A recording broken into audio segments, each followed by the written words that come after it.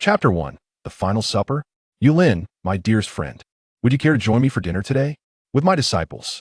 The midday sun hung high in the sky, its fierce rays pouring down upon the cobblestone streets of Jerusalem. The air shimmered slightly from the rising heat, and the bustling marketplace showed no signs of abating.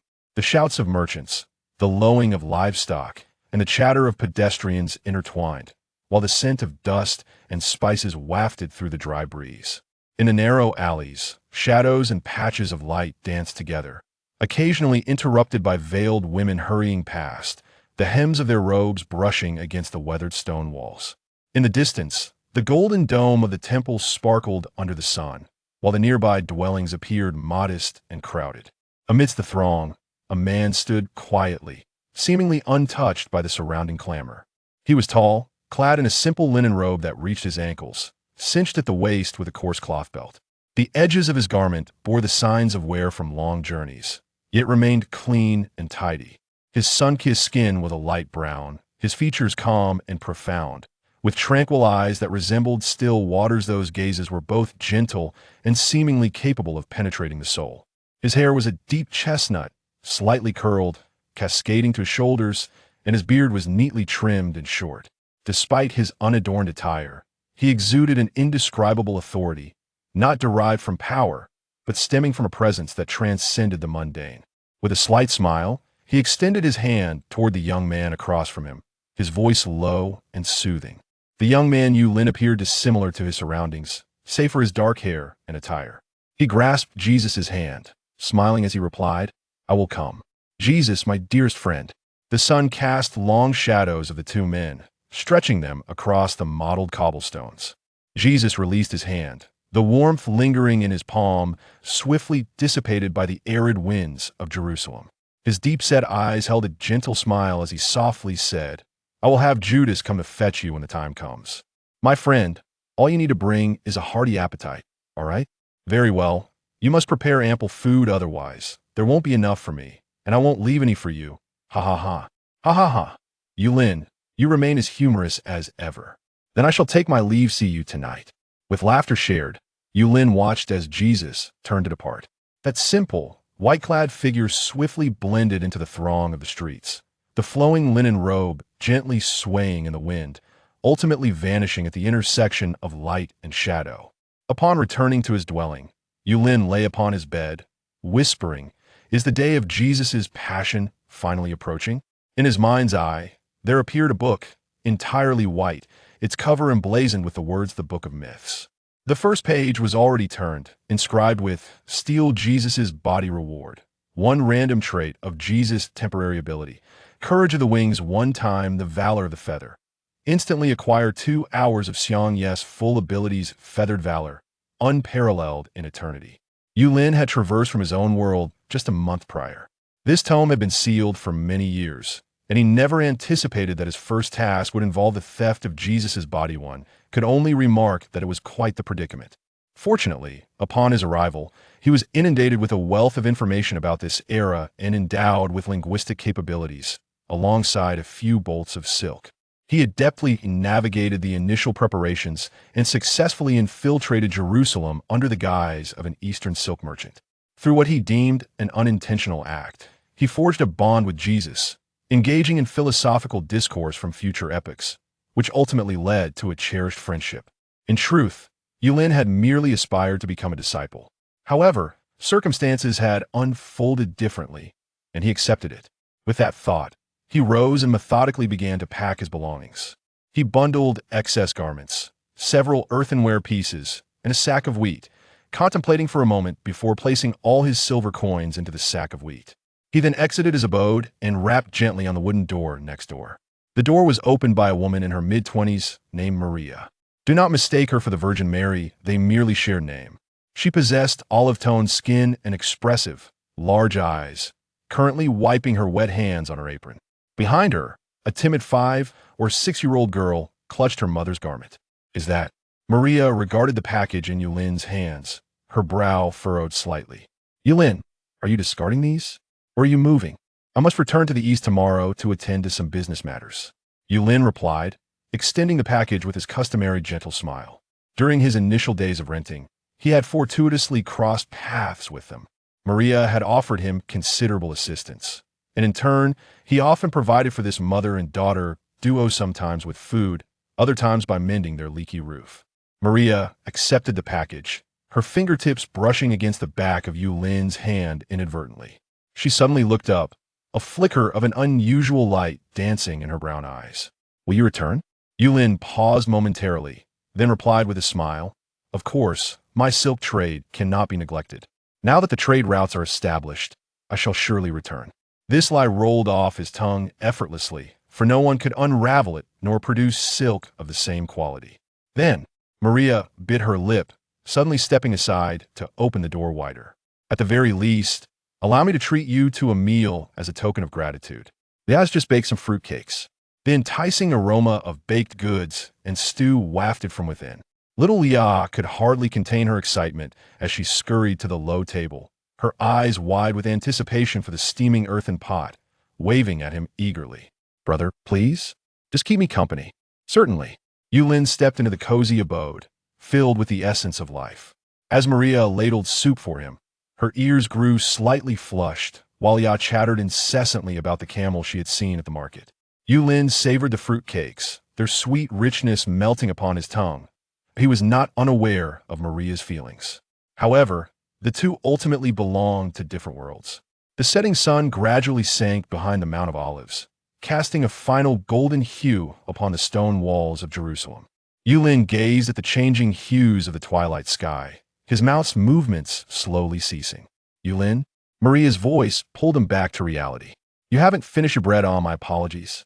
Yulin redirected his gaze, donning a merchant's smile once more. "I was merely pondering matters of business." Maria chose not to elaborate, merely nodding as a silence enveloped the atmosphere, until Yulin noticed a figure appearing outside. It was Judas. He rose, stating, "Jesus has invited me to join him for dinner today, so I must take my leave. Until we meet again," he said as he exited the room. Maria watched his silhouette, observing his conversation with Judas as he vanished into the crowd, her gaze lingering before she sighed softly. "Oh, if only I were younger, could I accompany him to the east?" She could not comprehend. It was Lia who tugged at her sleeve, exclaiming, "Mother, look at all those silver coins." Chapter 2. One of you will betray me. Judas walked ahead, his pace brisk, glancing back at Yulin with a flicker of uncertainty in his eyes. "Jesus holds you in high regard," Judas suddenly remarked, his voice low. "He seldom invites outsiders to the Passover meal." Yulin chuckled lightly. "Perhaps it is because I can always bring fresh topics to the table." "Indeed.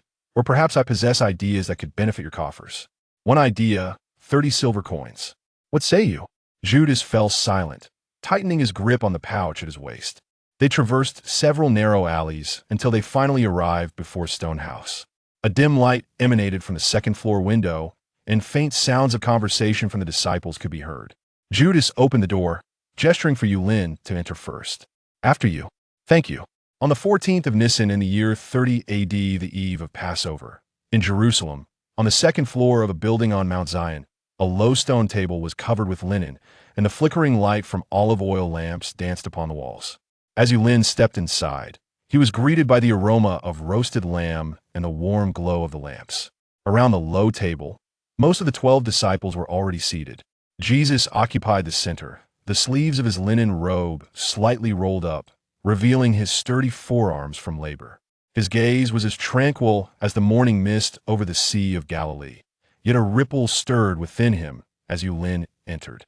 "Yulin, my dearest friend," Jesus called his name, his voice as gentle as the desert night breeze. "Come, sit beside me." John shifted slightly to make room for Yulin. His was typically the seat reserved for the closest disciple. He held no objections, for he was merely a disciple, while Yulin was Jesus's most cherished friend, and besides, he held great respect for Yulin. The individual from the east possesses knowledge akin to the multitude of stars in the firmament, leaving one utterly astounded by the extent of his understanding. The banquet unfolds amidst the warm glow of candlelight. Yulin finds himself seated at the right hand of Jesus, distinctly aware of the faint fragrance that emanates from him, instilling an indescribable sense of comfort and warmth within him. The disciples engage fervently in a discussion regarding the Passover narrative, with Peter and Andrew embroiled in a heated debate over differing interpretations of a particular scripture, their faces flushed with fervor. Brother Yulin, one of the disciples, Matthew, suddenly pivots toward him. Do you Easterners observe the Passover? Yulin lifts a ceramic cup, taking a sip of wine. We celebrate the spring festival, gathering as a family to partake in special festive dishes. He pauses, reminiscing about the warm hearth at Mary's home. Most importantly, it is about sitting together as a family. The disciples cease their chatter, 12 pairs of eyes fixated on this foreigner. Just as Peter is about to inquire further, Jesus gently sets down his copper cup. The sound of the cup meeting the stone table resonates like a muffled thunder, silencing the room instantly. Truly, I tell you, Jesus' voice is soft yet piercing, cutting through the clamor like a sword. One of you will betray me. Peter abruptly rises, knocking over the salt dish, coarse grains scattering across the table. Lord, is it I? John, seated to the left, suddenly pales, instinctively clutching at Jesus' garment. Thomas furrows his brow, his gaze flitting across each face in search of a telltale sign.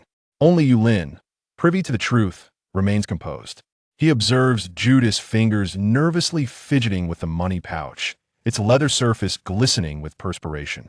The one to whom I give this morsel. He is the one, Jesus declares, tearing off a piece of unleavened bread and dipping it into the bitter herb sauce.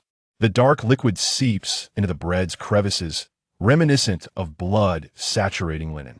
Yulin watches as Jesus' hand traverses past John, past Peter, and finally rests before Judas. Judas' throat convulses violently, beads of sweat glistening under the candlelight.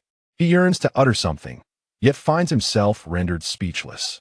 The gazes of the other disciples weigh heavily upon him, making him reluctant to lift his eyes, fearing the fury reflected in their stares would consume him. What you are about to do quickly, Jesus murmurs, handing the bread to Judas, his voice as soft as a sigh.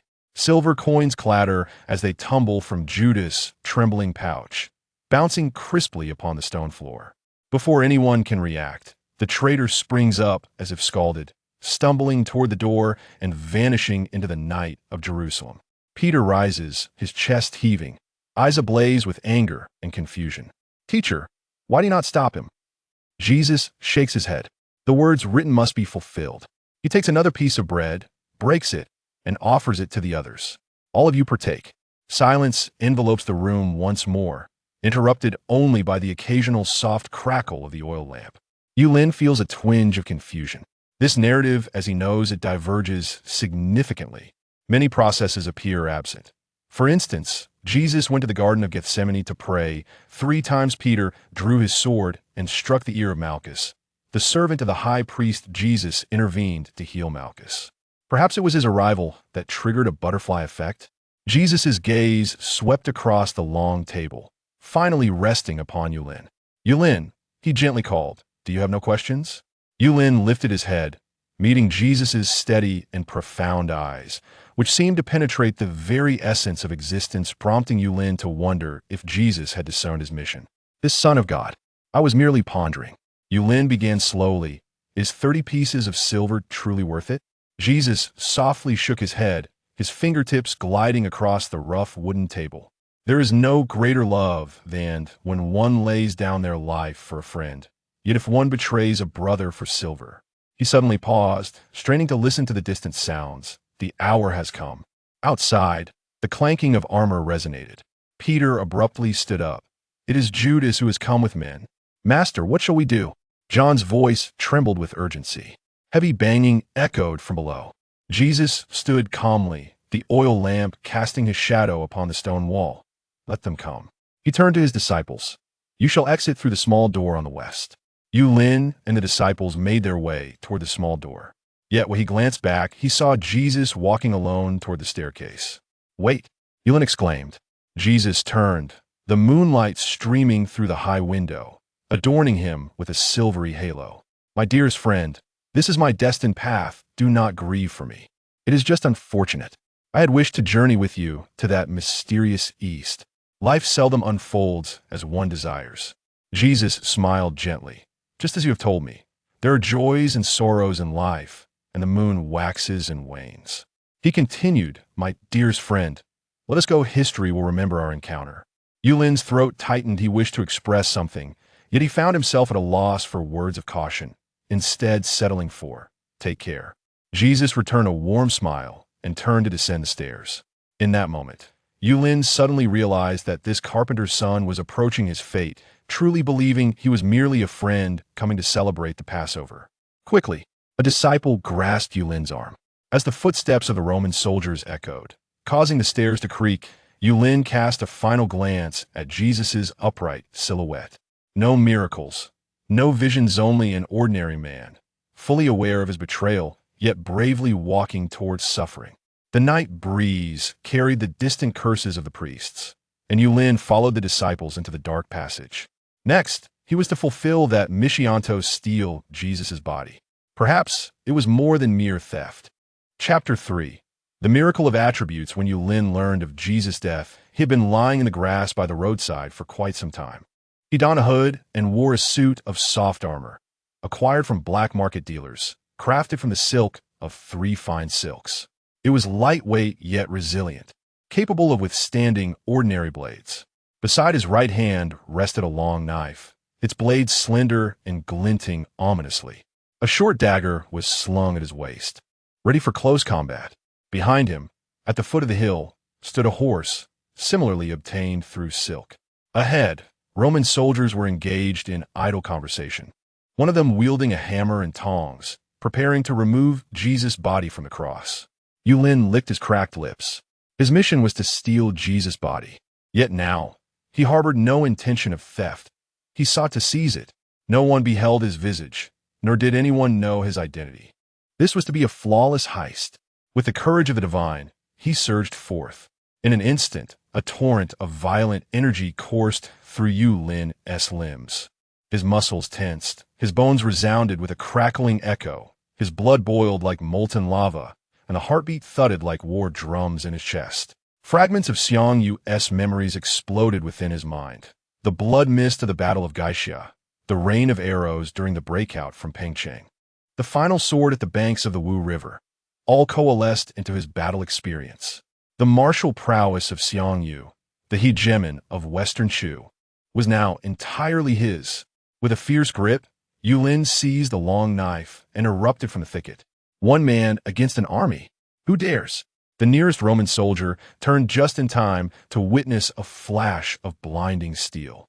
With a sickening thud, a head soared from its body, blood spraying forth.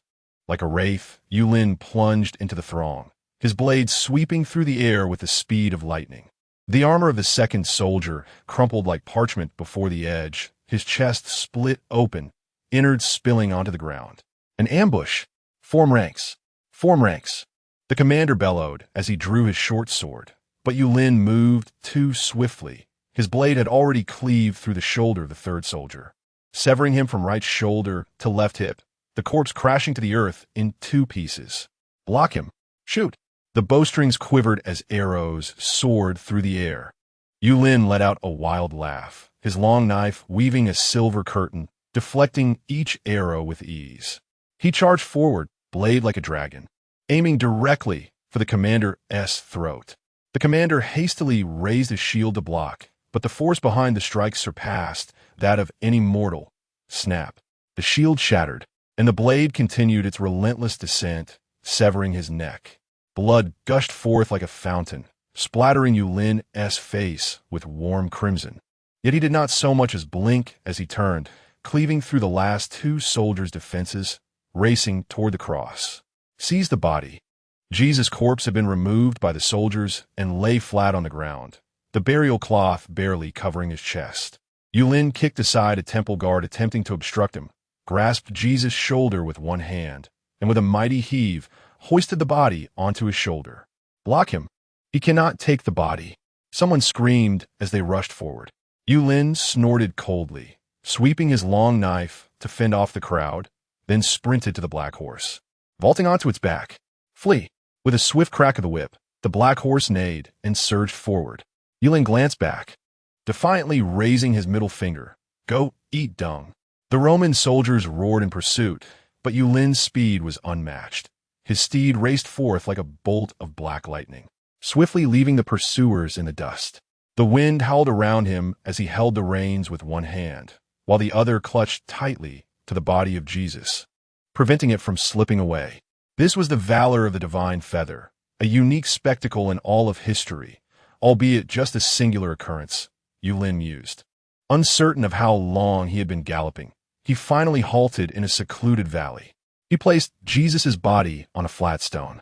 His eyes were closed, yet his expression bore an uncanny tranquility, as if he were merely enveloped in a dreamless slumber.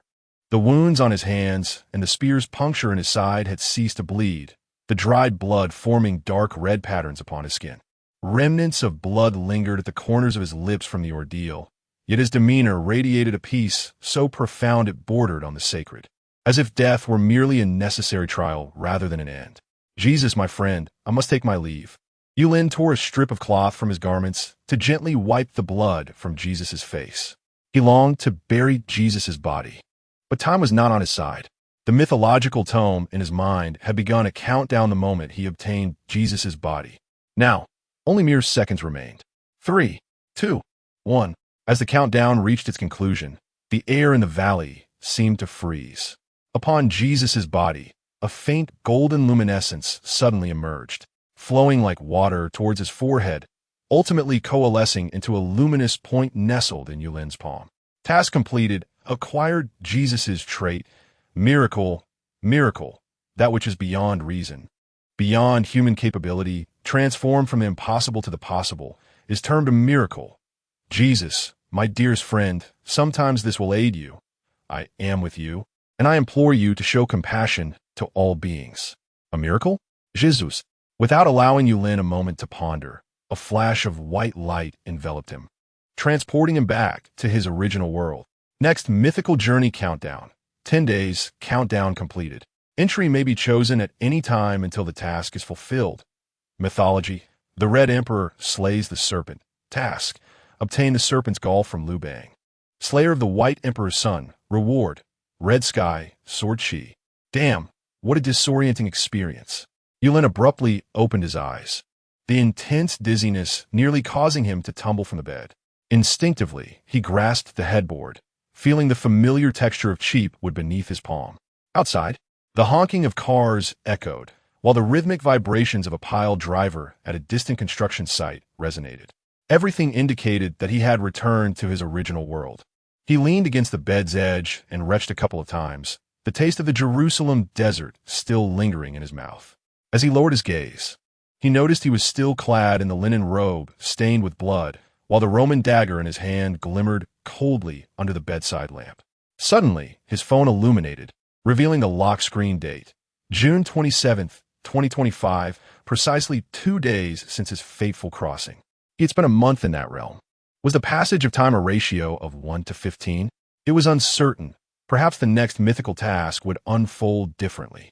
Yulin picked up his phone and discovered a dozen unread messages, the foremost being a rent reminder from his landlady, followed by a hospital checkup report and notification. With a swift motion, he drew back the curtains, and the afternoon sunlight pierced his eyes painfully. Below, a group of high school students gathered around a vending machine, their voices rising in excitement. Across the street, sheets hung out to dry danced gently in the breeze. Everything felt so familiar, as if all his previous experiences were mere illusions, if not for the Roman robe still adorning him and the presence of a tome in his mind. In a moment of daze, Yulin caught sight of a figure standing on the street, offering him a gentle smile. It was as if, at the edge of time, this figure had awaited him for 2 millennia, presenting the familiar countenance of an old friend once more. He rubbed his eyes and looked again. In the same spot stood a promotional poster for a film about Jesus. He had misinterpreted. Shaking his head, Yulin turned back to his bed and opened the hospital notification on his phone. A glance revealed the grim diagnosis: advanced stomach cancer. Chapter 4. Earning some money in Jiangcheng at the First People's Hospital. Doctor, I had a dream last night where a group of people beat me up. It terrified me awake. I went back to sleep and dreamed of them again. They said, "How dare you come back?" and proceeded to beat me once more. Do you think I'm haunted? I'm afraid this isn't the psychiatric department. This is oncology. Kindly step out and turn left to find the correct department. The head of oncology, Wang Guoming, in his 50s, smiled warmly as he ushered the patient out and pressed the button on his desk for the next appointment. To be frank, he wanted to scold the man for being foolish and wasting medical resources. However, with the rising incidence of violent disputes in hospitals, he worried about potential repercussions. Perhaps he should take some self-defense classes, he thought. The door swung open, and a young man entered. Director Wang. Ah, Xiaoyu has arrived. Wang Guoming looked up, his professional smile softening, yet a veil of unspoken sorrow lingered in his eyes. Just 10 days prior, he had handed this young man a diagnosis of late-stage gastric cancer. At that moment, Yulin's calm response had startled him. He merely folded the report and thanked Wang Guoming quietly. Now, Yulin appeared in a faded black t-shirt and canvas shoes from a street vendor. Yet his lips curled into an easy smile, as if he had merely come for a routine checkup for a cold. Have you considered targeted therapy? Wang Guoming inquired. Flipping through the medical records, the pen unconsciously tracing erratic lines on the paper. He was well aware of Yulin's background, an orphan raised on government assistance, who had completed high school and was now working part-time during the summer break. His bank account likely wouldn't even cover a single round of chemotherapy. I'm not pursuing treatment. Yulin shrugged. You know how little I have. The examination room fell into a heavy silence, punctuated only by the hum of the air conditioning. Wang Guoming pinched the bridge of his nose. Being an oncology expert, he understood better than anyone that treating late-stage gastric cancer was essentially a transaction of money for time. And Yulin didn't even have the privilege to buy time. What brings you here today? He finally sighed, shifting the topic. I want to check again.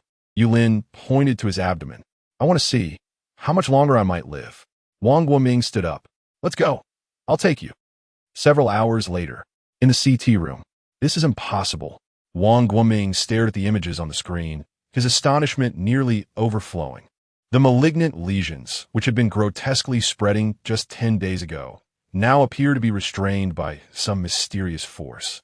With signs of atrophy along the edges, there had never been a documented case of late-stage malignant tumors spontaneously reversing in medical history. Your gastric cancer is self-healing. His throat tightened. It's simply miraculous. A miracle.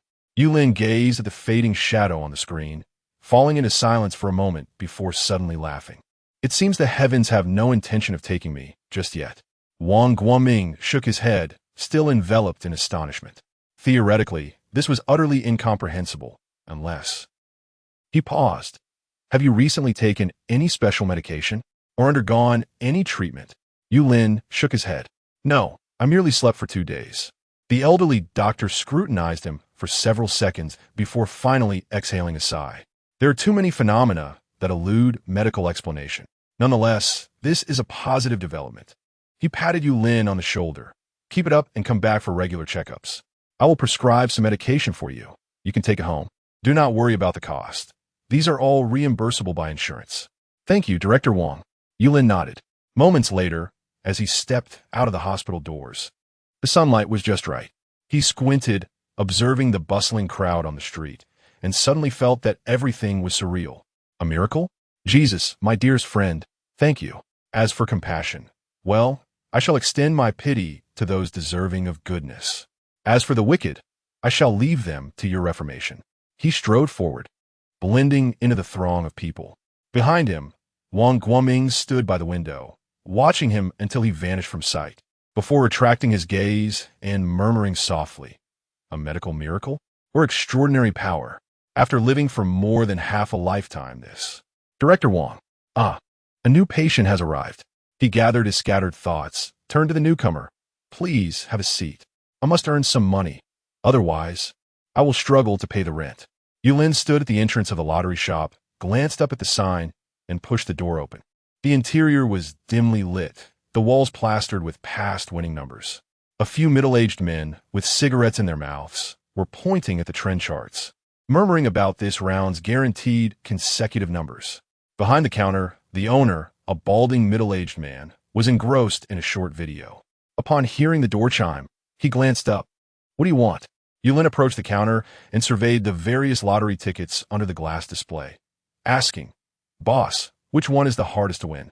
The owner paused, sizing him up, noticing the worn-out t-shirt and jeans, With his canvas shoes frayed at the edges, it was evident he was a poor lad. The hardest to win? The owner scoffed, casually pointing. This one, the double color ball, first prize with a jackpot of over 70 million now. But before it hits 1 billion, hardly anyone can win. Or rather, it is virtually impossible for anyone to win. Yulin detected the underlying message. This was merely a scam for fools.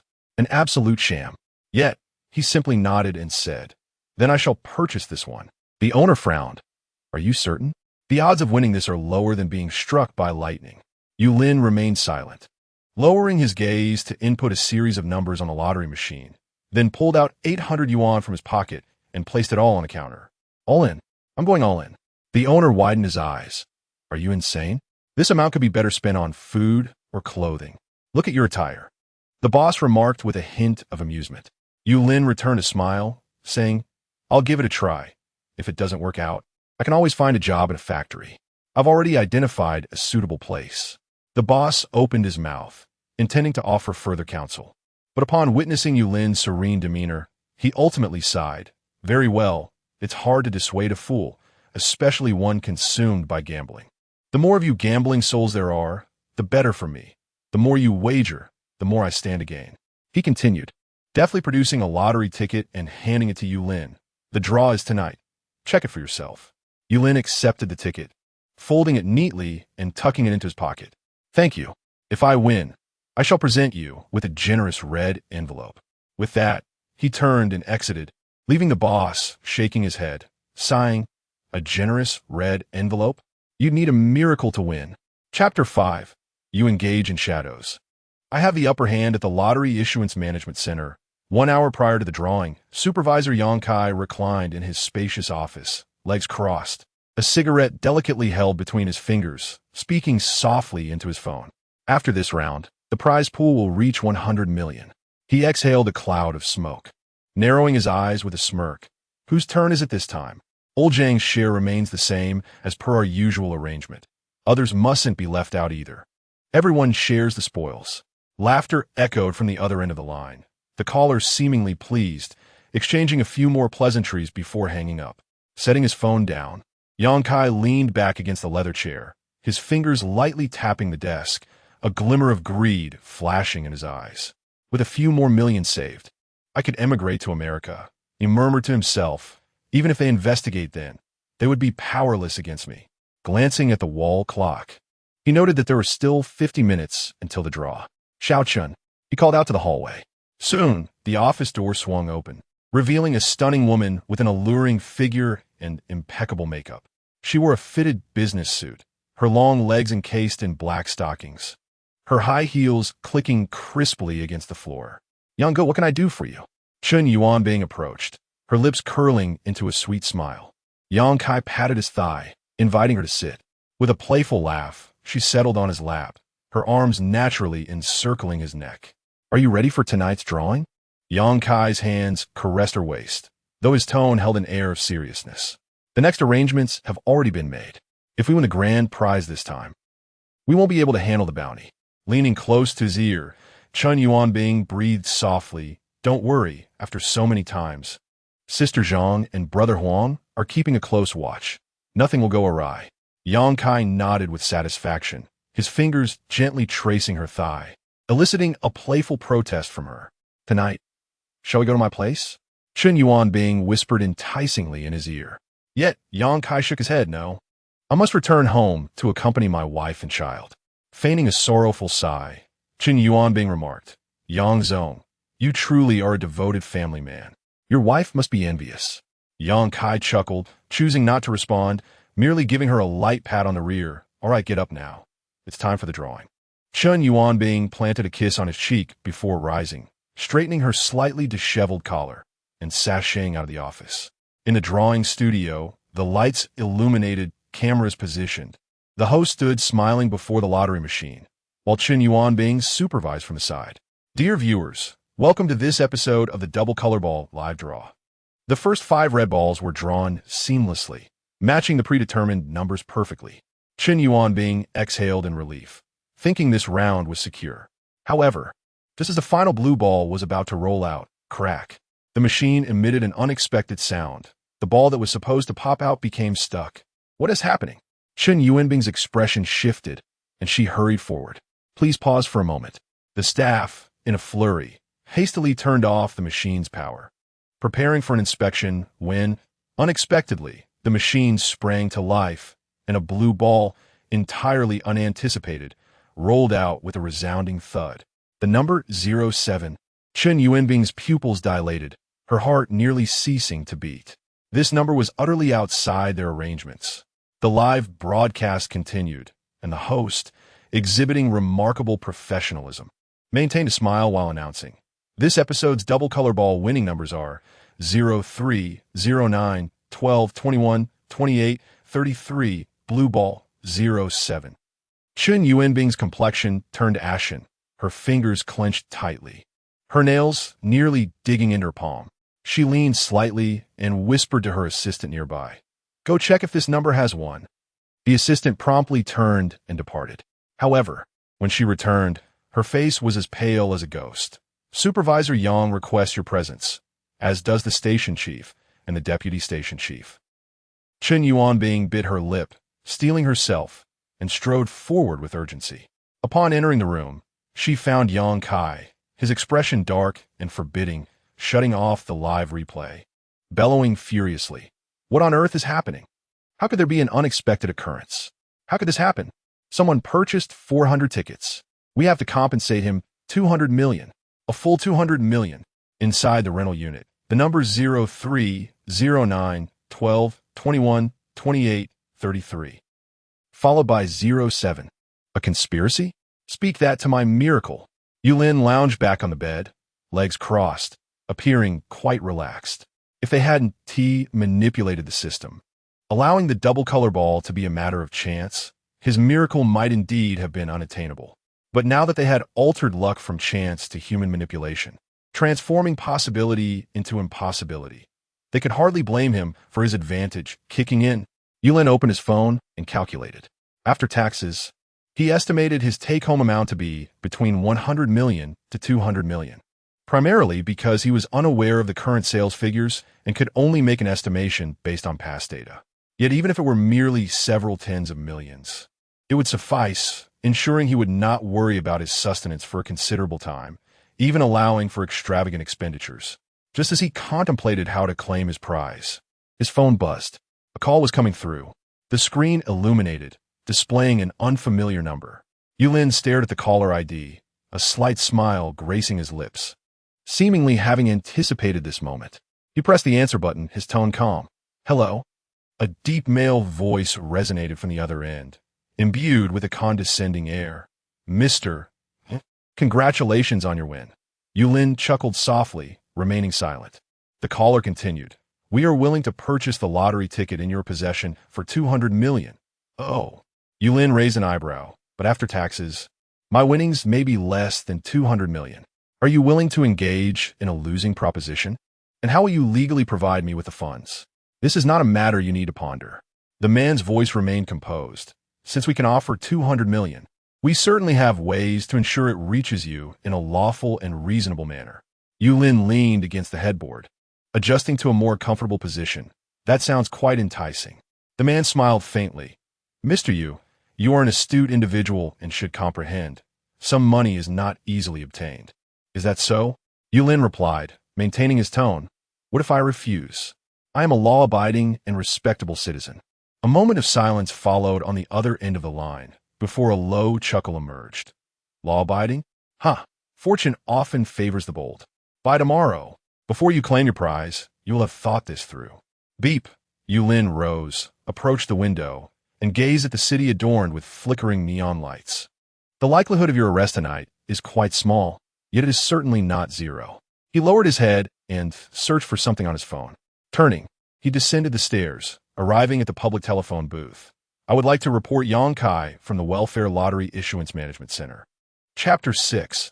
The National Civil Bureau. As the Deputy Director of the Welfare Lottery Issuance Management Center, Zhou Sun harbored a singular ambition: to unseat the current director, Yang Kai, who would aspire to the role of deputy when one could be the director.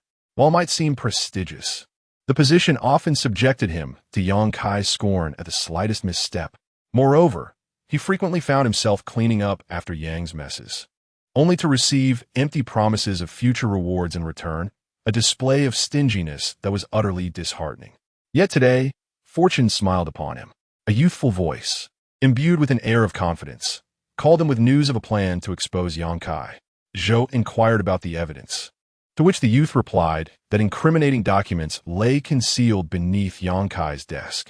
When asked how he knew this, the young man cryptically suggested that Zhou need only search for himself.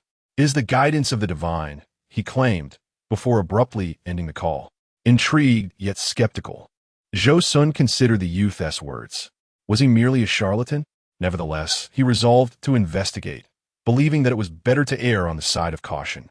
Upon searching, he discovered a ledger and a notebook hidden away in a secret compartment.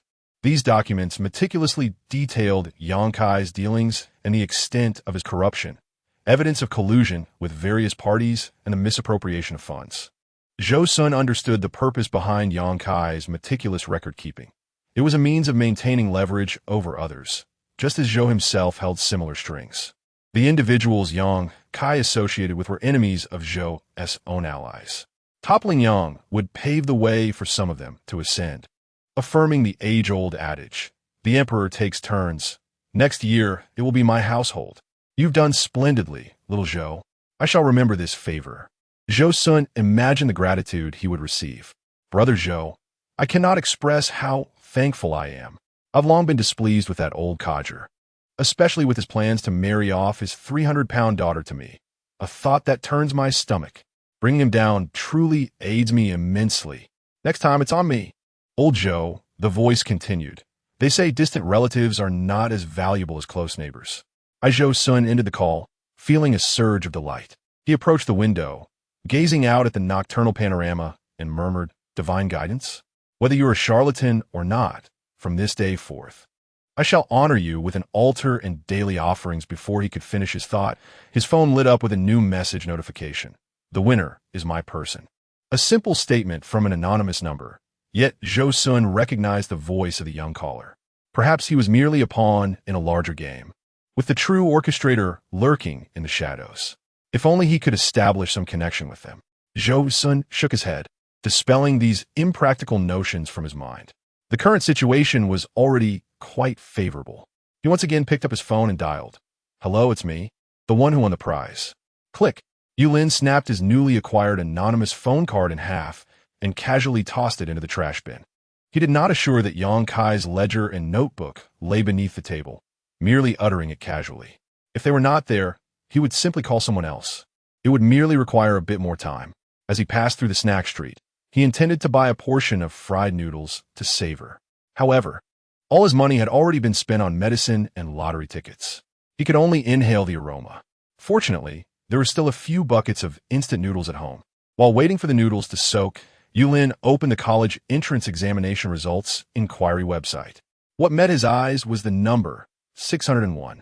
Balancing work and school while battling late-stage gastric cancer. Achieving such a score was beyond his expectations. It could be considered an extraordinary performance. The steam from the noodles wafted through the cramped rental room. Yulin closed the website and opened WeChat, disregarding the landlord's persistent reminders for payment. A message from his homeroom teacher, Yang Yuren, appeared second on the list. "Yulin, have you checked your results? How'd it go? If you have difficulties with tuition, feel free to reach out to me. I can help you apply for a student loan or lend you some money up front. You can repay me slowly after graduation." Besides these, there were other messages, all sent intermittently over the past few days. Yang Yuren, true to his name, was indeed a commendable teacher. Throughout the 3 years of high school, this homeroom teacher had secretly slipped him meal cards countless times and had applied for numerous scholarships on his behalf under the guise of great assistance. To be honest, Yulin was deeply grateful to him.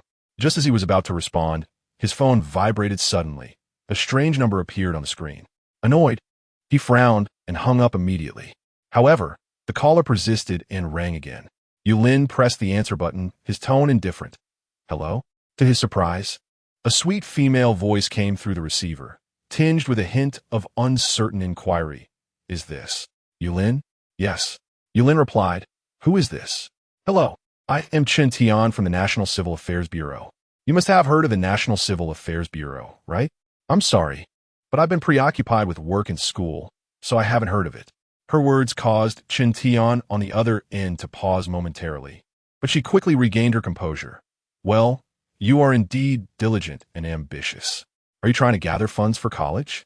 No, I'm just trying to raise money for late-stage gastric cancer treatment. It seemed that Chun Tian put the phone down for a moment, and a faint sound of sobbing echoed from the other end. Oh, Captain, this is just terrible. All right, you, go ahead and speak. The phone was picked up again. A deep, resonant voice echoed. Greetings, you. I am Zhang Jiangping, the Deputy Director of the National Civil Affairs Bureau. How do you do? I have a matter to discuss with you. According to our records, it appears that you have experienced a remarkable self-healing from late-stage gastric cancer. Furthermore, you have won the first prize in tonight's double chromosphere lottery. Is there an issue with this? Are you suggesting I possess some extraordinary ability, such as luck? Yulin retorted incredulously. What nonsense is this? You must be con artists. If you continue this charade, I shall report you. With that, Yulin abruptly ended the call. His furrowed brow betrayed a tumult of emotions that belied his seemingly relaxed demeanor. The National Civil Affairs Bureau? He decided to investigate. A moment later, Yulin discovered that the full name of this bureau was, in fact, the National Bureau of Unusual Civil Affairs.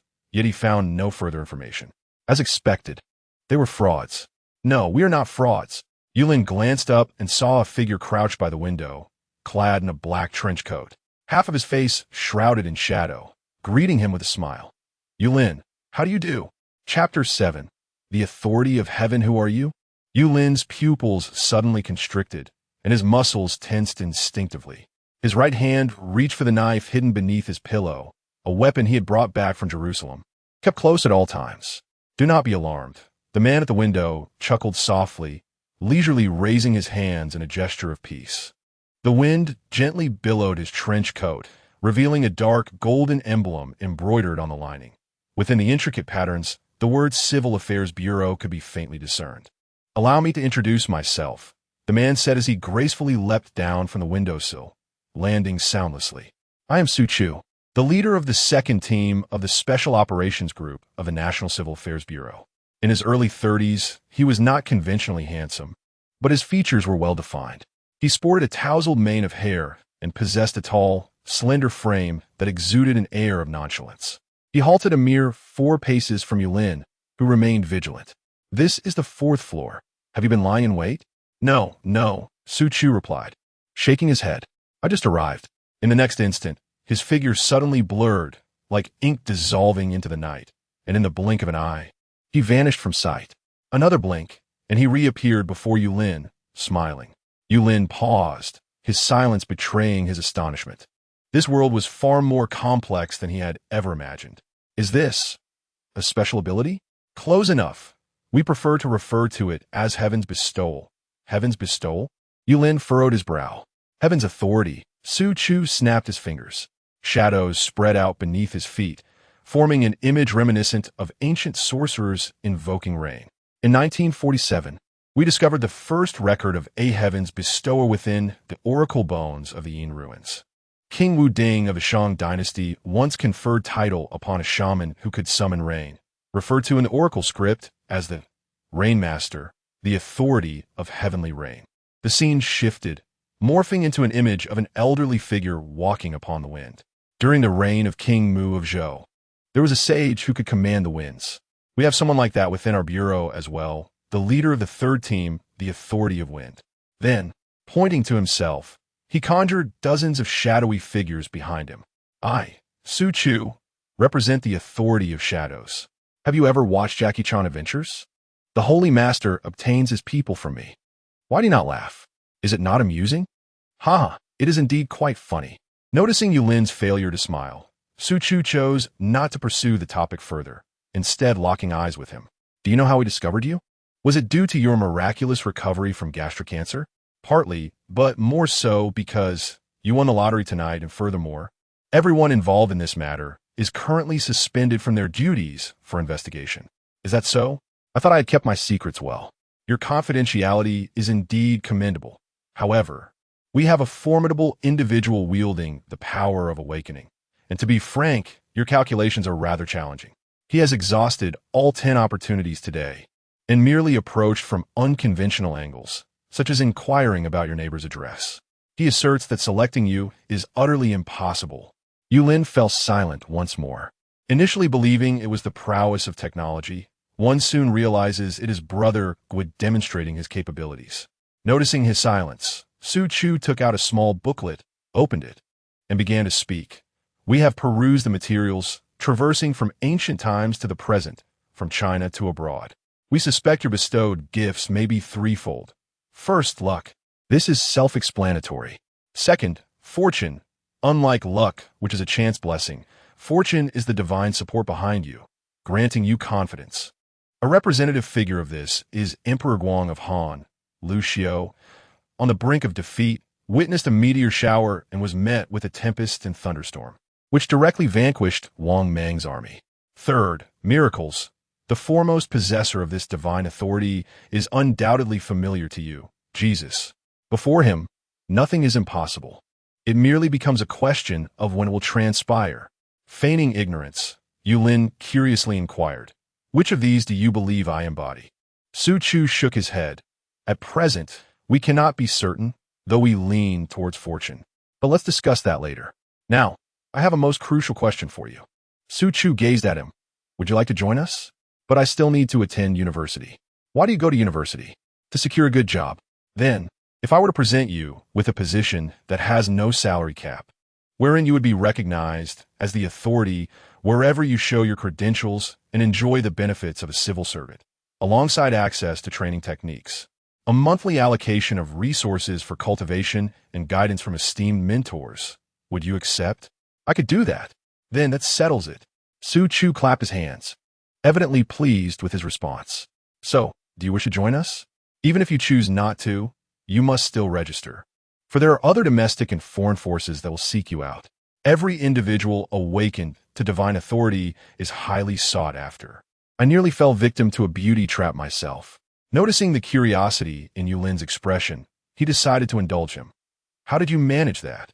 Su Chu slightly raised his chin, exuding a sense of pride. "I took their beauty for myself. Now our child is already in kindergarten. Impressive, isn't it?" Yulin nodded. "Indeed, that is impressive. Allow me to ponder this. I shall provide you with an answer by tomorrow.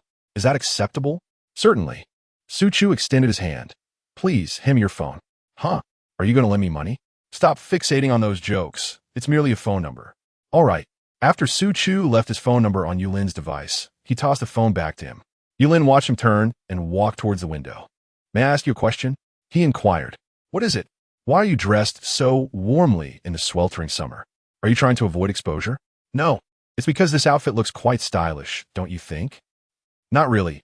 I fear I might develop heat rash." "Bro, you simply don't understand my fashion sense." "All right, enough of this. See you tomorrow." Su Chu waved his hand and vanished into the shadows, as if he had never existed. Yulin remained rooted to the spot for a long while before slowly uttering a few words. "The authority of heaven. The Civil Affairs Bureau of the state. This world indeed harbors extraordinary powers. So, the vision of Jesus I witnessed, was it not an illusion?" He found himself perplexed, shaking his head and choosing to think no further on the matter. Exhausted, he decided to sleep. Chapter 8: The Chosen Club. The following day, Yulin went to collect his prize money. It was unclear whether it was due to his threats from the previous day or the intervention of the Civil Bureau behind Su Chu, but in any case, the process was remarkably swift, devoid of the customary press interviews. In the span of a single night, he transitioned from a destitute youth to a billionaire with over 100 million in his bank account. Such is the nature of what ordinary people refer to as miracles.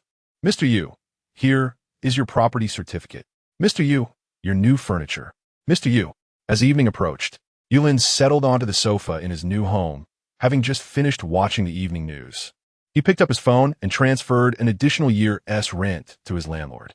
Although the landlord had been pressing him for rent, he had also allowed him to delay payment for 3 months, for which Yulin felt grateful. When the landlord inquired about his future moving plans, Yulin offered some vague excuses before opening the message thread with his homeroom teacher, Yang Yuren. From their conversation, he learned that his remarkable score of 600 placed him among the top 30 students in the school, and, as such, the institution had prepared a 3,000 yuan reward for him to collect as an outstanding graduate. Had this been before, Yulin would have certainly attended, as his monthly rent was merely 800, and that prize would suffice to cover it. However, now, he politely declined, fabricating an excuse about being preoccupied with tutoring, which Yang Yuren readily accepted, as such situations were not uncommon. Feeling hungry, Yulin, who often struggled with indecision, opened the Meituan app and randomly selected a restaurant with his eyes closed. While waiting for the delivery, he decided to take a shower to refresh himself. The bathroom, seemingly situated in a cooler part of the house, offered a pleasantly brisk temperature, leading Yulin to opt for a warm shower instead of cold one. With his eyes closed, the warm water cascaded from the shower head. The scent of shampoo filled the air, and white foam slid down his dark hair. As he massaged his roots, he suddenly sensed an unusual sensation, a cool touch delicately combing through his damp hair. The sensation felt too real. Slender fingertips, gliding smoothly with the water, were expertly massaging his scalp. Yulin's movements halted, and his bubbles slid down his brow. They were gently wiped away by an unfamiliar hand just before they could reach his eyes. He abruptly opened his eyes. Water droplets trembled on his eyelashes, and through his blurred vision, he saw a hazy figure standing amidst the rising steam. It was a woman, if one could indeed call her human. Her skin was a translucent porcelain white, as if formed from the purest spring water. Her long, dark hair flowed like a living entity in the water, the ends creating small whirlpools as they floated.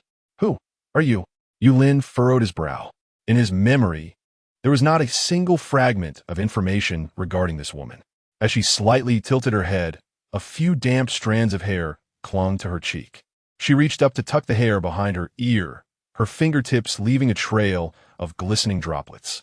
When her fingers brushed against Yulin's face once more, he did not feel astonished, but rather an instinctual shiver, like standing at the edge of a bottomless lake, ready to be engulfed at any moment. "Little brother, how is the water temperature?" Her voice flowed like a gentle stream caressing smooth pebbles. "Is it still comfortable?" It was then that Yulin noticed the water in the bathroom had inexplicably transformed into something extraordinarily soft, each droplet seemingly imbued with life, tenderly enveloping his skin. He instinctively retreated, his back pressing against the cool tiles. "Who on earth are you? From the Civil Affairs Bureau?" She chuckled lightly. "I am not with the Civil Affairs Bureau. Working for others is far less enjoyable than being one's own boss. Allow me to introduce myself. I am Ningya, the president of the Chosen Club, endowed with the authority of heavenly water." Perhaps fearing that Yulin might not believe her intentions were benign, she took a few steps back and gently perched herself on the sink. "Do not worry, I mean you no harm. On the contrary, I am here to invite you to join us."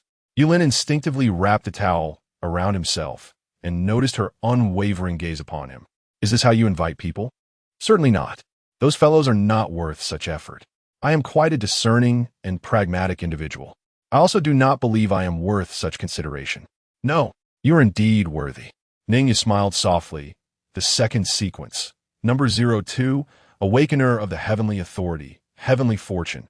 "Not only am I personally inviting you, but I would even willingly marry you. What do you think? Would you care to ponder this?" She licked her lips with an alluring demeanor. However, Yulin was entirely devoid of such thoughts, merely furrowing his brow. "How did you know?" "The people at the Civil Affairs Bureau are oblivious, even with ghosts residing in their homes. Are you not afraid that I might inform them?" "I'm not afraid. There are indeed individuals from our club among them, though I do not know who they are. But infiltrating each other's ranks, is that really so hard to comprehend? You are playing a game of espionage." Yulin mused, displaying a thoughtful expression. "I need to consider this." "Of course," Ningya replied as she descended from the sink, stretching lazily with a slight smile. "To be honest, I would very much like to simply bind you and take you away, turning raw rice into cooked grains. But who could have anticipated that your awakening was heavenly fortune? A few centuries ago, that would have made you an emperor. The heavens are backing you."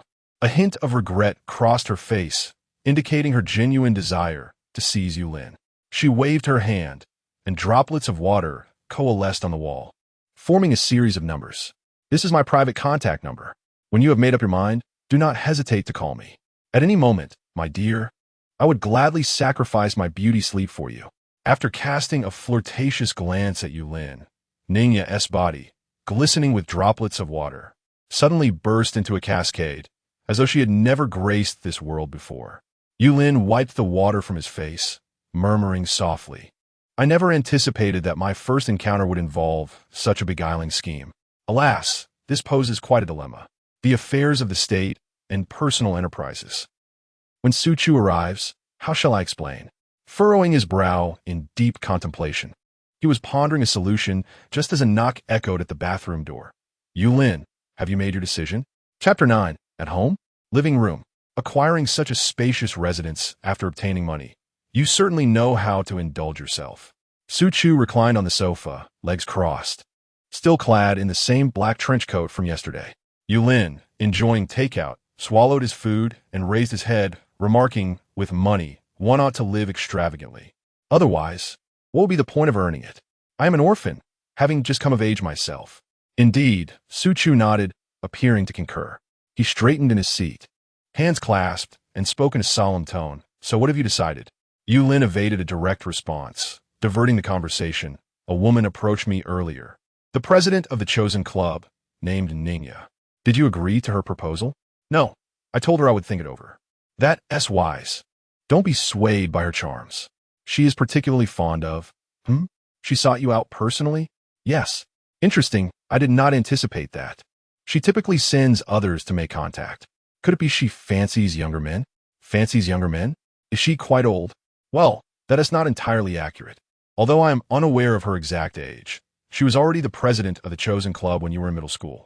She should be around my age now. Roughly 30. Let us not dwell on her any longer. Su Chu interjected, redirecting the discussion. Do you know the primary distinction between our Civil Affairs Bureau and these private organizations? Yulin hesitated. Resources? No, it is power, Su Chu replied with a slight smile. Whatever activities they engage in, they must report to us. Only upon our approval and issuance of documents can they proceed. Otherwise, it becomes a public disturbance. For instance, in the pursuit of a bestowed artifact, unless we are unaware, we can act directly, while they must submit reports. By the time they complete their reports, it would have already been secured by us. Should they dare to seize it, they would face expulsion from our nation. What do you think? Isn't it exhilarating? Yulin did not respond, but raised an eyebrow, inquiring, what is a bestowed artifact? Su Chu, not intending to conceal the information, explained. It is an object imbued with the abilities of a bestower, granting it certain powers that can be utilized by others. You're familiar with the imperial seal of the state, correct? That is a bestowed artifact, and it is likely linked to your destiny, though its whereabouts are currently unknown. However, not just anyone can create a bestowed artifact. Once a bestower has infused their power, they become an ordinary person, entirely devoid of their previous capabilities. How many would willingly make such a sacrifice?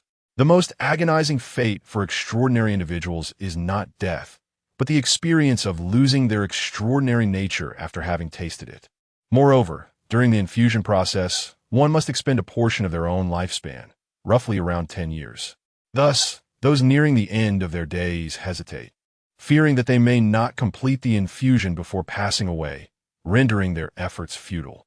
Additionally, the number of those bestowed with celestial gifts is scarce. For instance, this year in our nation, only you and 3 others were born with such abilities. This has resulted in a meager existence of celestial artifacts over the years. In comparison to other organizations, which possess several or even dozens, our Civil Affairs Bureau has merely preserved a modest 72 artifacts. Sigh. Although he sighed, Yulin discerned no trace of sorrow on his face. Most importantly, he turned to Yulin. Those of us who awaken celestial authority are at least of a departmental rank. Someone of your potential, suspected to possess heavenly fortune, is destined to become a provincial governor or a general, perhaps even higher. What are you hesitating for? After contemplating for a moment while stroking his chin, Yulin nodded and replied, all right. A wise decision. Su Chu snapped his fingers, his smile growing ever more pronounced. He rose to his feet, saying, rest well tonight. Tomorrow I will introduce you to your colleagues at the Bureau. The other 3 have also joined us.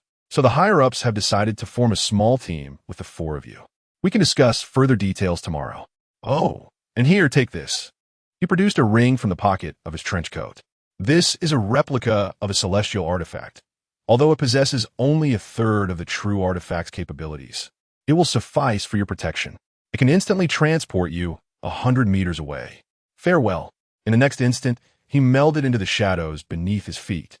Yulin reclined on the sofa, gazing at the dark gray ring in his hand, his eyes deep in contemplation, lost in thought.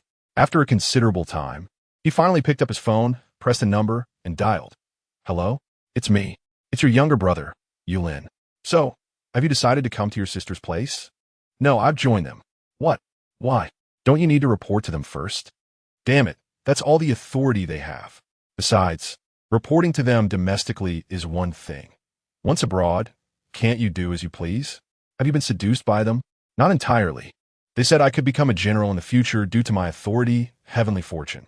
Will you be able to take me to Tiananmen Square to watch the military parade? Perhaps, maybe, probably not. Is that temptation really so great for you? Of course. My dream since childhood has been this. In any case, I've joined them. And it's best we don't keep in touch. I fear they might misunderstand. That's that. Hey, wait, don't hang up. Although you've joined them, it doesn't hinder our friendship, does it? More friends mean more paths, don't you think? That seems to be the case. Let us keep in touch if anything comes up. Yulin did not give her a chance to continue speaking. He hung up the phone, set it down, and got up to tidy away the empty takeout box, lost in thought. Fortunately, two amiable individuals arrived. Just as I thought this, a knock echoed. Hello, is this Mr. You? The smart home surveillance system you ordered has arrived. Please step out to sign for it. As soon as the thought crossed his mind, someone appeared. Yulin's intuition alerted him to an unsettling situation. He approached the door, pressing his eye against the peephole. Outside stood a man clad in a delivery uniform, appearing to be in his 30s, with an ordinary visage, beads of sweat adorning his forehead as he wiped it with his sleeve, seemingly fatigued from climbing the stairs. Mister, your smart surveillance system has arrived. Kindly sign for it. The courier knocked again, his voice resonating through the door. Yulin remained silent and motionless. After a few seconds of waiting, the courier knocked once more. Mr. Yu, are you home? Still, no response was forthcoming. The delivery man furrowed his brow and muttered, strange. No one seems to be home. He retrieved his phone, as if verifying the address, then shrugged, I'll return tomorrow. With that, he turned and departed, his footsteps gradually fading away. Yulin remained fixed at the peephole until the courier's figure vanished, lingering for an extended moment thereafter. Finally, he turned to fetch his phone, poised to dial Su Chu's number, only to be interrupted by a chilling voice from behind him. Why didn't you open the door? Chapter 10. Su Chu takes action. You are presented with but two choices. 1. Drink from this cup and join us. Or 2. Meet your demise. The man, clad as a courier, cast a pill into the cup of water before extending it towards Yulin. Yulin refrained from accepting it, instead countering with a query. Pray tell, who are you? The man remained silent, merely urging him to drink. His demeanor suggested a meticulous caution. Yulin persisted, asking, Are you so certain that no one will come? The man replied coolly, Are you referring to Suke? Perhaps. He remains oblivious. Unless he himself is present. Otherwise, no one could detect it. Just look behind you. What? The man turned abruptly, but saw nothing amiss. Upon turning back, he noticed the ring on Yulin's finger emanating a faint glow. His pupils constricted as realization dawned upon him. He reached out instinctively towards Yulin, yet it was too late. Yulin's figure became a blur, dissipating like smoke scattered by the wind, vanishing in an instant. Damn it, the man roared, striking the coffee table with his fist, shattering the glass surface into a myriad of fragments. He swiftly pressed his earpiece, his voice icy and urgent. He has utilized a spatial ring. Seal off the surrounding area and find him. The celestial authority must remain in our grasp. Meanwhile, 100 meters away, on a bustling night market street, a cacophony of voices, the aroma of grilled delicacies, and the shouts of vendors melded into a chaotic yet vibrant atmosphere. Yulin crouched in a dimly lit alley, leaning against the damp wall.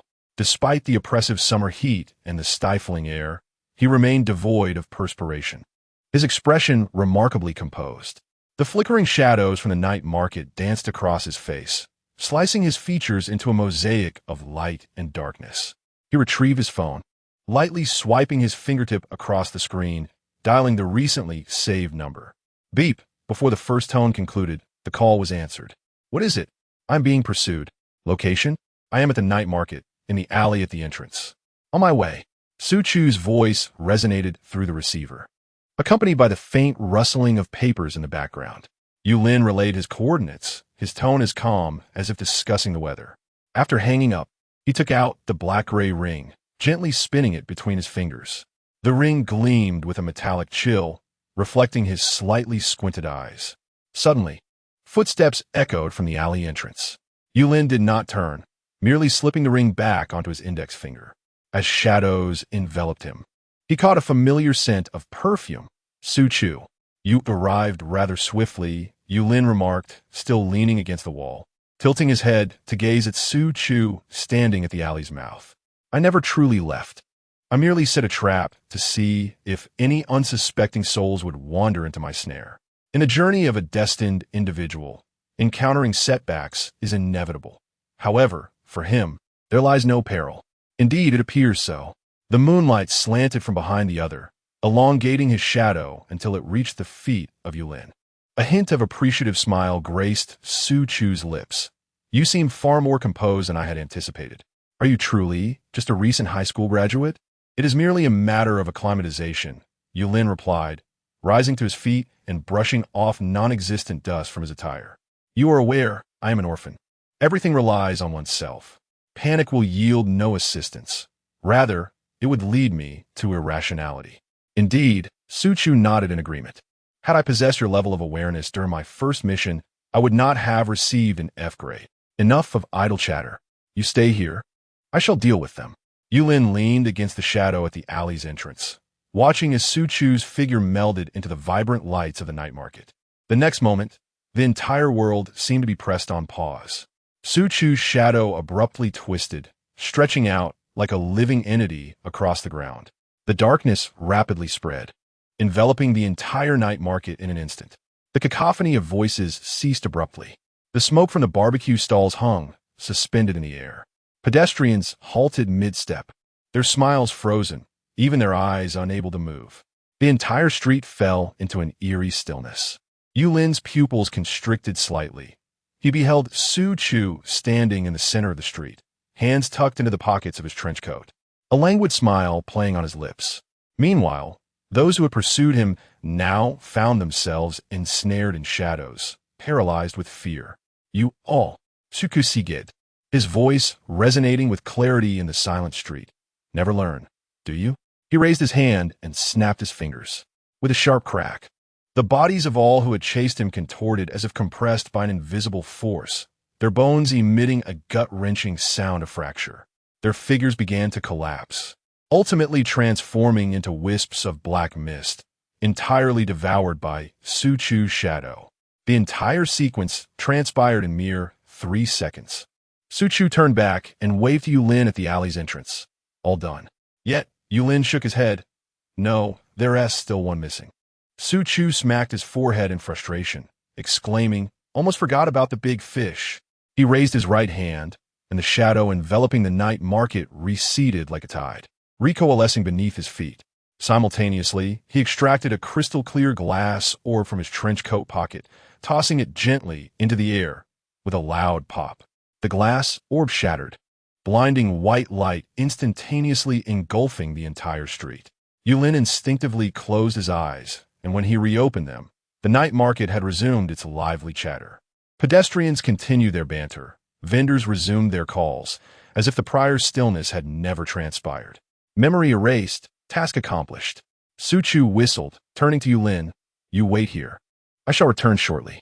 No sooner had he spoken than his form transformed into a shadow, swiftly gliding along the ground into the distance, as if he had never existed. Unnoticed by anyone, in a narrow alley 300 meters away, a man dressed as a courier was frantically fleeing, his form occasionally blurring as he passed through walls, then solidifying as he darted through the constricted passage. Damn! How could the Civil Affairs Bureau arrive so swiftly? He gritted his teeth and pressed the earpiece. Headquarters? The plan has failed. Requesting support. Before he could finish, a shadow suddenly erupted from the ground, morphing into the elongated figure of Su Chu, who stood before him. The power of ethereal manipulation? Su Chu tilted his head, a dangerous smile gracing his lips. Quite the runner. Aren't you? Was it you who stole from the bank last time? The man's expression changed drastically, his body instantly blurring as he attempted to slip past Su Chu. The same trick wouldn't he work a second time. With a firm grip of his right hand, the shadows around them suddenly solidified, transforming into tangible black walls. The man collided forcefully against them, his ethereal form being constrained back into solidity. You, the man, gaped in terror. How is this possible? Su Chu approached languidly.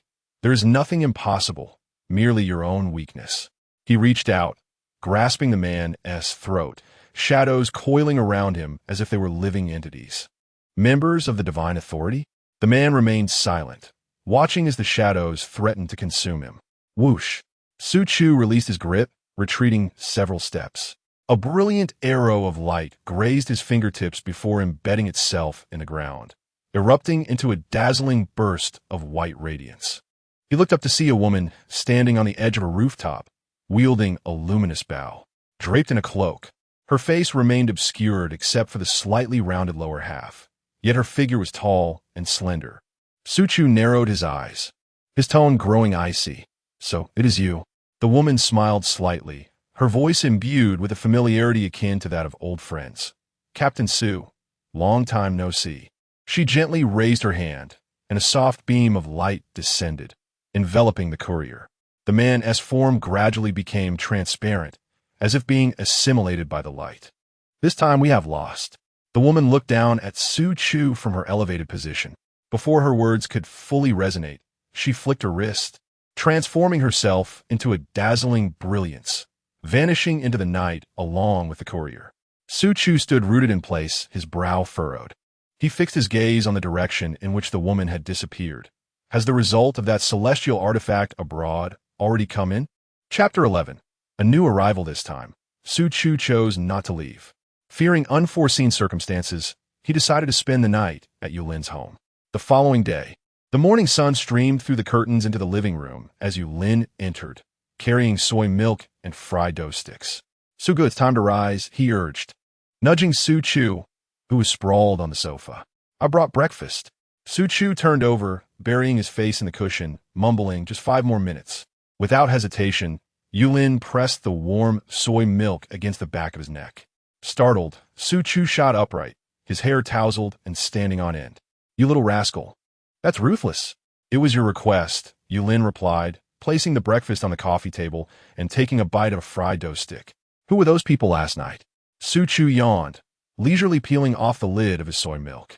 The Divine Authority Society, a bunch of late-stage delusional individuals.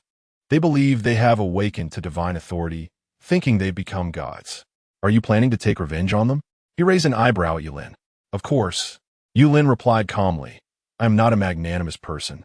A sudden smile spread across Su Chu's face, admiration gleaming in his eyes. What a coincidence. Neither am I. Always a bit petty. He took a large bite of the fried dough stick, speaking indistinctly. They've picked a fight with you, who is suspected to be heaven's fate, and possibly even a miracle.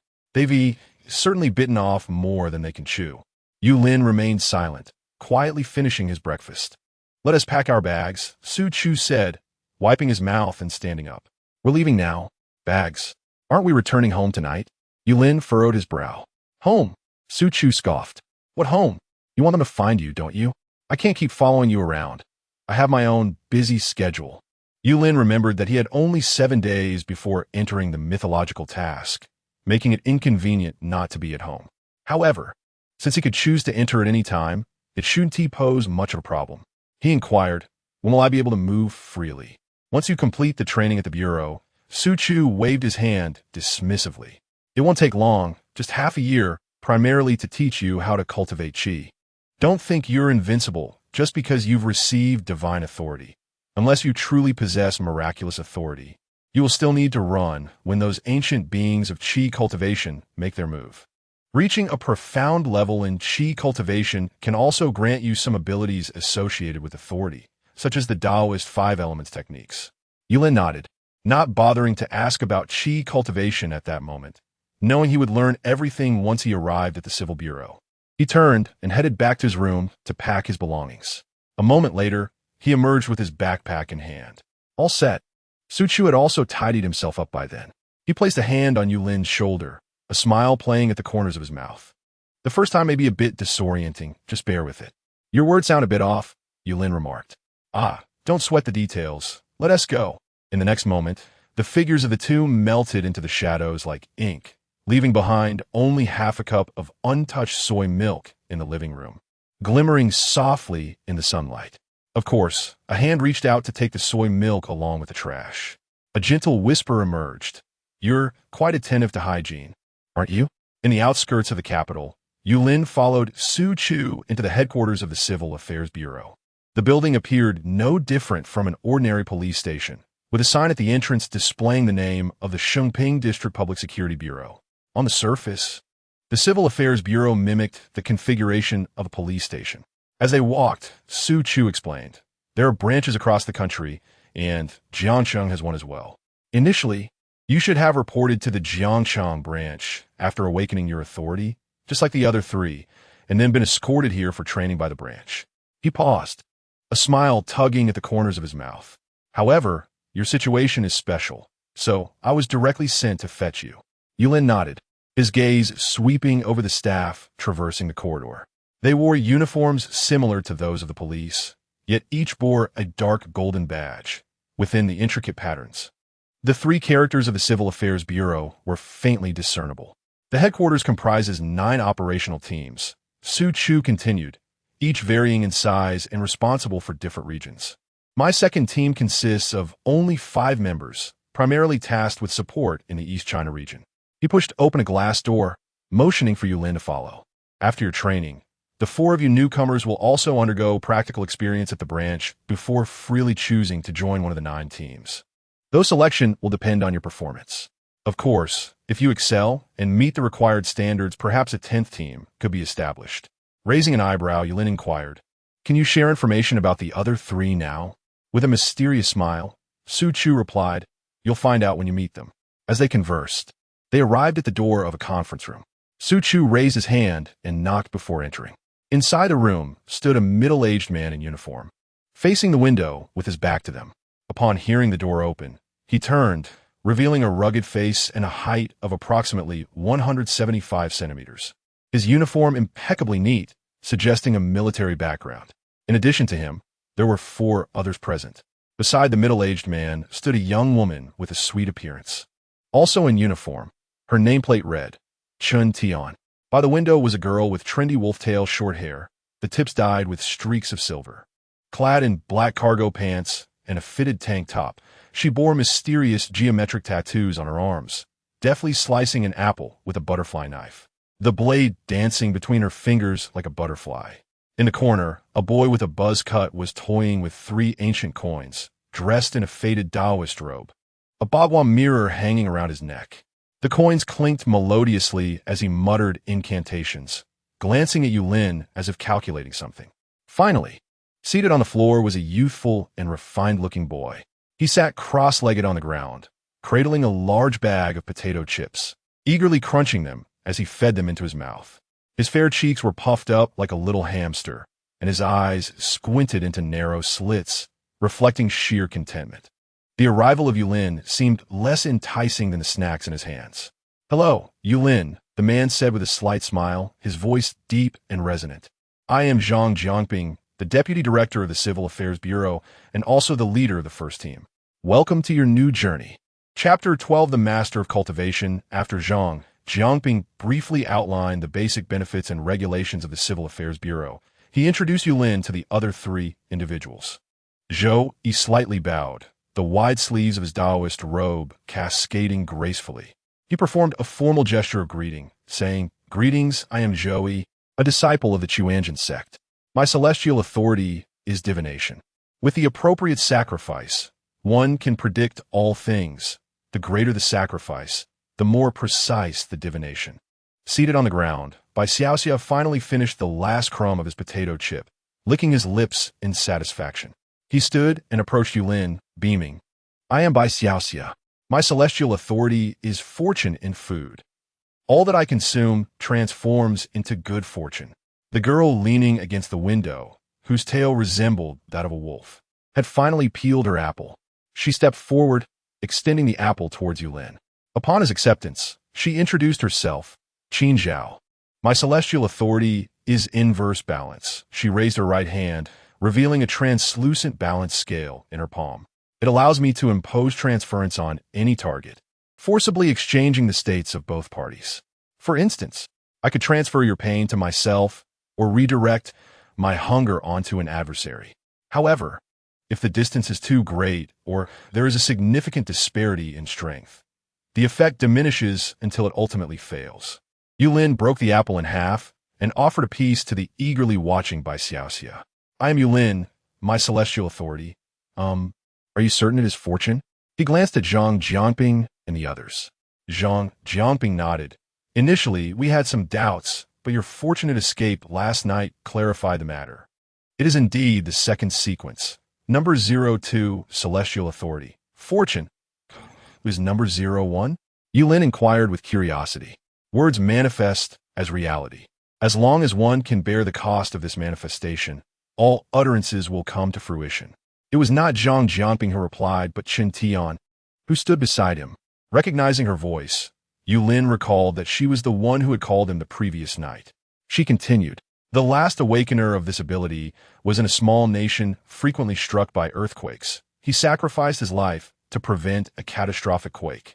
In his honor, that nation established a commemorative holiday, granting 5 days off each year. A noble soul, Yulin expressed sincerely. Not only did he benefit the present, but he also left a legacy for the future. Such a person is nothing short of a saint. Subsequently, Zhang Jianping intended to say more, but his phone vibrated in his pocket. After glancing at it, he left with a grave expression, accompanied by Su Chu, leaving Qin Tian to address Yulin and the others. Clearing her throat, Qin Tian raised her voice slightly. I am Qin Tian, but you may call me Assistant Qin. Of course, Sister Chan is also acceptable. Following customary protocols, she explained, around mid-June, we expect 10 to 11 awakeners, and thus, our Civil Affairs Bureau will be divided into groups of 5 to 6 for the training of 2 new teams. However, due to the peculiar circumstances of this year, only the 4 of you awakened the heavenly authority in the first half of the year. Nevertheless, though few in number, your quality is exceptional. Thus, you 4 have been specially approved to form a small team. Let us enthusiastically celebrate the birth of this team. She began to clap her hands. Yet, seeing no one join her in applause, the expression on her face gradually shifted to one of embarrassment and grievance. All right, Yulin clapped. Good. After finishing her apple, Bai Xiaoxia immediately joined in, her hands clapping resoundingly. With 2 supporters, the smile finally replaced the look of grievance on Qin Tian's face as she reached for several forms on the nearby table. Come and collect these. They outline your activities for the coming months. Yulin stepped forward to take one, glancing down at it. The morning exercises and basic knowledge teachings, as well as combat training, were nothing new. What surprised him most was a class scheduled from 3 to 5 in the afternoon. Qi refinement practice. He looked up and saw that the 2 others, aside from Zhou Yi, also wore expressions of curiosity, indicating they too were just learning of this. He spoke directly. Sister Chun, what exactly is this Qi refinement? Is there really a cultivation method? Indeed, Qin Tian was not at all taken aback by his inquiry and explained. Did we not just mention the law of words? In our history, dating back to the time of the first emperor, there was a Qi refiner named Su Fu. He was the second recorded ancestor to awaken the law of words.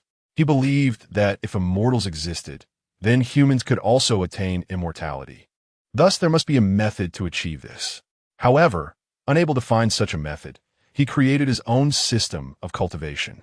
While others would undoubtedly have failed, he possessed the heavenly authority of law of words. Therefore, with the emergence of this method, the true birth of Qi refiners took place. Although the reasons for his survival despite the cost remain unknown, He ultimately perished from using the law of words. You all know the story. The first emperor demanded he provide the elixir of immortality. The price of eternal life was one he could not bear. After all, immortality is the first sequence's heavenly authority, number 04. Listening to her explanation, the realization dawned on Yulin and the others. History is indeed remarkable. Having conveyed this information, Chun Tian waved her hand. By Xiaxia, your trio has been assigned accommodations, so I shall not continue guiding you. Please return and rest well. Formal training begins tomorrow. Yulin, come with me. She gestured for Yulin to follow her. He complied, and, under her guidance, he completed the employment and residency procedures, entering his personal identification information. It is worth noting that his current security level is classified as top secret. However, Yulin found little use in this. The Civil Bureau had insiders keeping watch. He could not fathom why they did not eliminate the skill calculator after discerning the outcomes. Fearful of resolving one batch only to face another? Or do the traitors possess means of evasion? Yulin remained uncertain. Well, this is your dormitory. Should you require any daily necessities, simply call or message the dorm manager, Zhang Ma, and she will attend to your needs. After guiding Yulin to his room, Chun Tian handed him the key card. Once Yulin accepted it, she gave his shoulder a reassuring pat. I'm leaving now. Reach out if you need anything. All right, Sister Chun, take care. Watching her exit the room, Yulin closed the door and sank onto the sofa, contemplating the profound depths of this world. In Xia country, ancestors had once established a cultivation path for qi refiners through their spoken words. Could it be that foreign entities such as werewolves, vampires, demon-hunting priests, and the holy knights of the church also embody a legitimate system of cultivation? At that moment, his phone chimed with a message. Dear Yulin, I came to your home, but didn't find you. Have you already gone to the Civil Affairs Bureau? Accompanying this was a selfie of Ning, you're reclining on Yulin's bed, donned in his clothing. What exactly are you up to? Chapter 13. The journey of gas refining for novice to master. What exactly are you up to? In the abode of Yulin, Ningya lay upon his bed, a subtle smile gracing her lips as her delicate fingers danced across the screen. Oh, it's nothing. I merely thought to cultivate our relationship in a more personal manner. Now that you're a person of the state. Yulin retorted, why are you wearing my clothes? Leave my house at once. Ningya responded playfully, not a chance. Are you going to hit me? Finding amusement in the situation, Ningya took numerous photos of herself lounging on the sofa, within the wardrobe, and even in the bathroom. As she envisioned Yulin on the other end of the phone, his face contorted in frustration, yet utterly powerless. An uncontrollable smile spread across her face. Yulin remarked, thank you very much. I was just worried about that. Tonight, I will take flight with this. Ningya felt silent. Fastidi typing. What do you mean by take flight? What are you planning to do? Hey, why have you stopped responding? Yulin, the conversation was met with a refusal of your video invitation. The other party declined your video. Hello, the number you dialed is unavailable. Hello. Ningya clenched her teeth, stamping her foot in a fit of impotent rage before ultimately succumbing to exhaustion. Such a mischievous rascal. Meanwhile, Yulin, pleased that the calls had ceased, set his phone aside contentedly. He casually picked up a book titled The Comprehensive Guide to Celestial Authority and began to peruse its contents. The Celestial Authority had 5 sequences in total. The first sequence comprised 9 entries, among which was the one mentioned by Chun Tian, number 04, Immortality, a Miracle. Yulin's characteristic, the True Celestial Authority, number 02. It was not that he was disinterested in discovering what number 01 entailed. Rather, the title and description of 01 were indecipherable, shrouded in enigma. Perhaps that authority was simply called mystery? In any case, to ascend to the first sequence, a celestial authority must surpass the ordinary in some aspect, transforming impossibilities into realities without incurring any cost. This is precisely why Yulin's miracle ranks so highly, and why his extraordinary ability to command reality must humbly reside in the second sequence. The second sequence contains 18 entries.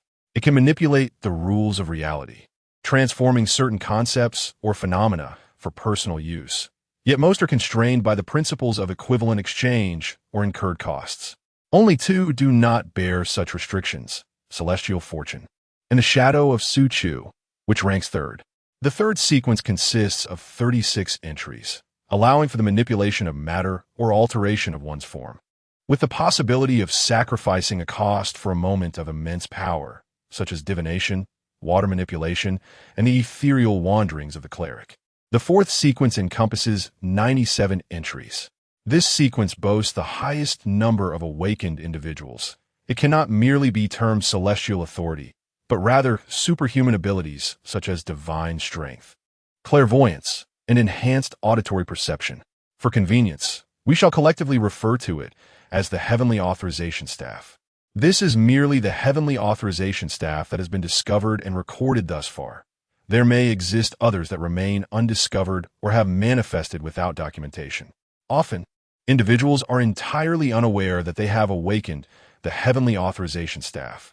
There are various circumstances, awakening divine powers in a non-believer, granting extraordinary speed to a person with disabilities, or enabling a blind individual to perceive through sight. For myriad reasons, Yulin closed the book, leaning against the sofa, gazing at the midday sun outside. He rose and proceeded to the bedroom, where a computer and various electronic devices awaited him. Upon opening the computer, he searched for Crimson Emperor slaying the serpent. He was uncertain whether the mythological tome would furnish him with knowledge for his next task. It is prudent to exercise caution in all matters. The following day, at 3 in the afternoon, after concluding their breakfast and basic training, Yulin and the other 3 arrived punctually at the training classroom. Before them stood a middle-aged man, approximately 40 years of age, clad in simple casual attire. With a smile at the corners of his mouth, he appeared slightly portly and exceedingly amiable. Suddenly, with a swift motion, he drew a watermelon knife from his waist and brought it down forcefully onto a nearby wooden training dummy. Listen up, you 4 rascals. In my classroom, you shall heed my words. Whatever I teach, you will learn. Only after you have mastered the material, and I deem you ready, may you express your opinions. Otherwise, be cautious when walking alone at night.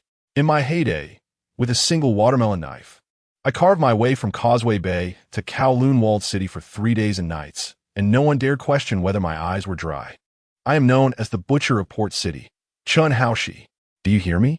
Chun Haoshi's gaze swept over Yulin and his companions. They nodded in acknowledgement, finding his demeanor rather entertaining rather than displeasing. Good, Chun Haoshi declared, waving his hand as the watermelon knife flew back into his waistband of its own accord. This is the art of manipulating objects with one's chi.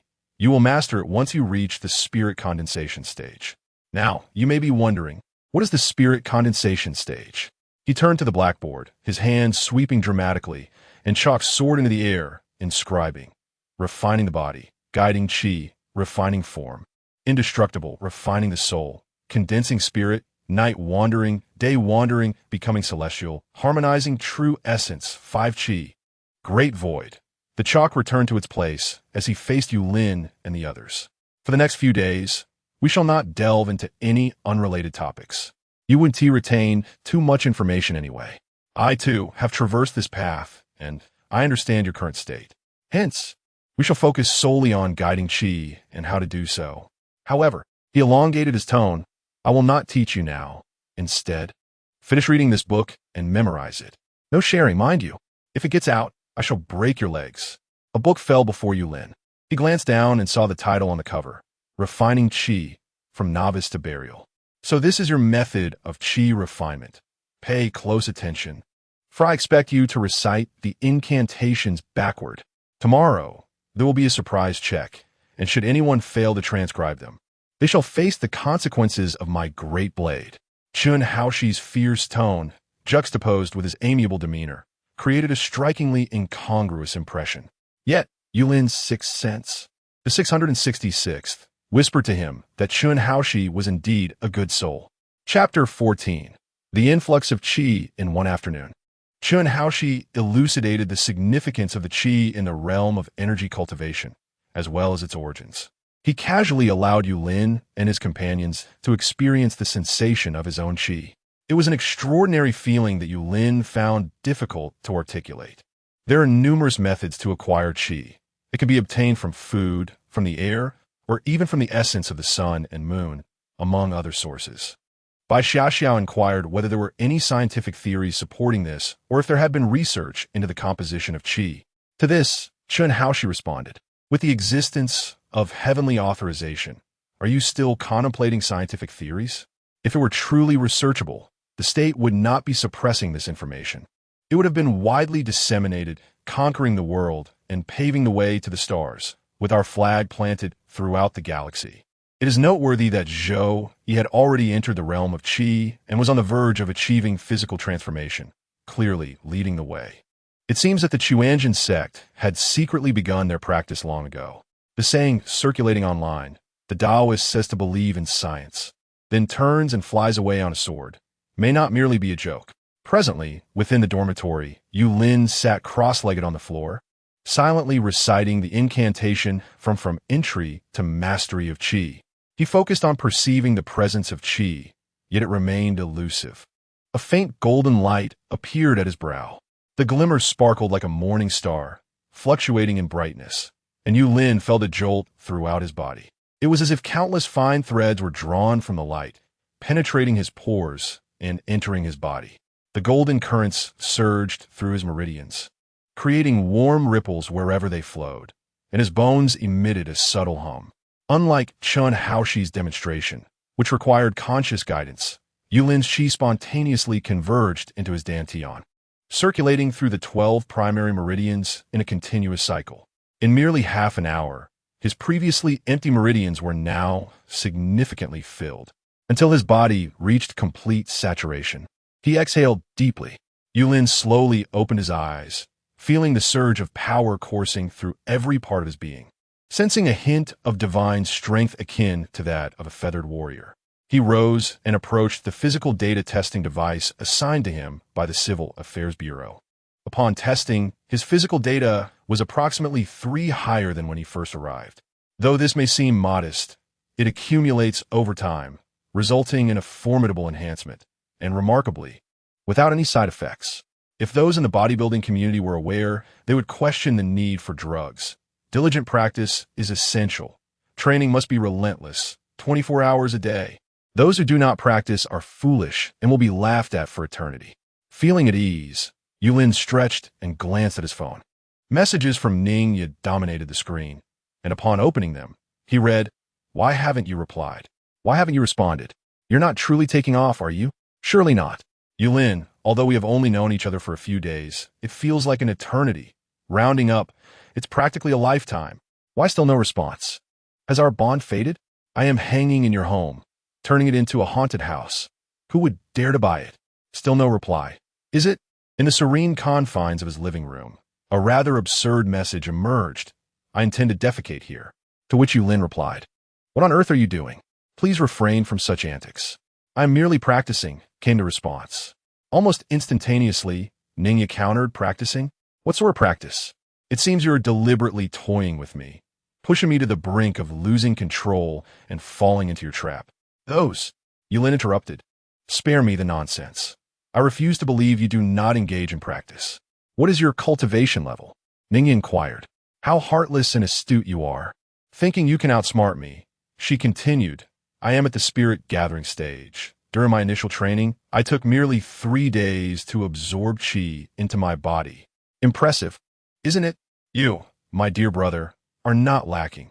I reckon you could manage it in at most 7 days." Yu Lin responded, "Impressive indeed. No need for 7 days. I just absorbed qi into my body." He had no intention of concealing this. For Ning, you had her connections at the Civil Affairs Bureau. Hiding it was both futile and unnecessary. On the other end of the phone, Ning Yi remained silent for what felt like an eternity, long enough for Yu Lin to assume she had exited the conversation. Then, she sent a message, "Encountered Gue Ge. Despite my utmost effort, I could not prevail." And then, silence ensued. Yu Lin glanced at other messages, casually dismissing several classmates' invitations to go out before exiting WeChat and opening a short video app.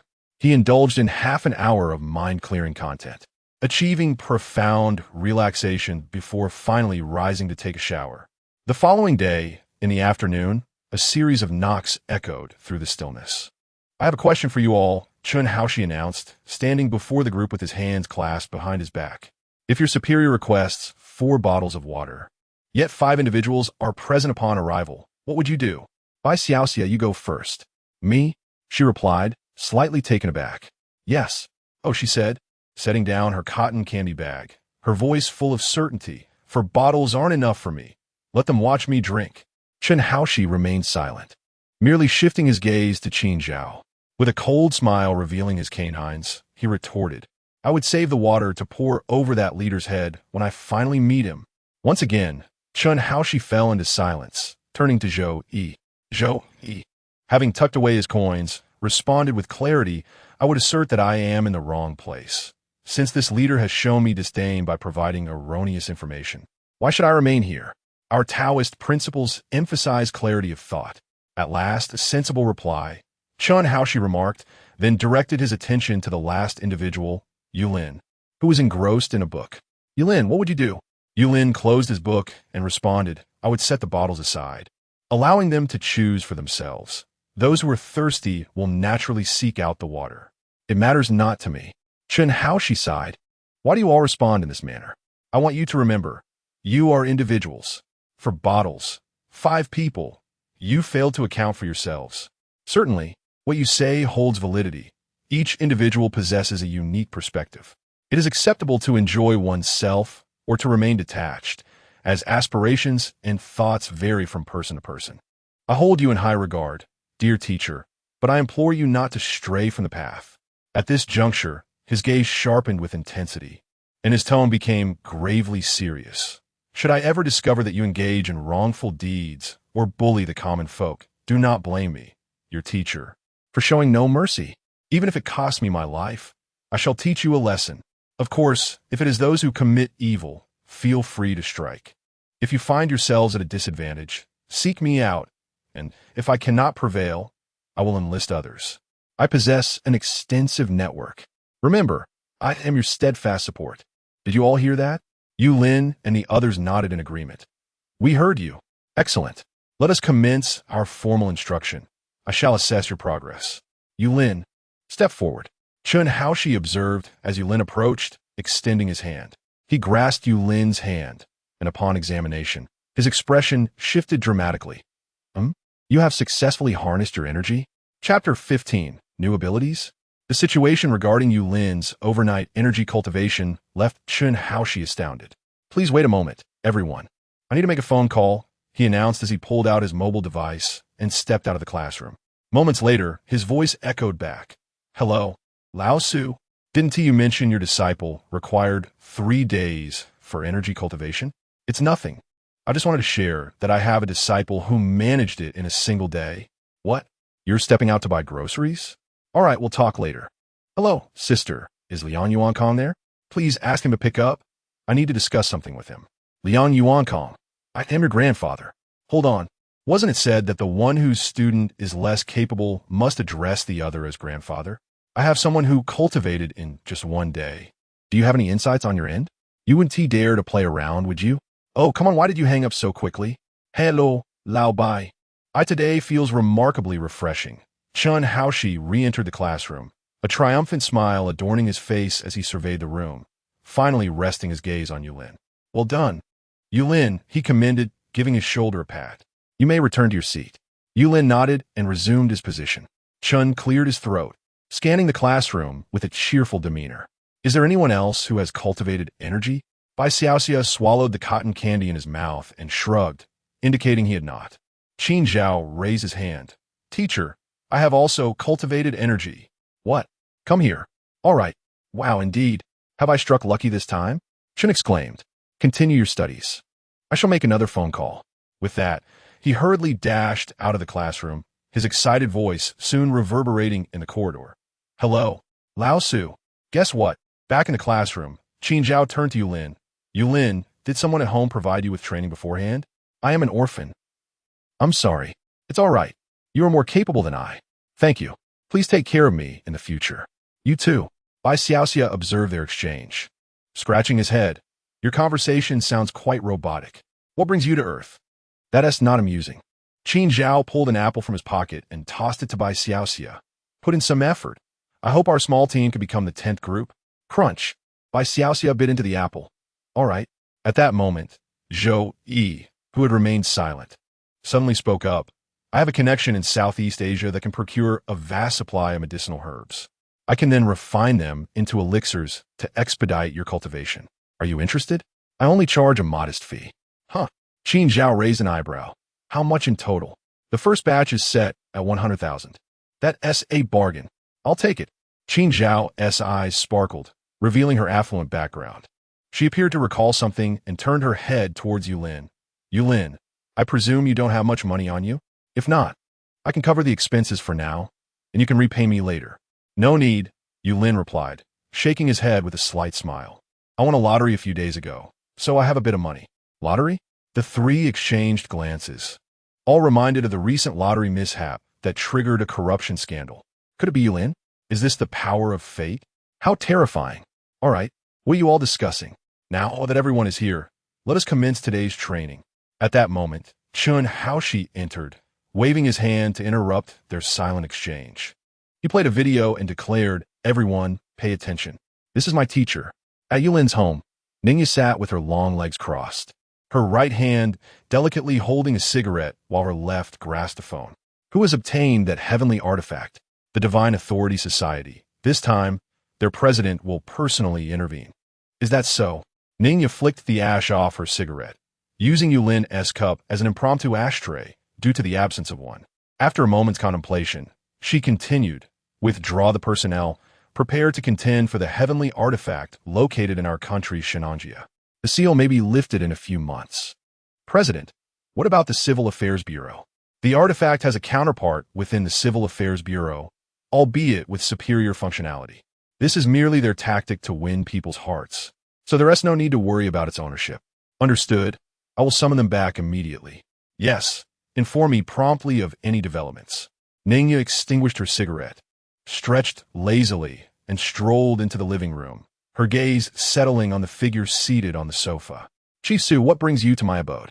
Is this your home? Once I take care of the others, won't this place be mine as well? I doubt that, Su Chu remarked, removing his feet from the person on the floor with a grin. Sister, my wife mentioned she would like to invite you to Tibet next month. How shameless. To take advantage and still act coy. Only my sister, with her love-struck mind, would be interested in you. Ningya rolled her eyes. Observing the blood seeping from the unconscious figure onto the floor, she frowned slightly, a hint of displeasure crossing her face. What did you bring him here for? You've stained the floor. Clean it up. I understand, but I just completed a mission and came here to rest. Su Chu waved his hand, shadows enveloping the body in blood, consuming them entirely. It was unclear where he was taken. Ningya pulled up a chair and sat down. Is he the leader of that recent cult? No, just a branch leader. Our brother Zhang is still pursuing their main leader. Is it feasible? Do you need me to call in reinforcements? Of course, it's just that the main leader possesses some peculiar abilities, making him quite elusive. Su Chu leaned against the sofa, exuding an air of helplessness. Ningya, however, seemed intrigued. What power does he possess? Which sequence is it from? I do not know, Su Chu replied, shaking his head, a grave expression crossing his face. He has the ability to completely erase his existential traces. Not just a fragment or a hint, but entirely.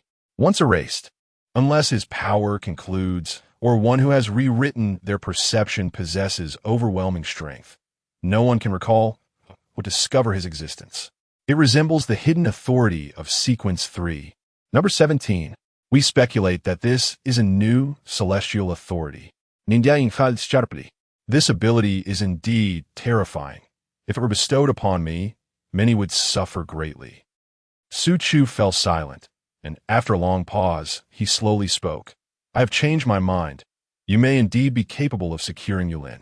Chapter 16. Testing. Are you the Yulin who can harness energy in a single day?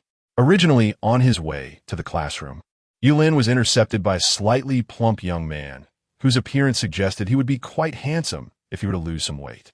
Yulin furrowed his brow slightly. I am. And you are? My name is Zhang Yue.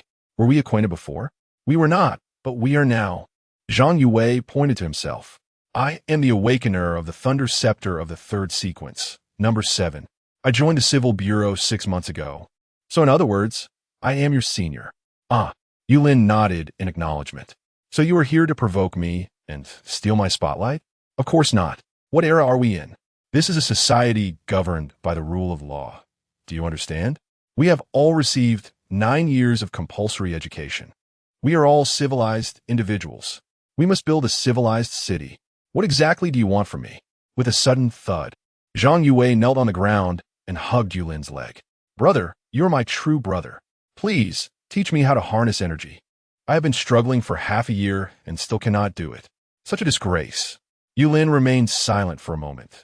Then, with a slight smile, bent down and pulled him up from the ground. I truly cannot help you. No amount of pleading will change that. Then how did you harness energy? Did you have any specific sensations? None. I simply recited the incantations, followed the steps as instructed, and then I harnessed energy. Quite simple, isn't it? This time, it was Zhang Yue who fell silent. Simple? If it were that simple, would I have taken half a year to achieve nothing? Those in my cohort have already begun refining their forms. Sigh. He allowed a long sigh. Nevertheless, thank you. I live in room 301 on the 3rd floor. If you need anything, feel free to find me. Do you know Zhang Yukai? Yulin nodded. He ranks first on the list of the wealthiest in the South Province. That's my father. Zhang Yue patted his chest. We may lack many things, but we certainly do not lack money. Well then, let's keep in touch. Goodbye.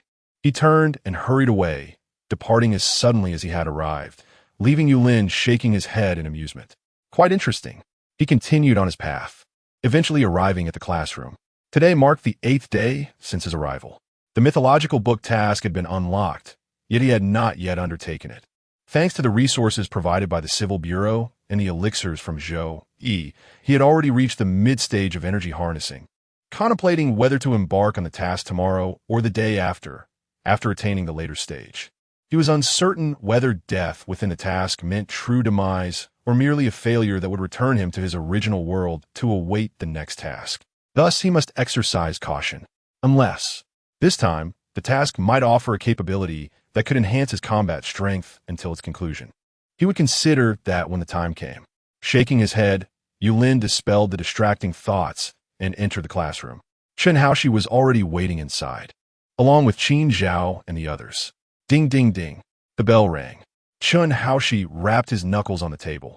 You have all been training for 8 days now. I imagine your hands are itching to test the fruits of your labor. Therefore, today, we shall forego theoretical discussions and engage in practical application. I will evaluate your performances and subsequently request rewards from the organization. So do not hold back. Show me your true capabilities. Do I make myself clear? The 4 members, led by Yulin, nodded in agreement. Understood. Excellent. Follow me. Moments later, they arrived at the training grounds behind the Civil Affairs Bureau. Chen Haoshi clapped his hands, and the ground of the training field suddenly cracked open, revealing a pitch-black humanoid figure that slowly rose. This figure was crafted from a unique metal, adorned with intricate runes at its joints, gleaming coldly under the sunlight. This is a trial automaton created by one of your predecessors, Chen Haoshi explained. It will automatically adjust its strength according to your cultivation level. Defeating one will earn you an F grade rating, 2, an E grade, 3, a D grade, 4, a C grade, and so forth. He surveyed the 4 of them.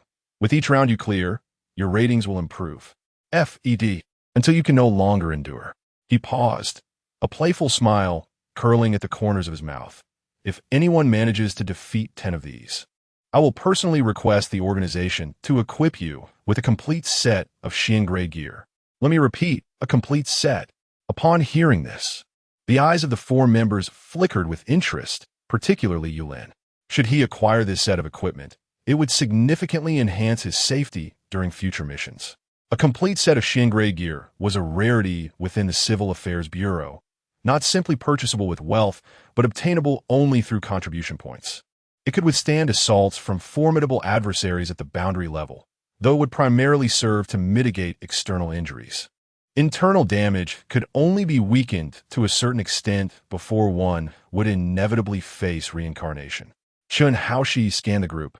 So, who will step up first? Oh, and no using the heavenly authorization scepter. Qin Zhao took a step forward, her sleeves billowing gently in a breeze. I will go first. Very well, step aside, Chun Haoshi instructed as he led Yulin and the others to a clear area. With a commanding shout, begin. The runes in the first automaton's eyes illuminated. Mechanically locking onto Qin Zhao, she regulated her breathing, her internal energy swirling. The automaton lunged forward, its right fist aimed directly at her face. Qin Zhao deftly sidestepped, her right hand clawing onto the automaton's wrist, using its momentum to throw it aside. Bang! The automaton crashed heavily to the ground, its chest runes extinguishing. F-grade passed. Chun Haoshi nodded, signaling for the second round.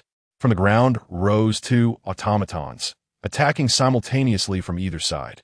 Qin Zhao advanced rather than retreating, executing a sweeping kick that toppled the automaton on her left, followed by a powerful elbow strike that dented the head of the other automaton. E-grade. In the third round, three automatons formed a triangular formation around her. Qin Zhao's gaze sharpened, and she suddenly lowered her center of gravity, delivering a sweeping leg that knocked down the nearest automaton. With her left hand clawing onto the second's wrist, she hurled it towards the third. Boom. The two automatons collided, their runes extinguishing simultaneously. D-grade. Impressive. Chun Haoshi raised an eyebrow. Fourth round. All four automatons activated at once. Qin Zhao's forehead glistened with fine beads of sweat, yet her movements remained sharp and decisive. She first executed a spinning kick that sent the frontal puppet reeling, then unleashed a flurry of punches upon the two adjacent puppets, each strike landing with a resounding thud. Bang! Bang! Bang! The three puppets collapsed in succession. However, the fourth one launched an attack from behind. Be careful! Bai Xiaoxia exclaimed in alarm, only to be silenced by a glare from Chun Haoshi. Qin Zhao hastily turned, but was still grazed on the shoulder. She let out a muffled grunt, her right hand darting like lightning towards the puppet's throat. Crack! Sea level continue. In the fifth round, 5 new puppets slowly ascended. Qin Zhao panted heavily, blood oozing from the wound on her right arm. Do you wish to continue? Chun Haoshi inquired. Qin Zhao wiped away the sweat. Bring it on. The battle intensified. She swiftly dealt with the two closest puppets, but the third puppet unexpectedly altered its approach, landing a punch squarely in her abdomen. Cough! Qin Zhao staggered back, fiercely suppressing the pain as she executed a side kick to neutralize her assailant. Yet, the fifth puppet had already seized the opportunity. Bang! She was forcefully propelled backward, crashing against the edge of the arena. B-level, Chun Haoshi declared. The test is concluded. Struggling to rise, blood staining her lips, Qin Zhao asserted, I can still. Enough, Chun Haoshi interjected, waving his hand to deactivate the puppets. 5 B-levels, an impressive performance. Achieving this in just 8 days exceeds my expectations. Do you have any idea what our Civil Affairs Bureau's records are? Qin Zhao instinctively inquired. What are they? 7 days for A-level. 11 days for 10 puppets. Chun Haoshi replied with a slight smile. He is our director, renowned as a once-in-a-century genius. With your current achievements, your future accomplishments will surpass mine. Do not succumb to despair. You are already exceptionally talented. Do you understand? Qin Zhao bit her lip and nodded affirmatively. Yes. Chapter 17.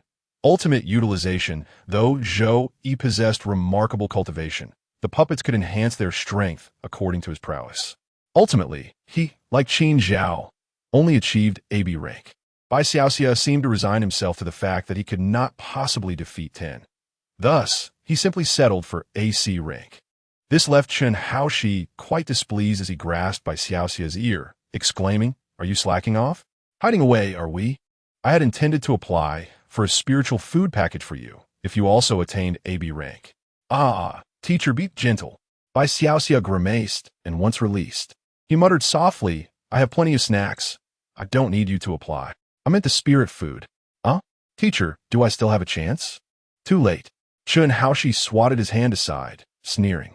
The spiritual food was crafted by an awakened authority from the Civil Affairs Bureau, using their innate abilities to cultivate ingredients infused with energy. Not only did it taste exquisite, but it also enhanced one's cultivation.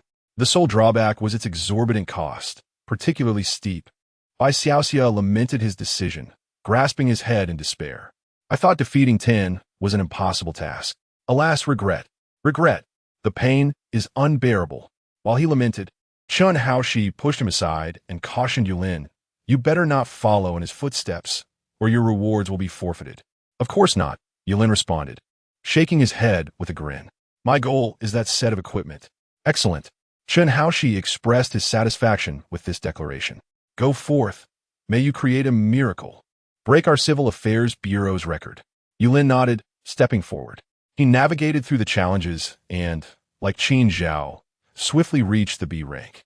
However, as he faced the 6 puppets welcoming the A rank, he momentarily faltered, allowing one puppet to seize the opportunity and deliver a sweeping kick. Bang! He was forcefully knocked back, a trickle of blood escaping from the corner of his mouth. It appeared he was at a disadvantage. Observing this by Xiaoxia's side, indeed, defeating Tin is impossible. At that moment, a flash of golden light suddenly illuminated Yulin's forehead.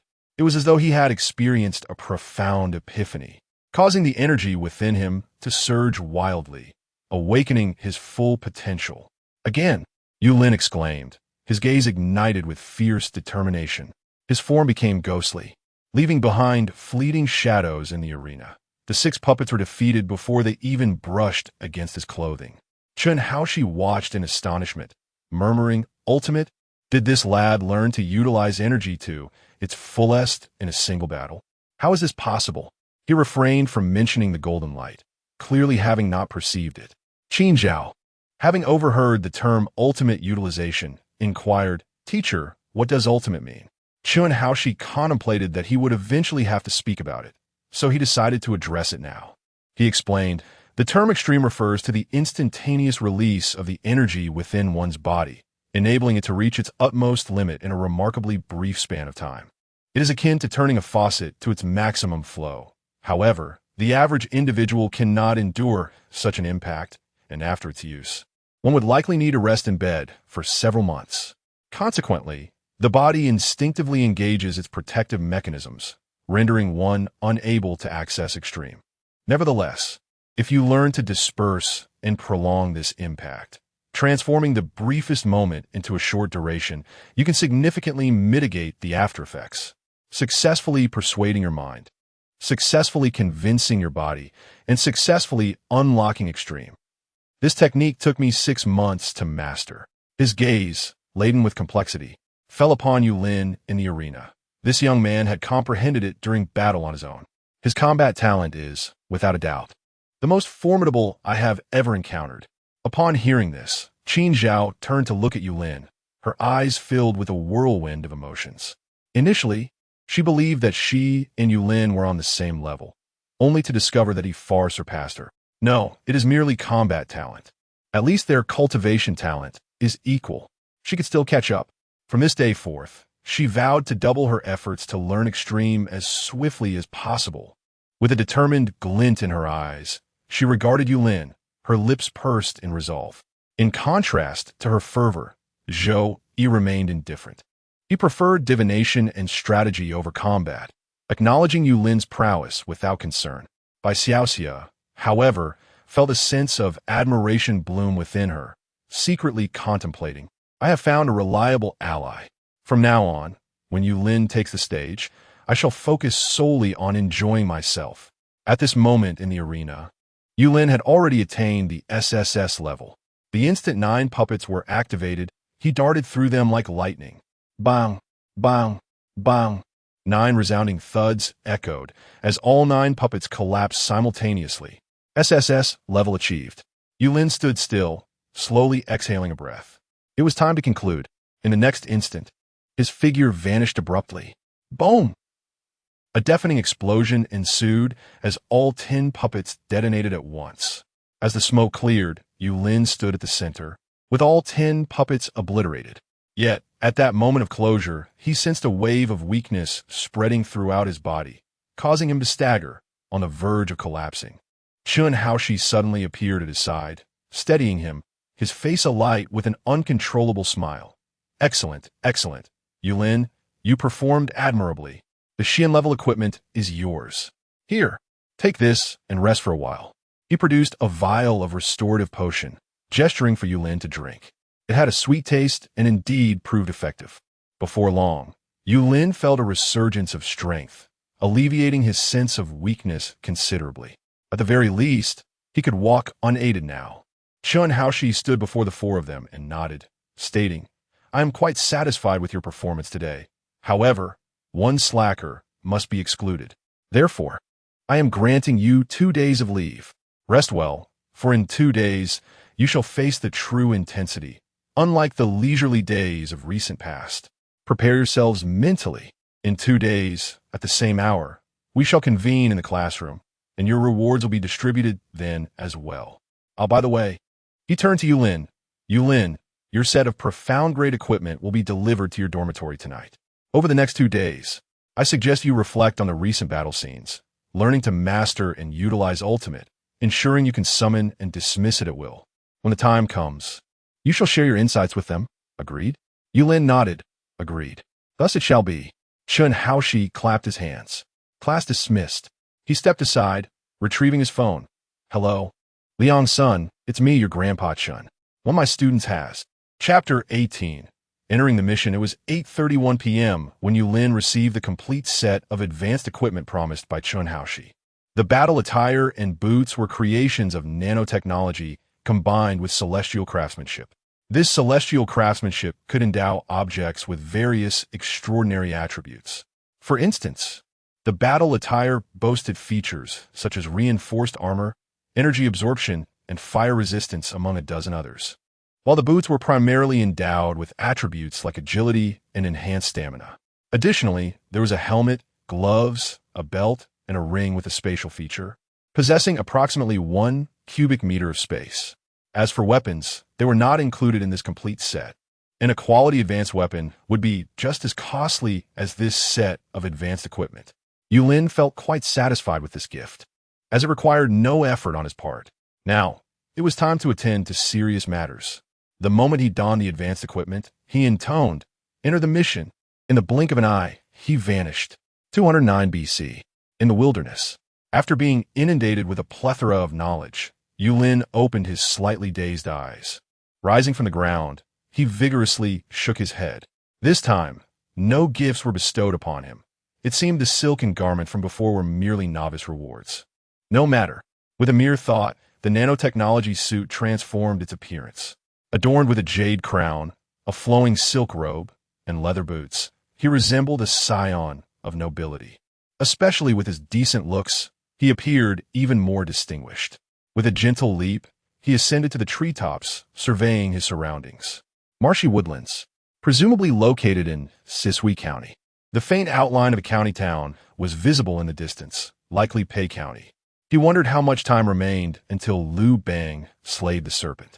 He decided to explore and meet this esteemed founder of the Han Dynasty. Without hesitation, Yulin leaped down and strode along the official road towards the county town. As he traversed the path, a sudden clamor of hooves and the coachman's shouts reached his ears. "Clear the way. Make way quickly." He stepped aside to allow passage, only to be surprised as a horse-drawn carriage slowed to a halt beside him. The curtain was lifted and a middle-aged man leaned out. This individual appeared to be around 40 years old, wearing a black cap and a deep blue long robe, cinched at the waist with a plain belt, a piece of jade insignia hanging from it. He had a lean face, penetrating eyes, and 3 wisps of beard fluttering in the wind, exuding an air of scholarly elegance. The man dismounted and approached Yulin, clasping his hands in greeting. "I am Xiao He, the chief clerk of Pei County. I apologize for disturbing you." Yulin raised his brows slightly, inwardly pondering. Is this truly Xiao He? Quite fortuitous. He returned the gesture. "I am Yulin, a man of leisure." Xiao He chuckled softly, observing your splendid attire. "You must be of noble birth. May I inquire what brings you to this humble Pei County?" However, to traverse the world and expand one's horizons. Yulin stood with his hands clasped, the nano battle suit draping him in a silken sheen under the sun. Just as he arrived at this juncture, he decided to take a look around. A flicker of keen insight briefly illuminated Xiao He's eyes. "If that is the case, would you care to join me, Mr. Xiao, as we journey ahead?"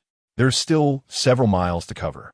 After a moment as contemplation, Yulin nodded and replied, "It is more respectful to comply with your request." "Thank you, Mr. Xiao. No need for such formality. Please." Xiao He smiled as he welcomed Yulin into the carriage. Inside, the carriage was adorned with fine reed mats, and a table was laid with bamboo slips and ledgers. Xiao He personally poured a cup of sweet wine, a low-alcohol beverage brewed from the sap of reeds during the Qin and Han dynasties. "A rustic brew. I hope it does not displease you, sir." Yulin accepted it and took a delicate sip. A fine wine indeed. Noticing Xiao He's demeanor, he inquired, "Is there something that troubles you?" "I have just returned from verifying grain taxes in the neighboring county." Xiao He sighed. "This year, the conscription for soldiers may be quite substantial." Yulin nodded. "The laws are harsh, burdening the common folk." At these words, Xiao He's expression subtly shifted, yet he refrained from elaborating, instead asking, "Since you have traveled far and wide, have you encountered any remarkable individuals or events?" "I have seen a few," Yulin replied nonchalantly. "In the East Sea, there are practitioners who can summon clouds and rain, while the shamans of Chu can commune with spirits." Xiao He stroked his beard and chuckled. "I did not anticipate your breadth of knowledge.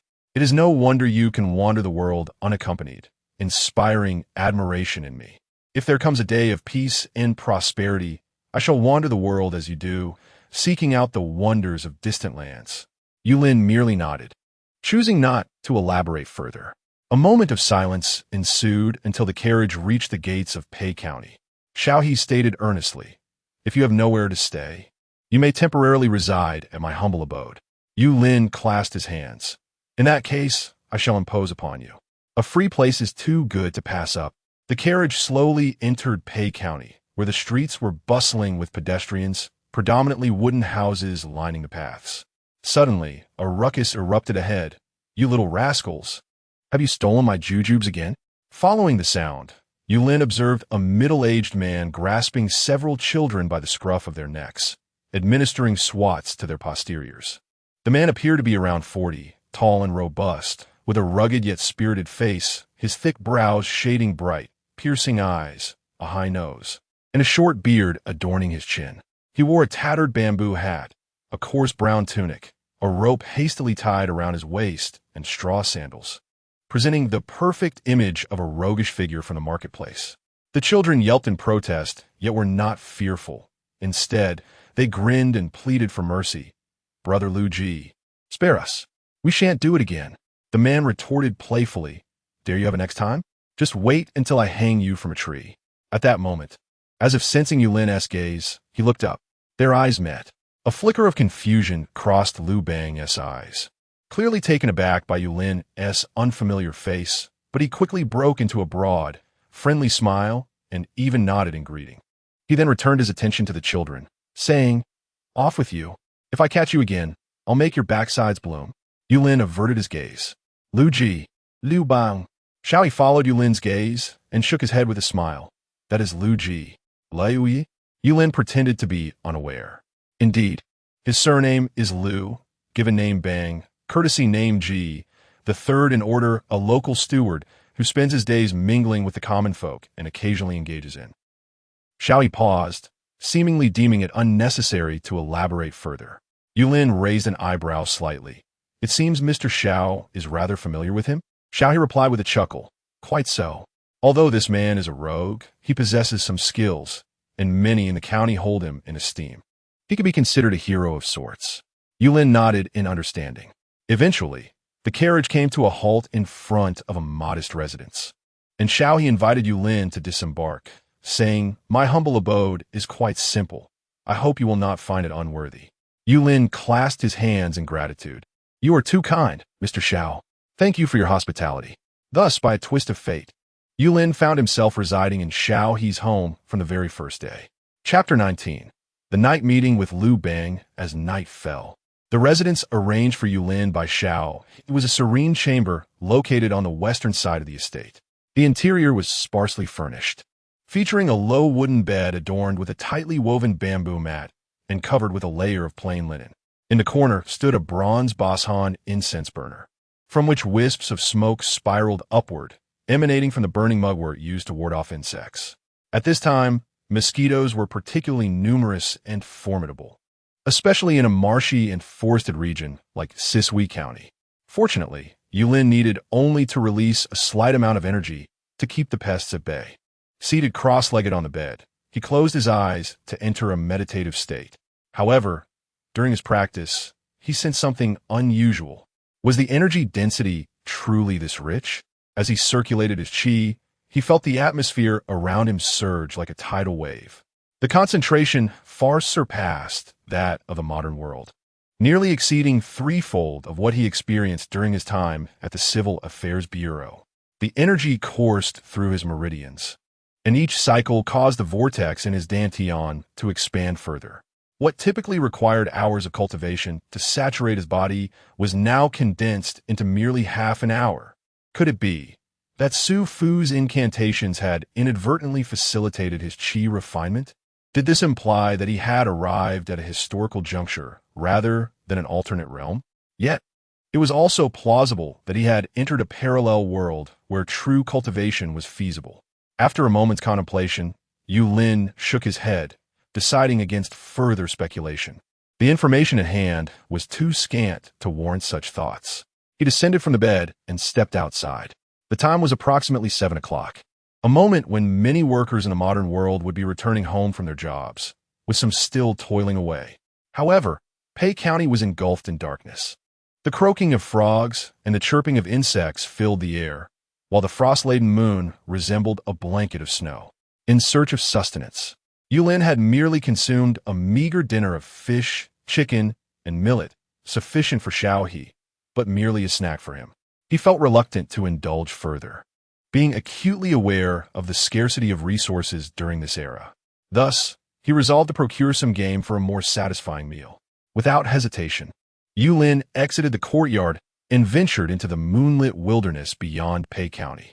However, as he passed through the city gates, he sensed someone trailing behind him. Feigning to pick something up, he glanced back. It was Liu Bang. Uncertain of Liu Bang's intentions, Yulin maintained a fade of ignorance and continued walking straight ahead until he reached the depths of the forest. With a mere thought, a pair of night vision goggles materialized on his nose. Yulin leaped lightly, vanishing into the shadows like a specter. Liu Bang crouched amidst the thicket, wide-eyed and rubbing his eyes in disbelief. Where had the man gone?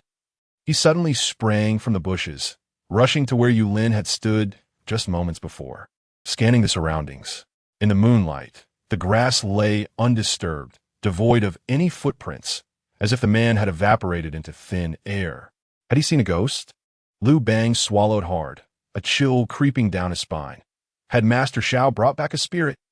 The more he pondered, the more terrified he became. He turned to flee, thinking he must quickly inform Master Xiao, but don't rush off just yet. A frigid hand suddenly rested upon his shoulder. Liu Bang stiffened, slowly turning his head to find Yulin standing behind him, a cryptic smile adorning his face. This esteemed sir. Liu Bang chuka akwa di li. Beads of sweat forming on his brow. I did not mean to follow you. I merely took a wrong turn. I shall leave at once. Yulin remained silent, merely tossing 4 wild chickens, which he had been holding by the right hand, into Liu Bang's arms. Tend to these, he instructed.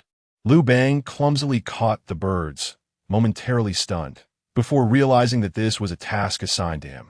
Yet, he dared not refuse and obediently squatted down, retrieving his short knife to begin plucking and bleeding the birds.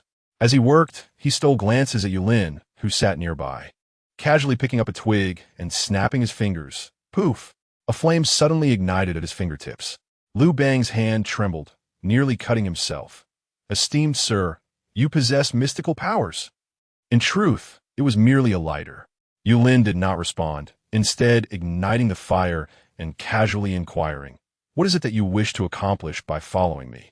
Liu Bang, his eyes darting, forced a smile. I merely saw that you are new to Pei Xian and unfamiliar with the surroundings. I feared you might lose your way. Yulin raised an eyebrow, amusement flickering in his gaze. Oh, then why did you appear so frightened moments ago? Liu Bang stammered, well, I thought I encountered ghosts. One certainly runs upon seeing a ghost to preserve one's life. However, seeing you, esteemed sir, it is evident that you are a person of genuine skill. not a specter. Yu Lin shook his head, disinterested in exposing Lu Bang's pretense, and pulled a small vial from his waist, tossing it to Lu Bang. Sprinkle this for flavor. Lu Bang caught the vial, opened it, and inhaled deeply, his eyes lighting up. What a delightful aroma. What is this? 13 spice, Yu Lin replied casually, having brought it to ensure his own palate was well treated. Seasoning. Indeed, indeed. Thank you, esteemed sir. Lu Bang nodded eagerly, promptly sealing the vial. He then hurried to a nearby stream to tend to the wild chickens. Efficiently, he gutted the birds and washed them in the creek, returning with a spring in his step. Skillfully, he skewered the chickens with a twig and placed them over the fire, occasionally turning them to ensure even cooking. The flames crackled as grease dripped onto the coals, producing a sizzling sound and an enticing aroma. The spices, in particular, were utterly delectable. Having lived for so long, Lu Bang had never encountered such a fragrance. It was enough to make one want to swallow their tongue. He swallowed hard, casting a furtive glance at Yu Lin, who was in a meditative state, his mind racing with thoughts. Yet, he refrained from speaking until the chickens were done. Finally, he whispered, "Esteemed sir, the chickens are ready." Yu Lin replied, opening his eyes and grabbing one, taking a hearty bite. Seeing Lu Bang's hesitance, he tossed him a chicken. "What are you staring at? Eat." "Of course. Thank you for the generous offering, esteemed sir," Lu Bang exclaimed, eagerly taking a large bite of the roasted chicken. The chicken was crispy on the outside and tender on the inside, the flavors of the spices blossoming on his palate, causing his eyes to widen in delight. This taste," he murmured inarticulately, his mouth full of meat. Yet, as he continued to eat, a shadow of sorrow crossed his face. Noticing this, Yu Lin casually inquired, "What with that expression? Is it not to your liking?" No, Lu Bang replied with a sheepish smile. "It's just that the thought of not being able to savor such flavors in the future is quite distressing." As he gnawed on the chicken leg, he stealthily glanced at Yu Lin, unable to suppress his curiosity. "Sir, just who are you?" Yu Lin swallowed the morsel of chicken in his mouth. "Do you think I am some sort of demon?" Lu Bang chuckled. "Not at all. It's just that. You don't seem like an ordinary person." Yu Lin retorted, "Then what do you think I am?" Lu Bang pondered for a moment and lowered his voice. "Could it be a legendary qi refiner?" Yu Lin raised an eyebrow. "You know of qi refiners?" Lu Bang nodded mysteriously. "I've heard tales. They say they can soar through the skies and evade the earth, achieving immortality. Su Fu, who sailed across the seas, was one." Yu Lin remained non-committal, but suddenly asked, "Would you like to learn?" Lu Bang's eyes sparkled, but he quickly scratched his head and chuckled. "A rough man like me could hardly grasp such things. However, if you would be willing to teach me a thing or two, I, Lu Ji, would gladly serve you like a beast of burden." Yu Lin waved his hand dismissively. "I cannot teach you. My master said that if I impart such knowledge, he would break my legs." He took another bite of chicken, chewing thoughtfully, and suddenly asked, "What do you usually do in Pei County?" Lu Bang grinned broadly, "Just passing the days. Drinking, gambling, playing with children. I recently became a pavilion chief, and life is reasonably comfortable, albeit a bit impoverished." Yu Lin nodded. "Have you never considered doing something grand?" Lu Bang paused, then burst into hearty laughter. "Grand? What could I possibly accomplish? Farming is too laborious, and I have no connections to become an official. I'm just scraping by." Yu Lin gazed at him for a few seconds before saying with profound significance, "Perhaps you may indeed achieve something remarkable in the future." Lu Bang blinked, not quite understanding his meaning, but merely laughed. "For someone like us, even if we could achieve great things, we would merely be trifles in the eyes of those significant figures. As long as I can live without worry, I am content." "Indeed." Yu Lin nodded. Discarding the cleaned chicken bones into the fire, he rose and declared, "Having feasted well, I must take my leave." With a graceful leap, he vanished from Lu Bang's sight. Lu Bang gazed on with envy, thinking, if only I could acquire a fraction of such skill. Chapter 20. The enlistment inside the dormitory. Yu Lin glanced at the clock hanging on the wall. This time, the passage of time felt different. 8 hours had elapsed in the task, yet only 8 minutes had passed in reality. It appeared that 1 hour equated to a mere minute. Thus, a 2-day holiday translated to 4 months of task duration. Ample time indeed. In the next moment, he found himself back in the residence prepared for him by Xiaohe. He lay down to rest, surrendering to slumber until the break of dawn. As the rooster crowed, Yulin opened his eyes. The day had brightened, with a light mist enveloping the streets of Pei County. He pushed open the creaking wooden door, and the damp morning breeze, infused with the aromas of cooking and earth, greeted him. On the dirt road, early rising farmers were already trudging towards the fields with their plows, leaving clear footprints on the dew-kissed ground. Even grass boots were a luxury for them, too precious to wear while working in the fields. A few children, their hair tied in childish knots, scampered past, startling a flock of chickens pecking nearby.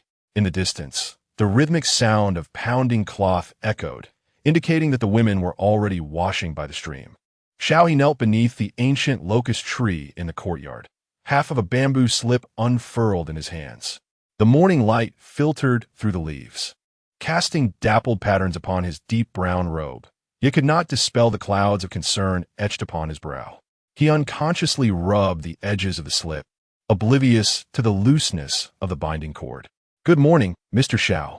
Madame Xiao emerged from the kitchen, cradling a wooden basin, steam wafting from the piled garments within. She curtsied to Yulin, saying, "Breakfast is ready, featuring eggs, pickled vegetables, and porridge." Yulin nodded slightly, replying, "Thank you, Madame Xiao." His voice roused Xiaohe from his reverie.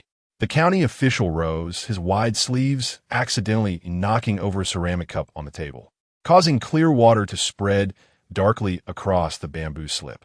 "Mr. Yu." Xiaohe hurriedly bowed, flustered as he attempted to salvage the slip.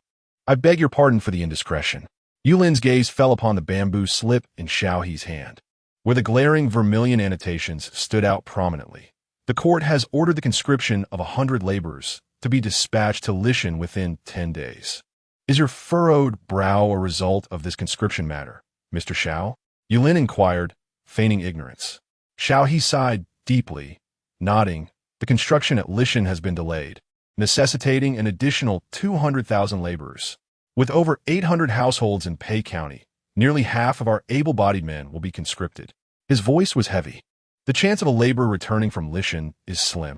Upon hearing this, Yulin raised an eyebrow, contemplating that the legend of Liu Bang slaying the white snake was about to unfold. "What is the deadline?" he asked, feigning concern. "Within 10 days, Xiaohe replied, his face troubled. "But for these 100 men." Suddenly, Yulin pretended to calculate with his fingers, laughing to himself. "Mr. Xiao need not worry. Allow things to unfold naturally. Act as you see fit, and this matter shall resolve itself." Xiaohe abruptly looked up, a flicker of surprise in his eyes. "Mister, you possess his skills in divination and calculation?" "Just a smattering of knowledge," Yulin replied with a mysterious smile, clasping his hands in farewell. "I have some matters to attend to, so I shall take my leave." Xiaohe stared after Yulin's departing figure, lost in thought as he resumed attending to his official duties, continuing until the afternoon hours. He finally rose and departed from the residence, traversing through a few narrow alleys until he arrived at a modest tavern. Before even stepping inside, he was greeted by the hearty laughter of Liu Bang and the clinking of wine bowls. Pushing open the wooden door, he found the tavern dim and damp, with several rough wooden tables occupied by men dressed in the attire of commoners. Liu Bang was seated in a corner, one arm draped around a drunken companion, while the other raised a wine bowl, his face aglow with a rosy hue. "Liu Yi," Xiaohe called out in a low voice. Liu Bang turned to see Xiaohe, his eyes widening in surprise, and then with a playful grin, he beckoned. "Ah, Lord Xiao, what brings you here today?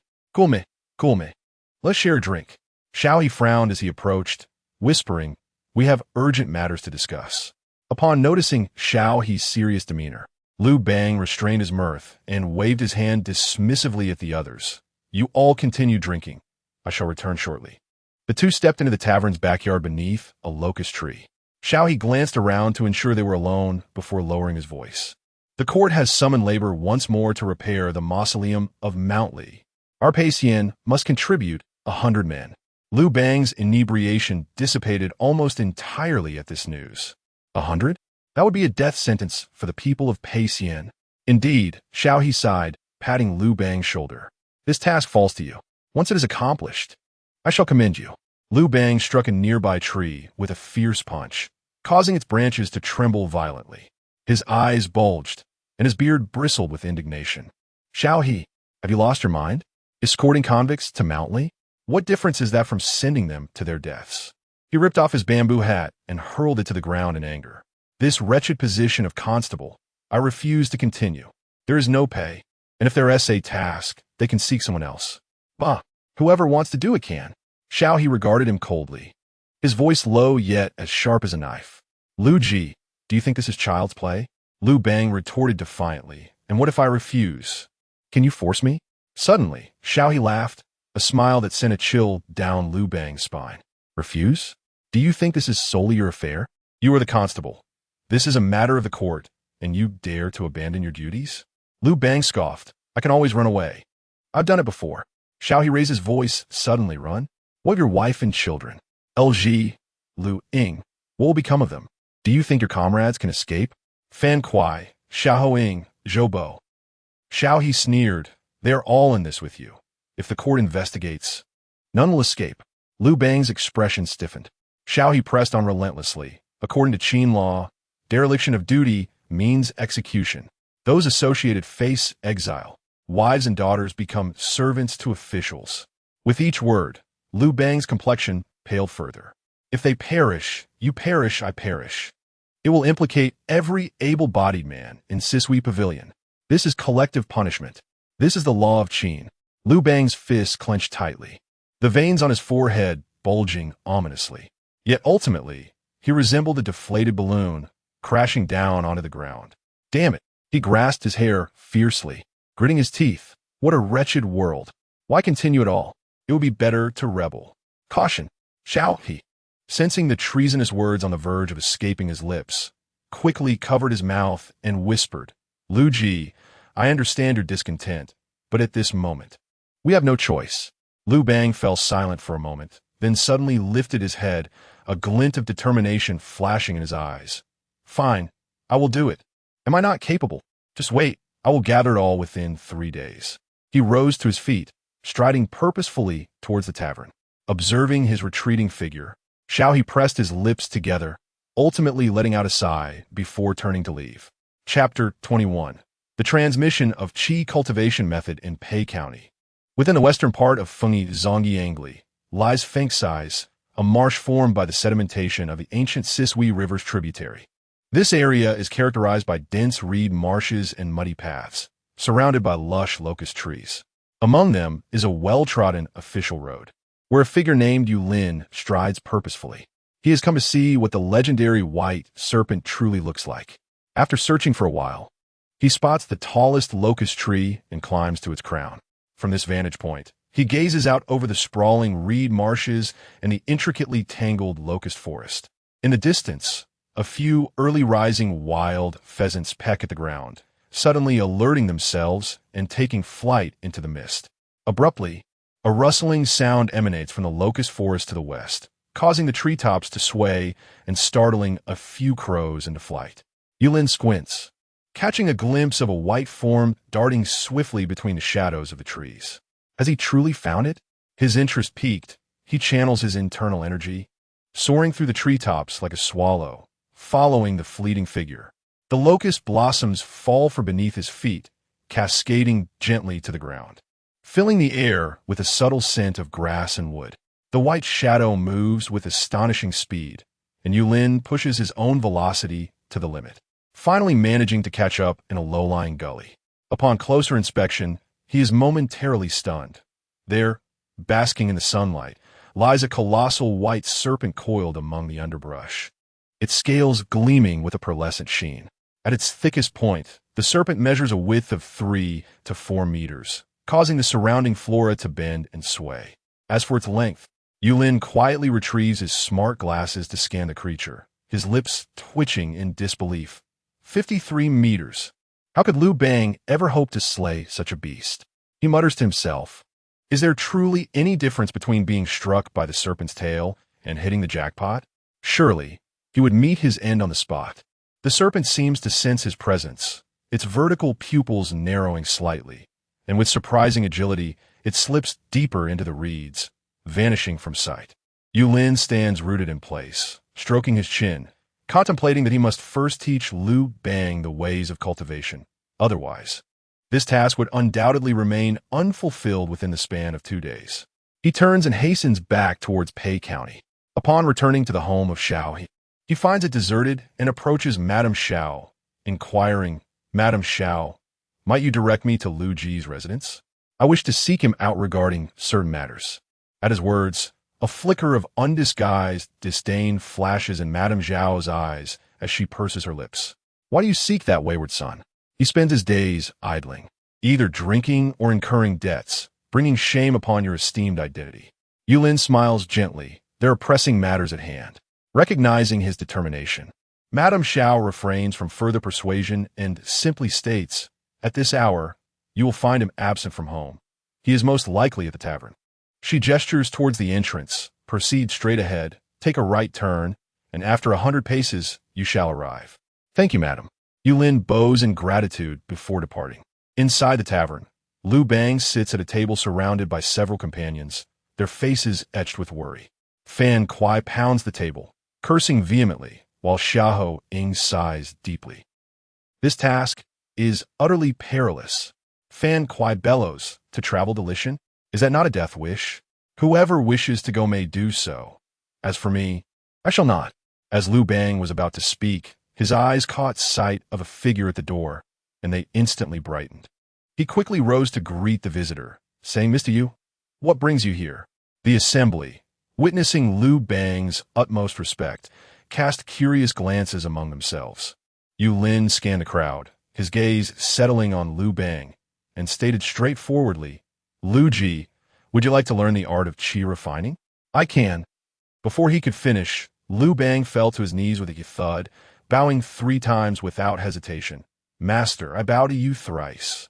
This swift reaction and decisive action momentarily stunned even Yulin, who then marveled at Liu Bang's ability to seize opportunities without hesitation. No wonder others could achieve success.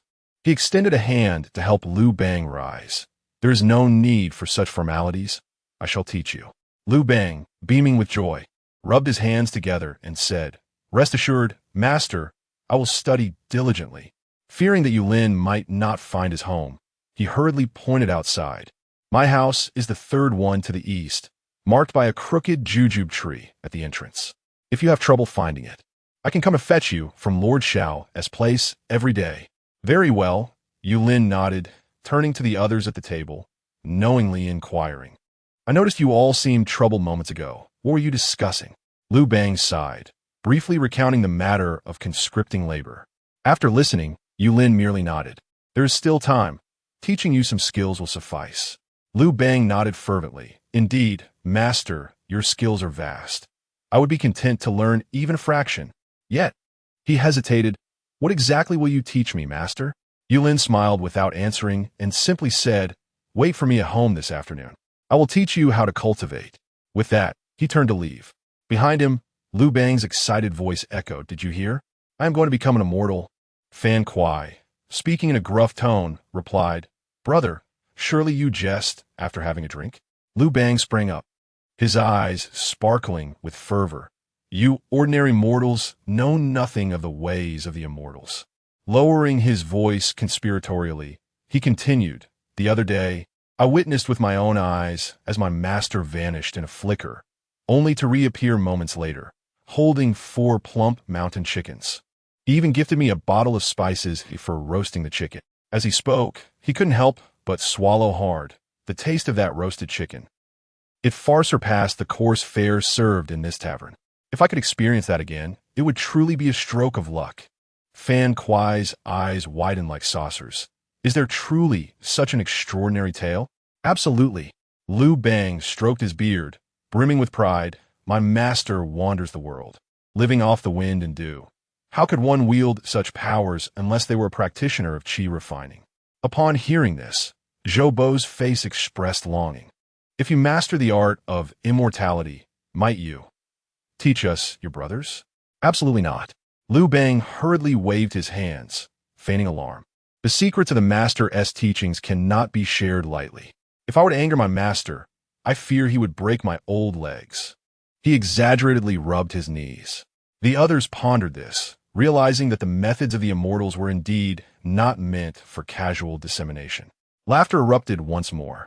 Liu Bang suddenly adopted a serious demeanor and said, "Let us return to the main topic, regarding the matter of conscription. I implore everyone to lend a hand. Otherwise, if I must go, so shall you all." Chapter 22. Teaching and Cultivation. When Yulin arrived at Liu Bang's residence, it was a leisurely afternoon. Pushing open the creaking wooden door, he beheld a young woman by the well, washing clothes. She must be Liu Bang's wife, LG. Upon hearing the commotion, she looked up, and upon seeing Liu Bang return with someone, her brows furrowed in discontent. "Liu Ji," she exclaimed, shaking the droplets from her hands. "The rice jar is nearly empty, and you still." Before she could finish her sentence, she suddenly halted. The unfamiliar figure before her, clad in a long robe, possessed a handsome visage, exuding an otherworldly aura with every gesture. What astonished her further was the sight of her usually carefree husband standing respectfully behind this man, even bowing slightly. Seeing her reaction, Liu Bang quickly stepped forward. "Madam, this is Mr. Yu, my master." Before LG could respond, Liu Taigong, leaning on his cane, emerged from the inner room. The elderly man squinted at Yulin, a glimmer of clarity flashing through his murky eyes. "And who might this gentleman be?" "Father." Liu Bang, witnessing his father's arrival, appeared even more animated. "My master possesses the magical arts. I witnessed it with my own eyes." "Be quiet." LG shot her husband a glare and then turned to Yulin, her demeanor transforming into one of respect. "Please forgive our humble abode, sir." Yulin offered a gentle smile. "It is of no consequence. I am not one to concern myself with such matters." At that moment, a boy of about 5 or 6 years old darted out from the house. It was Liu Ying. Before Liu Bang and LG could react, he rushed to Yulin, tugging at his robe with curiosity. "Brother, can you truly perform magical arts?" It seemed he had overheard his father's words. "Inger." LG hurriedly attempted to pull the child back. Yet, Yulin had already crouched down, producing a handful of candies from his sleeve as if performing a magic trick. "Would you like to taste?" Liu Ying, eyes sparkling with delight, accepted the candy and popped one into his mouth, instantly exclaiming, "So sweet." LG and Liu Taigong exchanged astonished glances, realizing that Yulin's pristine robe stood in stark contrast to the dusty rural surroundings. Liu Bang puffed out his chest proudly. "What do you think? I did not deceive you. My master is." "Do not delay. Please invite the gentleman inside." Liu Taigong abruptly interrupted, tapping the ground with his cane. He turned to Yulin, bowing deeply. "My son can be unruly, and I am grateful for your indulgence." "Not all. Please do rise, esteemed elder." Yulin assisted the old man to his feet, his gaze sweeping across the modest farmhouse courtyard.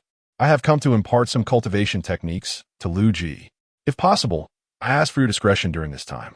Upon hearing this, Liu Taigong and LG nodded vigorously. "Of course, we shall ensure it. Rest assured, sir." LG then made her way towards the kitchen. "Please wait a moment. I will prepare some water." Meanwhile, Liu Taigong led Liu Ying to a nearby seat. Yulin stood in the courtyard's open space alongside Liu Bang. "What would you like to learn?" he inquired, hands clasped behind his back, his robes fluttering gracefully in the breeze. Liu Bang rubbed his hands together, a cunning glimmer dancing in his eyes. "Whatever my master teaches, I shall learn," he declared. However, he lowered his voice if given a choice. "I would wish to master the immortal arts and become invincible." Yulin's lips twitched slightly, as if amused. "Do you fancy yourself Sun Wukong?" He replied with a light cough. "I too cannot achieve those two."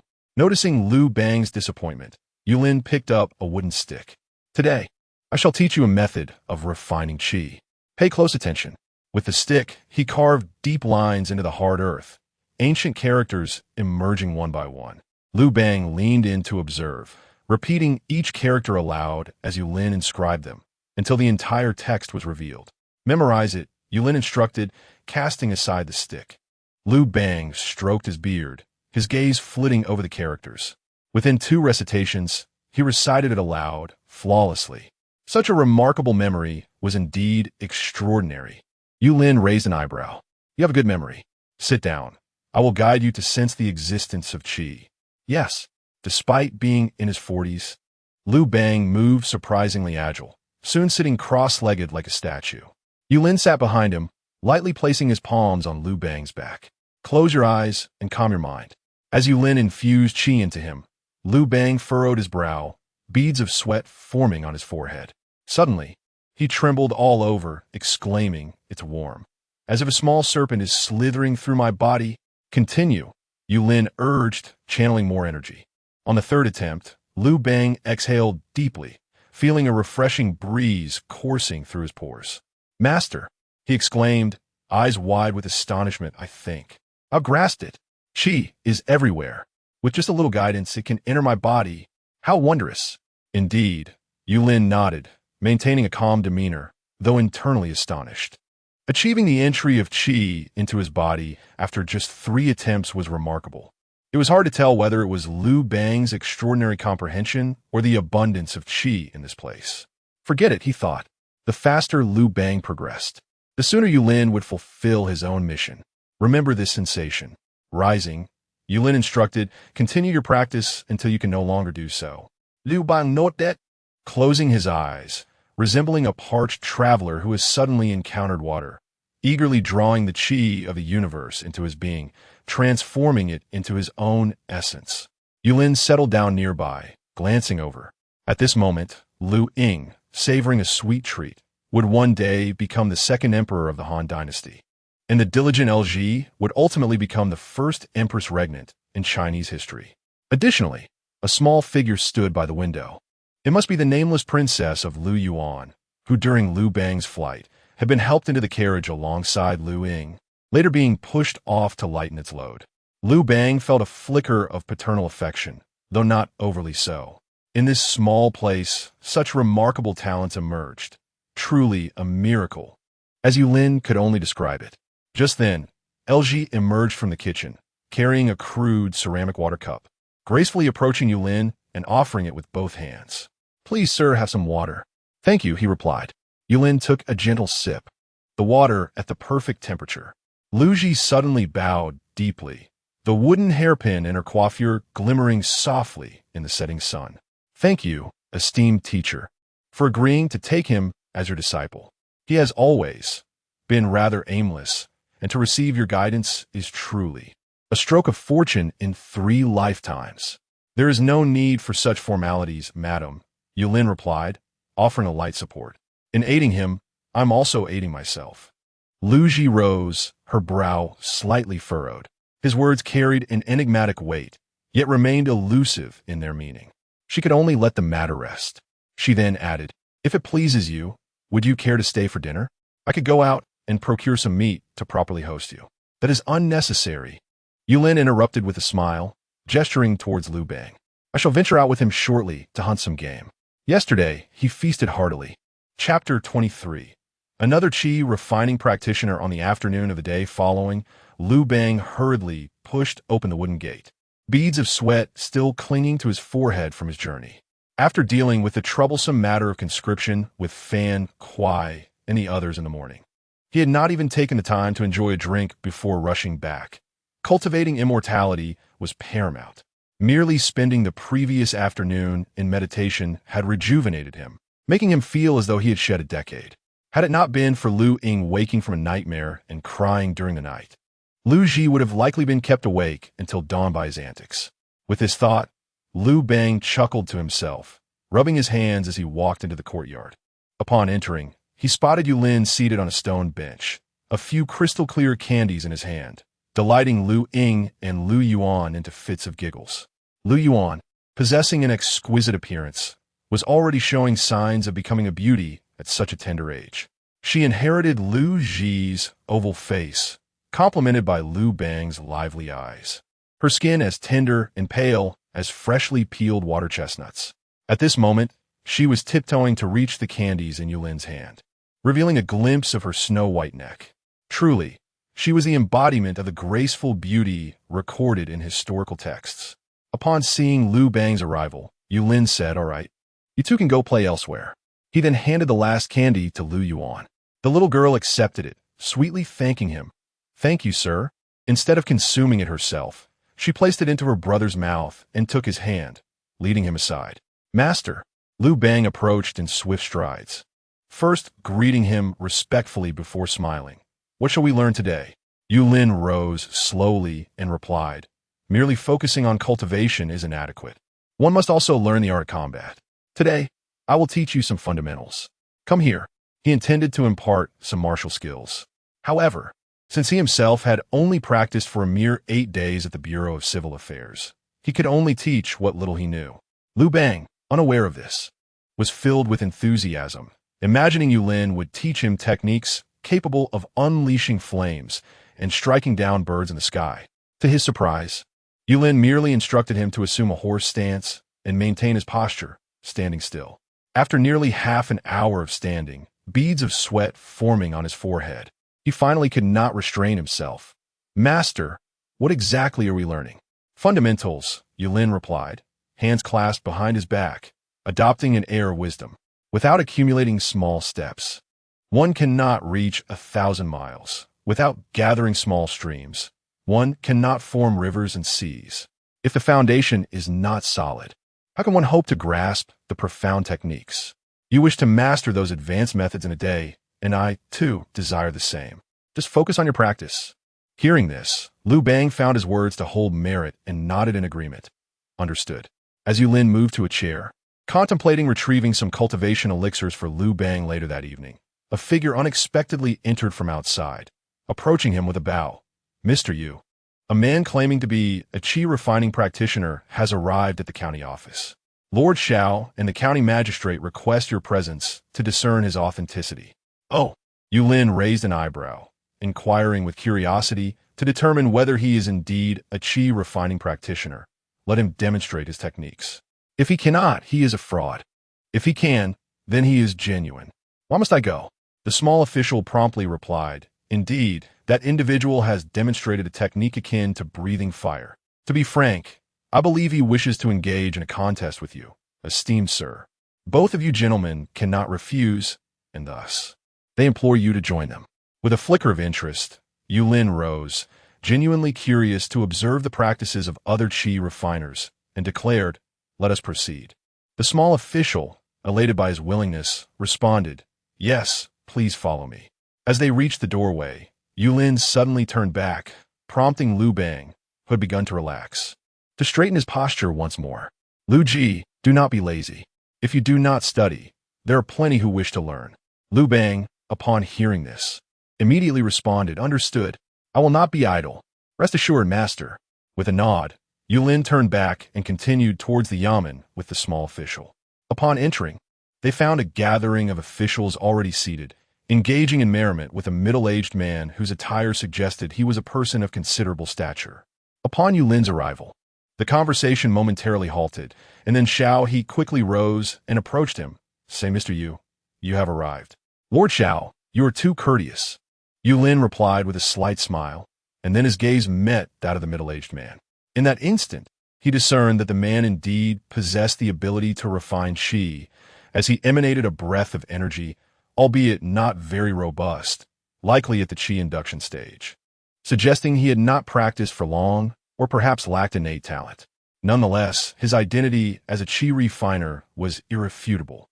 Upon seeing Yulin, the middle-aged man's smile abruptly froze, only to be replaced by delight.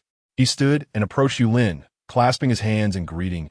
Zhang Qing greets you, fellow Taoist. Yulin returned the gesture. Yulin greets Taoist Zhang. Observing their interaction, Xiao He and the others quickly understood the significance. They mused to themselves. Could it be that after decades without encountering a qi refiner, they now witnessed two in one day? Was this a blessing or a curse? Uncertain, they noted the amiable demeanor of both men, indicating potential for goodwill.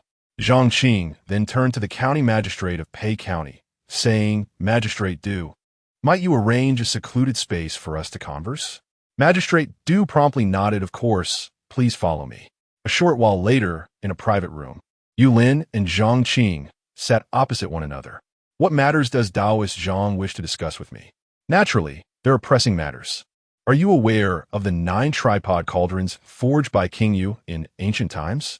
Oh, does Taoist Zhang know the whereabouts of the 9 tripods? Zhang Qing shook his head and then nodded, Speaking softly, I do not know the location of all 9 tripods, but I am aware of the whereabouts of one. However, given my current capabilities, I am insufficient to obtain alone. Therefore, would you be willing to assist me in acquiring it? Upon hearing this, a thought suddenly sprang to Yulin's mind. Could the cauldron be located in the Sea River? As soon as these words were uttered, Zhang Qing was momentarily taken aback. Friend Yu, are you already aware? In truth, Yulin had no prior knowledge. He had merely encountered a dubious historical account. It spoke of the first emperor of Qin's eastern expedition, during which, while passing through Pengcheng, he beheld a cauldron rising from the depths of the Sisui River. Elated, he sought to retrieve this vessel. Just as he was about to raise it from the water, a dragon's head emerged from within, severing the ropes that tethered the cauldron, which then sank back into the depths, never to be found again. Whether true or false mattered little. What was essential now was that Yulin intended to witness for himself whether the cauldron truly resided within the Sisui. He nodded to Zhang Qing, a faint smile gracing his lips. Indeed, I am aware, and I have long since devised a plan. Just watch, my friend.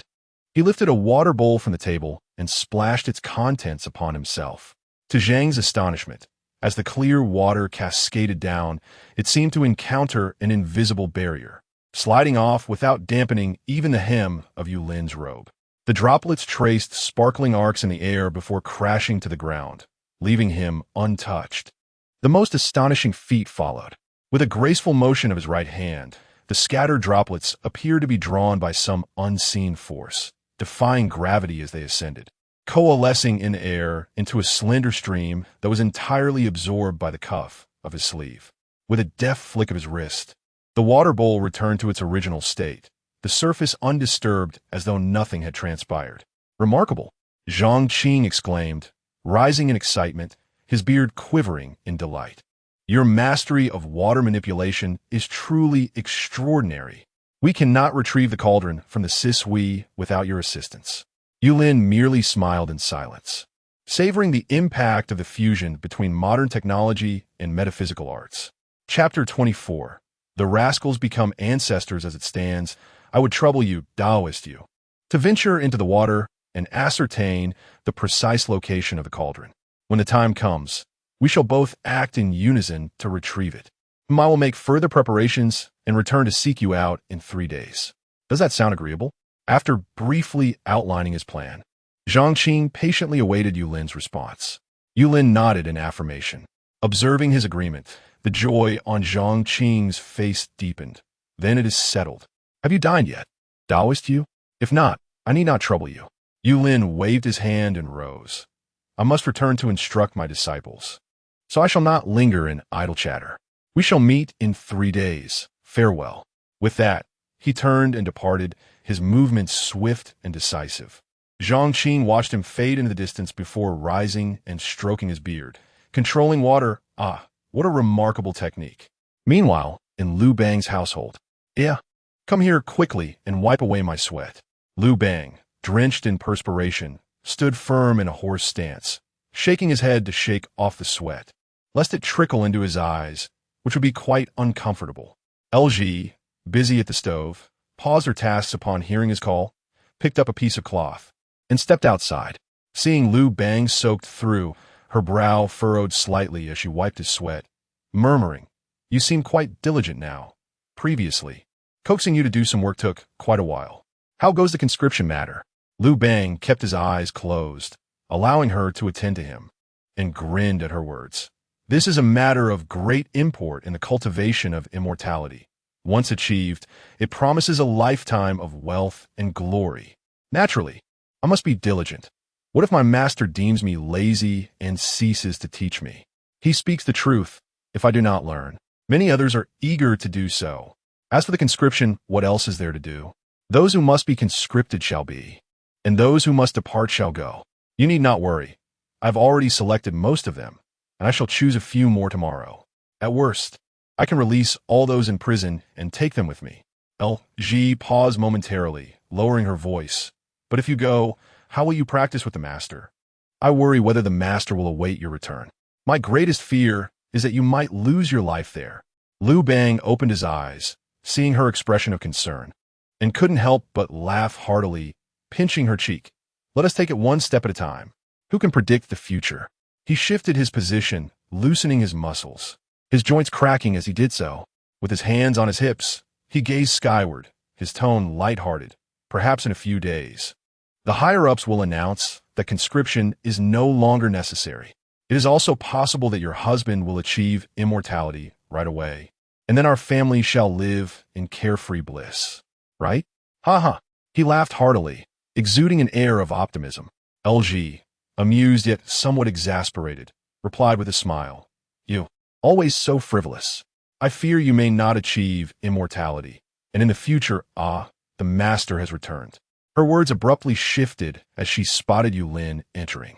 Upon seeing Liu Bang still practicing his horse stance, Yulin nodded in approval, stating, Indeed, you have put in considerable effort. You need not maintain the stance any longer. Take a moment to rest, and I shall teach you something else. At these words, Liu Bang immediately rose, a smile gracing his lips as he exclaimed, All right. He took the cloth from LG's hands, wiping the sweat from his brow while curiously inquiring, Master, is the Qi refiner real? Yulin affirmed, It is indeed real. However, it is not particularly strong. I suspect its talent is inferior to yours, and its techniques are not as refined as those I have imparted to you. With just a few months of practice, you will surely surpass him. Liu Bang's eyes sparkled at this revelation, a proud expression emerging on his face, though he humbly replied, My talent is nothing to boast of. It is your teachings that are exceptional. Not only I, but anyone else could achieve the same, thanks to your prowess. His flattery was indeed charming, and it would not be surprising if he were to become a cunning minister in the future. Yet, Yulin remained unfazed, his expression unchanged. He understood well that Liu Bang's innate talent was genuine and not merely a product of his instruction. Seeing that his words had no effect, Liu Bang leaned forward again, grinning as he asked, Master, what shall we learn next? Are we to study spells to summon the winds and rain? Yulin dismissed the notion with a push of his hand to his face, saying, That is rather fanciful. Do you know of the white serpent in Fengshi Zhe? Liu Bang shook his head, a look of confusion settling on his features. I do not. I have not heard of such a serpent. Where did you hear this? Or have you seen it? Yulin replied, Naturally, I have seen it. It stretches approximately from your home to the far end, and it is as wide as you are. Liu Bang gasped, his eyes wide with astonishment. A serpent of such size? Has it attained spiritual form? Yulin responded, I cannot say if it has, but from this moment forward, you must understand one thing. He gazed into Liu Bang's eyes, slowly continuing, You will go and slay it. Liu Bang's mouth fell open, and he pointed at himself in disbelief. Me? But what difference does that make to a death wish? I refuse, Master. Please do not jest at my expense. This is no jest. Yulin insisted, Are you serious, Master? Of course I am serious. Yulin placed a reassuring hand on his shoulder. Do not doubt yourself. Nothing is insurmountable. If I told you that there exists a person who rose from the depths of poverty to become a ruler, or that a vagabond transformed into the progenitor of a clan, would you believe it? Liu Bang shook his head vigorously. I do not believe it. Such fortune is improbable. A beggar as a sovereign, a rogue as an ancestor? Master, are you spinning tales from a storybook? At this, Yulin suddenly pointed at him. Do you remember what you said when you witnessed the first emperor's Eastern tour many years ago? Liu Bang paused, silence enveloping him for a moment before a glimmer of recollection flickered in his eyes. I remember. He straightened his posture, his voice involuntarily rising. A true man ought to aspire to such heights. As soon as the words left his lips, he suddenly realized something and abruptly turned to Yulin. This happened many years ago. Master, how did you come to know? Yulin smiled faintly, his gaze profound. You see, do you not also find it hard to believe that I am aware of when and where you uttered these words? Liu Bang opened his mouth, momentarily at a loss for words. Yulin said no more, rising to walk toward the empty space in the courtyard. All right, go practice. Liu Bang gazed at his retreating figure, standing in place for a long time, the earlier conversation echoing in his mind. A beggar as a sovereign? A scoundrel as an ancestor? A true man? What are you still daydreaming for? Yulin's voice drifted back. It was only then that Liu Bang, as if awakening from a dream, hurriedly jogged to catch up. I'm coming, I'm coming. Chapter 25. The Tripod at the Sea River. The moonlight, fragmented by heavy clouds, scattered in mottled patterns across the surface of the sea river, resembling floating silver scales. The evening breeze rustled through the reeds, creating a gentle whisper. Yulin stood alone on the riverbank, absorbing the entire scene before him. What was he here for? To retrieve the tripod. He held little trust in Zhang Qing, having only just met him. After all, it was their first encounter. He was disinclined to investigate the true nature of the man. Moreover, this concerned the legendary 9 tripods. 2 would be manageable, but now there was only one. How should it be divided? Yulin conceded that he was a rather selfish individual. He took a few deep breaths, and nanomaterials swiftly enveloped his head. In the next instant, with a splash, he leapt into the sea river. His movement was graceful, and the splash was minimal, warranting an 8. 6 score. However, Yulin had a 1. For risk of failure. The river's current was more turbulent than he had anticipated. As soon as he entered the water, a hidden current wrapped around his legs, like countless invisible hands tugging at him.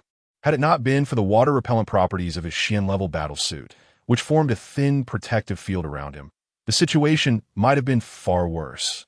He activated the scanner on his wrist, and a ghostly blue beam cut through the water, illuminating several feet ahead.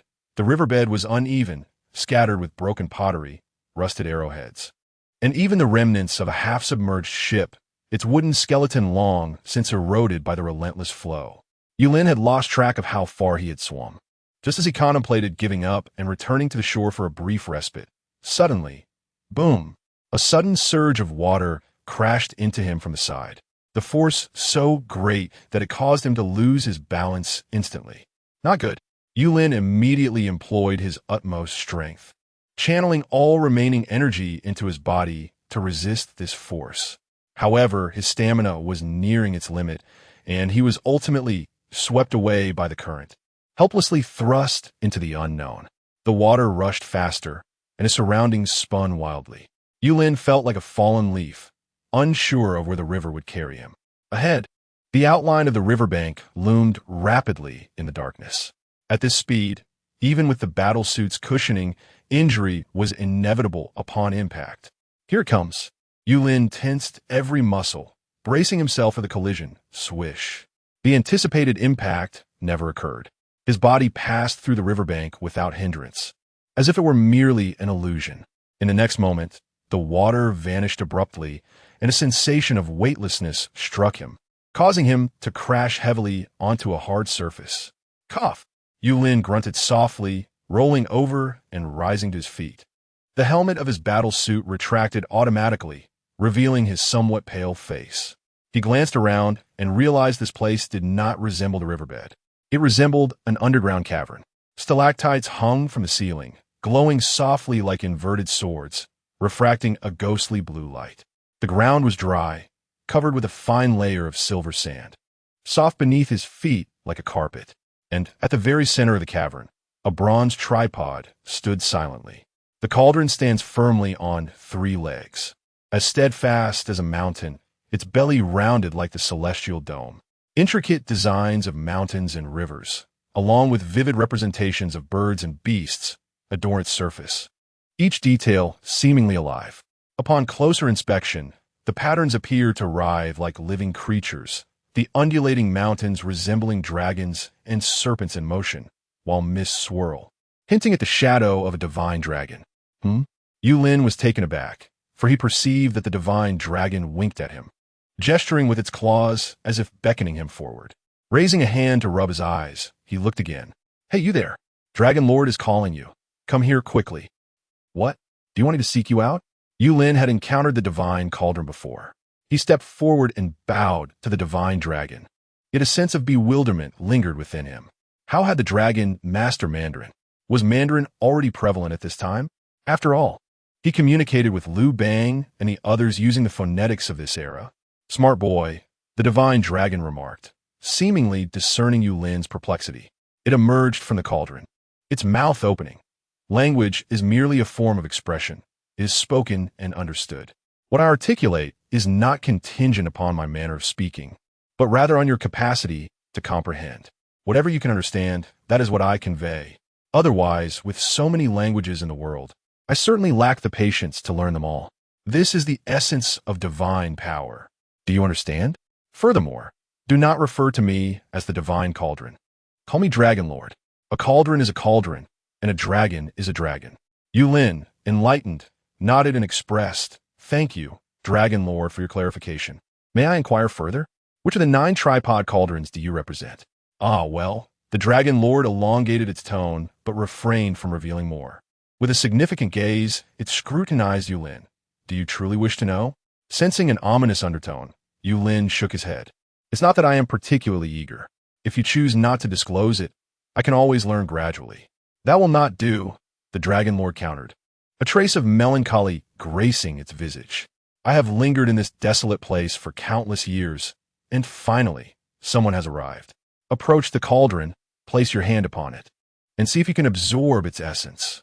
Although I doubt it, you do not resemble the Emperor and lack imperial aura.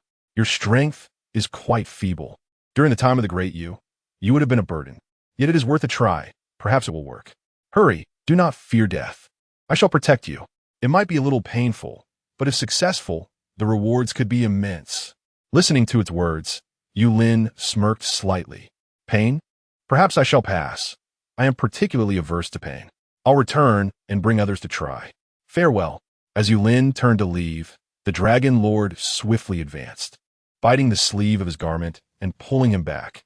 A true man should never claim to fear pain. "If you succeed, I will grant you a tremendous reward. What do you say?" Upon hearing this, Yulin smiled and replied, "All right, I shall give it a try."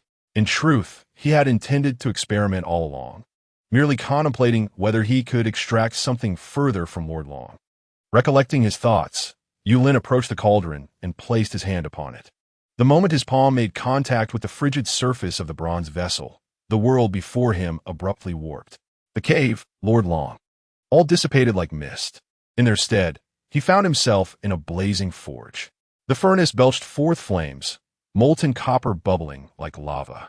A towering figure stood with his back to Yulin, his bare torso muscled and glistening with sweat that shimmered like gold in the firelight. He wielded a colossal hammer, each strike resonating with a tremor that shook the earth. Sparks flew upon impact, and the outline of the bronze cauldron began to take shape amidst the inferno. Dayu. A jolt coursed through Yulin's heart. The ancient sage king was not the imposing figure of legend. Rather, he resembled an ordinary blacksmith. Yet the steadfastness emanating from him was as profound as the mountains and rivers themselves. With a resounding clang, the final strike fell, the cauldron reverberating with a sound akin to a dragon's roar. Dayu straightened, wiped the sweat from his brow, and suddenly pointed at the cauldron. Completed. In an instant, golden light surged skyward. The once lifeless bronze cauldron began to tremble violently, the mountain and river patterns on its surface writhing as if animated. The reliefs of birds and beasts raised their heads in a mighty cry. The cauldron's ears transformed into dragon shapes, while its feet sprouted talons. The entire vessel resembling a colossal beast awakening from slumber. Even more astonishing was the emergence of a dragon form from within the cauldron, scales and claws soaring. Unmistakably, the Lord Long Yulin had previously encountered. "It is done." Dayu laughed heartily, his voice booming like a great bell. Suddenly, sensing something, he turned sharply, his gaze piercing like lightning, directly aimed at Yulin, a gaze transcending millennia. Yulin froze, as if ensnared by a primordial beast. His breath caught in his throat. Yet, in the next moment, Dayu grinned widely, revealing a set of white teeth, his smile bearing a hint of mischief. "Yulin, take the cauldron with you." With a gesture towards Yulin, the bronze cauldron transformed into a beam of golden light, hurtling towards him. Boom! In that instant, Yulin felt an indescribable force surge into his being, as if the weight of the entire realm pressed down upon his very soul. His consciousness was stretched to the brink of explosion, the world before him fading into a blank void, the only sound remaining the thunderous rush of blood in his ears. He wished to scream, yet no sound emerged. The world crumbled, time distorted. Yulin felt himself plunging into a chaotic void, his awareness drifting like a leaf upon the water, devoid of direction or end, uncertain of how much time had passed. Kid, kid, wake up. The voice of Lord Long resonated from a great distance, gradually sharpening. I never imagined, old, you would actually recognize you. That's even rarer than the cauldron acknowledging you. It's nothing short of a miracle. Chapter 26, a new edition. On the banks of the river in Sisui, the sun hung high in the sky, casting its warm rays upon the land. After transforming his battle attire back into his customary robe, Yulin tidied his hair. He surveyed his surroundings to ascertain his bearings before setting off towards the location of Peixian. However, while he had arrived alone, he was now accompanied by an additional presence, a cauldron and a dragon. The cauldron manifested as a pattern upon his chest, while the dragon concealed itself within the intricate design, its voice resonating in his ears. Young Yu, where are we headed now? Peixian, your home? Not quite. My true home lies far away. I shall show you tonight. Far away? You intend to take me there at night? What nonsense are you spouting? Can you shrink the distance? I cannot, but you will understand in due time. Yulin chose not to pursue the topic further and instead inquired, Dragon Lord, what is the purpose of a cauldron? Is it truly, as the rumors say, boiling without fire, concealing without movement, and acting of its own accord? The Dragon Lord emerged from the cauldron's design, shaking his head. Certainly not. If you were to cast a 10-year-old medicinal herb into it, after just one night, it would transform into a 20-year-old herb by morning. 10 years of growth in a single night. If you wish to refine your body, toss in the materials for a medicinal bath, and the cauldron will work wonders. One soak will surpass what others could achieve in 10. As for its other marvelous uses, your current strength is insufficient to utilize them. I shall gradually disclose them to you later. In short, this is a royal artifact. Having obtained it, you should rejoice. There was once a fellow named Ing Zheng who sought the cauldron, but I wouldn't part with it. I severed the rope in a single bite. The Dragon Lord raised his head, exuding an air of pride. Indeed, Dragon Lord, Yulin remarked, not wishing to dampen its spirits. After offering a compliment, he chuckled. So, when will you fulfill your promise to me? Ah, just because I say I'll give it to you doesn't mean you should rush me. The Dragon Lord waved a tiny claw. After all, now that I am bound to you, do you fear I will flee? If the other 8 were to discover that I lack loyalty, I would never hold my head high again. Rest assured, I shall prepare. Yulin nodded in agreement. The Dragon Lord settled atop his head, resting comfortably, and asked, Young Yu, do you have anyone left in your family? I am an orphan. An orphan? How so? What happened to your family? I do not know. I grew up in an orphanage, so perhaps they are not dead. I see. Do not be sorrowful. From now on, I shall be your grandfather, and you shall be my grandson. You've struck gold. Our lineage is on par with the legendary Yu the Great. In the future, as the boy and dragon conversed, the journey did not feel tedious. At the very least, Yulin found it quite entertaining. Peixian, my Lord Xiao. Liu Bang arrived at the county office. Seizing Xiao, he with a grin. I have gathered the 100 men you requested, not a soul less. Now you must treat me to a drink. Upon hearing Liu Bang's words, Xiao He's face bore no trace of joy. Instead, his brow furrowed deeply, reflecting a somber demeanor. Noticing this, Liu Bang's smile gradually faltered, and he waved his hand before Xiao He's eyes. Ah, my Lord Xiao, why the long face? Aren't you pleased that the men are assembled? Is it the thought of that drink that troubles you? With a sigh, Xiao He shook his head. Liu Ji, it is not about the drink. What is it then? Liu Bang raised an eyebrow. Have you had a change of heart? Taking a deep breath, Xiao He lowered his voice. The higher-ups have increased in numbers. By how much? Liu Bang felt a jolt in his chest. Now, they require 300 men. 300. Liu Bang's eyes widened in shock, his voice rising sharply. You might as well kill me. Where am I supposed to find 300 men? Or how about this? Give me a few years, and I'll gather all the women from Pei County to bear you 300 men. Would that suffice? 300? What are you thinking? Xiao He offered a wry smile. It matters not what you say. The higher authorities demand this number, and it must be met. Fuming, Liu Bang stomped his feet and squatted down, tugging at his hair. Then I simply won't do it. I might as well run into the mountains. Let others handle it. Whoever wants it can take it on. Seeing his despondent state, Xiao He quickly crouched beside him, gripping his arm. Liu Ji, don't act rashly. Liu Bang shrugged off his hand, muttering rash. I am perfectly clear-headed. 300 men? Do they think I am a deity? Perhaps you should beseech my master. He might have a way to summon 300 men. Xiaoyi glanced around to ensure they were not overheard before leaning closer. Here's the plan. There are still some prisoners in the jail. I will find a way to release 50 of them. You just need to gather another 100, making it a total of 200. Would that work? Liu Bang looked up at him, scoffing. You want even more? My lord Xiao, do you think I can conjure men out of thin air? I cannot do this. In a serious tone, Xiao He insisted, if you do not try, how will you know if it is possible? Not only for the lives of others, but also for your own sake. Consider this. You, Liu Ji, are capable and resourceful. This task is not insurmountable for you. Am I begging you? Begging me, it must be within my capability. Liu Bang sighed heavily. He rose to his feet. I will do my utmost. But if any trouble arises, you must shield me from the fallout. All right. Do as you wish. I will speak to the county magistrate. Upon Liu Bang's agreement, Xiao He nodded eagerly. When this is accomplished, I will treat you to as much wine as you desire, enough to fill your cup. Enough with that.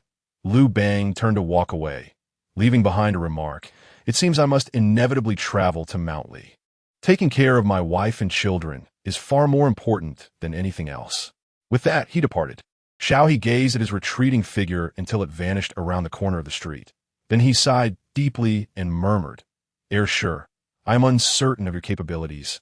Yet your strictness surpasses that of your predecessors. When will these days come to an end? Chapter 27. Inquiry. When Liu Bang returned to the tavern, Lu Wan, Fan Kuai, and Zhou Bo were already gathered around a table, with wine jars piled high. Upon seeing him enter, Fan Kuai bellowed, Brother, what took you so long? The wine has gone cold. Liu Bang chuckled heartily, strode over, and sat down, casually lifting a bowl of wine to his lips, tilting his head back to drink deeply. Wiping his mouth, he remarked, What is the worry about it being cold?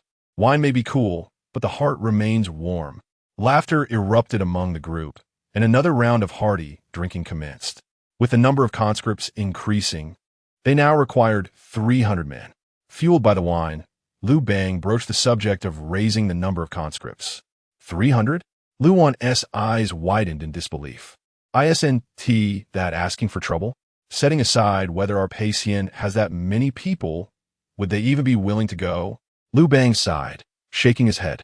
Xiao He has promised to provide an additional 50 men. With the prisoners, we should manage to gather at least 200. Fan Kuai slammed his hand on the table. He thinks you're easy to bully, brother. Why does everything fall to you? Let it go. Liu Bang waved his hand, surveying the group. Brothers, I've agreed to this, but those who wish to accompany me may do so. Those who do not can stay behind and take care of the family. A hush fell over the tavern. Fan Kuai took a deep swig of wine and suddenly declared, If you go, then I shall go as well. Lu Wan remained silent for a moment before nodding in agreement. Indeed, we cannot let you venture alone. What kind of brotherhood would that be? Nearby, Zhou Bo, thinking of his elderly mother at home, gritted his teeth and said, Brother, I will return to settle matters and give you my answer tomorrow. Liu Bang felt a warmth in his eyes, raising his wine bowl, his voice heavy with emotion. Thank you, brothers. To that, let us drink. With that, he downed the wine in one gulp. The others raised their bowls in solidarity, drinking deeply. The atmosphere grew lively, but amidst the revelry, Liu Bang suddenly slapped his forehead and sprang to his feet. Oh no! The group stared at him in confusion. What is the matter? Liu Bang lamented. At this hour, I have yet to visit my master for training. Lu Wan laughed. Brother, today's festivities have been joyous. Missing one day of practice should be inconsequential. No? Liu Bang shook his head vehemently. No, that won't do. I must leave.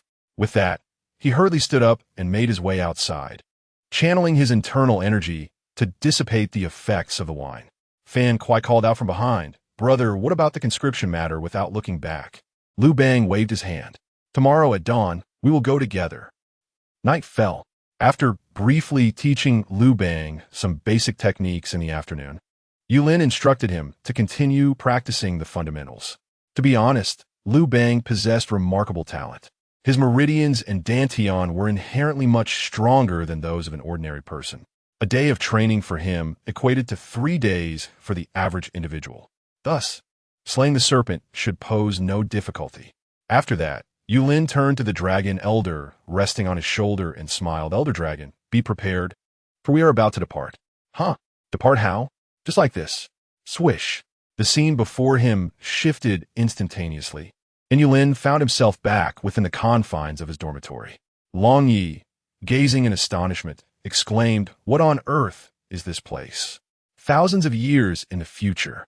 Yulin took a seat beside his bed. This is my ability to traverse various points in history. He had no intention of concealing this from Long Yi. After completing his mission, he intended to bring him back as well. There was no point in keeping secrets. Long Yi surveyed his surroundings, his eyes brimming with wonder, and remarked, "Your ability is indeed remarkable. I can't believe the world has transformed into this. Can one choose their destination?" He shifted his gaze from the computer, turning to Yulin. "Can you let me see that old fellow you again?" Considered a humble request. "Apologies," Yulin replied, shaking his head. "I cannot choose. It is random. Perhaps, in the future, I might visit that era and meet Emperor Yu." "Ah, I see." Long Yi did not press further. Instead, he casually remarked, "Well, when one's life draws to a close, it's only fitting to depart gracefully. Living for so long without friends or family is rather dreary. We'll leave future matters for another time." Then, he shifted the conversation, asking, "Who is the emperor now?" Yulin shook his head once more. "There is no emperor now, nor a monarch. You can see for yourself." He casually retrieved a book from the shelf and tossed it to Long Yi. Long Yi, without needing to read with his eyes, opened his mouth and consumed the book, its knowledge flooding into his mind. Hiss, striving for universal harmony? Pursuing common prosperity? The people in power? This is quite challenging. If hearts are not aligned, these ideals may. I still admire it. It's certainly better than doing nothing. Long Yi regurgitated the book and opened his mouth again towards Yulin. "More, please." "Very well." Yulin proceeded to throw all the books from the shelf towards him. Treatises on global analysis, philosophical theories, aesthetic arts, human anatomy, foundational knowledge of cultivation. He observed Long Yi, captivated by the wealth of knowledge. Yulin then approached the computer, logging into the internal website of the Civil Affairs Bureau. After entering his exclusive number, he accessed a repository of knowledge, filled with information not available to the public. Given his current rank, he could only access the yellow level, with the higher tiers being the heaven, earth, and mysterious levels. He was keen to discover whether the Civil Affairs Bureau had records of the 9 tripods, a class of celestial artifacts. The Bureau housed 72 celestial artifacts, divided into the 4 levels of heaven, earth, mysterious, and yellow. Among them, only 6 belonged to the heaven level: the Sword of the First Emperor, the Dharmakaya relic, the Ring of Solomon, the Book of Life and Death, the River Map and Luo Book, and the Gate of Heaven. However, the specific abilities of these artifacts were beyond his current level of access. After perusing the remaining records, he found no mention of the 9 tripods. It seemed they remained concealed somewhere. Yulin turned to Long Yi, inquiring, "Long Yi, can you sense the presence of the other 8 tripods?" Lord Long let out a deep belch, seemingly overwhelmed by the weight of millennia of knowledge. He shook his head and stated, "No, I cannot. The 9 tripod cauldrons share a common origin, yet diverge, at the very least. I am distinct from those beings. I am a dragon. However, I can sense whether they are alive or dead. If fortune smiles upon you, perhaps you may discover them." "Understood." Yulin nodded, glancing at the time. Approximately half an hour had elapsed. It was now likely dawn of the following day. He proceeded to shut down his computer and address Lord Long. "I shall return now. You may continue your reading thereafter." Without waiting for Lord Long's response, Yulin seamlessly re-entered the task at hand. Upon emerging, he immediately heard Xiao He's voice resonating from outside. "Mr. Yu, where exactly have you ventured? You did not inform anyone." Chapter 28. As expected, stepping out of the door, Suhi was seen pacing anxiously in the courtyard. Upon hearing the creaking of the door, he turned around and, upon spotting Yulin emerging, his eyes reflected a moment of astonishment followed swiftly by delight. "Mr. Yu, when did you return?" He was unaware of the method employed by Lord Long, for he could not perceive his presence. Yulin approached, inquiring, "Is there something urgent?" I returned only yesterday after gathering some herbs, he replied. Ah, I see. Suhi, uncertain of the veracity of this, pointed towards the yamen, saying, Mr. Zhang has been waiting there for quite some time. Seeing you absent, he entrusted me to await your arrival. I kindly ask you to pay him a visit, lest he becomes impatient and the matter is delayed. Understood. Yulin nodded, his expression remaining neutral. I shall take my leave then. Be safe, Sui called after him. Watching Yulin exit the courtyard, he wiped the sweat from his brow and turned to Mrs. Xiao. My dear, please fetch me some water. My throat is quite parched. Of course. Before the county yamen, Lord Long, please, as I implore you, sever the rope as Emperor Shi Huang did. Rest assured, I shall act without concern, came Lord Long's confident reply as he slipped back into the intricate patterns upon Yulin's chest. Yulin then proceeded towards the yamen. Their discussion was, of course, about the upcoming endeavor to retrieve the cauldron, staging a performance for Zhang Qing. It would be unthinkable to allow him to make a fruitless journey.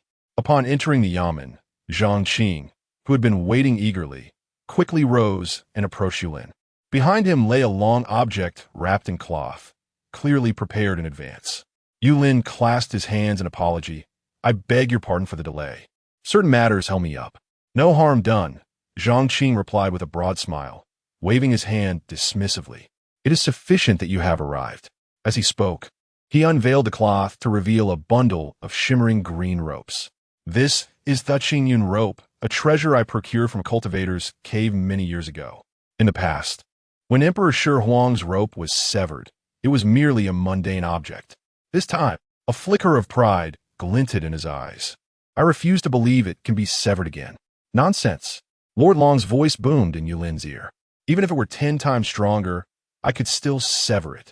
If the binding dragon rope could not hold, what makes you think the Qingyun rope will? One must remember that he was a sovereign.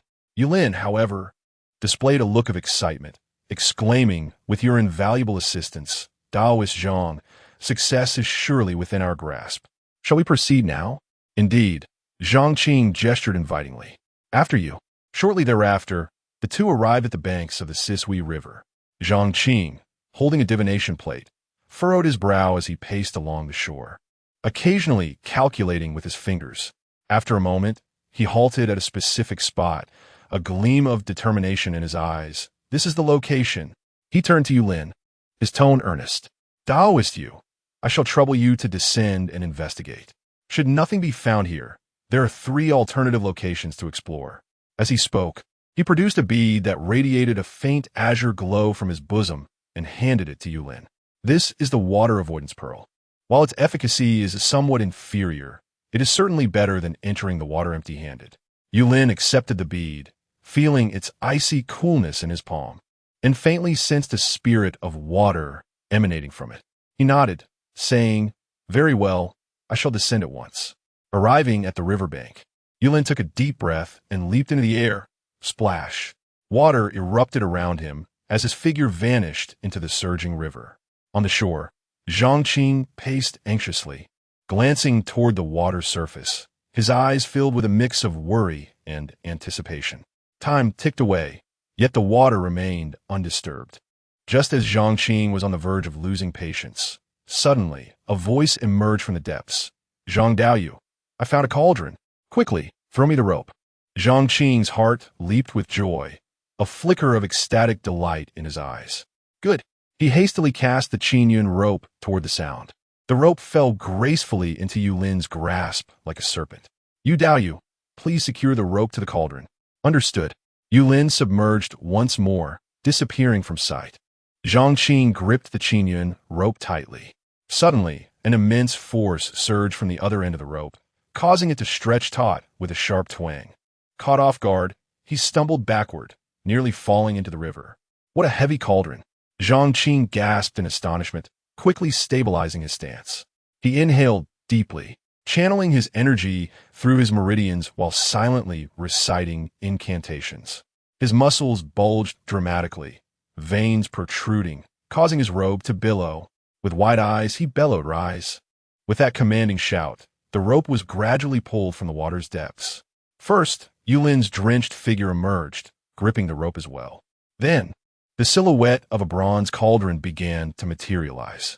Just as the cauldron was about to break free from the water, roar, a majestic golden dragon thrust its head from within the cauldron, opening its maw to bite at the Chinian rope. Crack! A sharp sound of snapping filled the air as the Chinian rope broke in response. The cauldron sank back into the river, vanishing from sight. Zhang Qing, taken by surprise, was jolted backward, landing on the ground with a thud. This. He stared at the severed rope in his hand, his face a mask of frustration. How is this possible? Wasn't Ing Zheng met with the same fate, just as it was within reach? How infuriating! Seeing that he could not acquire the treasure, he resolved to obtain the treasure's methods instead. Rising to his feet, he approached the riverbank. Gazing at Yulin in the water, his previous resentment evaporating, replaced by a facade of insincere smiles. "You Daoyu, why do you tarry on shore?" Yulin, recognizing the pretense in his demeanor, discerned Zhang's intentions. "Zhang Daoyu, if you have something to say, you might as well speak plainly. There is no need for subterfuge. Indeed, Yu Daoyu is a perceptive individual." Zhang Qing raised his hand, and the water-repelling pearl he had lent to Yulin suddenly radiated a blinding blue light, transforming into a transparent water cage that firmly ensnared Yulin. Standing with his hands clasped behind his back, a triumphant smile adorned Zhang Qing's face. "Friend Yu, this is the water prison pearl I specifically borrowed, designed to counteract the water manipulation technique. Do not struggle. Simply impart the art of water control to me, and I shall release you." Trapped within the water cage, Yulin exhibited no trace of panic. Instead, a serene understanding graced his features. He smiled broadly. "Are you so certain of your victory, friend Zhang?" Zhang Qing's brow furrowed, followed by a cold chuckle. "Otherwise, what options do you possess?" "Naturally, I have options," Yulin replied, nodding. Before his words could fully settle, a resounding explosion erupted as a golden light surged forth from Yulin's chest.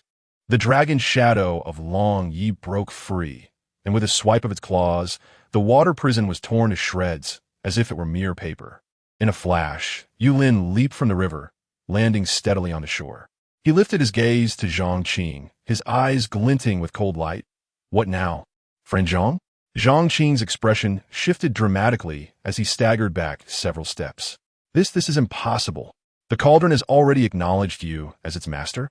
If that is the case, why then did you come to claim a cauldron from me? Could it be that you intended this all along? Yulin offered no response, merely flicking his wrist. The dagger he had procured in Jerusalem materialized in his hand. "My blade shall reveal the answer to you." Witnessing this scene, Zhang Qing cried out in defiance. "You may not be able to kill me." Chapter 29 Departure, so impoverished? Never mind, let us proceed. With a swift kick, Yulin sent Zhang Qing's lifeless body tumbling into the muddy waters of the Sea River. A resounding splash echoed as the body sank beneath the surface. Just as Yulin had remarked, this fellow was indeed destitute. All that was discovered upon searching him were a few copper coins and several dark, unidentifiable elixirs. Yulin hesitated to wager whether they were poisonous and ultimately decided against taking them, discarding them along with Zhang Qing's corpse into the river. Initially, he had hoped to uncover some form of mystical technique, but even the water droplets capable of transforming into a prison cage had been rendered ineffective by Lord Long. Oh well, safety is preferable to uncertainty. Shaking his head, Yulin brushed back his damp hair and strode forward with purpose. Lord Long's voice resonated in his ears. "Impressive. Young Yu, I expected you might hesitate for a moment. But well done indeed. No hesitation. Hesitation leads to defeat. With such resolve, you shall find success in all your future endeavors. I have great faith in you," Lord Long affirmed. "Thank you, Lord Long. One day, I shall treat you to a full service." "A full service? Are you to find me a dragon? What manner of dragon do you desire? If possible, I hope it resembles the Yinglong." "Yinglong? What sort of dragon is that?" "It is a long, fiery creature of vibrant red." "Wow, enough of that. I, your Lord Long, am a proper dragon." 1 month later, exhaling deeply, Yulin, seated cross-legged, opened his eyes and released a heavy breath. Thanks to the abundant qi in this place, even without the aid of cultivation potions or elixirs, he had achieved the pinnacle of qi induction in merely a month. It was not that he wished to use the cauldron for assistance, but Lord Long had instructed him to refrain for the time being, as he intended to harness it to gather the essence of the sun, moon, and stars. He claimed this would greatly benefit the cultivation of one's soul in the future, enhancing both the nocturnal and diurnal realms. Even if he were to utilize it now, it would fortify his spirit to the extent that he could go half a month without sleep without feeling the slightest fatigue. It would also heighten his perception, allowing for smoother manipulation of qi and even enable his physical form to perform astonishing feats. In essence, the advantages were manifold. However, the essence of the sun, moon, and stars condensed too slowly. It had taken an entire month to produce a single drop. Yulin had consumed it yesterday. It bore no distinct flavor, merely imparting a sensation of lightness and comfort throughout his body. The wondrous effects that Lord Long had described eluded him. Perhaps he needed to consume a greater quantity to truly experience them. That could wait for another day. As Yulin rose, intending to step outside, a knock at the door preempted his exit. Master, are you awake? I am leaving today to bid you farewell. With a click, the door swung open. Liu Bang quickly withdrew his hand, which had nearly landed on Yulin, and smiled. Master, good morning. Indeed, Yulin nodded, observing Liu Bang was already dressed and ready. Have you arranged matters at home? Liu Bang nodded affirmatively. Yes. In my absence, I kindly ask you, Master, to take care of Yuan, and Ying, Should I fail to return, let them both provide for your old age. Yulin's gaze fell upon the bronze sword at his waist, adorned with intricate patterns and colorful beads. The blade bore the inscription of 2 seal characters. Qi Shao. When was this sword forged? Just half a month ago. I commissioned its creation, and it was only completed yesterday. Do you fancy it, Master? If you do, consider it a gift from me. As he spoke, he attempted to unfasten the Qi Shao sword to present it to Yulin. Yulin gently pressed his hand down, pushing the sword back and meeting his gaze. Lu Ji. Yes, Master. You possess extraordinary talent, now that you have entered the later stages of Qi gathering. Although you have not yet mastered the arcane arts, your martial prowess is commendable. What is it that you wish to convey? You don't mean to suggest I should slay that white serpent, do you? No. Yulin offered him a slight smile. It is not I who must slay the white serpent, but you.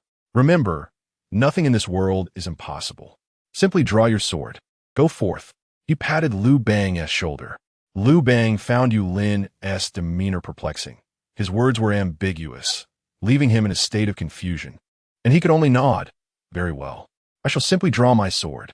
Master, I take my leave. He knelt and bowed 3 times to Yulin before turning to depart. Upon reaching the door, he grasped Shao He's sleeve. Lord Shao, take good care of my brother's wives and children.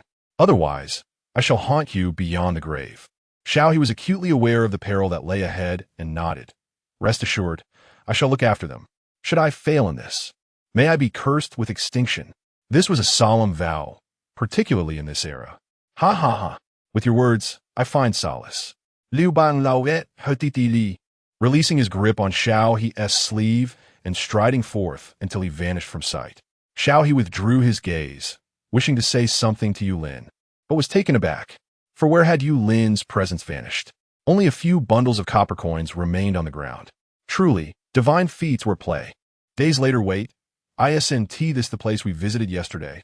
Liu Bang, seated upon the ground, wiped the sweat from his brow and shouted towards Lu Wan. Yes, elder brother, what is it? Lu Wan rushed forward. Liu Bang pointed to the stone marker he had made on the ground. We were here just yesterday. How have we returned today? Did you not say you knew the way? This is a grave misstep. Alas. Lu Wan lowered his head in shame.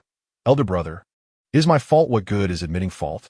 Liu Bang kicked him in the rear, stirring up a cloud of dust. Stay close behind me. Beneath the blazing sun, the group trudged through the forest, drenched in sweat. As the sun began its descent, Lu Wan suddenly pointed ahead and exclaimed, Elder brother, look, there lies Fengshi Marsh. This time, there can be no mistake. Liu Bang squinted into the distance, where a shimmering expanse of water glimmered like gold beneath the setting sun. Wiping the sweat from his brow, he jested with a hint of reproach. If you lead us astray again, I shall toss you into the water to feed the fish. Come, let us rest over there. Exhausted, The group dragged their weary bodies to the edge of the water, collapsing haphazardly onto the grass. Zhou Bo hastily retrieved his water pouch and took several deep gulps, only to exclaim in alarm as he quickly rose to count the number of people present. "Brother," Zhou Bo's voice quivered with urgency. "We are short 27 men." "What?" Liu Bang sprang up, his eyes wide as he scanned the surroundings. Indeed, the once formidable procession was noticeably diminished. Fan Kuai wiped the sweat from his face and inquired gruffly, "Brother, what shall we do now?" Liu Bang shrugged helplessly, his demeanor reflecting despair. "What can be done?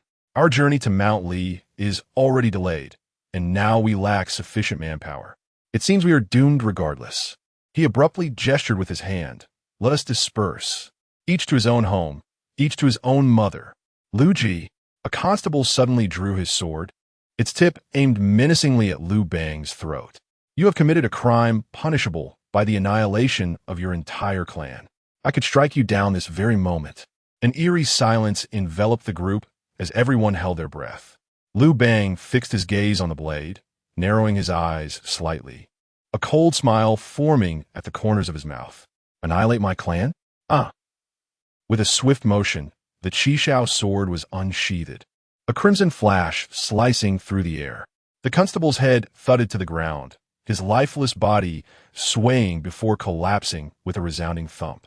Blood splattered onto the grass, reflecting the sunset in a glaring crimson hue. Liu Bang flicked the droplets of blood from his sword and declared loudly, "To go is death. To return is also death. Those willing to follow me into the mountains, come forth. Those who do not wish to, may disperse. The choice is yours." Without a backward glance, he strode forward, the Qishao sword gleaming ominously in the sunset, his silhouette elongated against the fading light. Fan Kuai was the first to follow, grinning as he exclaimed, "Brother, wait for me." Lu Wan and Zhou Bo exchanged glances and swiftly caught up. Gradually, one by one, more and more individuals fell in line behind Liu Bang. The setting sun cast their shadows onto the ground, merging into a single indistinguishable mass, blurring the lines between them. Chapter 30. The Sword Qi of Qishao in the depths of night. A thick mist began to rise within Fengshiza. Lu Wan cautiously advanced, his footfalls shallow and deep as he navigated through the darkness. He lifted his gaze to the distance, where a shadowy silhouette of a mountain loomed ominously at the end of the official road, its outline resembling a slumbering beast. "Surely, this must be Mangdang Mountain," Lu Wan murmured softly, contemplating a return to report to Liu Bang. Suddenly, a rustling sound echoed behind him, as if something were stealthily moving through the underbrush. Lu Wan's body stiffened, and he slowly turned around. A flash of blinding white glimmered in the moonlight. Rubbing his eyes, he dared to take a few steps forward. Parting the tall grass, hiss. Lu Wan inhaled sharply, his pupils constricting in alarm. In the center of the path, a colossal white serpent coiled there, its body thick as a pillar, scales gleaming with a chilling silver sheen under the moonlight. It lifted its head slightly, its crimson tongue flicking in and out, and its vertical pupils gazed at the moon, seemingly oblivious to Lu Wan's presence. His heart raced like a drum, cold sweat drenched his back. He held his breath, cautiously retreating, fearful of disturbing the immense creature. Only after he had distanced himself did he abruptly turn and flee. Thud! He stumbled over a stone and crashed to the ground, but pain was an afterthought as he scrambled back to his feet and continued to run frantically. "Brother, brother." Lu Wan stumbled back into the camp, his face pale and his voice trembling. "It's bad. There's a snake ahead, a very large snake." Liu Bang, who had been resting with the Qishao sword in hand by the campfire, opened his eyes wide, a glimmer of sharpness flashing within. "What?" A memory of Yulin's words surged in Liu Bang's mind as he grasped Lu Wan's shoulders firmly. "What kind of snake is it?" Lu Wan gulped nervously, gesturing. "It's as thick as 3 men embracing it. As for its length, I didn't dare look closely. I just ran." His voice shook. "Brother, let us take another route. We should avoid it for now." Liu Bang narrowed his eyes, slowly returning to his seat by the fire, his silence heavy in the oppressive stillness that enveloped the surroundings, save for the crackling of the firewood. The others exchanged glances, none daring to speak. Time passed. Suddenly, Liu Bang ripped the wine pouch from his waist, tilting his head back and draining it entirely. The liquor flowed down his chin, dripping onto the Qi Shao sword. Avoid it, you say. He sprang to his feet, the Qi Shao sword unsheathing with a sharp sound. What should a warrior fear? The blade shimmered with a sinister red glow in the firelight, casting a blood-like hue upon half of Liu Bang's face. Wait here. He strode into the depths of the moonlit night, his voice resonant and resolute. I shall slay that white serpent. Do not follow me. The crowd remained rooted in place, watching as Liu Bang's figure gradually melded into the night, the Qi Shao sword gleaming ominously in the moonlight, resembling a waking red dragon, poised to strike. What shall we do? What can we do? Brother told us not to go, so we mustn't tea. He is a Qi refiner now. Indeed, brother is formidable. Call out later. Do not startle the white serpent. Yes, yes, yes. The soft patter of footsteps shattered the night's tranquility. The white serpent slowly lowered its head, the moonlight cascading over its silvery scales, its amber vertical pupils turning toward Liu Bang, cold and indifferent. As the serpent's tongue flicked in and out, a blood-tinged mist condensed into frost in the frigid night. Liu Bang stood firm, the Qi Shao sword aimed directly at the white serpent, its tip trembling slightly. Stand aside, and I shall spare your life. His voice resonated distinctly in the night breeze. The white serpent flicked its tongue, hissing as if mocking the arrogance of this insignificant human. Suddenly, it raised its robust tail and struck the ground with a tremendous force. Boom! The earth trembled violently, and debris flew. Liu Bang staggered back, his boots carving deep grooves in the mud. Do you truly wish to throw away your life? Liu Bang shouted, his voice echoing across the vast night sky. He stepped forward, the Qi Shao sword glinting with cold light under the moon. The serpent's pupils constricted sharply, and its powerful tail swept toward him like lightning. Liu Bang hastily raised his sword to block. Bang! The clash of metal resounded, and Liu Bang felt a sharp pain in his hands as he was sent flying like a broken kite, crashing heavily into the grass. A metallic taste filled his throat, and he spat out a mouthful of blood. The white serpent glided closer, the sound of its scales brushing against the grass like the tolling of a death knell. Liu Bang lay on his back, gazing at the swirling stars above. Master, can I truly slay it? Ami destina tutti? A bitter smile formed within him as he recalled the gentle smile of LG and the innocent faces of his two children. In a daze, he seemed to see Yulin standing before him. You can slay it. Yulin's voice rang in his ears, clear as a spring's water-striking stone. Just draw your sword.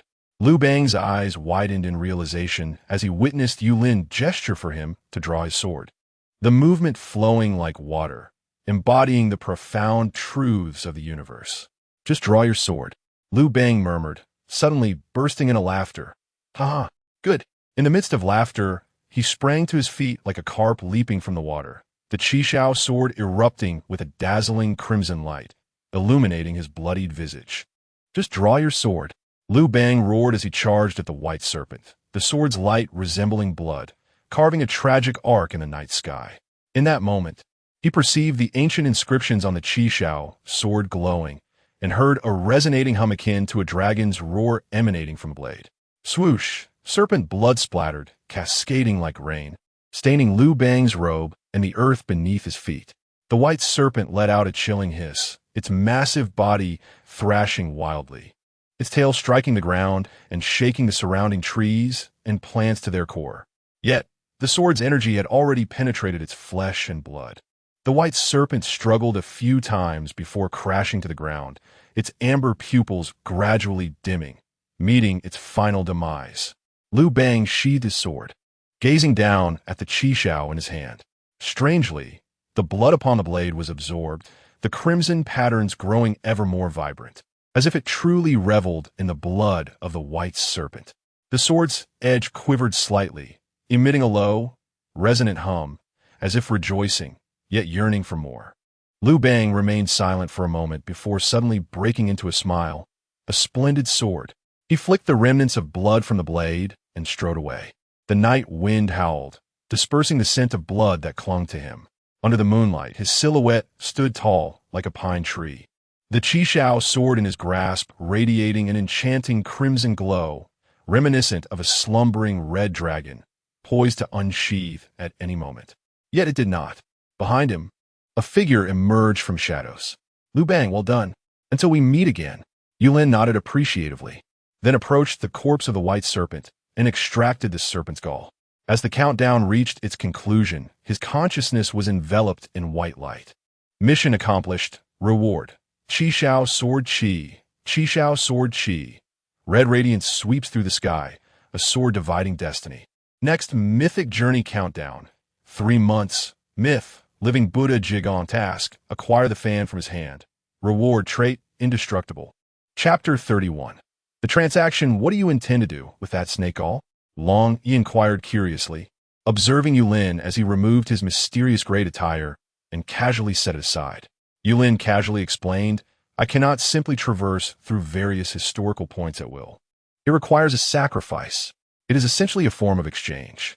While his words might not capture the entirety of the truth, they were not far from it. Long Yi, understanding the implication, reclined on his bed and asked, "When shall this next opportunity arise?"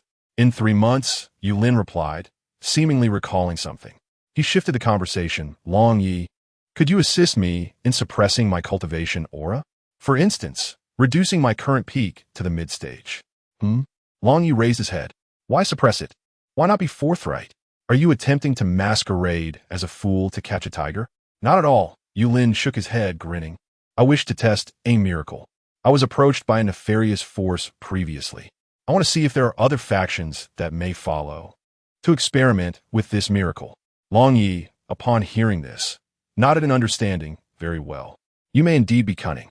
Once I regain my full strength, whether you choose to walk sideways, backward, crawl, or be carried, you shall do as you please. Extend your hand," he commanded. "Thank you, Long Yi." Yulin extended his hand.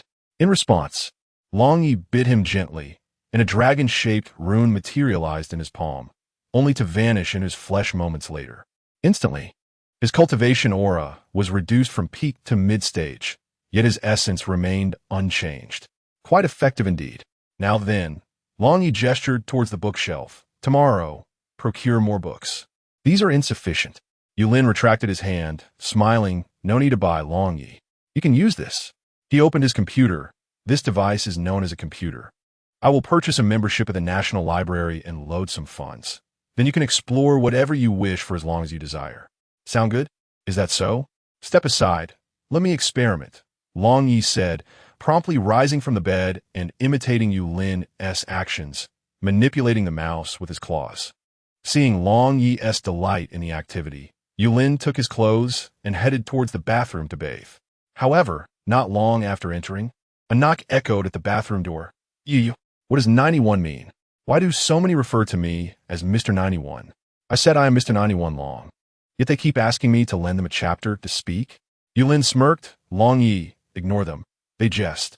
Oh, I claim to have come from ancient times, and they requested I spend modern currency, ensuring it is safely placed within the account. They merely shake their heads, and by merely speaking, they can obtain it. There are indeed many good people. Just step out and grab it. They also asked me to appraise antiques. What does the Ming Dynasty Yongzheng era signify? I recall that there was no such emperor in the Ming Dynasty." Yulin exclaimed, "Dragon Master, ignore them. These fellows are just joking with you. You should focus on your reading." "No way, I want to see it's amusing." "You continue your bath," replied Long Yi, seemingly departing from the bathroom door. When Yulin emerged from his bath, he was uncertain of what he had witnessed. Sitting on the bed, he bore an expression of profound understanding of the world, and slowly spoke. "You kid, from now on, if anyone sends me or you any pictures of plump, fragrant little Lolas in white socks, I, Long Yi, shall confront each one." Yulin fell silent. Look at how Long Yi has been affected. It's truly unfortunate. After a moment, he replied, "Dragon Master, you'll have to get used to it. The pace of life is swift now, and everyone is under immense pressure. It's quite normal for people to act out online. After all, no one knows anyone on the internet." Long Yi nodded. "So this is why you call yourself the strongest man in Jiangchen?" "Indeed." "All right then, give me a computer and a phone as well." "Sure. I will place the order now, ensuring you get the best configuration." Yulin nodded and promptly took out his phone to order the finest smartphone and the highest spec computer available. Money was no object now. He could afford to be indulgent. They would arrive the day after tomorrow. Yulin glanced at Long Yi, only to see him typing rapidly on the keyboard.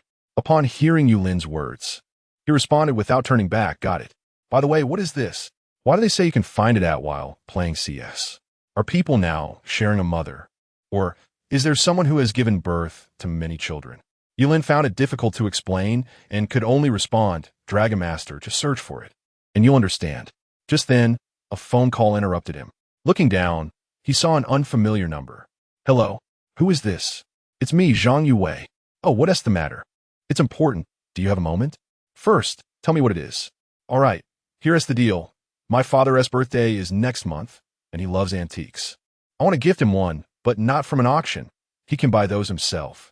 So, I intend to scour the antique market for something unique, but I don't know how to appraise treasures."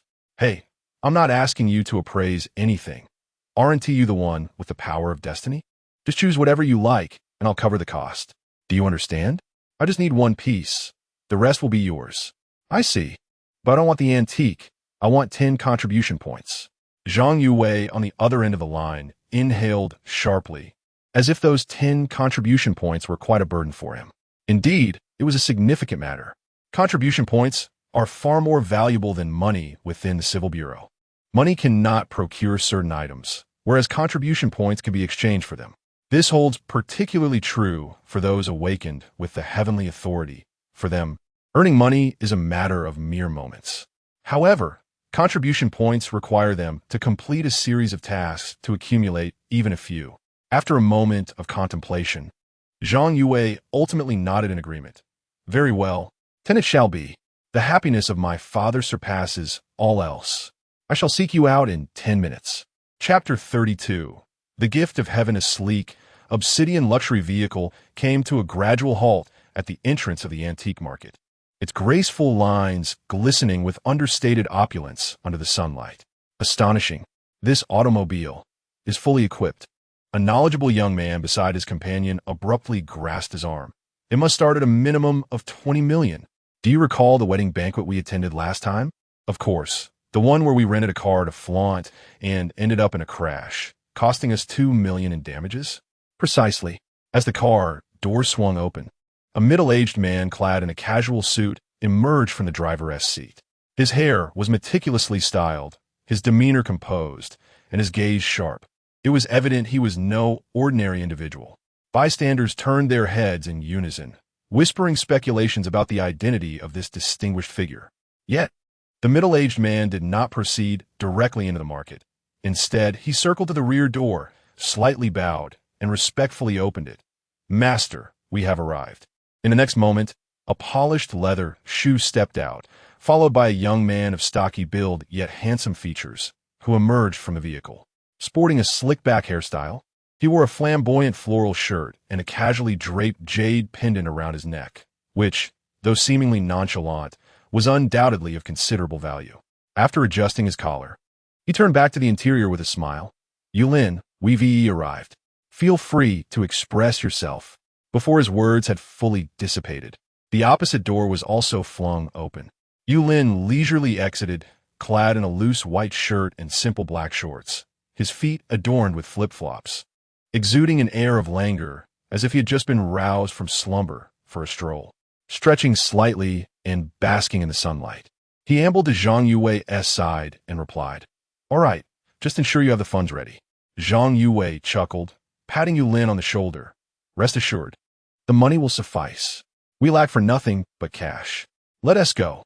The two strolled into the market, with the middle-aged driver trailing behind, maintaining a respectful distance. Onlookers were momentarily stunned. What an unusual pairing. A wealthy heir accompanied by an ornament to scout for bargains? What do you know? Perhaps the one in flip-flops is a hidden mogul. Isn't it all the rage to play the fool while concealing one's prowess these days? Indeed, the affluent of today engage in remarkably extravagant games. Yulin paid no heed to the murmurs around him, hands tucked into his pockets, leisurely following Zhang Yue while his gaze swept through the market. The voice of Long Yi reached his ears. "Goodness, the counterfeit goods are rampant. This vessel marked from the Zhou dynasty? A glance reveals it's merely last week's work. Such shoddy craftsmanship hardly merits the title of a vessel. Without moving his lips, Yulin communicated with Long Yi through thought. Then, Long Yi, which ones are authentic? Surely, not all are forgeries? Long Yi sighed. From the moment you entered until now, including the end of this street, all. What is that? The stall ahead on the right displaying stones. Let us approach. I sense something of value. Understood. Yulin was currently making his way towards the stall he had mentioned. Upon noticing this, Zhang Yue hurriedly approached with the steward and inquired, "Have you spotted something of value?" Indeed, Yulin nodded. Even without explicit guidance from Master Long, an instinctive premonition drew his gaze to a small object positioned to the right of the stone. "Is it this?" he asked. "No, I am referring to that stone," came a reply. "Purchase it, break it open, and within lies an artifact of celestial origin, as you call it. I can sense its aura. Master Long, do you possess such remarkable abilities? You truly are a master." "Oh, just a minor skill. Nothing to boast about," he replied modestly. Yet Yulin sensed that if Master Long were to reveal himself, his tail would surely be raised high in pride. If he was indeed referring to that stone, then the small object Yulin had perceived, a porcelain bowl with a lustrous white glaze, roughly the size of a palm, was undoubtedly a genuine artifact. At that moment, the stall owner noticed Yulin's unwavering gaze upon the porcelain and enthusiastically began his sales pitch. "Ah, young man, your eye for quality is commendable. This is a Ding Kiln piece, a bona fide Northern Song Dynasty Ding Kiln. Observe the teardrop patterns and the ivory white glaze. I'll take it." Do take your time.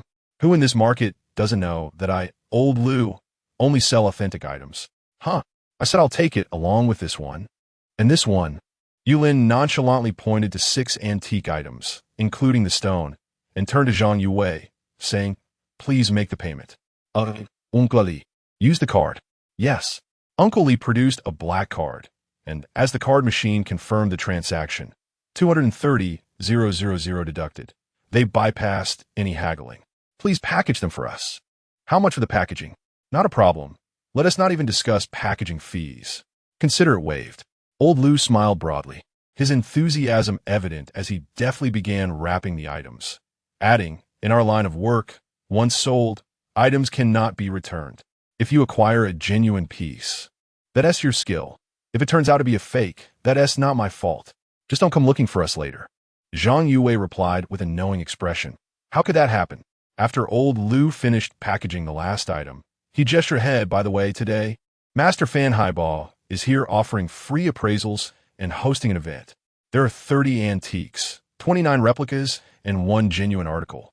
If you can identify the authentic one, you can take it home after the draw." Zhang Yue's eyes lit up. "Oh, is there such a good fortune? What if he denies the authenticity of a piece?" Old Lu patted his chest in assurance. "Rest assured, Master Fan is a man of integrity. Moreover, a few thousand for a faux kiln piece is trivial for someone of his stature. Reputation is paramount. He has no need to cheat. Go with confidence." Zhang Yue nodded. "Thank you." He surveyed the surroundings and asked, "By the way, do you have a car for rent?" Old Lu pointed to the side.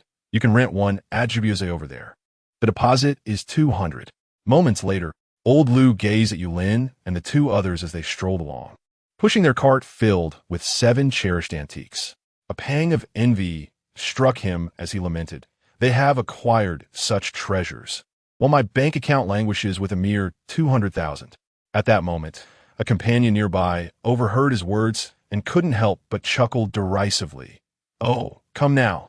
If you manage to sell this heap of discarded relics salvaged from a defunct antique shop, consider it a remarkable achievement. Shall we indulge ourselves tonight?" Without hesitation, Old Lu waved his hand grandly, exuding an air of generosity. "Not a problem. Not a problem. Tonight the treat is on me. After dinner, we shall enjoy a foot bath." Chapter 33. The appraisal expert within the 5 rings of Kyoto at the Huayan Antique Market. An unusually large crowd has gathered today. They are not merely buyers. A significant portion comprises individuals eager to assess the value of antiques. This surge is attributed to the presence of the appraisal expert Fan Haibao, who has set up a stall showcasing 30 pieces of antiquities. He claims that among them lies a genuine artifact worth 30,000. while the remaining 29 are high-quality replicas that even a seasoned eye might overlook. He boldly declares that anyone who can identify the genuine piece at a glance will receive it free of charge. Currently, throngs of people surround his stall, eagerly submitting their guesses into a wooden box. The time for revealing the results has yet to arrive. Fan Highball has also set up a table and chairs, announcing a complimentary appraisal session for the afternoon. At this moment, he passionately extols the virtues of the antiques. Forget about modern craftsmanship. Look at this rubbing, observe this rust. Feel the texture. You must understand that this cannot possibly be a contemporary piece. Use a magnifying glass. As Fan Highball addresses a fervent elderly man whose face has turned a shade akin to liver, he maintains a standardized smile. Please, allow me to explain, he begins. What do you have to say? The elderly man retorts. This piece is new. What? Absolutely new. You're talking nonsense. This is indisputably new. Not even a replica. You're spouting utter rubbish. You're a fraud of an expert. I won't show you anymore. The old man suddenly snatches the Do-Kai chicken cup from Fan Highball's hands and thrusts it into his own box, cursing under his breath. This is identical to the one in the Palace Museum. Their piece lacks a cover, while mine has one. And you say this isn't even a replica worth billions? You must be blind. Fan Highball listens calmly, but a young man in his 20s next to him can no longer contain himself. He stands up abruptly. What nonsense are you spewing? Let me tell you. Hey, Xiao Wang, it's all right, it's all right. It's not easy for someone to spend 100,000 on a counterfeit. It's understandable to be upset. Let him continue. Fan Highball intervenes, pressing Xiao Wang down with a seemingly gentle tone. Those words pierce deep, rendering the old man speechless and forcing him to retreat in embarrassment. Once the old man departs, a middle-aged gentleman with graying hair approaches. He places a bag on the table and smiles. Teacher Fan, this piece has been passed down from my great-grandfather. He claimed it to be a Ru kiln artifact and had it authenticated by Mr. Lin Baiyun of the Jingda Jun Art Association, who assured me of its authenticity and even offered to help me auction it. What do you think? As he speaks, he reveals a sky-blue porcelain bowl, roughly the size of a palm. Fan Highball takes it and, upon inspection, can't help but chuckle, although he recognized it as a forgery at first glance. He finds it amusing. The base is inscribed with, made during the Yongle reign of the Song dynasty. Fan Highball looks up. Let us not even discuss the fact that this base mark does not belong to a Song dynasty Ru kiln piece. Do you know when the Yongle era was? Upon hearing the words, the middle-aged man immediately waved his hand, exclaiming, Teacher Fan, do not concern yourself with that. Look at this crab claw pattern. Observe these fish scale cracks and this fragrant ash. It is precisely the same as what I saw in the museum. If you claim mine is a forgery, then the museum's artifacts must also be counterfeit. Although Fan Highball was tempted to scold him for his foolishness, years of cultivated demeanor restrained him, and he merely replied, Allow me to explain. There's no need for that. Just tell me whether it is genuine or not. I shall not conceal the truth from you. I have come specifically to test your expertise. At one point, someone offered 30 million for this, and I refused to sell. It is new, unquestionably new, and there is no room for dispute regarding its authenticity. Moreover, this is inferior to the low-quality replicas. How can that be? You are spouting nonsense. The middle-aged man grew agitated, raising his hand in an attempt to grasp Fan Highball by the collar, but was intercepted by the nearby Xiao Wang, who firmly pushed him away, saying, Old man, what do you think you are doing? Step aside. You all will regret this. The middle-aged man stammered, momentarily at a loss for words. Fearing retaliation from Xiao Wang, he could only pick up his Ru kiln piece and turn to leave. Fan Highball maintained his composed demeanor, gesturing for Xiao Wang to take a seat, and gently remarked, Stay calm. Once you truly enter the world of antique appraisal, you shall encounter many such individuals, and you will grow accustomed to it. Cultivate your composure. I brought you here today to give you a glimpse of what lies ahead. Indeed, your teachings are insightful. Xiao Wang nodded in agreement. Previously, he had found such encounters amusing in videos, but facing these seasoned veterans of the National Treasure community in person had truly tested his ability to suppress his anger. It was indeed a challenge. Watching those who knew little more than the surface of the subject prance about in their area of expertise It was akin to witnessing them defecating in one's living room. Taking a deep breath, Xiao Wang called out, "Next, please step forward." The individual approaching was not particularly young, yet appeared youthful enough. He produced a piece of porcelain from his bag, saying, "Teacher Fan, could you kindly take a look?" I bought on a whim. At the very first glance, Fan Haiba's interest was piqued. After examining the porcelain briefly, he smiled and said, "Quite good. It is indeed genuine, dating back to the Ming Dynasty during the Xuande period. While it is impressive, it is not from an official kiln, but rather a folk kiln. You see, its value is at least 20,000. How much did you pay for it?" The man chuckled, "Oh, not much, just 300. I bought it for fun, as my salary is limited. Spending more would be painful." Fan Haiba nodded. "Yes, your mindset is commendable. Antiques require." Suddenly, the timer device beside them emitted a ringing sound. He quickly finished his sentence and, alongside Xiao Wang, made his way to the stall featuring the 30 pieces of antiques. Arriving at the stall, Fan Haiba cleared his throat and announced, "Ladies and gentlemen, the time for the draw has arrived. Please hold on. We shall examine each piece in turn." The crowd immediately stirred, with everyone craning their necks to peer forward. Xiao Wang brought over a wooden crate and extracted the slips of paper contained within. He then proceeded to examine them one by one alongside Fan Haiba. Out of 30, only one was genuine. The remaining 29 were mere replicas. Unless an expert of Fan Haiba's caliber were to arrive, the situation seemed bleak. Fan Haiba glanced at the slip of paper in his hand, which read, "The richest in Southern Province." He took out his mobile phone and sent a message to the telephone number provided. "Greetings, you have won a prize. Please come and claim it promptly." Chapter 34. Getting hands-on inside the authentic antique shop, Old Chun. Please take a look at this Yuan blue and white porcelain. I plan to show it to Fan Haiba later. I believe it must be genuine. Very well. The shop owner, Chun Jianhua, accepted the porcelain claimed to be Yuan blue and white from his longtime customer. However, upon merely touching it, he discerned its authenticity was dubious. Yet, given that this individual was a regular patron, he hesitated to voice his thoughts too bluntly.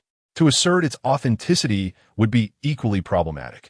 If the customer later presented it to Fan Haiba for appraisal and claimed it was genuine, it would certainly tarnish Chen's reputation as an expert. How to phrase this delicately? After a moment of contemplation, Chun Jianhua, with a serious expression, pointed at the porcelain and remarked, "It resembles the real thing." "Really? Are you certain, Old Chun?" "Do not rejoice just yet.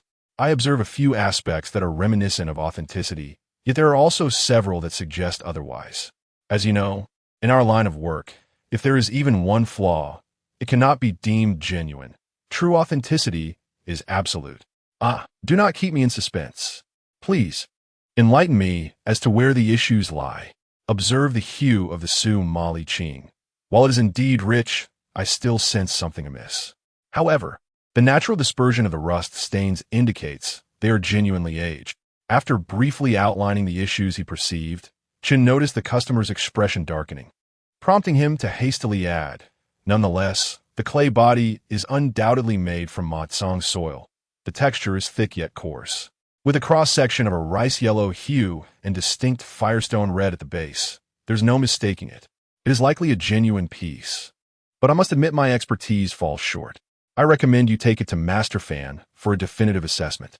"All right then," the customer replied, visibly relieved and smiling. "I will take it to him right away. If it turns out to be genuine, I shall reward you handsomely. Take care now. Be safe." Chun Jianhua watched him leave the shop, smirking. He hadn't uttered a single falsehood. The base was authentic, but the surface was counterfeit. How curious, after so many years in this business, to ponder what one has truly acquired. Nevertheless, the more, the merrier. Muttering to himself, Chun shook his head and turned back toward the counter.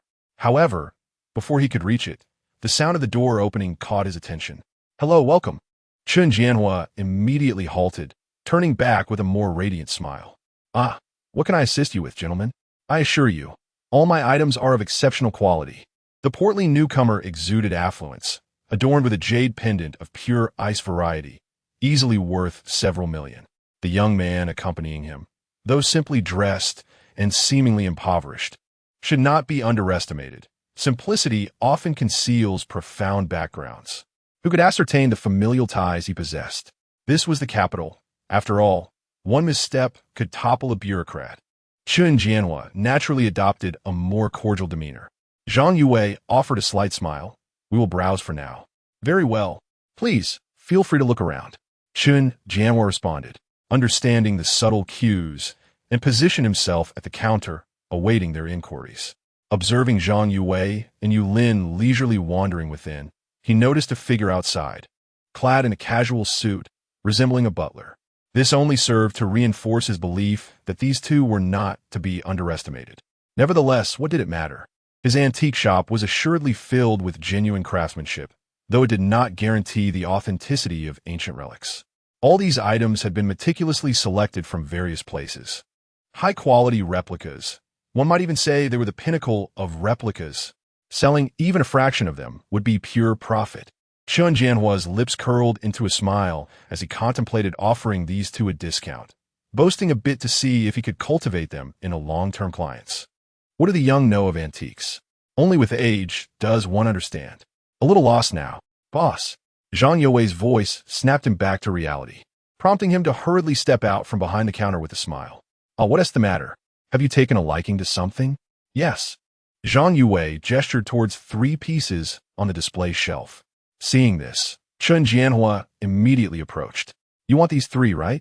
Young man, your taste is impeccable. Not to mention the other 2, but this Tang Sankai, it's simply... No, I don't want these 3. I want everything else on this side. All of it. All of it. Huh? Really? Yes. These are valued at 1,130,000. Are you certain? Swipe the card. Zhang Yue produced a black card. Upon seeing this, Chun Jianhua understood he was serious and indeed not short on funds. For him, $1 million was perhaps just pocket money for a month. Thus, he promptly fetched the card machine, thumping his chest, since you're so generous. I can't let anyone think less of me. Let us round it down. I'll take just 100 from you. What does that sound? Zhang Yue had no objections, as it made no difference to him. He nodded and swiped the card. Boss, could you provide us with an invoice to avoid any disputes later? I see it says here that once sold, items cannot be returned or exchanged, correct? Chun Jianhua was about to affirm the no-return policy when Zhang Yue preemptively stated it, aligning perfectly with his thoughts. He nodded with a smile. All right, just a moment. I'll pack these up for you. Please continue browsing.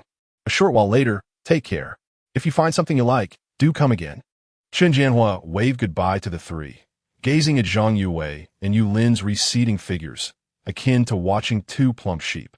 If only such occurrences were a daily affair. Suddenly, Zhang Yue's phone buzzed with a message. Looking down, he read, "Hello, you have won a prize. Please come and claim it promptly." He abruptly raised his head, calling out to Yu Lin, who was inspecting a rusted copper coin. Yu Lin, I really won something. I knew you had it in you. Without lifting his gaze, Yu Lin replied, You go claim it. I'll take a look some more. Ah, stop looking, Zhang Yue said, grasping his arm. I only intended to buy 1 item. And now this is more than enough. Let's go together. We can have these assessed by Fan Haiba. All right then, let's go. Hearing this, Yu Lin set down the half-genuine and half-counterfeit coins he was holding. He turned and walked alongside Zhang Yue towards the location of Fan Haiba. Before they could even push through the crowd, they heard from a distance. What do you mean my piece is fake while his is genuine? Look closely. Mine is identical to his and even superior. If you dare to, please remain calm. Allow me to explain. Although the shapes appear similar, upon closer inspection, there are slight differences. The texture is overly compromised, and this opening is not authentic. It is a fabrication. What nonsense. I refuse to let you examine it. You are utterly. You may refuse, but I assure you, this is undeniably brand new, without a shadow of a doubt. You get lost. The furious appraiser shouted, ready to confront him. As the crowd erupted in chaos, the enraged appraiser brandished a dagger, its cold glint aimed directly at Fan Haiba's heart. Just as the blade was a mere 3 inches from Fan Haiba, Yu Lin suddenly swung his foot. Whack! A slipper struck the dagger with a crisp metallic sound, sending it flying through the air, tracing gleaming arcs. Before anyone could comprehend the situation, Yu Lin launched his other foot. Whoosh whack! The second slipper darted through the air like a dart, striking the furious man squarely in the face. With a yelp, the man fell backward to the ground. Yu Lin strolled over leisurely, first bending down to retrieve the fallen dagger and placing it on a nearby table. He then squatted down, removed his slipper from the man's face, and put it back on his own foot. The entire market fell into an eerie silence. Everyone stared wide-eyed at this young man in slippers and at the two individuals pushing a cart towards him. Let's discuss this calmly. Why resort to knives? You can't assess others while seeking assessment yourself. Indeed, it's my brother Yu who intervenes. These are merely the cheap, postage-inclusive items from Pinduoduo, and you're getting agitated over being called fake. Uncle Lee, make the call. Take him in. Understood. Chapter 35. The Devil's Training. Once the matter concerning the murderous man was resolved, dusk had already descended. Yu Lin declined Fan Haibaw's invitation, opting instead to return with the stone, eager to discover the nature of the celestial artifact within. Appraising treasures was a task better suited for Zhang Yuwei, the principal party involved. At this moment, in the dormitory's bathroom, with a resounding thud, Yu Lin struck the stone twice, cleaving it open to reveal a ring of ancient elegance. The ring was entirely obsidian, inscribed with the ancient phrase, "A gentleman strives for self-improvement." Its characters robust and powerful. A gentleman strives for self-improvement? Yu Lin mused, lifting the ring and tilting his head to inquire of Long Yi. Do you have any knowledge of the powers this celestial artifact possesses? Long Yi shook his head. How could I possibly know? The only reason I can sense its presence is that I, too, was born from a celestial artifact, sharing the same origin. He gestured with a claw towards the ring. Why not wear it and see for yourself? Typically, donning it will reveal its function. Seeing Long Yi's uncertainty, Yu Lin nodded in agreement and slipped the ring onto the index finger of his left hand. The moment he adorned it, an enigmatic force enveloped him, indescribable yet palpable. His intuition whispered that the power of this celestial artifact was intrinsically linked to the phrase inscribed upon it. Emerging from the bathroom, Yu Lin retrieved a tome detailing the currently known celestial artifacts. He casually tossed the book into the air, its pages fluttering wildly. When it finally descended, several lines of text caught Yu Lin's eye. Second sequence number 0, 4 celestial artifact. Man's determination overcomes heaven ability trait, creates a singular opportunity for reversal in absolute disadvantage. For instance, when suppressed by the first sequence number 0, 3 celestial artifact, rendering one temporarily unable to utilize their celestial artifact and losing their cultivation. This authority can be wielded to forcibly resist and restore one's cultivation. Note, each use of this celestial authority consumes 10 years of lifespan. Users are advised to consider judiciously and employ it reasonably. Power is valuable, but life is priceless. When I am already in a position of absolute disadvantage, what is there to fear regarding my life? Let us proceed with resolve. Yu Lin murmured to himself. Yet he held a profound respect for the ability to overcome destiny. The potency of the celestial artifact likely varied by 5 to 10 when compared to the complete celestial authority. However, the toll remained the same. Both required the sacrifice of 10 years of life. Even celestial artifacts derived from the first sequence demanded a price for their use, for they were extraordinary items enabling ordinary individuals to wield celestial authority. As for the imitation celestial artifact, the space ring, previously provided by Su Chu for Yu Lin's protection, it was crafted using the second sequence celestial authority to simulate the genuine article, possessing at most half the original's power. Yet, the higher the grade of the imitated celestial authority, the weaker the resultant power. Moreover, such contrived objects would typically shatter and become unusable after 1 or 2 uses. The sole advantage lies in the fact that usage incurs no cost. Were one to exchange contribution points, that spatial ring would be worth 10 contribution points. You understand the significance of such abilities, do you not? What is your account number and password? I shall top it up a bit. Lord Long descended, landing before the computer. Yu Lin raised an eyebrow and inquired, Lord Long, what do you wish to purchase? Oh, it's nothing much, he replied. I've made a few acquaintances who wish to join me in gaming. I'll add some funds for skins and such. I see, very well. Yu Lin had not anticipated that Lord Long would so readily embrace the internet, exhibiting tendencies of a seasoned gamer. Nevertheless, it mattered not. What brought joy to Lord Long was all that counted. Yulin retrieved his secondary card and handed it to him, saying, "There are 5 million within, and the password is, spend as you wish, and let me know if you require more. I shall meditate for a while." All right. Lord Long wrapped the bank card with his tail and eagerly logged into his gaming account. Perhaps wary of disturbing Yulin's meditation, he refrained from tapping the keyboard with his claws, instead controlling it through thought. Yulin glanced at the game he was engaged in, League of Legends. Remarkably swift, he dispatched foes while hurling insults, truly an embodiment of bullying. His teammates showered him with praise, causing Lord Long's tail to sway incessantly, evidently elated. Yulin shook his head, choosing to ignore him. He retreated to his bedroom, seated himself in a lotus position, and silently recited the mantra of from entry to grounding, beginning his focus practice. Accustomed to the abundant energy from the era of Liu Bang, returning abruptly to the present was somewhat disconcerting. What once could be achieved in mere days now seemed likely to extend into the following month without the aid of elixirs and potions. Fortunately, while others feared drug resistance and pill toxicity, he had no such concerns. He could simply consume substances to expedite his progress. Casting aside distractions, he gradually regulated his breathing. Outside, Lord Long wreaked havoc, spending an entire night conquering various masters, thereby establishing the reputation of the ID, the first dragon of the Great Xia, throughout the League of Legends community.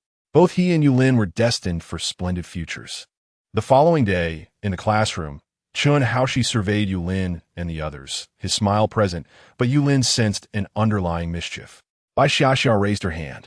"It wasn't quite enough. I propose extending the break by 2 more days." "Really?" "Indeed." "Very well. I shall grant you 2 additional days off." "Really?" "Not at all. Starting today, Bai Xiaxia, I must practice an additional hour daily before dismissal." "Huh? No, please, teacher, I speak another word. And it will be increased to 2 hours." Seeing Bai Xiaxia hastily cover her mouth in fear, Chun Haoshi nodded in satisfaction. "Good. Your silence is commendable." He clapped his hands, raising his voice slightly. "I have an announcement to make. Next month, on the 17th, a newly formed team from America will be dispatched to engage in what they term friendly exchanges with you. This has become customary. The victorious team will be awarded a prize jointly sponsored by both parties. Historically, our results have been balanced, with wins and losses roughly equal. Yet I have high hopes for your cohort, which is the most talented in a decade. Victory is the only acceptable outcome." He turned to the blackboard, seized a piece of chalk, and inscribed 4 bold characters. "Demonic training."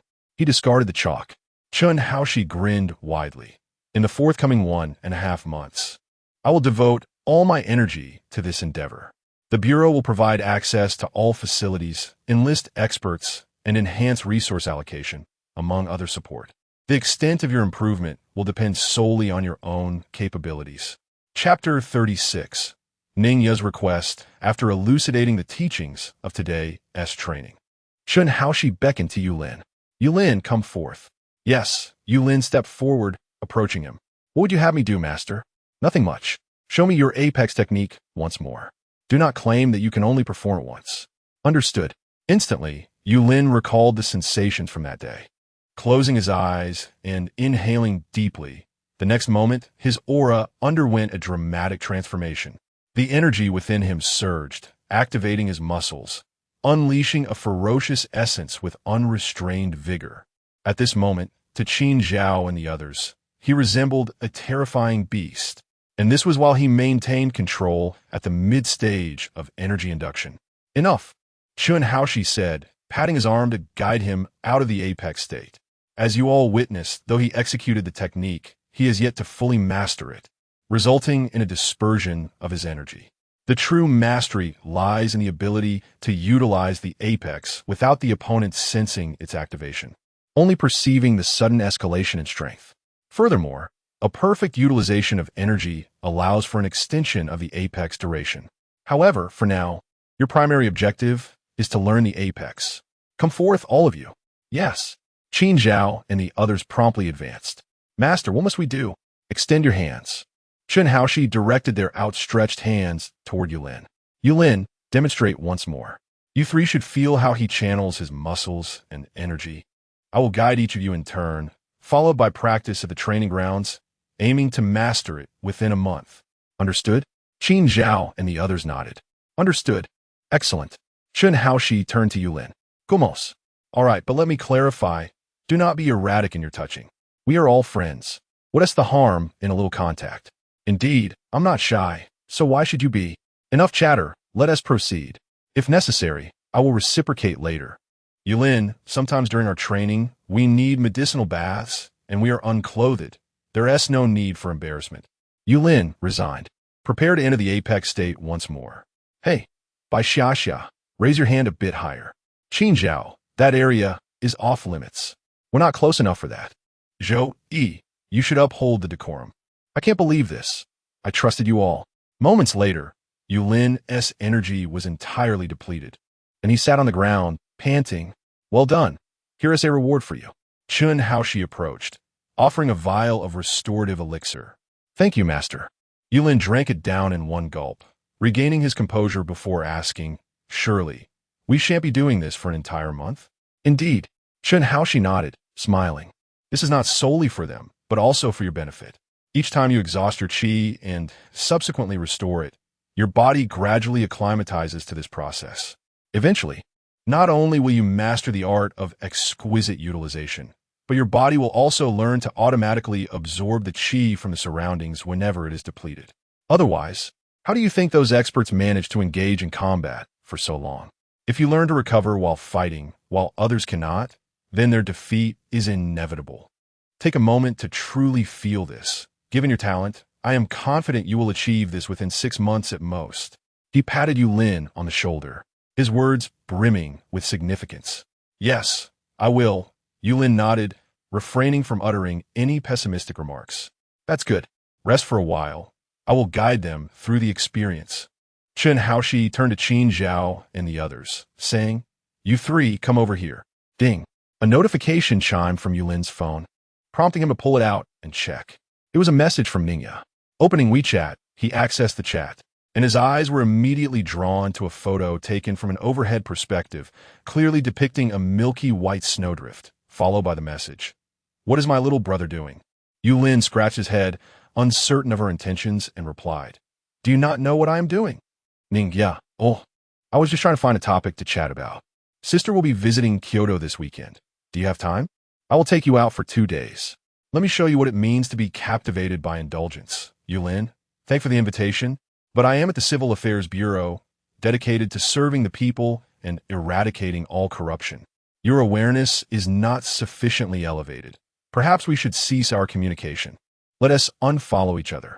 On the other end, Ningya smirked, biting her lip, perplexed as to whether Yulin was genuinely dense or perhaps he was gay. After all, she, a stunning beauty, was making such an overt advance, and he remained unaffected. It was quite embarrassing for her. Tap, tap. Her fingers danced across the screen. All right, I'll stop teasing you. You're set to compete in America in a month and a half, right? There is someone named Ailish in your team. Make sure to give her a good thrashing, and I'll reward you for it. Yulin raised an eyebrow, inquiring with curiosity. Do you have a grudge against her? Ningya. Something like that. Last week, she and a few others bullied my cousin, engaging in some campus harassment. If she hadn't been taken away by the American government early on, well, haha. In any case, that is how it is. Don't tell me. You can't handle it? After contemplating for a moment, Yulin decided it was an easy task and agreed. All right, I will turn her into a pig's head. Is there anything else? That's fine for now. I still have class to attend, Ningya remarked. If you find your teacher's lessons lacking, feel free to seek my guidance. I will be glad to offer some coaching. Farewell. Yet, Yulin couldn't shake the feeling that something was amiss in her words. However, Chen Haoshi beckoned him over, prompting him to dismiss his thoughts. Teacher, what shall we practice now? Let us proceed to the training grounds and refine our agility. Chapter 37. Dual Authority? The training period passed swiftly, and before long. It was evening, marking the end of class. Qin Zhao lifted her shirt to wipe the sweat from her forehead, allowing her toned figure to be revealed. Her formerly stylish wolf-tail hairstyle had been cropped to a buzz cut, yet this alteration did not diminish her beauty. Rather, it added an extra touch of handsomeness. As she lowered her shirt, she approached Yulin, who appeared nonchalant and unaffected. Yulin, why are you so relaxed? How do you manage it? Could you perhaps teach me? The reason for his ease was obvious. He had reached the pinnacle of energy absorption, while they were still in the midst of it. However, Yulin kept this to himself, responding with a smile. Where? Look at me. I'm drenched in sweat. I'm quite exhausted, you know. Qin Zhao regarded him skeptically. But you aren't even breathing hard. Look at Bai Xiaoxia, panting like a dog. Hey, I'm not deaf, protested Bai Xiaoxia, who was sprawled on the ground, tongue lolling out as he gasped for air. He quickly sat up, raising his hand in protest. Nevertheless, Qin Zhao ignored him, locking eyes with Yulin as if attempting to uncover something deeper. Do you really want to know? Absolutely. Please teach me. I am willing to do anything. Very well. Come here, and I shall share my secrets with you. What is it? Daily, you must commit to 100 sit-ups, 100 push-ups, 100 squats, and a 10-kilometer run. What? That's it? Indeed, that is my method for gaining strength. Did you think I hadn't seen One Punch Man? You've seen it too, huh? Ha! I can't fool you. Yulin chuckled awkwardly before adopting a serious demeanor. In truth, I possess no special techniques, only relentless effort. Without harming your body, strive to exhaust every last ounce of energy, just as the instructor mentioned. Completely deplete your energy, allowing your body to learn to actively absorb it. You may give it a try. As for its effectiveness for you, I cannot guarantee it. What works for me may not suit you. Is that so? Qin Zhao's expression turned contemplative, as if genuinely pondering the method he had suggested for strengthening oneself. All right, I understand. If it works, I'll treat you to a meal. Thank you. No need for thanks. Yulin waved his hand dismissively. After all, this was merely a haphazard suggestion based on Chun Haoshi's insights. It might prove useful, but he was uncertain. He certainly couldn't consider himself a master, even though Long Yi, who recognized him as such, had only imparted some information. At that moment, the sound of footsteps echoed, prompting all four of them to look in unison.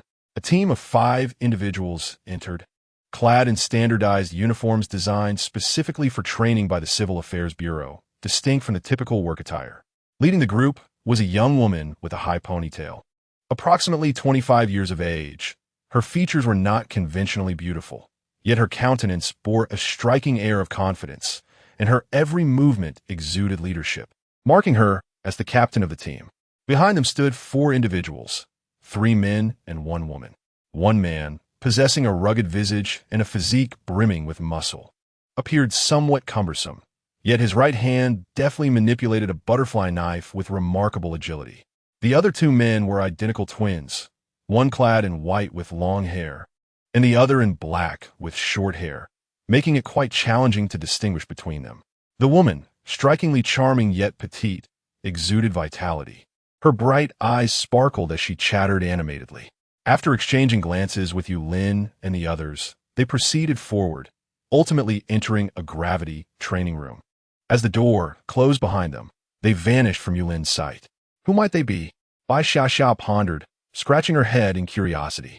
While Yulin and Qin Zhao were unaware, Zhou Yi, who sat cross-legged on the ground in quiet meditation, suddenly spoke up. They belonged to the second team of the 9th group, led by Bai Ying, who is exceptionally formidable. Her sequence number is 02, with a power-cold prison, enabling her to manipulate the temperature within a 10-meter radius, plunging it to a chilling -70 degrees in an extremely short time. As her strength grows, she can expand her range and elevate the temperature's minimum threshold. Moreover, she is a prodigy of qi cultivation, currently at the advanced stage of not bad, making her a standout among the younger generation of our Civil Affairs Bureau. Otherwise, she wouldn't have the capability to lead a team. As for the others, I only know the leaders of each team, so I cannot provide more information. You may search our Civil Affairs Bureau's intranet for further details. Upon hearing his explanation, Yulin and his companions began to understand. They had previously only known that the Civil Affairs Bureau comprised 9 groups, apart from the specialized 1st to 3rd groups. The remaining groups 4 to 9 were each composed of at least 2 teams. Established a decade ago, the 9th group boasts 7 teams. Team rankings within the group do not consider the order of establishment, but rather their strength. The more powerful a team, the higher their rank. thus securing greater access to resources. Assessment methods involve both strength and the successful completion of tasks of certain levels. Additionally, if a team's entire members perish, the subsequent team automatically fills the vacancy, a scenario the Civil Affairs Bureau fervently wishes to avoid. Suddenly, Qin Zhao rose. Everyone, I inquired earlier about the establishment of the 10th group. We need to advance to the not bad stage within a year and complete a regional task together. Let's all strive for this. If you need any medicinal resources, feel free to let me know. The resources available to core teams are incomparable to those of smaller squads. Her enthusiasm was infectious, and Yulin and the others did not dampen her spirits. Nodding in agreement. All right, I support your idea. Qinjia, will you treat me to a few meals of spiritual food in the future? If we truly become the 10th group, I can also bring honor to my master when I return. Seeing their determination, Qin Zhao smiled. Then let us work hard together. I will go practice a bit more. See you tomorrow.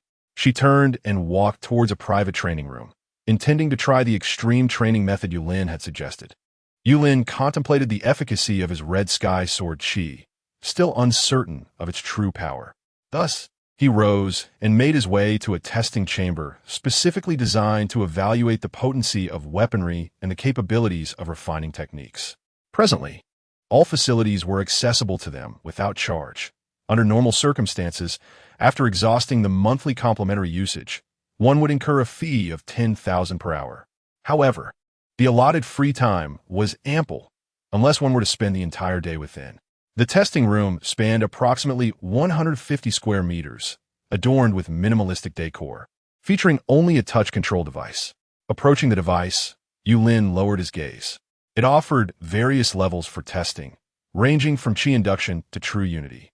Though higher tiers, such as 5 Qi and Taishu, were conspicuously absent, perhaps due to exorbitant costs or limitations in current technology, he dismissed these thoughts and commenced with the refining form level, pressing the confirmation button.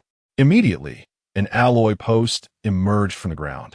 Yulin raised his hand, forming his fingers into a sword, channeling the energy within him as a fierce aura coalesced at his fingertips. In the next moment, with a swift motion, a crimson sword Qi erupted forth, carving a brilliant arc through the air. The sword Qi struck the alloy post at the Qi induction level, slicing through it effortlessly as though it were butter. The severed edge gleamed with a smoothness akin to a mirror, reflecting Yulin's mildly astonished visage. The power, he mused, glancing at his fingers, a spark of delight flickering in his eyes. Quite impressive indeed. Without hesitation, he selected the indestructible level for testing. A new alloy post ascended from the ground, its material evidently more substantial, exuding a chilling metallic sheen. Without a moment's pause, another wave of crimson sword Qi surged forth. This time, as the sword Qi met the alloy post, Yulin distinctly sensed a measure of resistance, albeit fleeting. Yet, with an unstoppable momentum, the sword Qi cleaved through the post. A resounding thud echoed as half of the alloy post crashed to the ground. Yulin furrowed his brow slightly. While it was capable of severing, the energy expenditure was markedly greater. After a brief moment of recuperation, he opted for the concentration level test. The new alloy post, entirely black and adorned with intricate patterns, exuded an air of the extraordinary. The third wave of sword Qi roared forth. However, this time, the sword Qi merely left a shallow white mark upon the surface of the post before dissipating into nothingness. Simultaneously, Yulin felt a significant depletion of his internal energy, an overwhelming sense of emptiness washing over him. Clearly, with my perfected Qi induction cultivation, he inhaled deeply, pondering. I can manage at most 3 uses. I can instantaneously eliminate indestructible level beings, yet pose little threat to those of the concentration level. His gaze remained fixed on the white mark. However, once I step into the refining form realm, I should be able to inflict a far greater menace. What does the introduction of dividing destiny entail? Can it sever the inherent fate of others? Never mind, I shall attempt it again later. With this thought, Yulin pressed the clear button. Once the severed pillars were tidied away, he turned and exited the testing room with alacrity. Meanwhile, Chen Tian, who was inspecting the surveillance room today, sprang up from her chair, grasped her tablet, and hurriedly made her way to the deputy director's office. Without a moment's hesitation to knock, she flung the door open and called out to Zhang Jiangping, who was engrossed in his work. "Captain, the dual authority." "What? What dual authority?" Zhang Jiangping furrowed his brow. Chen Tian stepped forward and handed over the tablet. "Captain, just take a look." "Oh." Zhang Jiangping took it, and upon glancing at the screen, a look of delight spread across his face. "Yulin, splendid. I never imagined that the dual authority, which has not graced our daxia for decades, would fall into my hands today. With the dual authority in our grasp, I am eager to see how the Americans intend to prevail. What can they possibly use to contend with us?" Chapter 38. Breaking through with substance in the dormitory. Yulin observed Long Yi still engaged in his relentless gaming after an entire day and night. He couldn't help but smirk slightly. Fortunately, as long as Long Yi wished to remain unseen, he would remain hidden. Otherwise, anyone entering would be startled to find a dragon furiously typing away at the keyboard. One could never ascertain whether their teammate was a human, a dragon, or something entirely different. Upon hearing Yulin's voice, Long Yi paused his actions and turned to inquire. "Is the RNG team exceptionally formidable? They messaged me today, inviting me to try out. They also mentioned someone named Faker. Though he is quite skilled, he is merely average. A slight effort from me results in a solo kill. Humans may be gaming prodigies, but they cannot possibly compare to you, the legendary Long Yi." Yulin muttered to himself, thinking that encountering a player of Long Yi's caliber was indeed unfortunate for them. "Well, I'm tired of this game. Hand me your ID. I shall attempt their CS, or whatever it's called." Long Yi seemed to conclude his current match as the crystal shattered, and the screen ultimately froze on the page of the most powerful champion. As Yulin peeled off his sweat-drenched shirt, he remarked, "The drawer holds it. Long Yi, didn't you say you wanted to restore your strength? Aren't you supposed to seek treasures or something? Or do you believe that gaming alone can rejuvenate you?" Long Yi waved his claw dismissively. "Oh, let us just play for a couple more days." Before he could finish his sentence, a knock resounded at the door. In the next moment, it surged towards Yulin, entering the intricate pattern on his chest. "They've arrived." Yulin donned his shirt and approached the door, opening it to reveal a surprising sight. Zhang Zhu and Chen Jie. "What brings you here?" "Of course," Zhang Jiangping replied, leading Chen Tian inside. After settling into a chair, he stated, "Yulin, we just reviewed the surveillance from the testing chamber and noticed you utilized the Crimson Sword Chi 3 times, successfully severing the refining and indestructible alloy pillars. You even left a faint mark on the concentration pillar. We wish to know when you discovered this ability, or if it was an unintended spell you learned." Yulin was not taken aback. He had anticipated they would uncover this through the surveillance during his testing. How long could he keep it hidden? It was better to acknowledge the divine authority outright. Thus, he candidly replied, "It was at the moment I successfully induced energy that I felt something shift within me. As I progressed into the mid-stage of energy induction, that sensation intensified. Was there an issue with my testing?" "No issue at all. You performed excellently." Zhang Jiangping laughed heartily, patting Yulin's shoulder with affection in his eyes. "Your situation is a 1 in 100 billion chance, awakening another divine authority. And it is a brand new authority. Given the current known powers, none align with your abilities. The closest is the second sequence's Sword Heart, which can manipulate all sword-wielding weapons and control their sword energy. Although numerous, their power pales in comparison to your singular strike. Quite impressive indeed." After a moment of praise, his expression shifted, and he spoke gravely. "Therefore, we wish to entrust you with the naming rights of this power. What do you wish to call it?" Yulin feigned contemplation, and after a brief pause, he proposed, "Qi Xiao. How about Qi Xiao Sword Energy?" "Qi Xiao Sword Energy," Zhang Jiangping repeated, applauding, "Excellent. It's straightforward and resonates with the name of Han Gaozu's snake-slaying sword. It fits perfectly. Truly a talented individual capable of scoring 600 points even under such circumstances. Let this be its name. Heroes, Yulin. If you can lead them to triumph over the United States, I promise to equip you with a set of Earth-grade gear and a heavenly-grade weapon. This is my personal investment. Put forth your best effort. I see in you the potential for the 10th group and even the future director of the Civil Affairs Bureau. We shall not disturb your rest further. Feel free to reach out to Old Chun should you require anything." With that, he and Shin Tian made their way toward the exit. Zhangju, Chen Jia, take care. After Yulin saw them out, he closed the door. Only then did Master Long emerge from the cauldron, marveling. Director Zhang possesses considerable strength. He could serve as a general under Old Yu. However, I am curious why the qi in your era has diminished so significantly. Su Fu merely opened the path for cultivation.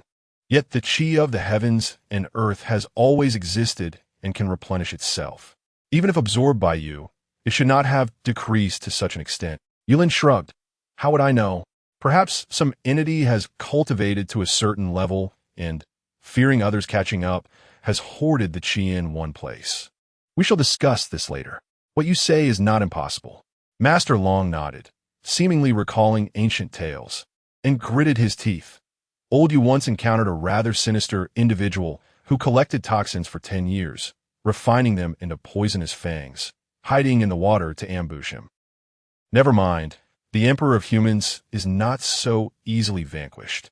He flicked his tail and flew back to the computer. Why hasn't my computer arrived yet? It's on its way. Tomorrow I shall bring it to you. Very well. As Yulin observed it delving back into the digital realm, he rose and made his way to the bathroom. After showering, he began his cultivation. He tossed several cultivation pills into his mouth and drank a potent concoction. While such consumption would usually result in toxicity for others, Yulin, possessing miraculous resilience, could even heal from late-stage cancer. He indulged without restraint. Until the moment he ceased his cultivation, his mastery broke through to the perfection of qi induction, leaping into the realm of physical refinement. Chapter 39, Mission. Pursuit. 10 days later, I have witnessed the fruits of your training over these past days. Although the 10 days consumed 3 months' worth of resource allocation, it has proven to be worthwhile, yielding commendable results. Chen Haoshi stood before Yulin and the others, a smile gracing his face. Zhou, he has progressed from the completion of qi gathering to form refinement. And both Yulin and Qin Zhao have achieved the same level in qi gathering. Even the indolent Bai Xiaoxia has stepped into the latter stages of qi gathering. In you, I see the echoes of our director's former days. Keep up the good work. As his words concluded, applause erupted from Bai Xiaoxia, who exclaimed loudly, "Excellent. All right, enough. Please settle down." Chen Haoshi interjected, clearing his throat. Today, we shall not discuss cultivation nor engage in basic training. We will instead embark on a practical exercise. No amount of impressive data or performance can surpass the value of completing an S-level practical assessment. So, how shall we conduct this exercise? He lifted the tablet in his hand, tapping a few times before displaying the screen to the 4 of them. In Nanyan City, there's an escaped yellow-level wanted criminal. 3 days ago, he murdered his master and violated his senior sister. Here is his photograph and basic information. You have 2 days to apprehend him. Within 2 days, alive, S-level. Dead, a level. Beyond 2 days, regardless of outcome, it will be B-level. For each additional day, the evaluation will drop a level, down to the worst, F. He paused, his tone turning serious. Of course, prioritize your own safety. The evaluation may suffer, but you must return alive.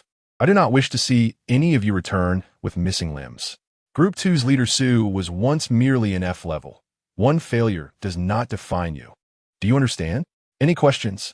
A hand shot up. It was Yulin. As long as he is alive, that suffices, correct? Chen Haoshi grinned broadly. Indeed. As long as he is alive. Yulin withdrew his hand and nodded. Very well. I have no further questions. The other 3, Qin Zhao included, echoed their agreement. Neither do we. Excellent. Now, Chen Haoshi produced 4 plane tickets from his pocket, slamming them onto the table. The flight departs at 2:30 this afternoon. Prepare yourselves, and then we shall set forth. Nanyan City, evening, airport. The glass doors slid open automatically, and Yulin and the others stepped out in succession, instantly attracting curious glances. Leading the group, Yulin donned a casual outfit derived from his advanced attire, featuring a black t-shirt paired with jeans and canvas boots. One hand rested in his pocket while the other casually twirled his phone, his gaze lazily surveying the surroundings. A half step behind him, Qin Zhao sported a neat crew cut, dressed lightly in a fitted tank top due to the sweltering heat, clutching a booklet in which he was diligently writing. Bai Xiaoxia, the fair-skinned youth, ambled along with a lollipop in his mouth, his backpack adorned with an array of cartoon keychains that jingled with each step. He was engrossed in fiddling with his phone, occasionally breaking into a silly chuckle as if engaged in a lively conversation.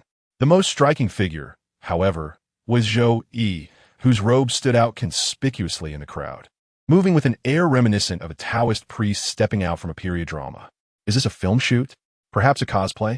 Look at that person with a backpack full of trinkets. They clearly belong to the realm of animation. You wouldn't understand, would you? That Taoist is from the Chuanjin school. Just look at him. Wow, that girl with a buzz cut is so cool. Whispers among the onlookers filled the air. A few bold girls nudged each other, and finally, one mustered the courage to approach them. Could I add you on WeChat? A girl with dyed pink hair flashed a friendly smile and offered her phone to Yulin. Yulin shook his head, smiling slightly. Sorry, I have a girlfriend. He pointed to Qin Zhao, who, aware that he was using her as a shield, nodded without lifting her gaze and replied softly. All right, sorry to bother you.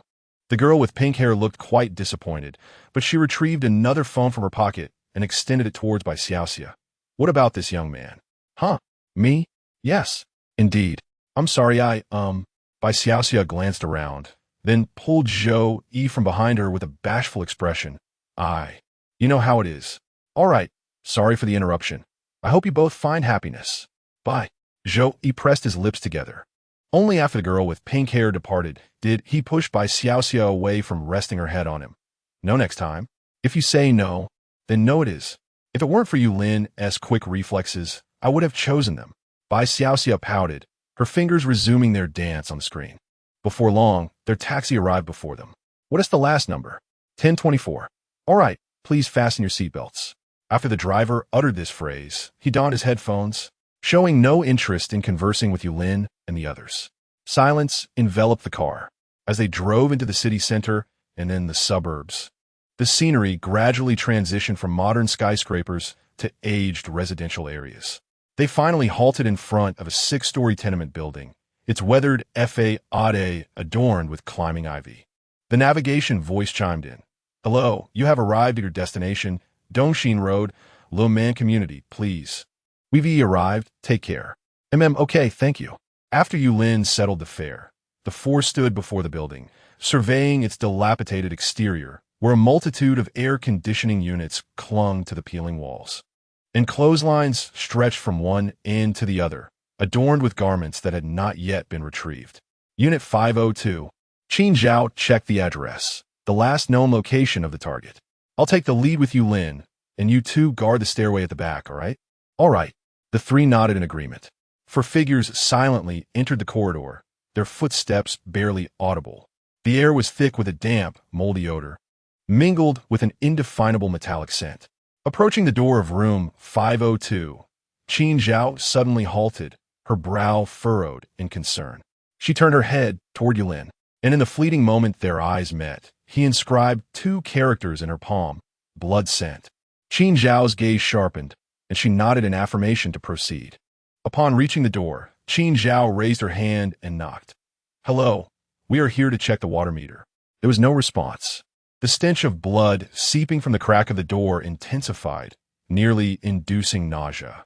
At that moment, Long Ye's voice resonated in Yulin's ear. Kid, there's no one inside, just a corpse. Likely dead since this morning. What? Yulin's expression darkened, and after a brief exchange of glances with Qin Zhao, he forcefully kicked the door, bang. The lock shattered, and the door slammed against the wall. The sight that greeted them froze them in place. A blood-soaked living room. Ressembling à Elige Tableau. Beneath the ceiling fan hung a slender figure, mutilated and bleeding, with crimson droplets cascading from her toes, pooling into a dark red puddle on the floor. Most strikingly, the wall bore a message written in blood. You are too late, a bunch of worthless fools. These 2 children's mother died because of you. Ha ha ha. Yulin frowned, murmuring, death occurred no more than 3 hours ago. It seems someone alerted him while we were on the plane. Damn it. Qin Zhao's voice rose in anger. Swiftly, she approached and freed the hanged woman. confirming her demise, her fury intensifying. "I will shatter every bone of that damned bastard." Her roar summoned by Xiaoxia and Zhou Yi, who rushed over, only to be halted by the gruesome scene before them. By Xiaoxia, unusually silent, gnawed at her lollipop until only the stick remained. "Damn it," Zhou Yi, typically composed, cursed as he surveyed the tortured corpse, his eyes filled with murderous intent. "Run. Did I tell you to run? Wait a moment. I need to calculate." He retrieved 3 ancient coins from his sleeve, stamping heavily on the ground. Divination authority activated. In an instant, a 2-meter-wide Taiji diagram materialized beneath his feet, the yin and yang fish slowly rotating and emitting a faint white light. Divination. With a low command, he tossed the coins high into the air, tracing 3 arcs. As they landed, they produced a crisp resonance, coming to a complete stop. Wiping the blood from his lips, Zhou Yi lifted his head sharply, enunciating each word. "Southeast. 10 kilometers." Chapter 40. Just taking you back, the night was as dark as ink. On the outskirts of Nanyuan City, within an abandoned factory, shattered glass windows allowed slivers of pale moonlight to illuminate the dust swirling in the air. Rusted metal beams precariously supported the crumbling ceiling, while the corners were cluttered with moldy wooden crates and broken mechanical parts. In the distance, the sporadic chirping of unknown insects added to the eerie silence. In the dilapidated office on the 2nd floor of the factory, a man sat on a faded leather sofa. He possessed an unremarkable appearance, one that would be lost in a crowd. With short hair, a square face, sallow skin, and features devoid of distinction. He stood in stark contrast to his surprisingly robust physique. The contours of his muscles were subtly discernible beneath a thin t-shirt. At that moment, he cradled a bowl of instant noodles, slurping them noisily. Steam rose, obscuring his visage. "Su Den Li, bang!" He hurled the bowl against the wall. Broth splattered, noodles clinging to the aged surface, slowly sliding down. "Damn it!" he roared, kicking over the wooden table before him. The table crashed to the floor with a thunderous noise, causing the ground to tremble slightly. Was it merely a matter of killing a few people? Why the relentless pursuit? He ground his teeth, veins bulging at his temples. Fists clenched so tightly that they crackled. "Just wait until I get out of this country. Let us see how you pursue me." Huang Yu, a registered practitioner of the 5 Elements Fist at the Civil Affairs Bureau, was the disciple of Chun Dingxin. While lacking the bestowed authority of the heavens, his aptitude for cultivation was commendable. Within 5 years of initiation, he had reached the mid-stage of body refinement. As the name suggests, body refinement involves harnessing qi to enhance one's physical form. The body, nurtured by qi, grew increasingly powerful, rendering ordinary weapons ineffective. Even after a secondary reinforcement with qi, he could withstand gunfire. His capacity to contain qi had also significantly increased. Initially, he could only harness qi for a minute.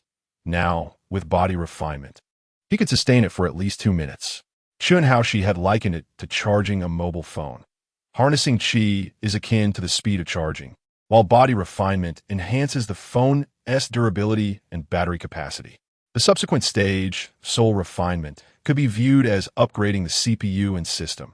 The more powerful the CPU, the smoother the system runs, thereby improving the overall performance of the device. Although the details may vary slightly, this analogy holds true. As for how Huang Yu's master met his demise, he had reached the pinnacle of body refinement and was a seasoned expert. Huang Yu, of course, could not defeat him in a fair fight, hence poison. One virus could turn even the finest device into a brick. Huang Yu had tragically lost faith in his master.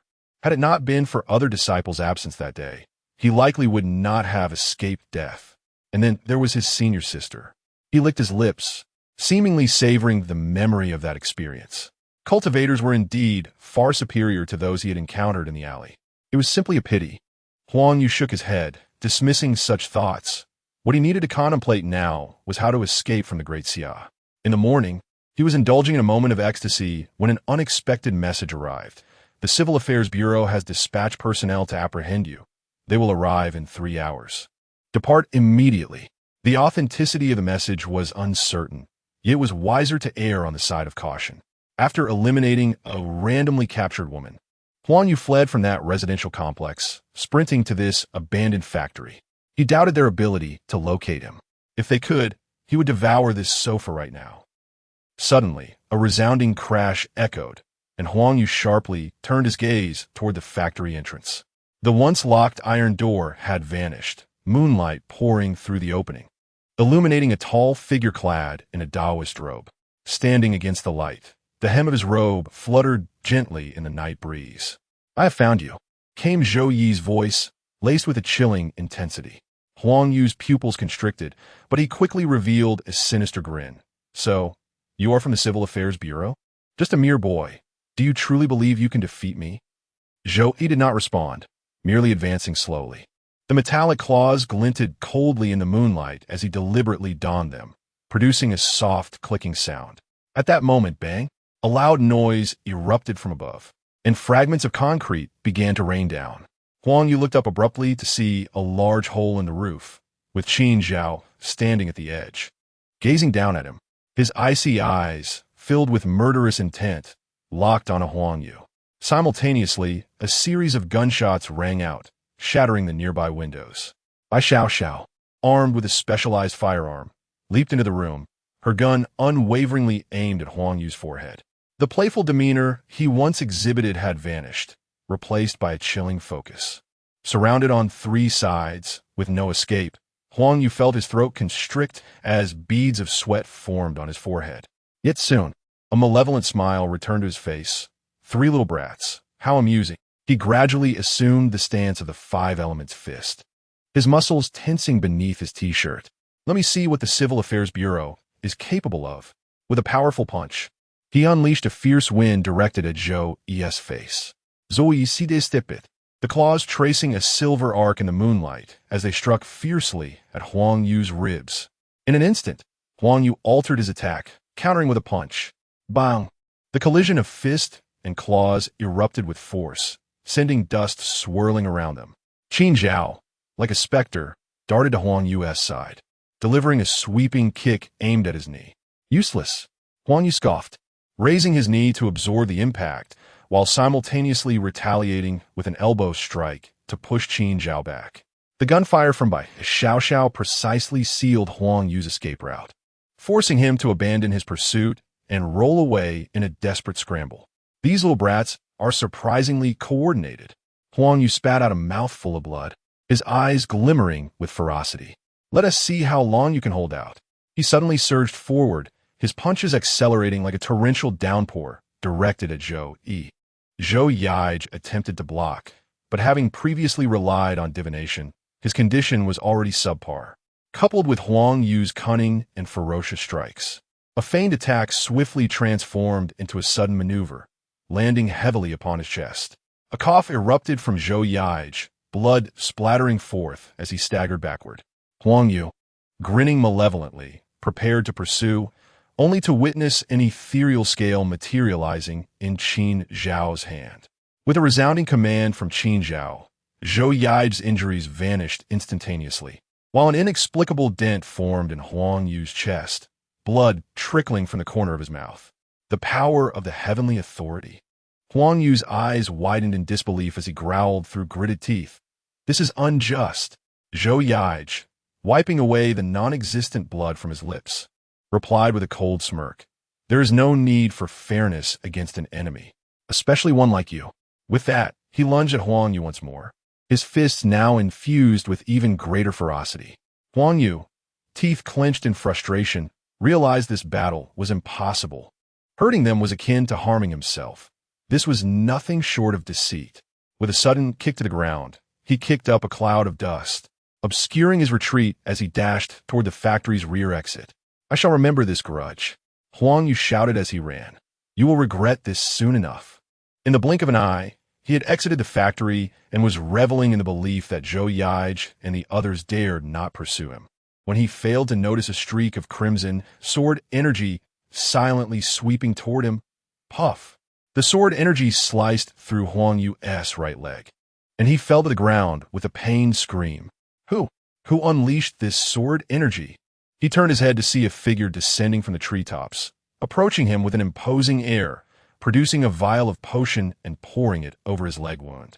The previously smooth incision was swiftly covered by coagulated blood, healing at an astonishing pace. UI. Huang Yu's mind was awash with confusion. What was this individual planning? Yulin flashed a grin and remarked casually, "There's no reason. I merely feared you would die too swiftly." As his words fell, he raised his foot and stomped down on Huang Yu's left leg. Crack. The sharp sound of bone breaking echoed harshly in the stillness of the night. Huang Yu let out a heart-wrenching scream, cold sweat instantly beading on his forehead. He struggled to retaliate with a punch, but Yulin delivered a kick to his face. Bang! Huang Yu's head was driven into the dirt, his nostrils filled with the foul stench of soil. Yulin, expressionless, delivered 2 more precise stomps, shattering his arms.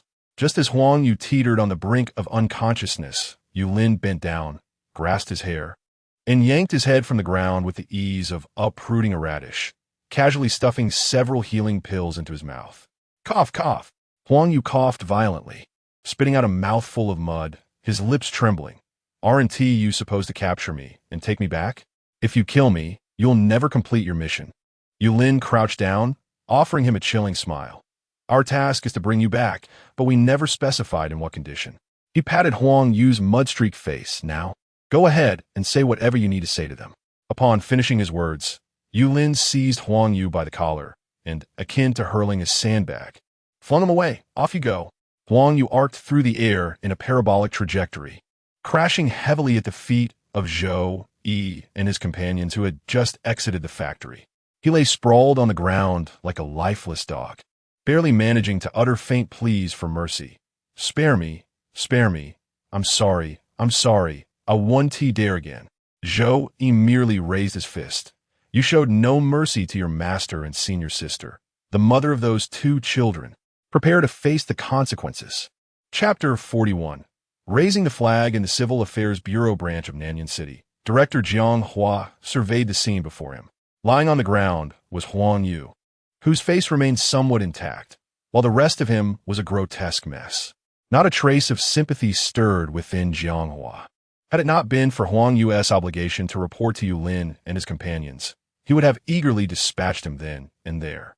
During apprehension, if a suspect posed a threat to the members of the Civil Affairs Bureau or ordinary citizens, they possessed the authority to execute him on the spot, merely requiring a report to be filed afterward. What a pity! Jiang Hua sighed inwardly and turned his gaze towards Yulin and the others, offering a faint smile. "You 4 have performed admirably. Completing the task within half a day is indeed commendable. As for the unfortunate civilian, such occurrences are regrettable, but they are not your fault. The blame lies with our negligence. It is getting late. You should return and rest. We will take care of the subsequent matters and ensure he is sent to the headquarters." "Understood. We shall take our leave then." Yulin nodded, just as he was about to rise and depart with Qin Zhao and the others. Footsteps echoed as someone entered the room, addressing Jiang Hua. "Director Jiang, there have been reports of a ghost appearing in Lunyo Village. Preliminary assessments suggest its strength is at the mid to late stages of the transformation realm. 2 individuals have already fallen victim." Jiang Hua furrowed his brow, contemplating for a moment before commanding, "Today, Tang Hu and his team are on standby. Instruct them to set out immediately." "Understood." The person acknowledged the order and was about to exit when Yulin called out, "Wait. May I accompany you?" This was not solely Yulin's desire. Upon hearing the mention of Ghost, Long Yi interjected, "Little Yu, you should go as well. If it truly is a ghost, I can capture it and extract some soul liquid for us to share." Yulin remained silent, contemplating internally, "Is this entity useful to you, Long Yi?" "Of course. What could enhance the soul more effectively than consuming a soul directly? Moreover, ghosts are typically born from the amalgamation of numerous soul fragments and qi, making them beneficial for both of us. Enough with the chatter. Just accept the offer." "Very well." Thus Yulin spoke up. Jiang Hua, taken aback, inquired why. Yulin fabricated a response. "I have never encountered a ghost before. It would be prudent to familiarize myself with it, so I know how to deal with such beings in the future. Is that acceptable?" Hearing this, Jiang Hua nodded, a smile gracing his lips. "Truly commendable. Such awareness surpasses that of many others. You may go, but will it be just you, or will the others accompany you? He glanced at Qin Zhao and the others. Yulin turned, signaling that he would go alone. After all, it would ultimately be Long Yi who would take action. Observing this, Qin Zhao and the others shook their heads. I shall refrain from joining. I'm a bit hungry. You've seen it. So it's as if I've seen it too. I've exerted my authority, and I'm quite fatigued, so I want to go. However, here is this for you. Zhou Yi rose from his seat and unfastened the amulet that hung from his chest, extending it towards Yulin. The amulet, crafted from layers of talisman paper, was a demon-repelling talisman known for its remarkable efficacy against malevolent spirits. Be cautious, he advised. Yulin accepted the gesture of goodwill without hesitation, feeling the warm aura emanating from the talisman as he nodded appreciatively. Thank you. Observing their exchange, Jiang Hua addressed a staff member. Take him along. Ensure that Tang Hu and the others provide ample support. Understood. The staff member replied respectfully, then gestured to Yulin. Please, follow me. Very well.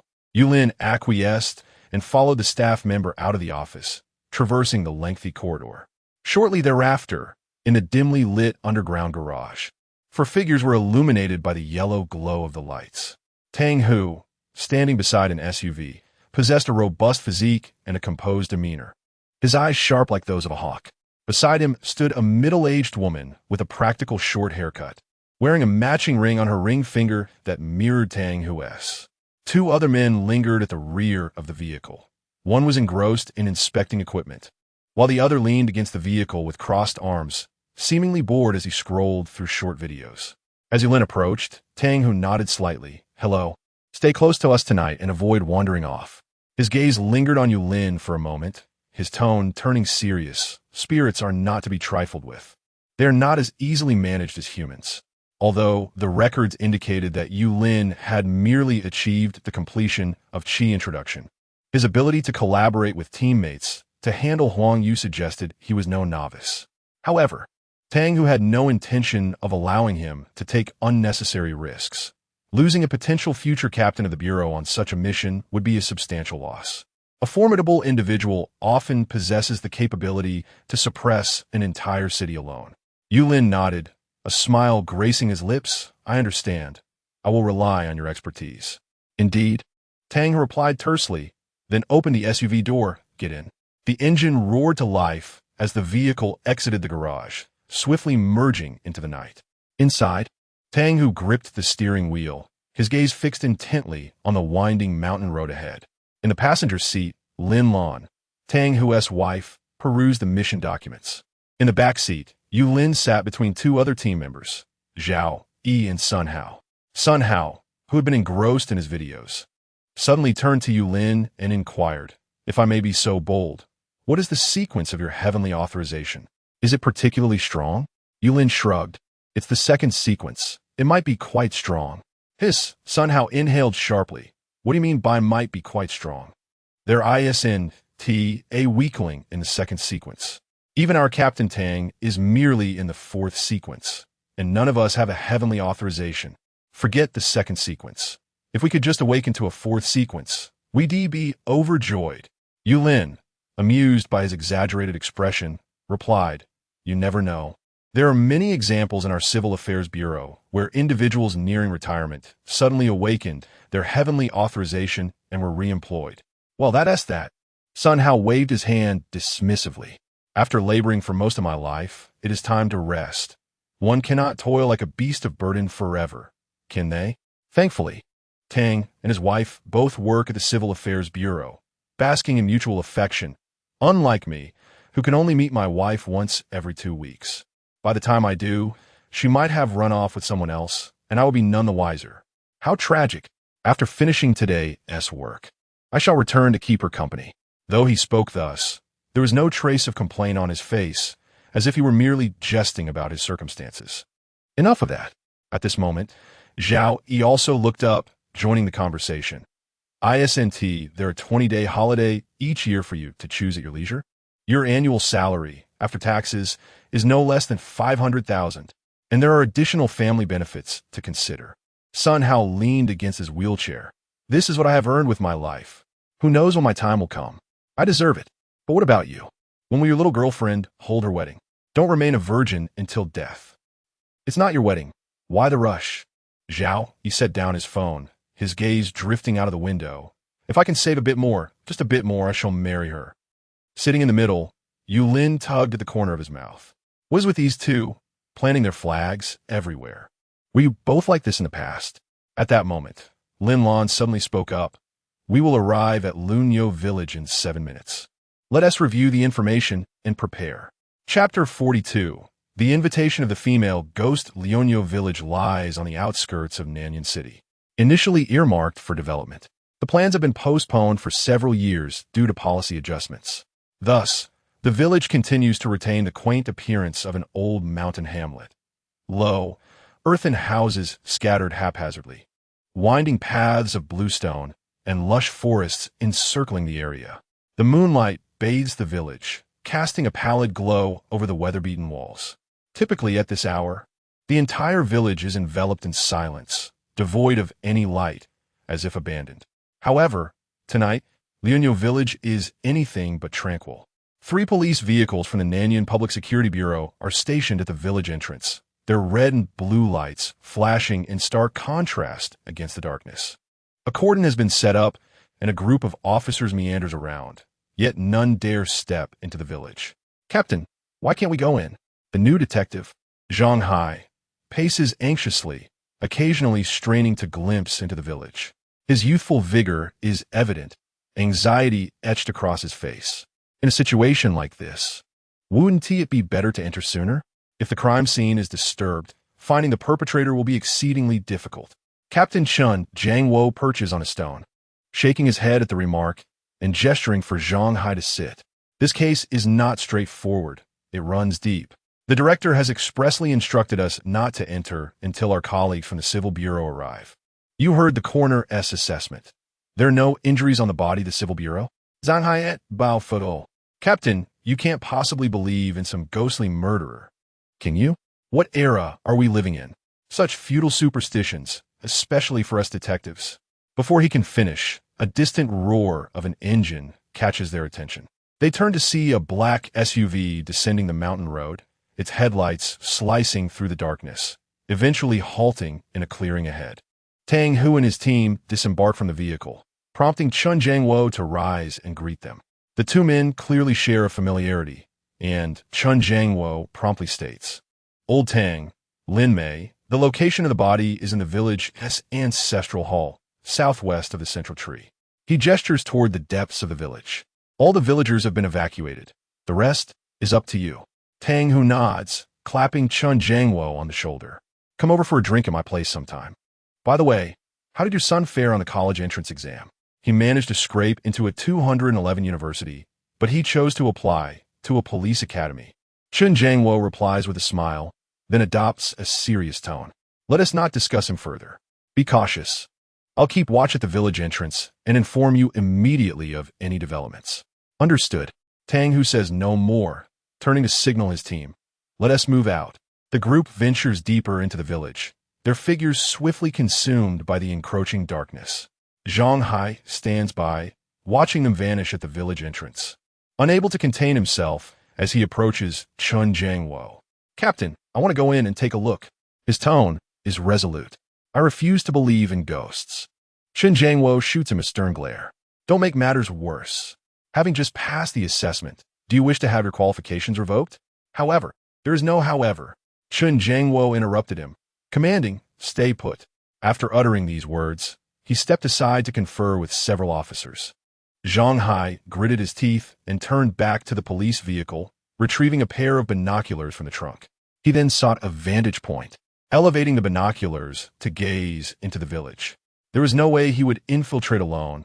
He lacked the audacity to disrupt their operation, especially since Tang Hu appeared to be acquainted with the captain. Through the lens, Tang Hu and his companions had already congregated beneath the large tree at the village's center. In the moonlight, their silhouettes appeared somewhat indistinct, possibly due to the enveloping darkness. Just as Zhang Hai intended to adjust the binoculars, a shadow darted past, causing him to instinctively recoil and nearly stumble over stone. What the hell? He gasped softly, and then, as if defying the apparition, He lifted the binoculars once more. This time he discerned clearly. The shadow had floated to the great tree in the village center, long hair cascading, clad in red. Facing away, in the blink of an eye, that figure turned around. What the hell? Zhang Hai was genuinely startled, collapsing to the ground. Chen Jiangwo, hearing his exclamation, frowned and glanced in his direction. Zhang Hai, what are you yelling about? Zhang Hai scrambled to his feet, hastening to Chen Jiangwo's side. Captain, please listen to me. I admit I spoke too loudly just now. But this, I saw it. What? A ghost. A female ghost. Such an ugly female ghost. Keep your voice down. Oh, yes, I'm sorry. Captain, from now on, whatever you say goes. If you tell me to kill a chicken, I will not kill a pig. If you tell me to stand while defecating, I will not sit. Enough nonsense, just stay put. In the village, Tang Hu halted beneath the massive locust tree at the center. The tree was astonishingly thick, its trunk requiring at least 4 people to encircle. The bark was cracked and twisted, casting a menacing shadow in the moonlight. Something's amiss. Tang Hu murmured, his brow furrowed. He motioned to Yulin. Take a few steps back. Yulin nodded, discreetly retreating to the side.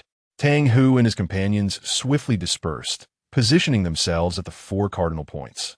Simultaneously, they drew out small peachwood swords from their bosoms. Yulin recognized these as replicas of specially crafted talismans from the Civil Affairs Bureau, effective against malevolent entities. Valued at 2 contribution points. Just as the 4 established their formation, a chilling gust swept through, causing the locust leaves to rustle ominously. Long Ye's voice echoed in Yulin's ear. You kid, look to your left. Yulin abruptly turned, 3 meters away.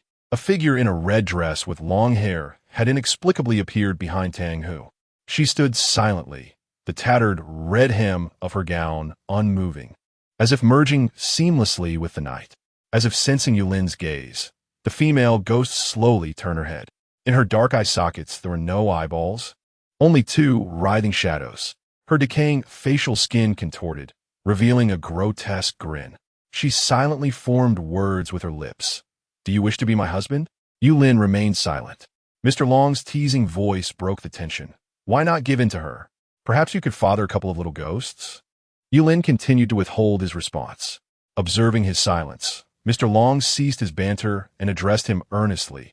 This is merely a phantom. We must locate her true form. I sense it lies beneath the altar, as the individual earlier indicated.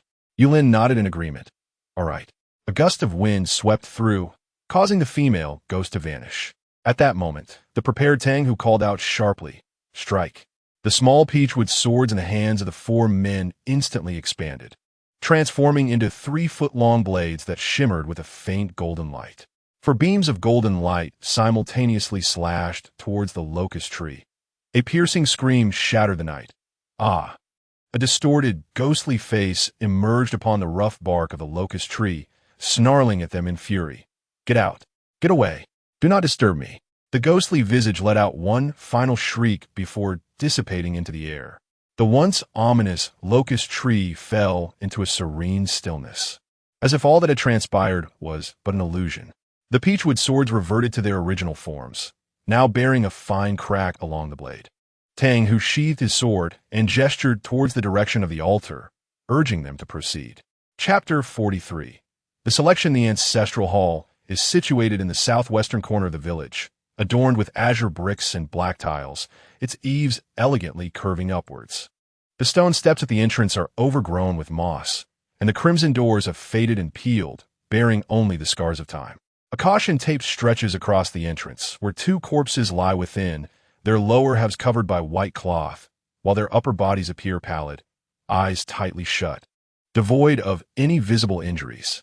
Tang Hu and his companions entered the hall, meticulously searching every nook and cranny. Outside, Yulin stood, casting his gaze around. You lad, came Long Ye's voice in his ear. The source of the malevolent energy is at the back of the ancestral hall. Go take a look. Understood.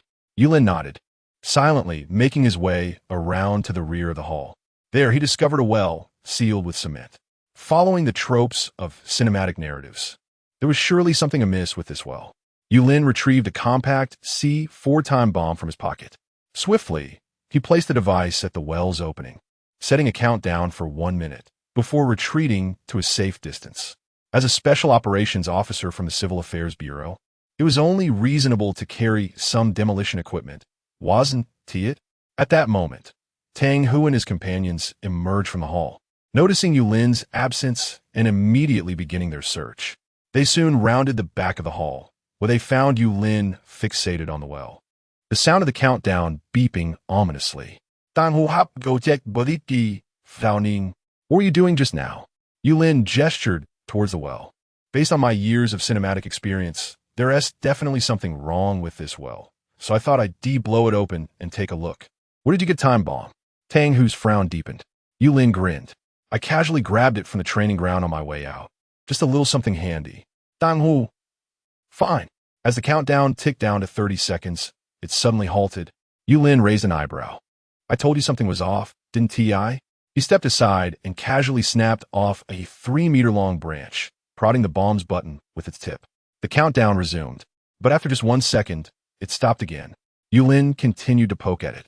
The countdown persisted in its interruption, repeating this cycle until only 5 seconds remained. Boom! The cement at the well's mouth exploded violently, and a long-haired, decayed head emerged, bellowing at Yulin. Are you finished? I don't wish to kill you. I have no enmity with you. Accompanied by her shriek, a foul wind swept forth, the stench of decay assaulting their senses.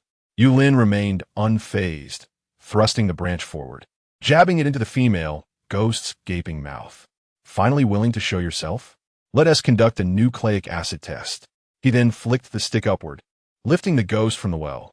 This maneuver left the ghost momentarily stunned, as well as Tang Hu and his companions. However, in the next instant, the ghost was consumed by sheer rage. Her decayed visage contorted grotesquely, her long hair thrashing like venomous serpents, her nails instantly elongating into pitch-black claws, while malevolent energy surged around her, causing the temperature in the courtyard of the ancestral hall to plummet. I will make you pay with your lives, she shrieked, lunging at Yulin with a speed that transformed her into a streak of crimson. Now, Tang Hu and his companions reacted swiftly, drawing their peach wood swords to shield Yulin. 4 wooden swords radiated a brilliant golden light, intertwining to form a barrier. Bang! The female specter's claws collided with the golden glow, unleashing a piercing shriek. She launched a relentless assault, her malevolent aura surging like a tidal wave, forcing Tang Hu and his companions to retreat repeatedly. However, they soon discerned the pattern of the specter's attacks. Change formation, Tang Hu commanded with authority. The 4 swords shifted from defense to offense, the golden light transforming into chains that ensnared the specter's limbs. The specter let out a cry of agony, appearing on the verge of being strangled by the luminous bindings. Suddenly, her form flickered, morphing into that of a pitiable young girl, who covered her face and began to weep. I only wish for revenge. They killed my family, they killed me. Is it not just to avenge wrongs and repay kindness? Why must you torment me? Oh, father, mother, how I long for you. Tang Hu furrowed his brow, his grip on the sword faltering slightly. Just as he was about to speak, Yulin stepped forward. Wait, he said calmly. I will grant you an opportunity. I will unleash an attack towards the heavens.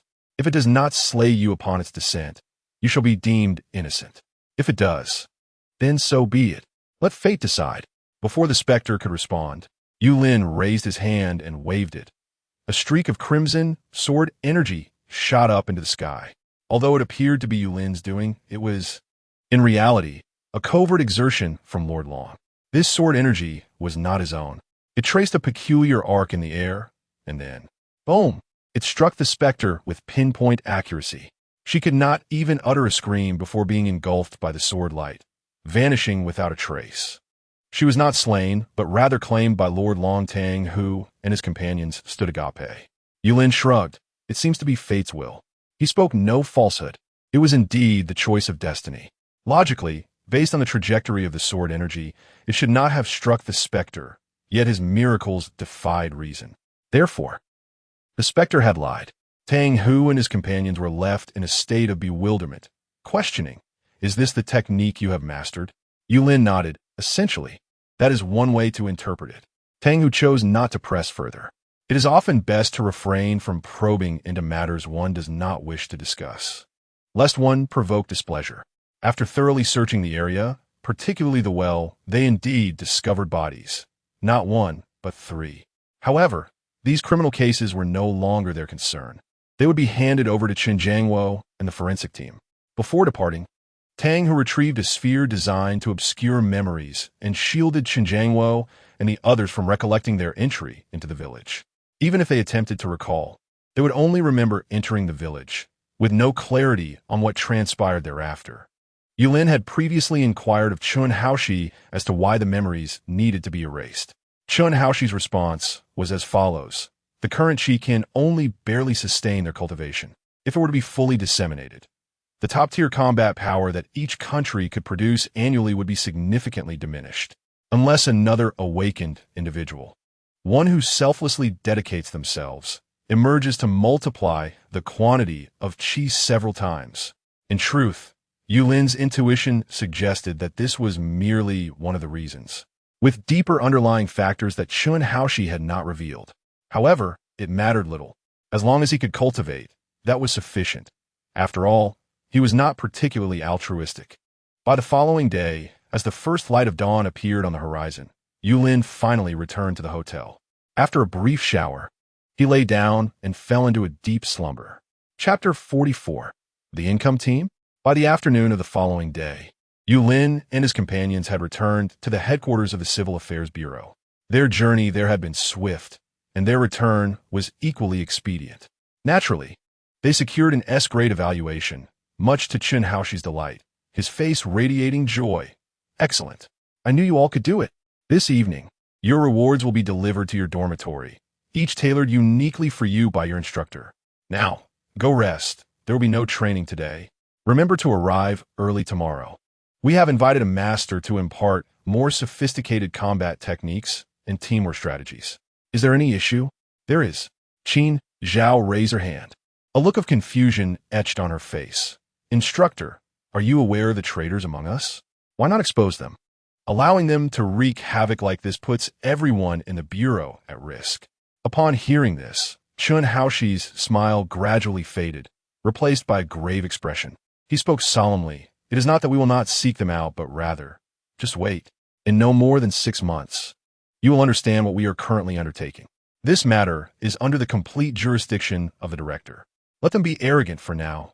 Soon, none will escape, nor the forces behind them. He chuckled coldly, as if he could already envision that day approaching. Enough of this. These matters are ours to handle. You should focus on your training. With your skills enhanced, no cunning schemes will prevail. If each of you were at the pinnacle of your abilities, would you still fret over trivial concerns? Just bulldoze through those chaotic cults. Now go take your rest. Otherwise, stay and practice more. Hearing his words, Qin Zhao relented. However, instead of departing with Yulin and the others, she made her way to the training room. It seemed she had grasped some insight into the extreme training methods Yulin had mentioned. She needed to intensify her efforts, at the very least, during their next battle. She wanted to shoulder more responsibility rather than merely supporting with the balance of opposites. Zhou Yi headed toward the healing room. His injuries had merely been temporarily alleviated and required full recovery to prevent any lingering effects. Meanwhile, Bai Xiaoxia, seeing that Yulin was unharmed, patted his arm and smiled. Brother Yulin, yesterday I discovered a fantastic restaurant in Kyoto while browsing videos. Would you like to join me? My treat. Yulin raised an eyebrow. Can't you go by yourself? Why invite me? Oh, come on. Bai Xiaoxia waved her hand, explaining, I just want to try a variety of dishes. I'd love to sample everything on their menu. I'm afraid I might get full midway, so you understand, right? What do you say? Yulin pondered for a moment and, finding it agreeable, nodded. All right. When shall we go? Or shall we go now? Upon receiving his affirmative response, Bai Xiaoxia promptly replied, 1 hour later. I have already made the arrangements. Wait for me to come to your dormitory. Is that all right? Sure. Yulin nodded before parting ways with him. The two dormitories were not situated in the same building. Bai Xiaoxia's was adjacent to his, sharing the same complex with Qin Zhao, albeit on a different floor. As for Zhou Yi, he resided in the same building as Yulin, yet on a different level as well. Upon returning to his dormitory, Lord Long eagerly emerged from the cauldron, promptly addressing Yulin. Hurry, summon the cauldron. Remember to shrink it down to about the size of your palm. Understood. Since the cauldron recognized Yulin as its master, Lord Long did not possess the authority to command it directly. Yulin had to grant permission for the cauldron to heed his requests. Yulin rated this arrangement with 5 stars. The moment Lord Long acquired the cauldron, he swiftly confined the female ghost within it, subjecting her first to a vigorous boil, followed by a slow simmer, and finally allowing the essence to concentrate. All right, we shall wait 3 days. It will be ready then. After placing the cauldron in a corner, Lord Long darted to the computer desk, eagerly launching the game. Observing his frenzied demeanor, Yulin mused that Lord Long had truly become a gaming addict. Lord Long, he called. What? Your recovery requires consuming ghosts to replenish your spirit, does it not? Pretty much, primarily those souls that are beneficial. As you know at my core, I am the spirit of the cauldron. I understand. I will make sure to keep an eye out for you. Ah, your efforts have not been in vain. Now, go attend to your matters. I have started my game. Waving his claw, he immersed himself back into the game. Yulin chuckled, opting not to say much further. He reclined and scrolled through short videos, forwarding all the abstract and nonsensical ones to Ningya. He wondered what Ningya was up to, as she had yet to reply, not even acknowledging his messages. She must be preoccupied with something significant. Suddenly, the absence of this fellow's incessant interruptions felt rather unusual. As Yulin pondered, a knock resounded. Yulin, it's time to depart. Coming, he called back. Moments later, the two stepped out through the doors of the Civil Affairs Bureau. However, at that very instant, Yulin sensed someone watching him from behind. He turned abruptly to find himself locking eyes with a young man sporting white hair. Whether naturally or dyed, he could not tell. The youth flashed a broad smile and waved, exuding a friendly demeanor. Yulin inclined his head slightly in acknowledgement before vanishing around the corner. That fellow must be Yulin, the white-haired youth remarked to his companion. Indeed, the companion confirmed. He is the newcomer who draws energy and wields the heavenly authority of destiny. What? Boss, do you intend to recruit him? Of course, the white-haired youth replied, a smile akin to that of a hunter spotting a coveted prey. If this auspicious figure were to join our ranks, our future missions would be considerably easier. The companion chuckled, but boss, you might be disappointed. The Bureau has high expectations for him and the other 3 newcomers, planning to intensify their training in pursuit of the top 10 teams, particularly concerning Yulin. Director Zhang holds him in high regard. It is rumored that he is applying for the highest-level replica space ring, intending to use it for self-preservation. Does he truly require such protection? The youth scoffed, yet he did not doubt Zhang Jiangping's esteem for this information. Just as he was about to articulate further thoughts, a disdainful voice interrupted from the side. A mere fortunate fellow, worthy of your admiration, worthy of Director Zhang's attention. Though Hongxian could not see the speaker's face, he was acutely aware of the identity of the individual, Cheng Chang'an, the captain of the 6th team in the 7th group. Cheng Chang'an was quite handsome, not unlike Hongxian, and with a lean yet well-proportioned physique. One might even mistake him for a celebrity at first glance. However, the smirk at the corner of his mouth and the contempt in his eyes rendered his presence rather unpleasant. He approached Hongxian, wearing a semblance of a smile. Didn't you claim you would achieve the perfect state of unbreakability by the end of last month? Yet here you are, still in the latter stages of unbreakability. If someone from that small place, Baiying, catches up to you, it would be quite the embarrassment for us from Kyoto. Hongxian's smile faded, and he replied coolly, what business is it of yours? What is the matter? Your elder brother has returned, leaving you feeling inadequate at home. So you seek validation here? You. Cheng Chang'an's expression darkened instantly. Hongxian chuckled derisively. Look at you, why the rush?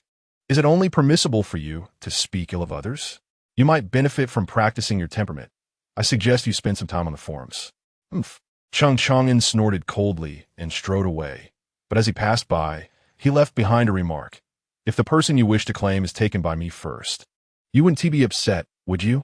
Listening to the receding footsteps, Hongxian's companion expressed indignation. What else with his arrogance? If it weren't for our leader sustaining injuries last month while protecting that mother and daughter pair, he would be at the perfect state of unbreakability now. Who was it that got shattered by 3 shots from Bai Ying last time? All right, let us refrain from further comments. This fellow is rather petty. Hong Xian patted his companion's shoulder, but allowed a playful smile to curve his lips. Just from that brief glance, I discerned that Yulin is not an insignificant character, nor someone to be trifled with. Cultivating a rapport with him would yield benefits. Yet, Cheng Chang'in's arrogant disposition meeting Yulin. It promises to be quite the spectacle. He thinks he can subdue the fated ones, but he may very well be seen as a stepping stone. Come, gather the others. It's time to embark on our mission. Upon hearing this, the companion's indignation was replaced by anticipation for the unfolding drama, and he quickly responded, right away. I will notify them. Chapter 45. The red sky soared in the heart of Kyoto. The Human World Pavilion stands tall, a 3-story structure exuding an air of antiquity and elegance. With its flying eaves, curving angles, and intricately carved redwood railings that whisper tales of the past. The adjacent parking lot is a spectacle of luxury vehicles. Even the ordinary cars boast license plates that suggest their owners possess considerable means. Yulin and Bai Xiaoxia alight from a taxi. Pausing at the entrance of the restaurant, observing the establishment's grandeur, Yulin raises an eyebrow at Bai Xiaoxia, questioning her confidence in the same-day reservation. Are you certain we can dine here today with just a reservation made earlier? Qin Zhao's lineage is impressive, and yours is no less remarkable. Zhou, he clearly hails from a distinguished background as well. Am I the only one of humble origins? Bai Xiaoxia scratches her head and chuckles. Oh, don't fret over such trivialities. What does lineage matter? At present, Yulin, are my greatest fortune. Let's not dwell on that. I'm absolutely famished. As they approach the entrance, a gracefully attired waitress in a simple qipao greets them with a slight bow. Good day, gentlemen. May I inquire if you have a reservation? Bai Xiaoxia states her name, Bai Xiaoxia. A flicker of surprise passes through the waitress's eyes, quickly replaced by her professional smile. Certainly, please follow me. Without further inquiry, it is evident that the staff here are meticulously trained, well-versed in the daily reservation list. As they traverse the ornately carved corridor, they are led into a refined private room. Outside the window lies a meticulously arranged garden, complete with rock formations, flowing water, and dancing bamboo shadows. The waitress presents the menu. Bai Xiaoxia casually flips through it and points to a few dishes. Let us skip the stir-fried vegetables and the seaweed egg soup. I'll have everything else. The waitress maintains her composed demeanor, her professional smile unwavering. Understood. Please hold on for a moment. She retreats without concern for whether the guests will finish their order. Such considerations are beyond her purview. Any excess conversation might be misconstrued as condescension, implying the guests lack the capacity to order generously. While they await their meal, Bai Xiaoxia's phone rings, prompting him to step outside to take the call. Faintly, one can hear snippets. Sister, I'm doing well. You? Yulin. Yes, my buddy. Don't worry. Very well. Goodbye. As the call ends, it is not Bai Xiaoxia who re-enters, but Yulin who strides out. A somewhat arrogant voice echoes from outside. Are you Bai Xiaoxia? Being so cute one do, a man ought to display a bit of masculinity. Where is Yulin? What I look like is none of your concern. Approaching a stranger with such remarks is quite ill-mannered. Manners? Those are reserved for equals. Where are you? Suddenly, a dull thud resonates, as if Bai Xiaoxia has been forcefully shoved against the wall. Yulin furrows his brow and strides purposefully towards the door. Upon pushing the door open, I beheld a fellow with one hand firmly gripping Bai Xiaoxia's shoulder, pinning him against the wall with an unyielding strength that rendered the latter helpless in his struggles. Clearly, this individual possessed far greater power than Bai Xiaoxia. Hey, are you not aware that he is under my protection? Yulin's voice resonated. Cheng Chang'in released his grip and turned to meet his gaze, a sly smile gracing his lips. Yulin, what brings you here? I have high hopes for you. Join my ranks and become my subordinate. Buddy, have you considered that if I become your subordinate, you would essentially be a dog? Cheng Chang'in had not contemplated this angle before, but Yulin's words ignited a flicker of embarrassment and anger within him. This is not for you to ponder. 100 million annually, 30 contribution points along with various equipment, training resources, beautiful women, and more, Everything awaits you, should you consent. He produced a black pill from his pocket. Its nature unmistakably a substance that could control individuals, or perhaps a poison requiring regular antidote intake. Sounds enticing. Yulin's initial remark prompted a knowing smile from Cheng Chang'an. Yet the subsequent statement extinguished that smile immediately, but I have no need for it. Furthermore, you owe him an apology. Cheng Chang'an raised an eyebrow. Oh, and what if I refuse to apologize? Do you believe your combined efforts can pose any threat to me? You could strike at me all day, and yet you wouldn't inflict a scratch. Suddenly, a streak of crimson sword energy sliced through the air. You will die. Cheng Chang'an's pupils dilated, instinctively warning him of imminent danger. The crimson sword energy could claim his life. He had no time to ponder how a mere chi-refining cultivator could unleash such a terrifying attack. In an instant, a crimson longsword appeared in his hand, and he hastily raised it to block the impending strike. Bang! The sword energy collided with the longsword, erupting in a blinding flash of red light. Cheng Chang'an was violently thrown back, crashing against the wall and spitting out a mouthful of blood. You! He lifted his head, disbelief etched across his face, but more so was the fury and murderous intent that brewed within him. Very well. He wiped the blood from the corner of his mouth and pointed his sword at Yulin. Today, I shall demonstrate the might of my heavenly authority. Witness the power of the imperial sword, Qi Xiao. With that, Cheng Chang'an's fingers glided over the ancient inscriptions on the sword's blade. Suddenly, the characters Qi Xiao radiated a brilliant red light. He swung the sword towards Yulin, the momentum akin to a torrent, imbued with overwhelming force. However, as the Qi Xiao sword approached within mere inches of Yulin's head, it abruptly froze mid-air, unable to descend, no matter the effort. What? Cheng Chang'an's expression shifted dramatically. In the next moment, an even more astonishing occurrence unfolded. The Qi Xiao sword broke free from his grasp, soaring directly into Yulin's hand. The sword trembled gently, emitting a joyful hum, as if it had encountered its true master. Yulin gazed at the long sword in his hand, identical to the one wielded by Liu Bang, yet with a blade transformed into a vibrant crimson hue. A faint smile graced his lips as he caressed the sword's surface. The Qi Xiao sword, he mused, alas. It is merely a projection crafted by the authority of heaven. With a swift flick of his wrist, Yulin brandished the sword and turned his attention to Cheng Chang'an. Will it be an apology or death? Cheng Chang'an clenched his fists, gritting his teeth as he bowed deeply to Bai Xiao Xiao. I am sorry, he uttered before turning on his heel and fleeing, parting the crowd of onlookers in his wake. The Qi Xiao sword in Yulin's grasp dissolved into specks of starlight, and he scrutinized Cheng Chang'an's retreating figure, his eyes narrowing slightly, contemplating an opportunity to eliminate him. This fellow evidently would not relent easily. He retrieved a small sphere from his pocket, crushed it with decisive force, and then patted Bai Xiao Xiao's arm. Let's go inside and dine. Chapter 46. The Old Era and the New Era. The Cheng family of Kyoto ranks among the prominent families, known for their origins in cultivating herbs for the training of spiritual practitioners. Through a series of fortunate events, they acquired several secret formulas, enabling them to produce elixirs beneficial for spiritual cultivation. They transitioned from mere suppliers of raw materials to providers of spiritual resources. During the Qing dynasty, they amassed considerable wealth. However, as the Qing dynasty began to decline, they astutely invested a substantial portion of their estate.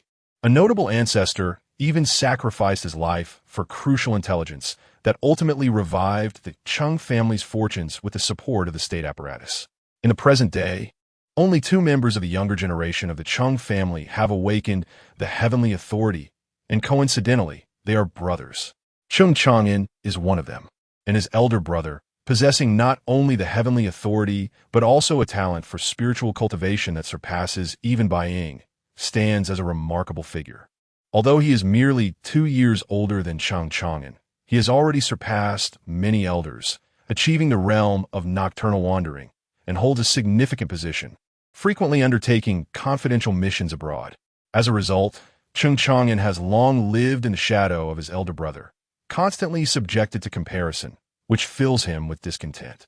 Why must he always fall short of his brother? Yet, despite his efforts, he cannot measure up to him. not even to the achievements his brother reached at the same age. Thus, Cheng Chang'an diverts his attention to those weaker than himself, those of lesser status, lesser ability, and lesser appearance, seeking solace in the notion that if he cannot best the strong, he can at least triumph over the weak. However, he never anticipated that this time, he would stumble upon the weaker ones. Damn it, Cheng Chang'an muttered under his breath, raising his hand to hurl a heavy mahogany piece of furniture aside, growing increasingly furious. Why can he, a mere novice, unleash such an attack? A spell? Impossible. Heavenly authority? Even less so. I refuse to believe he possesses dual authorities. Absolutely impossible. With a resounding crash, he struck the wall with his fist, shattering it completely. At that moment, the previously closed door creaked open, revealing a man who bore a striking resemblance to Cheng Chang'an but appeared more mature, his gaze colder. Cheng Chang'an. Chang'an, you are losing your composure. Brother, Yes. Cheng Chang'an took several deep breaths, striving to calm his tumultuous emotions. He righted the overturned table and gestured for the trembling maid to come over and tidy the mess before he and Cheng Chang'an took a seat together. Brother, how long will you be back this time? 2 days, Cheng Chang'an replied, accepting the teacup handed to him by the maid, a slight smile gracing his lips. Thank you. His charming smile and gentlemanly demeanor brought a flush to the maid's fair cheeks. She quickly expressed her gratitude before exiting and quietly standing by the door, her mind swirling with thoughts. If it could be penned, it would be an epic masterpiece titled The Eldest Son of the Kyoto Family Falls in Love with Me. The maid, setting down his teacup, Cheng Chang'an's gaze settled upon Cheng Chang'an's face as he spoke softly. Brother, your actions in this matter have been rather excessive. Elder brother, please allow me to finish, if you will. Yes, I apologize. Do you understand where you went wrong? It is not your intention to target him, nor is it to elevate your own reputation at his expense. Rather, Cheng Chang'an raised 2 fingers. First, kings contend with kings, generals with generals. Those in higher positions do not engage directly, and no matter how formidable a pawn may be, it remains merely a pawn. Second, even a lion exerts its full strength when hunting a rabbit. You have underestimated him today, been too careless, forgetting the lessons I previously imparted. Moreover, now that you harbor intentions of harm towards him, given his decisiveness today, he will not spare you. I would not do so either. Thus, I implore you to resolve this matter by any means necessary. Do you comprehend? Faced with his brother's profound gaze, Cheng Chang'an swallowed hard and nodded resolutely, understood. However, elder brother, his abilities are exceedingly peculiar. I may not be able to defeat him. Indeed, you cannot overcome him. Cheng Chang'an let out a light chuckle. Reclining in his chair, as he remarked nonchalantly, he possesses dual authority, a new form of power. He has named Ichi Xiao, rumored to be the very sword of the Han Emperor Gaozu. This implies that his authority aligns with that of the Han Emperor. What? Cheng Chang'an exclaimed, only to swiftly grasp the implications. So that is why the Qi Xiao sword I borrowed ended up in his possession. Cheng Chang'an's celestial authority was the 3rd sequence 04, borrowing arms. It allowed him to project historically renowned weaponry based on financial investment. The greater the wealth expended, the mightier the borrowed weapon. That Qi Xiao sword cost him 20 million in fortune. For those of lesser means, such a capability would lead to bankruptcy. But for someone of his lineage, it was just right. Cheng Chang'an gestured for silence and continued, given his demonstrations require no cost and exhibit formidable power. The assessment within the realm is that his celestial authority may breach the upper limits of the 2nd sequence 12. It could even rank among the top 10. Not to mention, he possesses celestial fortune. Were I in your position, I would spare no effort to cultivate a favorable relationship with him, rather than incurring his ire. However, the current circumstances cannot be altered. Therefore, he pointed at Cheng Chang'an, I wish for all your forthcoming actions to reflect your own volition. Do not involve the family.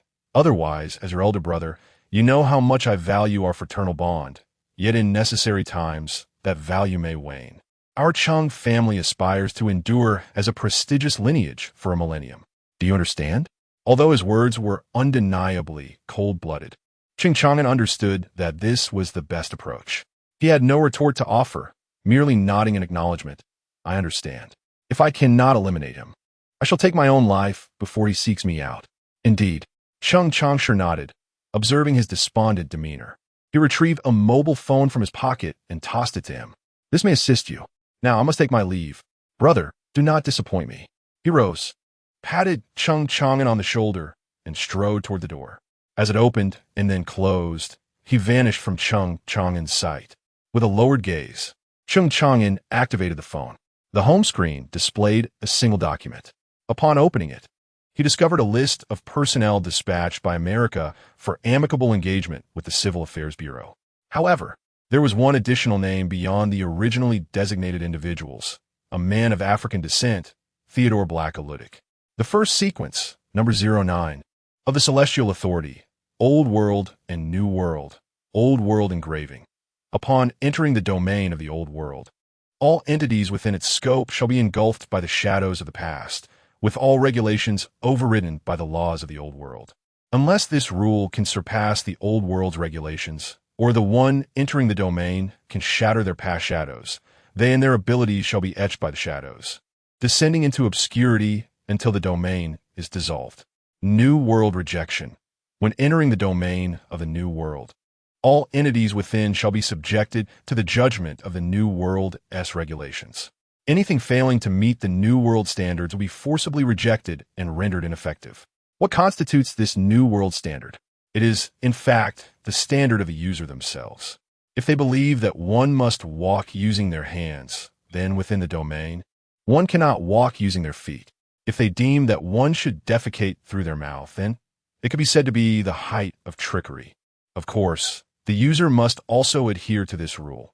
Otherwise, it will become immediately ineffective. Upon seeing the Celestial Authority, Chung Chang'an was exhilarated. Rising to his feet, it's settled. Without a moment's hesitation, he turned and entered his bedroom, retrieving a satellite phone to call Aludik. Hello, I understand your intentions. I can eliminate the individual, but what can you offer me? A location of an unclaimed celestial artifact, perhaps? Is that so? Excellent. Our transaction is established. I shall fulfill your request. A pleasant cooperation. Pleasant cooperation. Thank you. He hung up the phone, a cold smile gracing his lips. Heavenly fortune? Dual authority?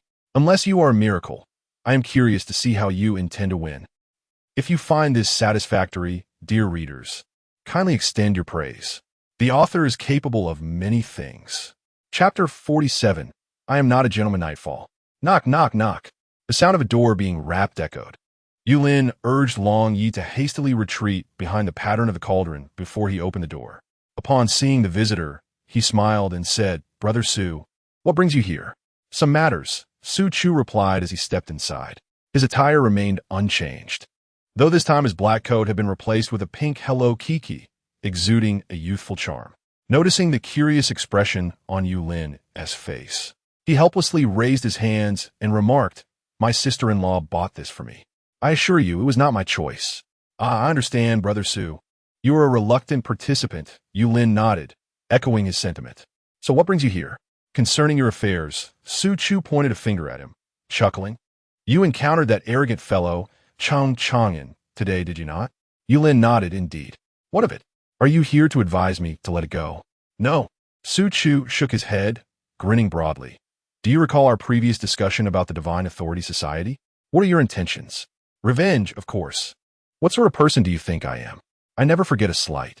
Then why would you assume I came to counsel you towards reconciliation? My apologies. Not at all. Su Chu waved his hand dismissively. You are under my protection. I won't allow anyone to bully you. Do what you must. I have your back. Remember, my master is one of the few remaining transcendents. Even if you wish to eliminate that fellow tonight, it would merely rid the world of a pest. Wow. Brother Su, your connections are impressive. Though Yulin had already intended to deal with Chung Chang'an, he had been searching for the right moment. Now, with Su Chu's backing, it was time to act. He nodded, a smile spreading across his face. Shall we proceed tonight? Why the hesitation? A gentleman waits 10 years for vengeance, but I am no gentleman. If I can exact revenge, I shall do so without delay. Splendid. You are increasingly delightful. Su Chu laughed heartily, then snapped his fingers, causing shadows at his feet to extend towards Yulin's. Go now. I grant you 10 minutes. Yulin shook his head. What? Not enough time? Too long. 3 minutes will suffice. Enough to make a grand entrance. Thank you for the compliment. Inside a standalone villa, Chung Chang'an did not reside with the Chung family nor in the dormitory. At times, he needed to host gatherings at night, basking in the admiration of others. The news blackout was aimed at those beneath him. Everyone in the upper echelons was well aware of the matters concerning cultivation and divine authority. Chung Chang'an, however, was not exempt from scrutiny. This was particularly directed towards Chung Chang's generation among the youth of Kyoto. He was a prodigy in his own right. After all, otherwise, he could not have become the team leader. Why should he not lead when others within the group were stronger? Was it merely due to some connections? Let us not dwell on such trivialities. The question remains, are connections not a facet of strength? Without connections, would one not be a fool? Chung Chang'an believed he was no fool. At this moment, he stood by the window, a glass of champagne in hand, while his right hand held a phone. All right, we'll come to assist you. However, each of you must contribute 5 points. Expensive? If it's too costly for you, you can seek assistance elsewhere. Provided you can find someone, just accept it. We will arrive the day after tomorrow. He hung up the call. Chung Chang'an calculated that this deal would yield him at least 200 contribution points, to be shared equally with his teammates, which meant he would receive 100 points. A significant profit. With a bit more accumulation, he could obtain Earth-level equipment. The day he awaited when a ludic would eliminate Yulin seemed increasingly promising. He thought of inviting a couple of girls over for some fun. As he turned around, the next moment he froze in his tracks. For in his line of sight, Yulin was casually seated on his sofa, waving at him with a smile. Hello there. You now have 3 seconds to say your last words. 3. Wait. How did you get in? 2. Are you truly intent on our mutual destruction? 1. Time's up. You think you can kill me? I have. Swish. A streak of crimson, sword energy, sliced through the air, unadorned yet effective. Chung Chang'an felt a dizzying sensation as his vision settled on the headless corpse. He thought to himself, this guy is ruthless. Had I known, I wouldn't have provoked him. Chung Chang'an closed his eyes. Yulin leaned back, shadows creeping from beneath him, enveloping him and whisking him away from that place. Naturally, he also disposed of Chung Chang'an's body. Surveillance? Chung Chang'an had deliberately avoided installing cameras for the sake of his party, so he died quietly and without a trace. Unless the Chung family was willing to invest considerable resources to uncover the mystery of his disappearance and demise. However, given Chung Changshi's disposition, he likely would not seek vengeance for his brother's death. In fact, he might even cultivate a friendship with Yulin. One should not put all their eggs in one basket. If one has offended someone, it is prudent to foster goodwill with another. Chung Changshi would remain silent. And with Chung Chang'an's death, who would suspect the conspiracy between the two brothers? Even if he contacted a ludic, Chung Changshi would subtly indicate to his subordinates to act. Caution is always wise. In the dormitory, you said 3 minutes, yet you finished in 1. Impressive. Su Chu gave him a thumbs up and then stood up. I won't disturb your rest any longer. Focus on your training for the days ahead. Punching America, kicking Europe. Yulin raised an eyebrow and inquired. Has Europe sent someone as well? No, I merely spoke in rhyme. All right then, take care, Sugu. Come back if you need anything. Good night. After bidding farewell to Su Chu, Yulin settled back onto the sofa. Lord Long emerged from the intricate patterns, nodding in approval. Not bad. I find this lad quite admirable. In the future, Master Long shall elevate him. As long as Master Long is pleased, that is sufficient. Yulin leaned against the chair. His eyes slightly squinted, exuding an air of lethargy. Just moments ago, he had exerted every ounce of his energy to unleash the Qishao sword qi without the slightest mercy. Consequently, his internal energy was nearly depleted, leaving him with a sense of emptiness. For reasons unknown, he attempted to silently affirm, others require energy to wield the Qishao sword qi, yet I do not. A marvel indeed. However, this affirmation did not materialize. It remains uncertain whether Yi Ge had held back or if the Mythos tome forbade him from circumventing its rules, or perhaps it necessitated certain triggering conditions. Today, while one cannot become a creator deity in a single day, I can. Does that not imply? Cough, cough. In truth, Yulin preferred to be merely human. At least, prior to activating the Mythos Tome, he had encountered predominantly benevolent individuals. Surely, Yigu also wishes for him to be human, does he not? Chapter 48. Your paladin? Time, when considered, appears to move swiftly. Yet, in the midst of gaming, an entire day can slip away unnoticed. It seems slow, yet it also races by, as if the day of graduation was merely yesterday, and my parents' hair was still lustrous and dark not long ago. Hey, Bai Xiaoxia, you can just read it yourself? Why recite it? I find this lyrical expression quite embarrassing. Oh, I merely wish to alleviate your boredom with a touch of talent. If you disapprove, I shall cease. Be careful with that fierceness, or you might find yourself without suitors in future matchmaking endeavors. After receiving a reprimand from Qin Zhao, Bai Xiaoxia carelessly set aside the book of quotes. Qin Zhao, with a hint of exasperation, replied, "Do you think I need to go matchmaking? What chaotic thoughts are swirling in that little head of yours? Focus and prepare. Give it your all." Bai Xiaoxia nodded, her gaze falling upon the venue ahead. Today was indeed the day they would confront America. According to intelligence, America had decided to send only 4 representatives for the sake of fairness. 3 of them were familiar from previous research, while the 4th was a well-concealed individual, a black man whose identity they had already uncovered. This individual, possessing the first sequence of authority, had emboldened America to reduce their numbers to match those of Yulin and his team. Unfortunately, upon investigation, Yulin discovered that he had a natural advantage over this adversary. America would soon find itself in distress. What of etching and regulations? Let them speak of their miracles.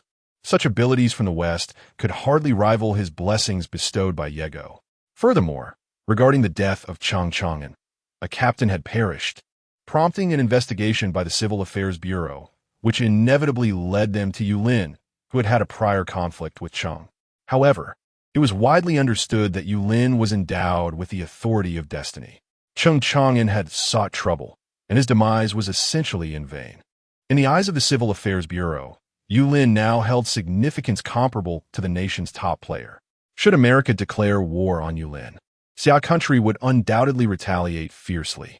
Just yesterday, during this ostensibly friendly exchange, Zhang Jianping had gifted Yulin a spatial ring nearly identical to the original, allowing for teleportation within a chosen distance, usable at least 4 times.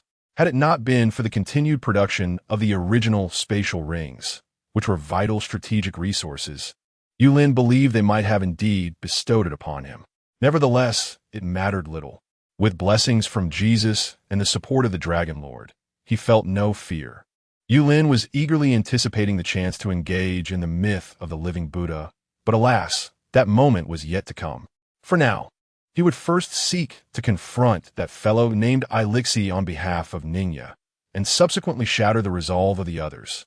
Moments later, the vehicle entered the Civil Affairs Bureau's designated combat venue. A significant number of prominent figures had gathered, including the top player from Xia country and the leading representative from America. 2 individuals are engaged in a handshake, their faces adorned with smiles, exuding an air of congeniality and prosperity. Yet, the tension in their necks and the faint flush on their cheeks reveal to Yulin that both are exerting lethal pressure on each other.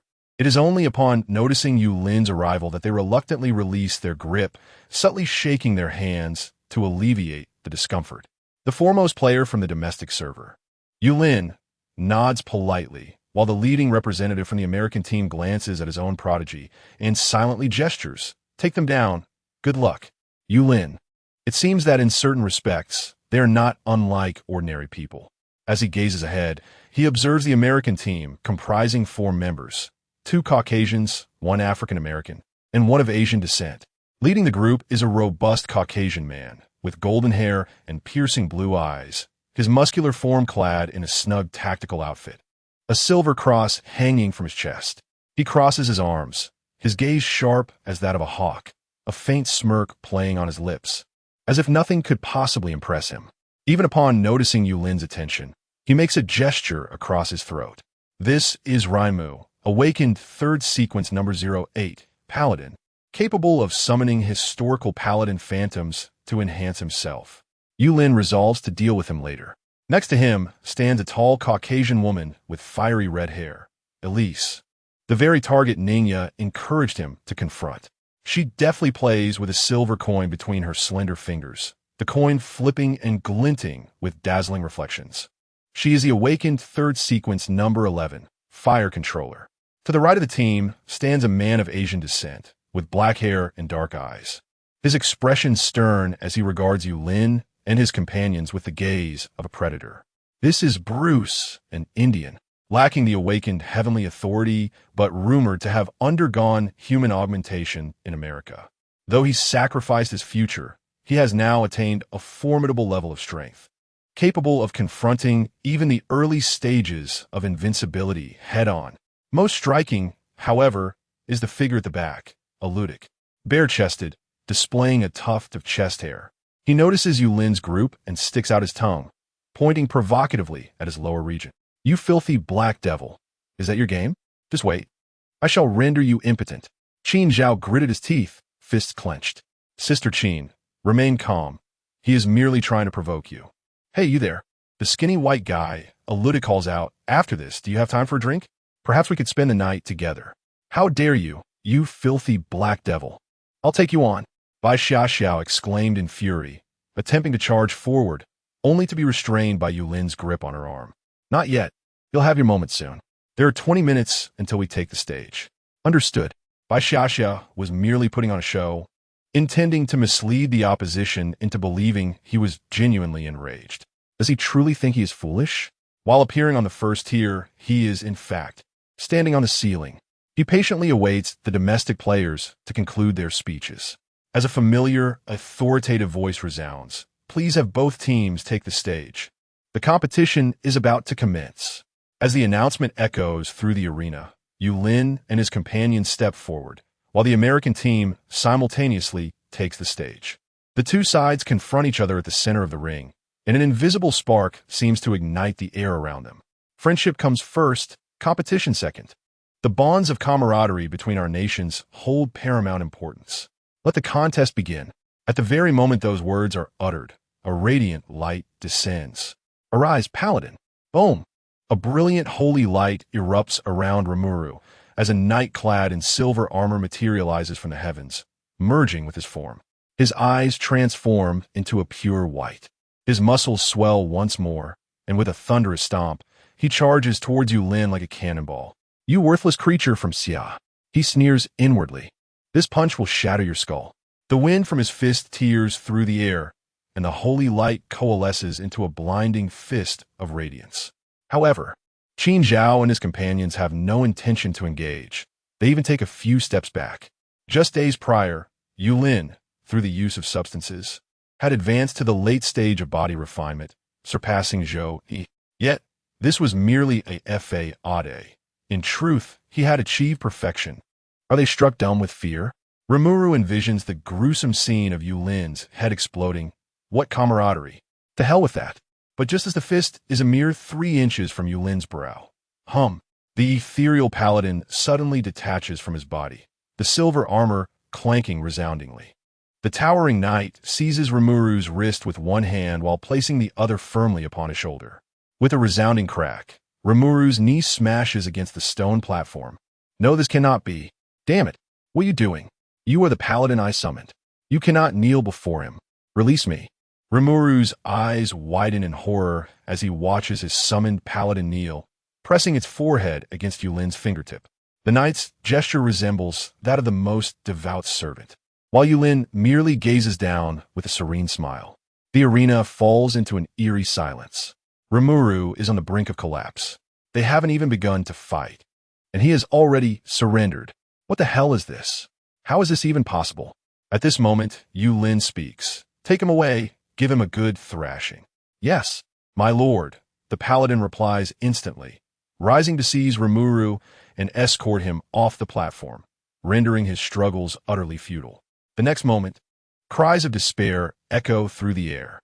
Just like that, the American team dramatically finds themselves 1 member short. Burn out, my dears, good night. Chapter 49. You endure. You are innocent. What is happening? The foremost player in the national server frowned slightly as he surveyed the battlefield. He turned to Zhang Jianping and inquired, "Didn't you say he was the Fated One?" "I recall that the Fated One cannot compel a paladin to kneel and utter the words, 'My lord.'" Zhang Jianping, initially lost in thought, was abruptly roused by the inquiry, his body trembling with excitement. "Chairman, no, he is indeed not the Fated One. We previously speculated that he might be either the Fated One or Miracle, leaning towards the Fated One. His aura of fortune surpasses the miraculous aspects of achieving the impossible. After all, what is inconceivable for me may merely be an improbable event for the transcendent beings. For instance, I cannot resurrect a severed limb, yet for the transcendent, it is a trivial gesture. I cannot enable someone to achieve focus in a day, but the transcendent can bestow enlightenment upon others with a mere flick of their hand. What you deem impossible is trivial for others. Only miracles recognized by miracle can be deemed genuine miracles.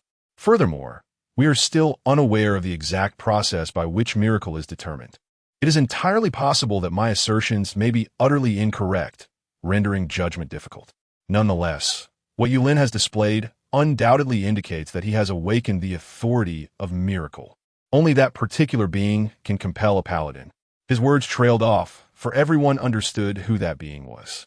In this way, the foremost player in the national server nodded slightly, observing Yulin's figure, and remarked, "Miracles surpass fate, especially when a transcendent being endowed with miracles rises.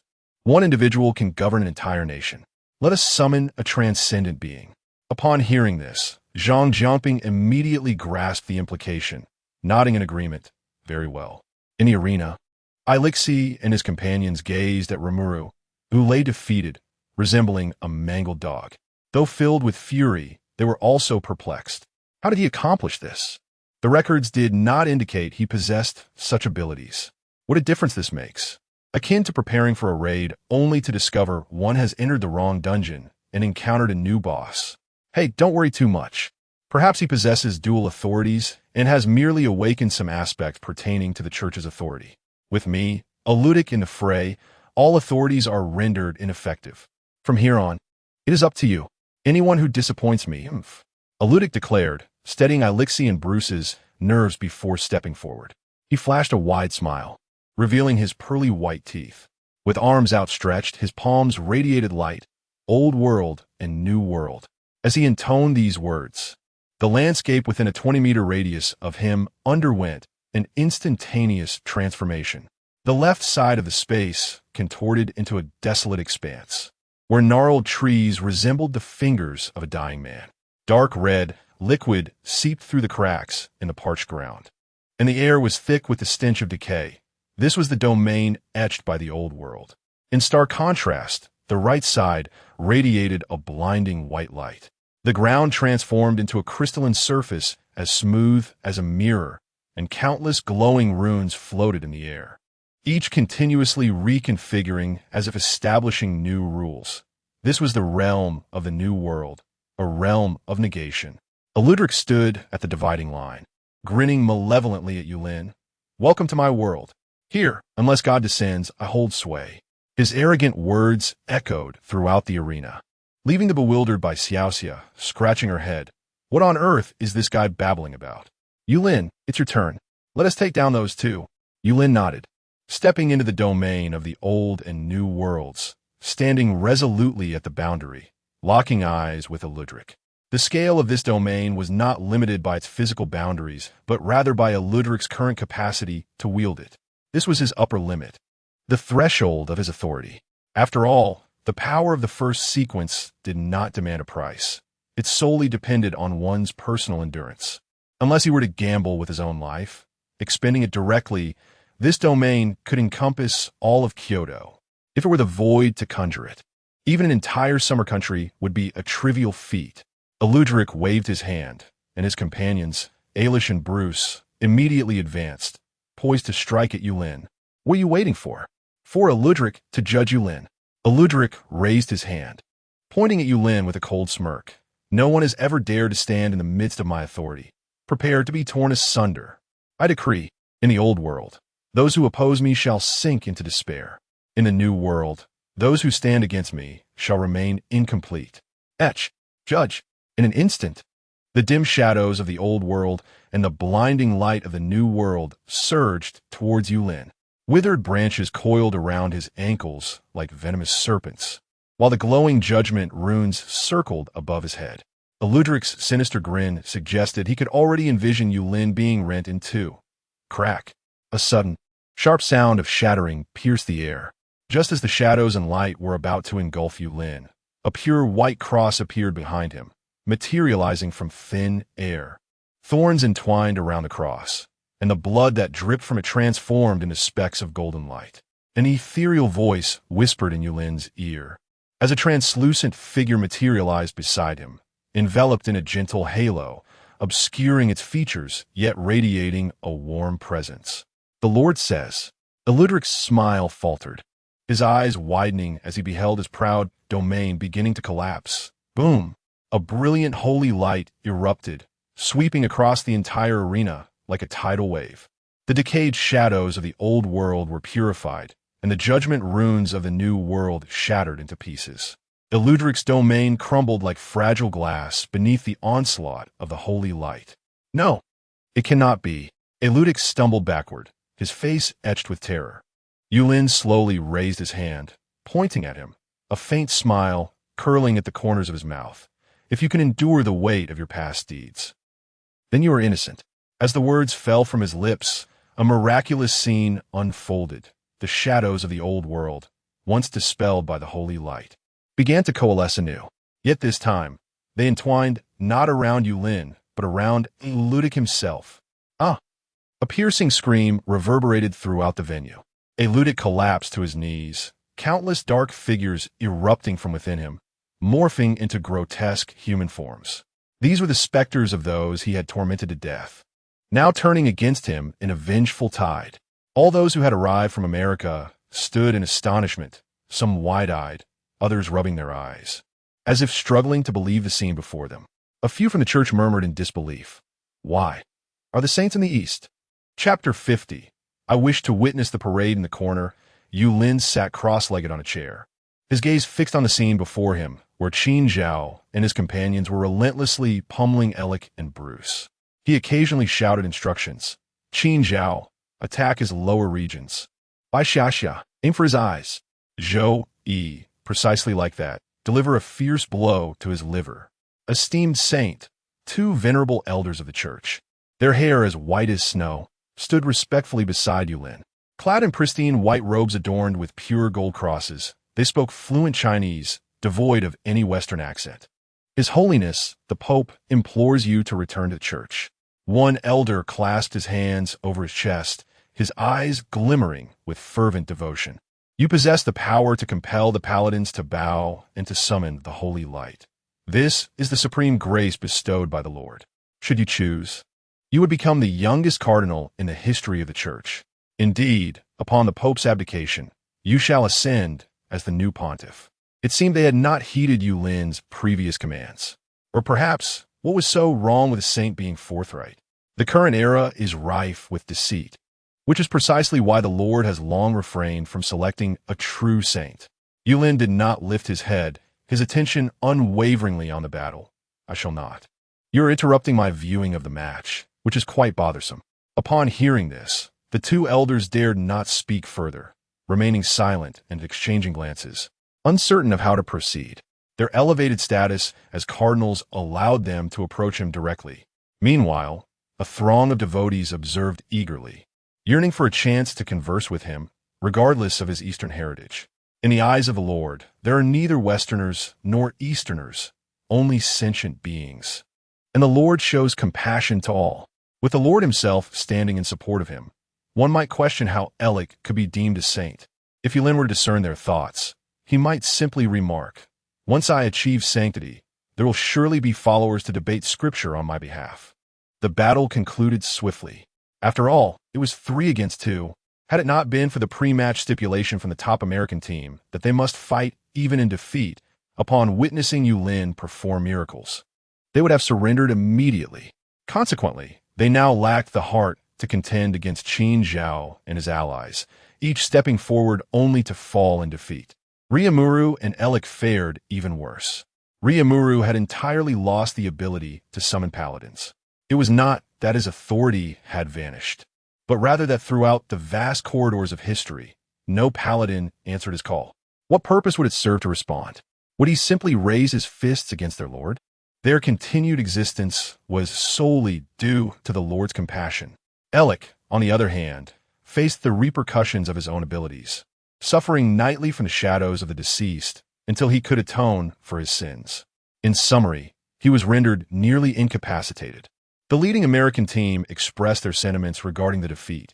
Your victory does not stem from our inadequacy, but rather your fortune. His saint stands with you. In the future, we shall engage in friendly exchanges once more. The foremost player in the national server, only known as Laughing, responded with a light-hearted remark. Remember to join us for worship next Sunday. I'll save you a seat in the front row. The top player from the American server, visibly irked, could only shout towards Yulin as he prepared to exit. Saint, you're always welcome here. Whatever they can offer you, we can too. If you find dissatisfaction there, the doors of America are always open for you. Upon finishing his words, he casually ordered the cancellation of the assassination order against Yulin. Assassination? Did you not see his protection? If you could succeed in such a feat, it would signify your superiority over him. From this moment forth, the masses would worship you. Yet, his invitation was destined to fail.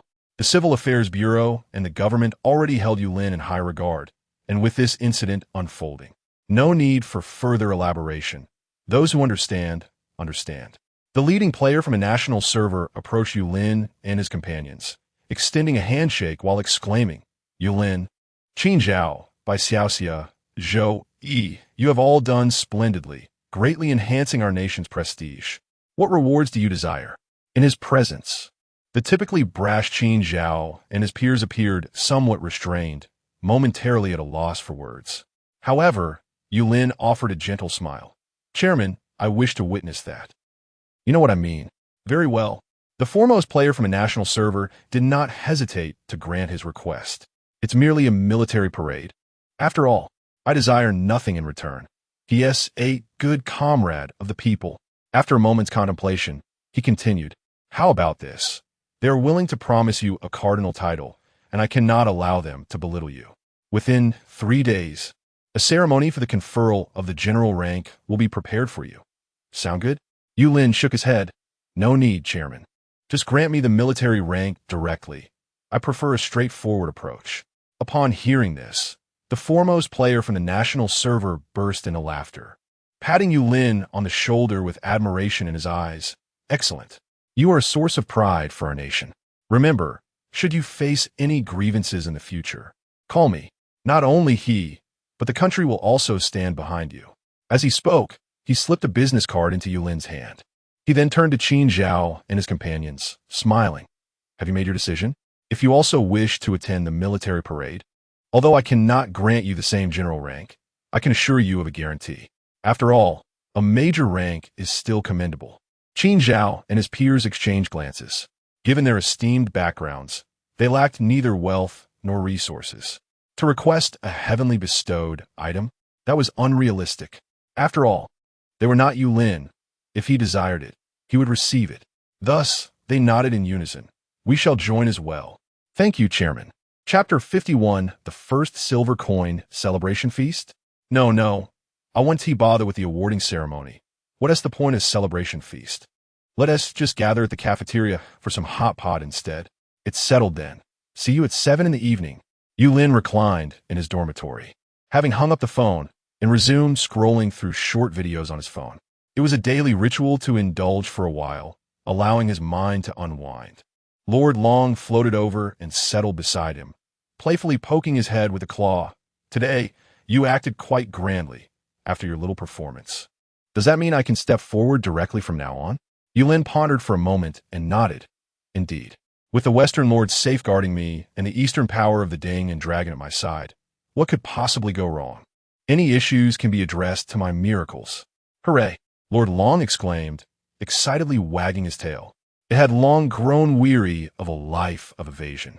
Back in the days with old you, who didn't greet it with utmost respect, calling it Lord Long, yet with a quick twist of its thoughts. The topic shifted. May I inquire about that existence? The impression I get is that he could defeat 10 old yes with a single hand. Quite terrifying. Yulin set his phone down, turning his head to regard it, raising an eyebrow. Haven't you read the Bible? Or any knowledge related to Christianity? Lord Long chuckled. I've been too busy playing games to remember. Then take a look at this. Which one? That one. Yulin pointed to a thick Bible he had recently purchased, resting on the bookshelf. The Lord inscribed within is He, and He's the first friend I got to know in my initial task. Perhaps one day I might introduce you to Him. What if I arrive at the moment of His mother's conception by the Holy Spirit? Oh, Lord Long nodded, taking the Bible in its mouth to absorb its contents. However, this act left it momentarily stunned. Wait, something's amiss? What's wrong? Lord Long spat out the Bible and opened the final appendix page, revealing an image of the Last Supper. It pointed with its claw at a blurred figure standing beside Jesus. The Bible states this is his dearest friend. Could it be you? Perhaps. Yulin glanced and indeed found it to be so. No, that can't be right. He recalled not having such a transformation before. Could it have happened today? Whatever, it hardly matters. Yulin reclined again, saying, Lord Long, take a look at the myth of the living Buddha Jikong. We'll be visiting his time soon. All right. Lord Long nodded, even feeling a hint of anticipation. When can we visit old you? If it encounters the Yellow Emperor before that and forms a bond, wound tea old, you have to call it cough, cough. Best not to think about it. It shook its head, dispelling the clutter from its mind before proceeding to the computer desk to start gaming. Finding satisfaction in just one game proved elusive, so it decided to engage in 2 games simultaneously. After receiving compliments from one teammate and then another, the feeling is quite delightful. The name Hua Xia, First Dragon, now symbolizes victory. Whoever competes against us shall inevitably lose. Reporting cheating? How can one even identify such physical hacks? Are we to imprison the Dragon Lord? That seems implausible, setting aside other matters. A cursory glance by the officials would reveal that the IP address in question belongs to the Civil Affairs Bureau. As Yulin was engrossed in watching videos, a phone call interrupted him. It was an international call. A scam? He pressed to answer. Hello? A venerable and gentle voice resonated from the other end. I am Pope Francis. Yulin raised an eyebrow. Greetings, Your Holiness. I currently have no intentions of joining the church. Is there something else? No, esteemed saint, the Pope's tone quickened, as if fearing Yulin would hang up. My call is not regarding that matter. Rather, there exists a sacred relic. It has been awaiting your arrival. No sooner had he finished speaking than an email popped up on Yulin's phone. Upon opening it, he beheld a photograph of an ancient silver coin. The edge of the coin bore a small notch, his very coin he had once given to Jesus in exchange for carpentry work. This way, he could use the excuse of checking on furniture to engage in conversation with Jesus, to chat and share thoughts, thus growing familiar with him. However, how had this coin come into their possession? And how had it transformed into a sacred relic? What could this possibly mean? Yulin feigned ignorance. The Pope continued, The Lord has left a prophecy. In the future, a saint shall arise from the east to reclaim this silver coin that rightfully belongs to him. He said, This is the beginning of friendship. He paused, his voice softening further. I believe that person is you. Yulin pondered for a moment. Very well. I shall visit the Vatican in 2 months. Laughter echoed from the Pope's end. Excellent. We eagerly await your arrival. If you wish, we can also send a bishop to fetch you. No need to trouble yourselves. Yulin declined politely, continuing, Is there anything else? I am about to have dinner. Nothing further. I wish you a pleasant meal, and may the Lord be with you. The Pope did not immediately hang up, but waited for Yulin to end the call as a sign of respect. After disconnecting, Yulin stroked his chin. That coin? Oh Jesus, once again I thank you. He dismissed the thoughts and, glancing at the time, rose and walked toward the door. Dragon Lord, I'm off to dinner. All right, bring something back for me. Are you eating too? Weren't you not eating before? Oh, I was just busy playing games. I'm impressed. With the door closing behind him, Yulin exited the dormitory and made his way to the cafeteria. Just as he descended the stairs, he spotted Qin Zhao and the others waiting below, with Bai Xiaoxiao waving at him. Yulin, Yulin, hurry up. There are still 2 chapters to go this evening. Shall we embark on the myth of the living Buddha Ji Gong? Chapter 52, Leifeng Pagoda, Lingyin Temple Night. With a relieved sigh, Yulin emerged from his meditative state. Today marked his breakthrough to the mid-stage of the unbreakable realm, coinciding with the day of the mythical monk Ji Gong's liberation. To commemorate this occasion, he had requested a week's leave from Chun Haoshi, who had readily acquiesced. Why not a month, or even longer? Who could possibly find a student like him? Who among students could achieve such a leap in just half a year? Who among them was a general or a sage? Who dares to compare? Chun Haoshi challenged anyone who might dispute his confidence. Regardless of whether others dared to send their students, he was unyielding and ready to compete. Thus, Yulin found himself with ample time to fulfill his mission, provided that the passage of time remained consistent with that of his own world. Dragon Master, stop the game, we must depart. Yulin called out to Dragon Master, who was engrossed in a digital battle. Coming, just one last kill, Dragon Master exclaimed, achieving a golden headshot before hastily shutting down his computer and leaping into the cauldron's design. Let's go. Indeed, with a flash of white light, Yulin vanished. In the 18th year of the Shaoxing era of the Southern Song Dynasty, 6 years after the tragic demise of Yu Fei, Ji Gong was born in Yongning Village, Taizhou, Zhejiang.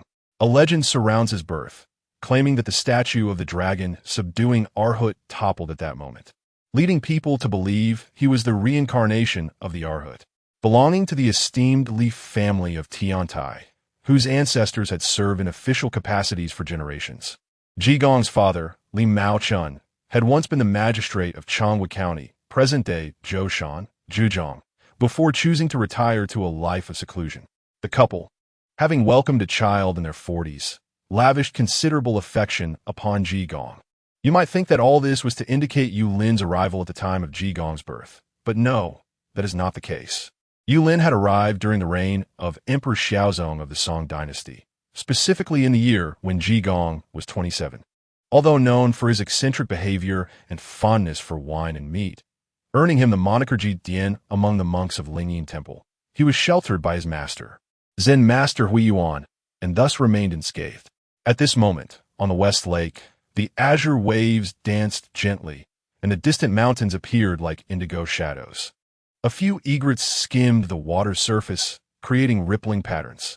The willows along the shore swayed softly, occasionally interrupted by a fishing boat that left a trail in its wake. Dressed in a flowing white robe and adorned with a jade crown, Yulin resembled a young gentleman on an excursion as he stood in a small boat, his gaze fixed upon the Lingyin Temple ahead. The boatman, a dark-skinned, middle-aged man, leisurely rowed towards the temple. "Excuse me, good sir, is Master Daoji at Lingyin Temple?" Yulin inquired, feigning ignorance to strike up a conversation. The boatman grinned widely. Master Daoji? Indeed, he is at Lingyin Temple. However, whether he is currently present, I cannot say. You seem to be new to our linen city? Yes. Yulin nodded slightly, a faint smile gracing his lips. Indeed, I have come from afar, having heard tales of Master Daoji's remarkable abilities, and thus wished to witness them for myself. By the way, is that the Leifeng Pagoda? He gestured towards a tower in the distance. The boatman nodded in affirmation. Yes, if you desire, you may choose a time to visit. It is said that beneath the tower lies a great serpent, though to this day, no one has seen whether this is true or false. A serpent, you say? The White Lady? Yulin mused secretly, contemplating the possibility of encountering the legend of the White Lady in the future. He chuckled. Excellent. Thank you for the reminder. My good sir, I shall visit. Oh, who is that young master over there? Quite handsome indeed. Before Yulin could finish his sentence, a melodious female voice interrupted him. Turning towards the source of the sound, he beheld an exquisite pleasure boat gliding gracefully by. At the bow stood a young maiden clad in a pale yellow gown. Her playful bun was adorned with silver bells that jingled softly with the gentle swaying of the boat. That's for you, she exclaimed, noticing Yulin's gaze. With a bright smile, she waved cheerfully. What is your age this year, young sir? Are you married? Tilting her head, her eyes sparkled with mischief, if not. I happen to know a lovely maiden, a graceful beauty of 18, whom I can introduce to you. Such bold and straightforward flirtation was a departure from the usual coyness of Jiangnan women. Yulin shook his head, laughing softly, and clasped his hands in gratitude. Thank you kindly for your good intentions, but I currently have no thoughts of marriage. At this moment, the small boat had reached the shore. After settling the fare, Yulin lightly leapt onto the stone pavement. He turned back to the maiden, offering her a gentle smile. May we meet again by fate. Unperturbed, the maiden continued to smile and waved. Do remember me, young sir. My name is before she could finish. The pleasure boat had already drifted towards the center of the lake. Yulin could only vaguely hear the sound of her bells carried by the wind. He thought to himself, what an intriguing young lady. The temple nestled beneath the northern high peak, its red walls and green tiles cloaked amidst the verdant forest. Ancient trees towered at the temple's front, with a continuous stream of worshippers. The scent of sandalwood intertwined with the fragrance of the surrounding flora wafted through the air as Yulin ascended the stone steps. He purchased 3 incense sticks and placed them in the incense burner. The curling smoke rose gracefully, merging with the morning light that bathed the temple's golden roof. Excuse me, is Master Daoji present? He inquired, stopping a passing monk. Upon hearing the name Daoji, the monk immediately frowned. Not here.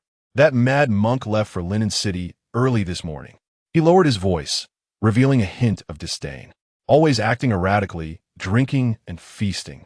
How can he be considered a monk? If it weren't for the abbot's protection, he would have been expelled long ago. Such a misguided soul. What do you seek him for? Yulin smiled gently. At the very least, Master Daoji does not speak ill of others behind their backs. His gaze swept over the monk's embarrassed and guilty expression. He shook his head. Your heart is not as pure as his. You are unqualified to judge him. Perhaps practice more, for you are quite lacking. Having spoken, he turned and departed, leaving the monks behind to stomp their feet in agitation, murmuring incessantly as if to refute Yulin's words. Chapter 53. The mad monk Linger. With whom were you just conversing? A strikingly beautiful woman dressed in a cerulean gown approached Linger, her face adorned with curiosity. Linger, animatedly gesturing towards Lingyin Temple, exclaimed, Xiaozhuan, you won't believe it. Just now, I encountered an extraordinarily handsome young man. Truly remarkable.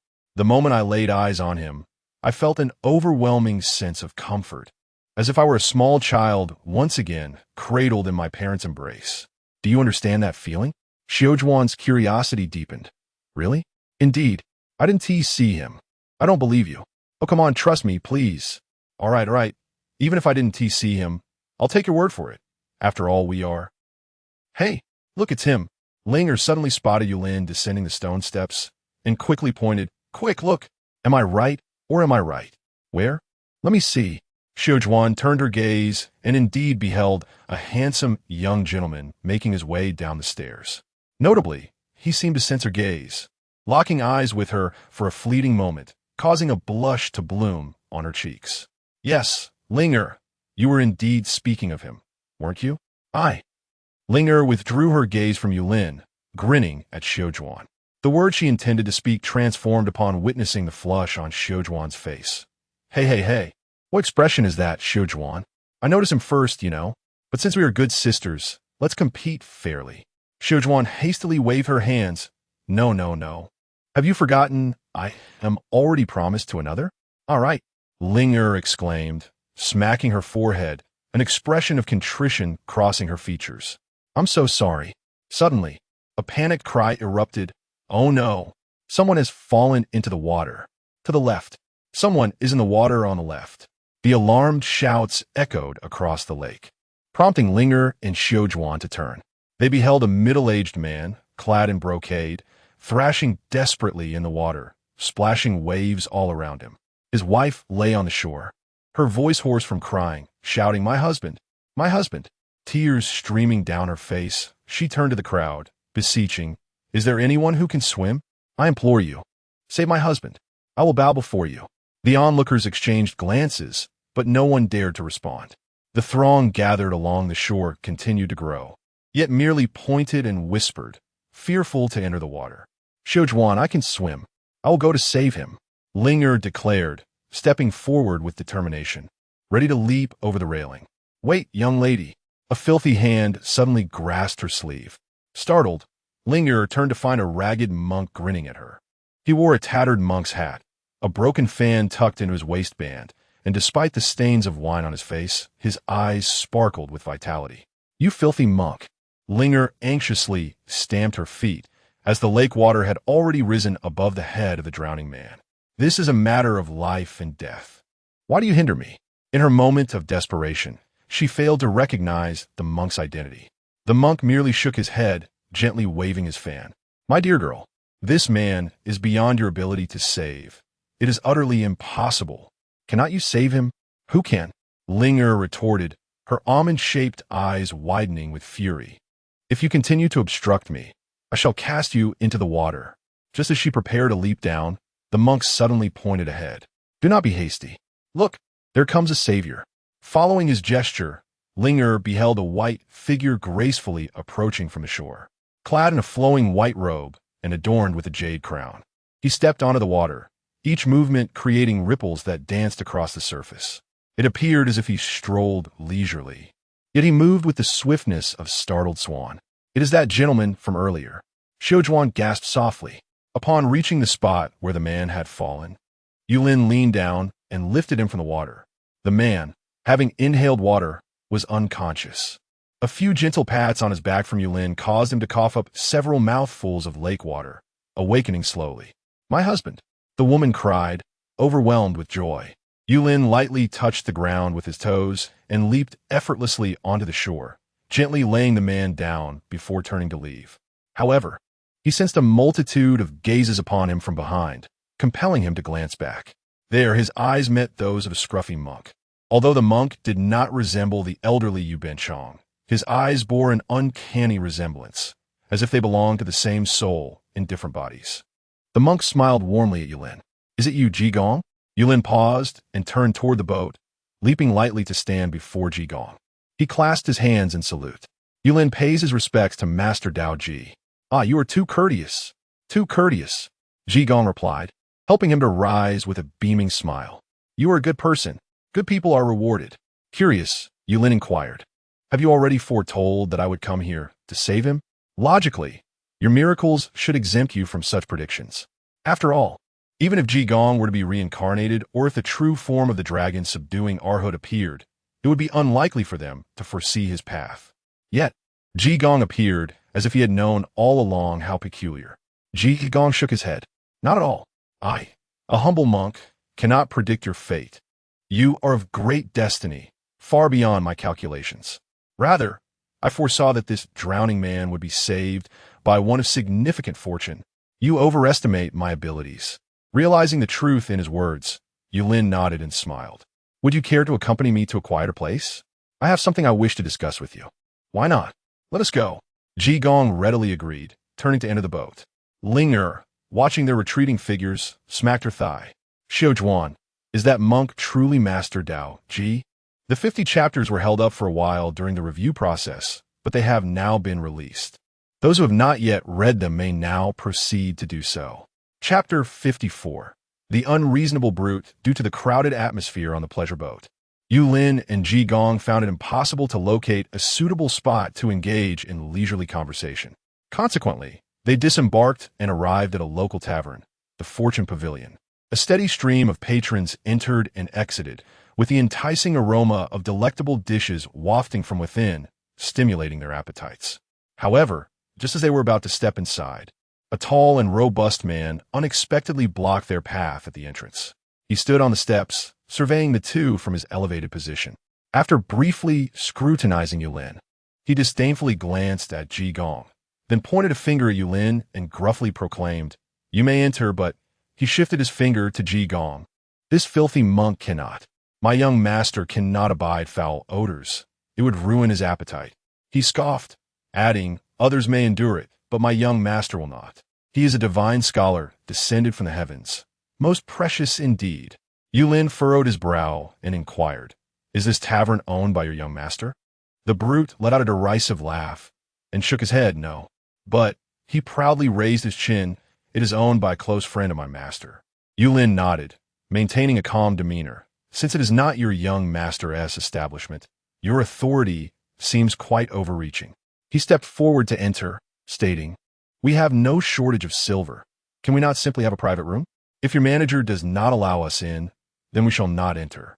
The brute laughed even more mockingly, directly obstructing Yulin's path by crossing his arms and sneering, "You may lack many things, but certainly not silver.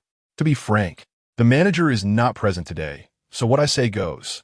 Hurry and enter if you wish, or take your leave with this filthy monk." Yulin's patience had now been entirely depleted, and a glint of coldness flickered in his eyes. "Step aside. And if I do not, are you planning to compare family backgrounds with my young master?" The brute met Yulin's gaze, suddenly sensing an ominous premonition. However, upon recalling his master's prowess, that feeling swiftly dissipated. At that moment, passers-by and diners, drawn by the brute's raucous shouting, gathered around. Although they did not recognize Yulin, they were well aware of Ji Gong. Someone stepped forward, pointing at the brute. "You ruffian, a blind fool. Do you not realize that you stand before Master Dao Ji? The very fact that Master Dao Ji would dine here is already a favor to you." As his words fell, many others chimed in. Countless individuals have sought after Master Dao Ji to visit their homes. How dare you turn him away? Hey, make way for the master, or my fists may be more formidable than yours. Indeed, we cannot allow the master to endure such indignity. Come to my tavern. My establishment is the welcoming pavilion. If Master Dao Ji graces us with his presence, all patrons today shall enjoy discounts. Do not go to his place. Come by. Under this barrage of voices, the brute's face turned crimson, and he bellowed, "What business is it of yours? What master or no master? He cannot possibly be Master Dao Ji. If he truly were, I would drink dry the latrine over there. Allow me to share a tale about my son." Suddenly, as if struck by an epiphany, he deftly redirected the conversation, declaring, "Today, I shall not yield. What say you? Who is it that dared to challenge me moments ago?" As his words hung in the air, he raised his hand and, with a mere gentle squeeze upon the wooden doorframe, left an indelible mark, subsequently tearing away a section with ease.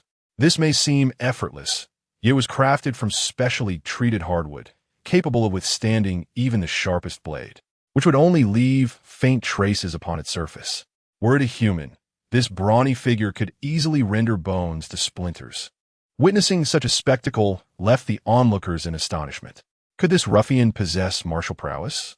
Observing their incredulity, the robust man discarded what he held and, crossing his arms, proclaimed, "Who among you wishes to engage in combat? Let us sign a death pact. My fist shows no mercy." Silence ensued. Some even took a step back, their gazes fixated on Jikong. Defeating him was certainly beyond their capabilities. Only a figure like Jikong could step forward. Meanwhile, Yulin contemplated shoving the imposing man aside. But Jikong preemptively grasped his arm, smiling amiably as he shook his head. "Ah, dear benefactor, no need for violence. Harmony is paramount." He waved his hand dismissively and turned away. "If he refuses to allow me entry, then I shall simply seek another place." With that, he fanned himself with his tattered bamboo fan, humming a cheerful tune, and strolled leisurely toward the opposite side of the street. Seeing this, Yulin followed suit, walking alongside him with a grin. "Your composure is truly admirable, master." Jikong swayed his head, fanning himself gracefully as he mused. The world is consumed by the pursuit of fame and fortune, fixated on status and wealth, unaware that both poverty and riches are but illusions. A tranquil heart finds bliss in every corner. He added, "Moreover, as a monk, I am both filthy and foul. It is only natural for one to be deterred by such a presence." Yulin nodded slightly, acknowledging the wisdom imparted. The pair continued their journey. Yet before they could reach the next tavern, they were halted by a sudden exclamation. "Benefactor, wait. Please." Turning to investigate, Yulin beheld a middle-aged man, drenched from head to toe, accompanied by a tear-streaked woman, hastily approaching him and Jikong. The man's pallor revealed that he had recently been rescued from the water, his clothes still dripping, yet he paid no heed as he hurried forward. "Benefactor, wait. Please." Upon reaching Yulin, the couple fell to their knees, bowing deeply in gratitude. "Thank you, noble benefactor, for saving our lives." The man spoke, his voice tinged with a mixture of fear and immense gratitude. Had you not intervened, I would surely have perished in the depths of the lake. Your immense kindness is beyond repayment. We humbly request your name, so that we may honor you daily, praying for your long life and well-being. Chapter 55 Reunion in Linen City. The Han residence. As the magistrate of Linen City, Han Zicheng nearly met his demise in the lake today. Fortunately, perhaps due to the heavens recognizing his virtuous deeds and his unwavering commitment to justice, a benefactor was sent to rescue him from the water, thus preserving his life. Reflecting on the sensation of despair he experienced in the lake, he found it to be truly overwhelming. Shaking off the thoughts, he regained his composure, raised his wine cup, and solemnly bowed to Yulin. Benefactor, I shall never forget the life-saving grace you have bestowed upon me. With that, he downed the contents in one go. Yulin smiled gently and waved his hand. You exaggerate, Master Han. I happened to be leaving Lingnin Temple when you fell into the water. It was simply not your time to perish, it was destiny. Beside them, the jovial Jikong, who was gnawing on a chicken leg, swallowed his mouthful and, with greasy hands, poured himself a cup of wine, grinning as he said, Master Han has always accumulated virtue. Thus, you are protected by your good deeds. This is your well-deserved reward. He took a swig of wine, smacked his lips, and continued. In the future, I hope Master Han will continue on this virtuous path, and such blessings will flow endlessly. Even if you encounter difficulties. Jikong paused meaningfully. There will be those to assist you. With that, he resumed munching on his chicken leg. Han Zicheng felt a stir in his heart, sensing that Jikong's words were laden with deeper meaning. Yet he dismissed it as mere pleasantries. Suppressing his curiosity, he earnestly replied, I shall heed the monk's teachings and remain steadfast in upholding justice and performing good deeds. Madame Han nodded repeatedly, sensing the atmosphere had turned serious, and hastily interjected, Benefactor, Master, these dishes were specially prepared by the chef from Baiwei Lu. Please do not let them grow cold. She personally served the dishes. These are his specialties. I hope you both will enjoy them. Thank you for your kind hospitality, madam. Yulin graciously accepted. It must be said that the cuisine of the Song dynasty has vastly improved compared to that of Liu Bang's era. Particularly, dishes that emphasize the natural flavors of the ingredients are not far removed from modern standards. Yulin savored the meal with satisfaction. After indulging in food and drink, Yulin, accompanied by the warm send-off of Han Zicheng and his wife, exited the Han residence. The evening had descended, and the golden hues of the setting sun bathed the streets, resembling a path of crimson and gold. The two men strolled leisurely along the avenue. Are you returning to the temple now, master? Yulin inquired, glancing at Jikong, who was playfully engaging with a butterfly. Whether I return or not, it matters not to me, for I can rest anywhere, Jikong replied, gently nudging the butterfly's head before allowing it to flutter away into the sky. But what about you? Benefactor?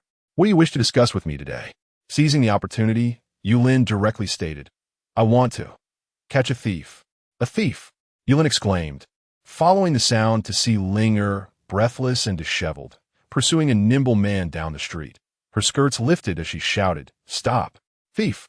As the rogue noticed someone blocking his path ahead, he sprang nimbly onto the rooftop, darting adeptly among the tiles.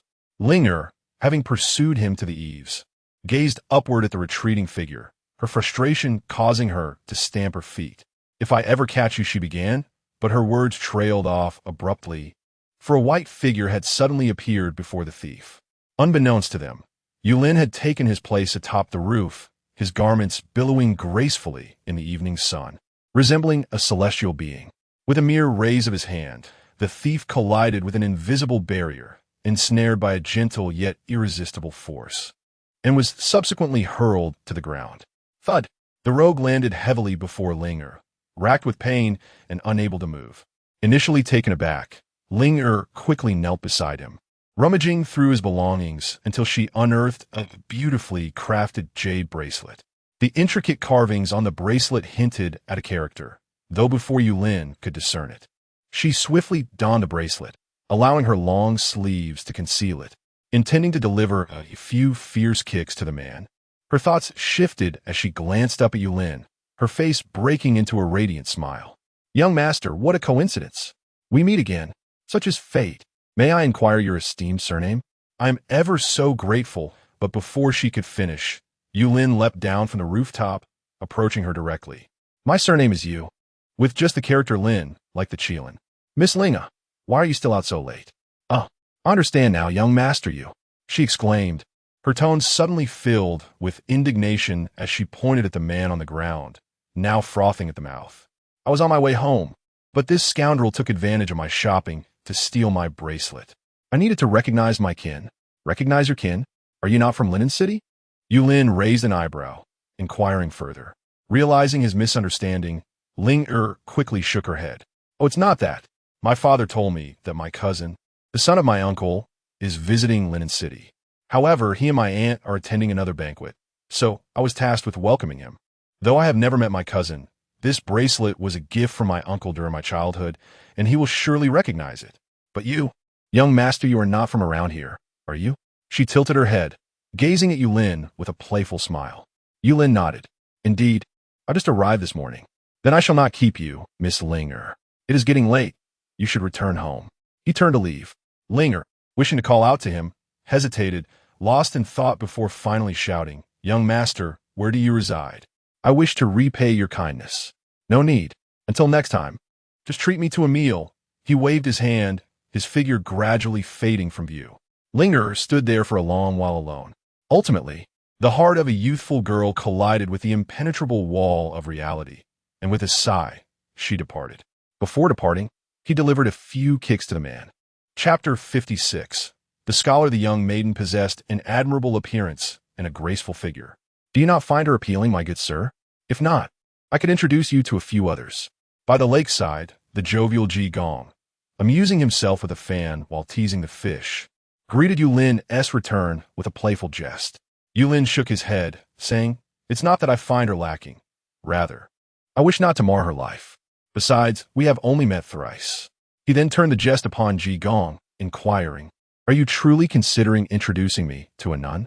If the ones you suggest are intriguing, I might entertain the thought. Ji Gong burst into hearty laughter.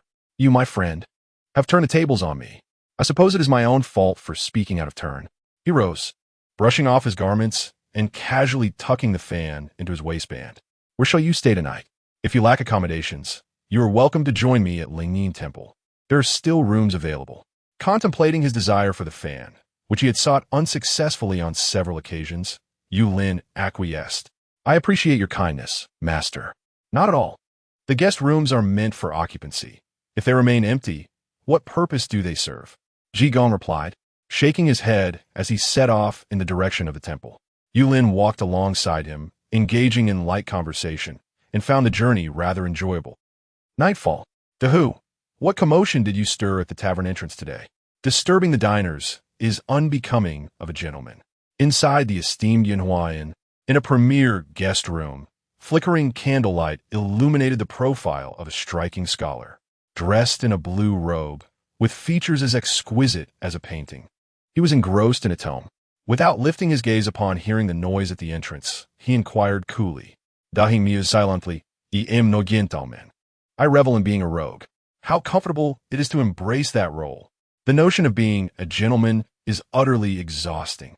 Yet, he merely entertained these thoughts as he placed the basin down and, with a sycophantic smile, said, My lord, are you not sensitive to unpleasant odors?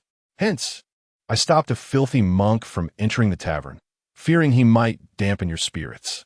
Rubbing his hands together in a servile manner, he added, It is a rare delight for you to visit Linen. You must enjoy your stay and depart in high spirits. With a sudden clap, the scholar slammed the book shut and rose from his seat, frowning deeply as he fixed his gaze upon Dahu. The monk you mentioned, was he ragged and carrying a fan? Dahu scratched his head, reflecting carefully before shaking his head. No. Just as the scholar was about to breathe a sigh of relief, Dahu continued, the fan was tucked into his waistband. The scholar fell silent for a moment before bursting into laughter, raising a finger at Dahu. You truly are. Where's all the reading I've assigned you gone? How much have you learned about propriety, righteousness, integrity, and honor? Last time, I admonished you to treat others with humility and kindness, not to become arrogant because of your modest skills. Have you forgotten? His voice grew increasingly stern. If there is a next time, you may as well return. I have no need for you, nor do I dare to employ you. Seeing the scholar's anger, Dahu quickly lowered his head in contrition. Yes, yes, yes, you are right, my lord. I assure you, I shall never err again. Please forgive me. The scholar took a deep breath to calm his emotions and sat back down. He casually picked up a book from the table and tossed it to Dahu. Copy this 3 times. Tomorrow, we shall go to Lingyin Temple. Flustered, Dahu caught the book and asked in confusion, My lord, are you not visiting relatives tomorrow? What is the purpose of going to Lingyin Temple?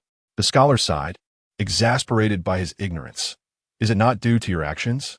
He rubbed his temples and said helplessly, Do you not realize that the foul-mouthed monk you spoke of is the illustrious Master Daji? Upon hearing this, Dahu's mouth fell agape. His expression froze, filled with shock and regret. He is truly Master Daji? But Master Daji appears so disheveled. His appearance is of no concern to you. The scholar interjected, waving his hand dismissively. People often judge others by their attire and looks, failing to understand that true enlightenment often does not conform to appearances.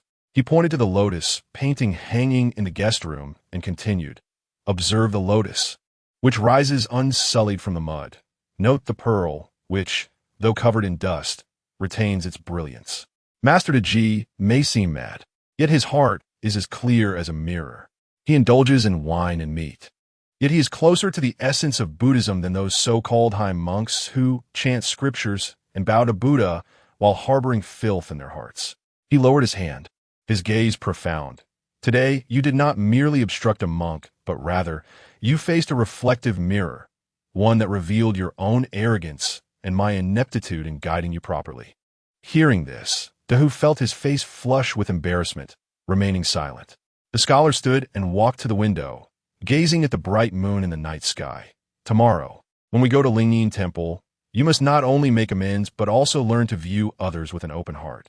Remember, true cultivation lies not at the mountain gate, but within the heart's door. No matter how skilled you are, if you do not cultivate your heart, it is all in vain. Dahu looked at his lord's silhouette, taking a long moment before finally uttering, Yes, you truly are a sage, my lord, imparting wisdom. I have learned much. The scholar turned back, waving his hand. I am no sage, merely a seeker of knowledge. You may leave now. In the future, approach life with humility. Chapter 57. Counterfeit Goods? Nightfall at Lingyin Temple, guest room. Yu Lin remained awake, seated cross-legged upon the bed in meditation. The essence in the air was no less potent than that of the Han Dynasty. One might say it was indistinguishable. Thus, one may ponder what transpired in later eras that led to such a significant diminution of this essence. Perhaps there exists an ancient entity in the modern age that has siphoned away this vitality for their own cultivation. Yu Lin speculated. It was quite plausible that it was the intervention of a being from the realm of the void. For the void, originally known as the union of the void, is fundamentally formless, the very essence of qi, intended for the refinement of spirit and return to the void. Upon witnessing this essence, one could easily comprehend its significance. They can wield this qi to perform myriad supernatural feats. Each individual is akin to a mortal embodiment of celestial authority, or perhaps a conglomerate of various weakened celestial authorities. They have already grasped certain rules. For instance, with merely a gesture, they can invoke thunder through the manipulation of lightning qi, albeit with power far inferior to that wielded by those who have also entered the void and awakened the authority over thunder. Nevertheless, they remain formidable, comparable to those awakened at the true harmony stage. Moreover, while summoning thunder, they can simultaneously command water and fire, among other elements. Yu Lin had perused the history of qi refiners.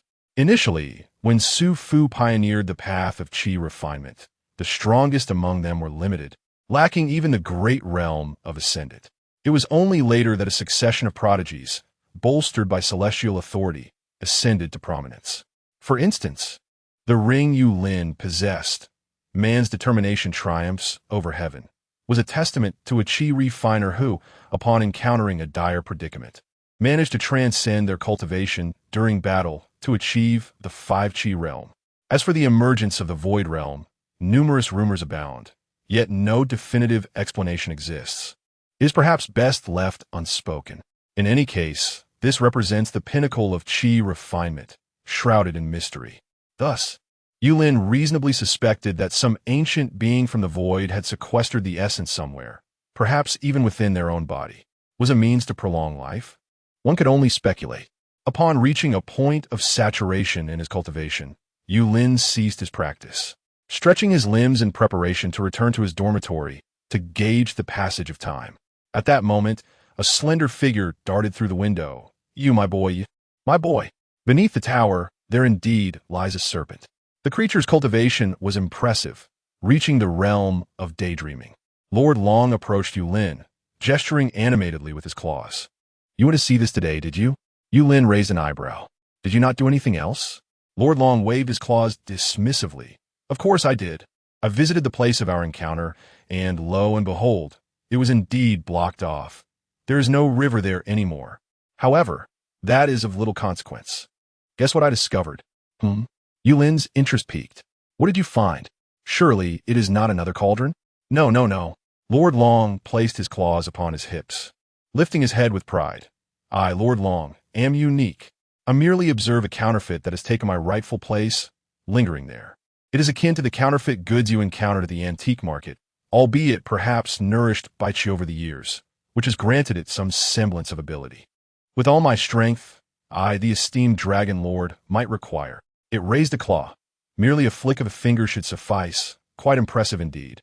Yulin observed that while it appeared to praise the counterfeit's prowess, it was, in truth, reveling in its own superiority, rather than dampen its spirits. He nodded in agreement. "Indeed, Dragon Lord is the mightiest, the most extraordinary. However, can you discern who placed it there?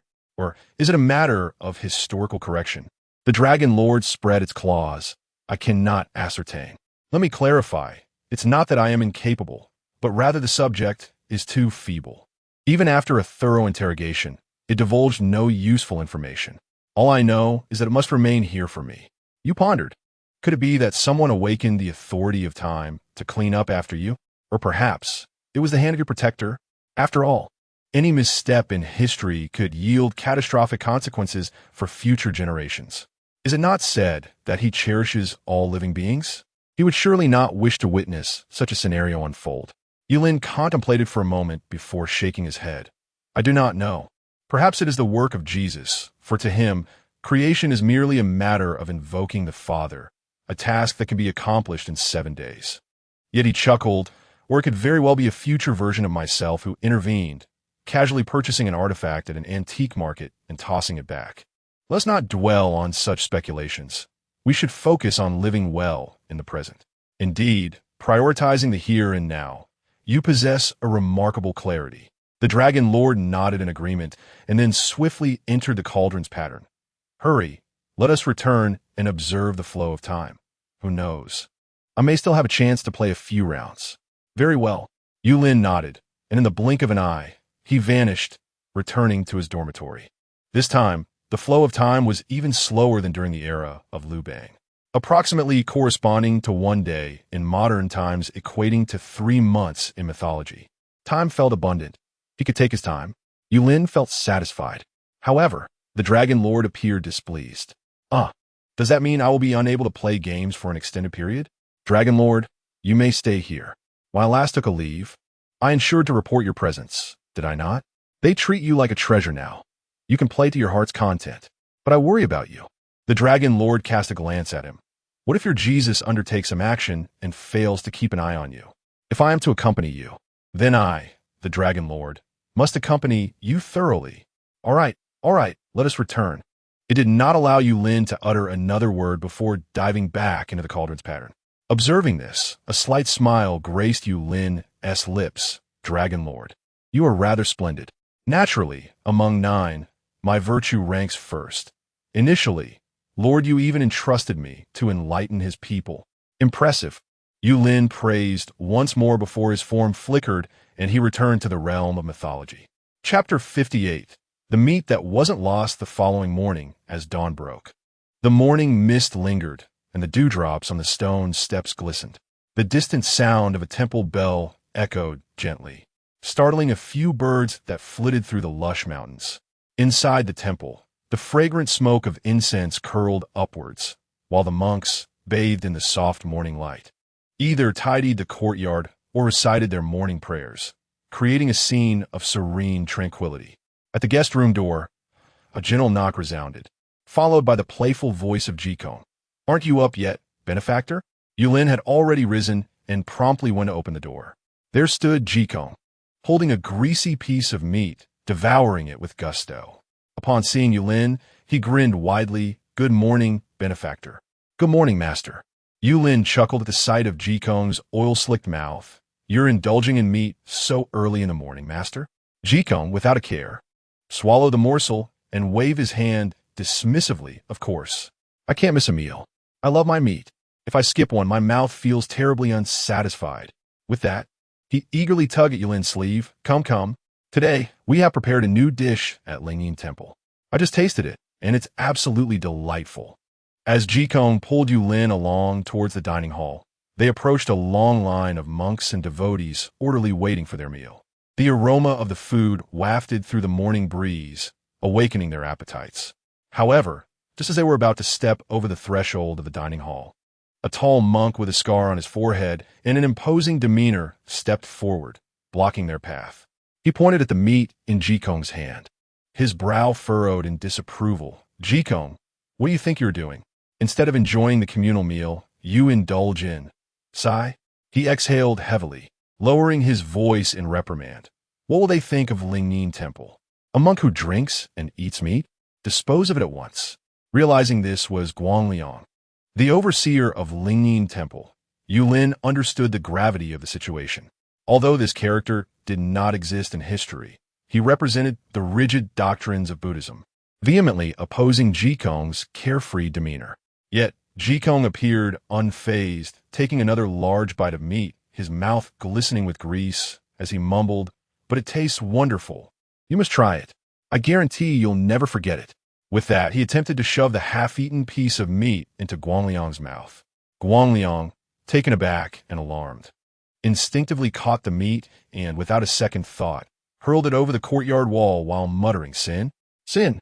May the Buddha forgive my transgressions."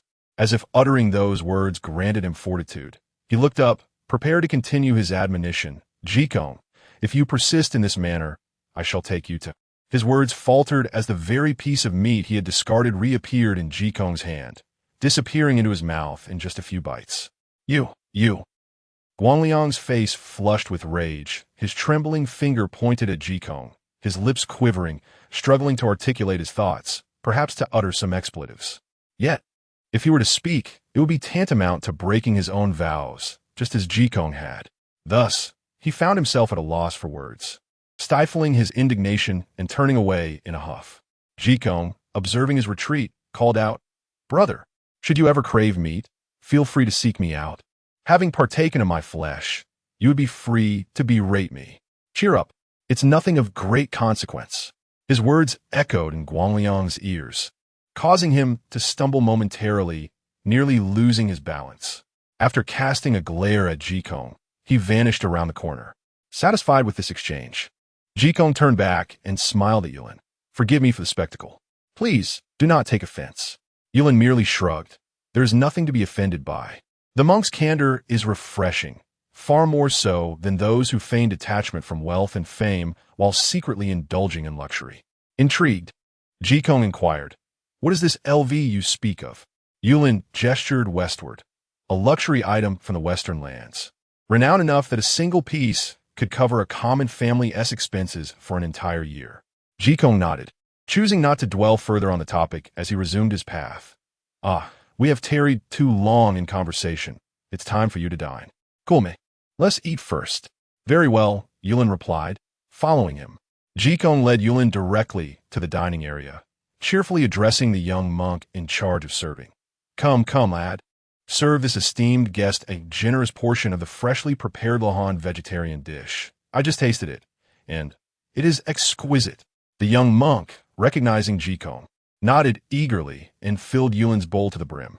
Upon receiving the bowl, Yulin looked down to find an array of ingredients: black fungus, tofu, bamboo shoots, lotus seeds, and a dozen other vegetables, all simmered to perfection, the broth clear and aromatic. He settled into a seat, sampling a piece of tofu. It was tender and rich in flavor, surprisingly more delectable than meat. "How is it?" Jikong leaned in, also holding a bowl as he sat beside Yulin. Yulin nodded and smiled. "Indeed, it is delightful. I'm glad you enjoy it," Jikong responded, satisfied and resuming his meal. However, midway through, a monk appeared at the entrance, glancing around before spotting Jikong with his meal and hurried towards him. Daoji, Daoji, a scholar seeks you. He wishes to apologize." At that moment, Jikong, engrossed in his food, waved his hand without looking up. "Go away. Do you not see I am eating? Tell him to wait until I finish." Chapter 59. I can control my strength. Esteemed benefactor, Daoji is currently dining. Please hold on for a moment. The monk approached the scholar seated on the stone bench and offered an apologetic smile. The scholar promptly rose, clasped his hands in gratitude, and replied, "No worries at all. I am immensely grateful for the monk's assistance in conveying my message. Ah, it was merely a trifling act. In that case, I shall proceed with my recitation." After a brief smile, the monk turned and departed. Once the monk had left, Dahu stepped forward. "Young master, the monk is at his meal, likely in the dining hall. Why not seek him out directly? Upon seeing him, I shall kneel and bow in apology. Can you not ponder this with greater discernment?" The scholar seated himself, looking at Dahu with a sense of resignation. "The monk has asked us to wait," indicating he does not wish to see us at this moment. The Buddha bears no resentment, yet the methods of the Bodhisattva are as fierce as fire, while their heart remains tranquil and composed. Should we seek him out, we are unlikely to find him. Perhaps this is a test of our sincerity in acknowledging our mistakes. Let's wait. With that, he picked up a book to read, leaving Dahu standing there, pursing his lips, lost in thought. He paced back and forth, displaying a vexed demeanor, occasionally glancing up at the sky, then down at the ground, even going to the Buddha statue to bow a few times. The weather was neither oppressively hot nor comfortably cool. However, with his restless movements, he was sweating profusely and feeling quite parched. Returning to the scholar's side, he seized the water pouch and took several hearty swigs, finally quenching his thirst. Just as he was about to close the pouch, a sudden, intense pain surged through his abdomen, swiftly followed by an overwhelming urge to relieve himself. Despite his utmost efforts to endure, it was to no avail, and he could not help but exclaim, "Ouch! Young master, my stomach is in excruciating pain. I must find relief. If the monk arrives, I kindly ask you to speak on my behalf. I am truly sorry." The scholar nodded slightly, then go. "Nature calls, and surely the monk shall not hold this against you." "Thank you, young master." With the scholar's consent, Dahu hurriedly dashed towards the restroom at Lingyin Temple. The morning dew had yet to evaporate, making the bluestone path slippery and difficult to navigate, causing him to stumble. In the distance, he could see a line of humble restroom stalls, where pilgrims were patiently waiting. Their expressions revealed no sense of urgency. While they were unhurried, Dahu was in a state of desperation. "What shall I do now?" Cold sweat beaded on his forehead as his stomach twisted painfully. He hurriedly approached to inspect the situation, only to find each stall occupied, save for the farthest corner, which was vacant, though at that moment, a carpenter was inside, busily hammering away. "Brother." Dahu squeezed his legs together, his face flushed. "Please hurry. I can hardly hold it any longer." The carpenter poked his head out from the stall, wiping his brow with an apologetic expression. "My dear brother, I sincerely apologize. The wooden planks of this restroom are rotting, and I have only just begun the repairs. The physique may be somewhat small, barely manageable, but with your build." He scrutinized the robust figure of the great tiger, fearing he might break the board beneath him, and should he fall, it would be disastrous. "Just a moment longer. We still need a quarter of an hour." A quarter of an hour? The great tiger felt as though he might lose control any second. He stamped his feet in desperation, beads of sweat cascading down his cheeks, clutching his stomach tightly, his voice laced with urgency. "No, do not worry. I am a practitioner of martial arts, capable of controlling my strength. Hurry, let be done. Should I fall, I shall not hold you accountable." Seeing his palpable anxiety, the craftsman reluctantly nodded. "Very well, Please wait a moment. He swiftly gathered his tools, hammers and nails, and, as he stepped out, the great tiger dashed inside in a flash. Bang! The door to the lavatory slammed shut. Ah, what a relief. The liberating sensation washed over the great tiger, allowing him to exhale deeply, his entire being relaxing. He closed his eyes in bliss, savoring this fleeting tranquility. However, in this moment of relaxation, he entirely forgot to moderate his strength. Crack! A faint sound of splintering echoed beneath him. Before he could comprehend what was happening, a thunderous crash resonated, and the wooden floor of the lavatory collapsed. He plummeted straight into the cesspool. Oh no! The foul stench hit him like a wave, the viscous filth rising to his chest. The great tiger struggled desperately at the bottom of the pit, only to sink deeper. The craftsman, hearing the commotion, rushed over, his face blanching in horror. Help! Someone has fallen into the latrine. A crowd began to gather, yet they merely stood at the edge of the pit, exchanging glances, pinching their noses in dismay. Someone offered a bamboo pole, but the great tiger, covered in filth, could not grasp it. Another attempted to bring a rope, but it was too short. The situation was at a standstill. Clear the way. Make way. Guangliang approached with a frown, his monk's robe fluttering gently in the morning breeze. He bore the stench with great effort and instructed the monk beside him. Go fetch 2 long poles. The monk promptly turned and soon returned, shouldering 2 long, sturdy rods. Guangliang took the poles, inhaled deeply, and extended one towards the bottom of the pit. Grab hold. The great tiger, seeing a glimmer of hope, grasped the pole tightly. However, his hands, slick with filth, made it impossible for him to ascend. Instead, he nearly yanked Guangliang down with him. Ouch!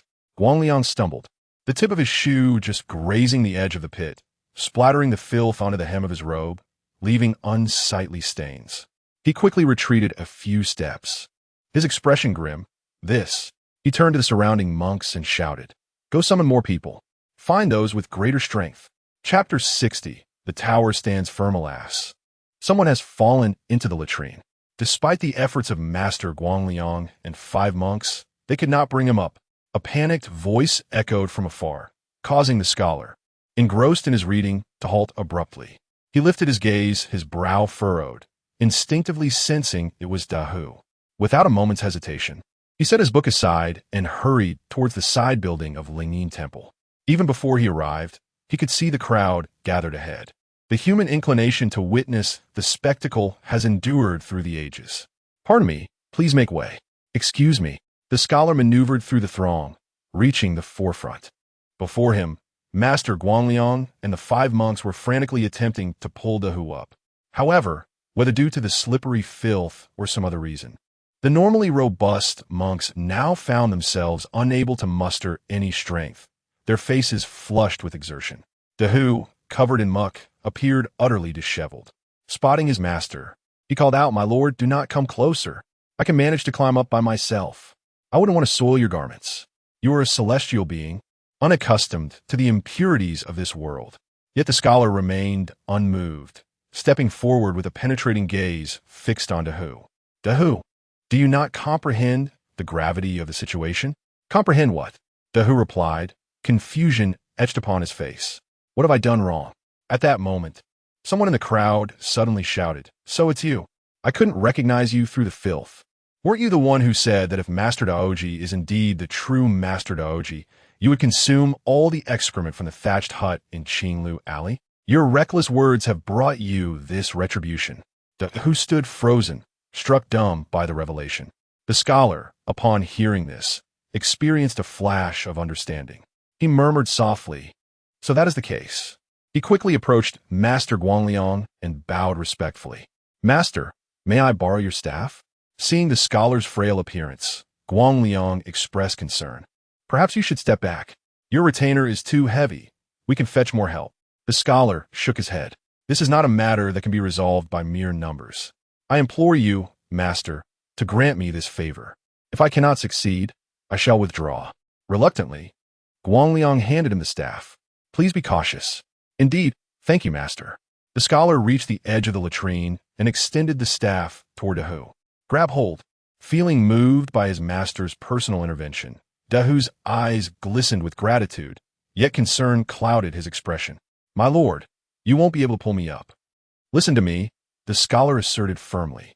Reluctantly, Dahu grasped the staff. Strangely, the strength that had eluded him moments before surged within him, and he was effortlessly hoisted up. As Dahu observed his master's pristine robes sullied by the filth, he felt overwhelmed with shame and was about to kneel in apology when a familiar voice rang out from the outskirts. Who has fallen into the toilet? Make way for the monks. Let me have a good look." In a place where one could witness a spectacle, how could I proceed without a monk? The crowd parted, revealing the figure of Ji Gong, leisurely approaching while waving a fan, accompanied by Yulin. As Ji Gong drew nearer, Guang Liang furrowed his brow, poised to speak. But before he could, Dahu stepped forward, kneeling promptly and pressing his forehead to the ground, exclaiming, "I was unaware yesterday and inadvertently offended the master. I beseech your forgiveness. If blame must be assigned, let fall upon me for my ignorance and impoliteness. Please do not hold my young master accountable. It is my fault for not studying and understanding etiquette. Henceforth, I shall sincerely amend my ways." His words were imbued with utmost sincerity, yet the foul odor emanating from his person caused nearby devotees to recoil in discomfort. The scholar also approached, bowing deeply before Ji Gong, stating, "I have neglected my duties," allowing him to act with such arrogance. "I heard the commotion but failed to intervene. Ultimately, it is my fault, and I implore your pardon, master." Ji Gong extended his hand to help the scholar rise, smiling warmly as he reassured, "No harm done, no harm done. Let yesterday's grievances dissipate like the wind." He patted the scholar's shoulder, adding with a profound implication, "However, as long as the tower of aspirations remains unshaken in your heart, that very tower shall not falter." The scholar's eyes widened in sudden realization, as if stirred by Ji Gong's words. He parted his lips to inquire further. But Ji Gong had already turned to face Dahu.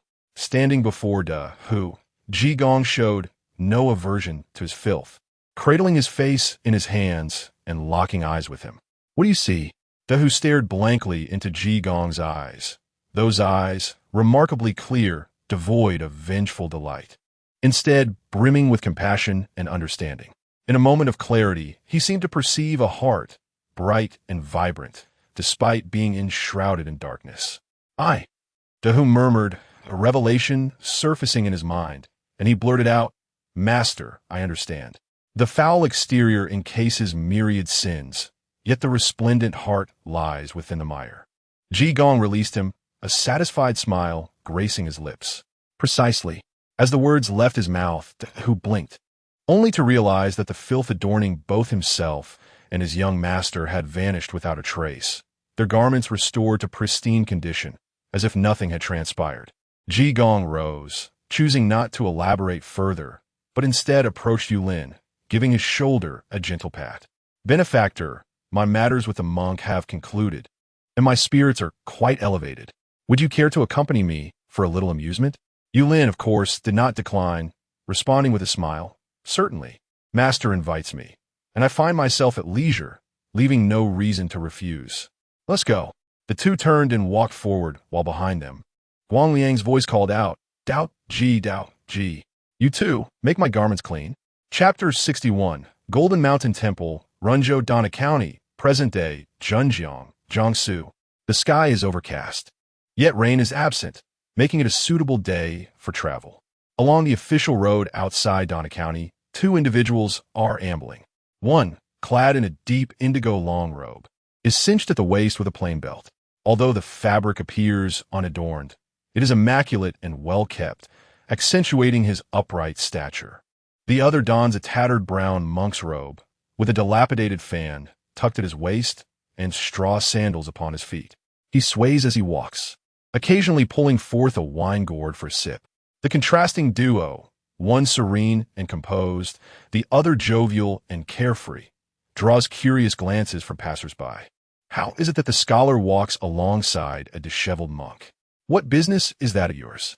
Let one associate with whomever they please. Oh, why so irate? Settle the 5 taels of silver you owe me from some days past, and my temper shall surely cool. No money?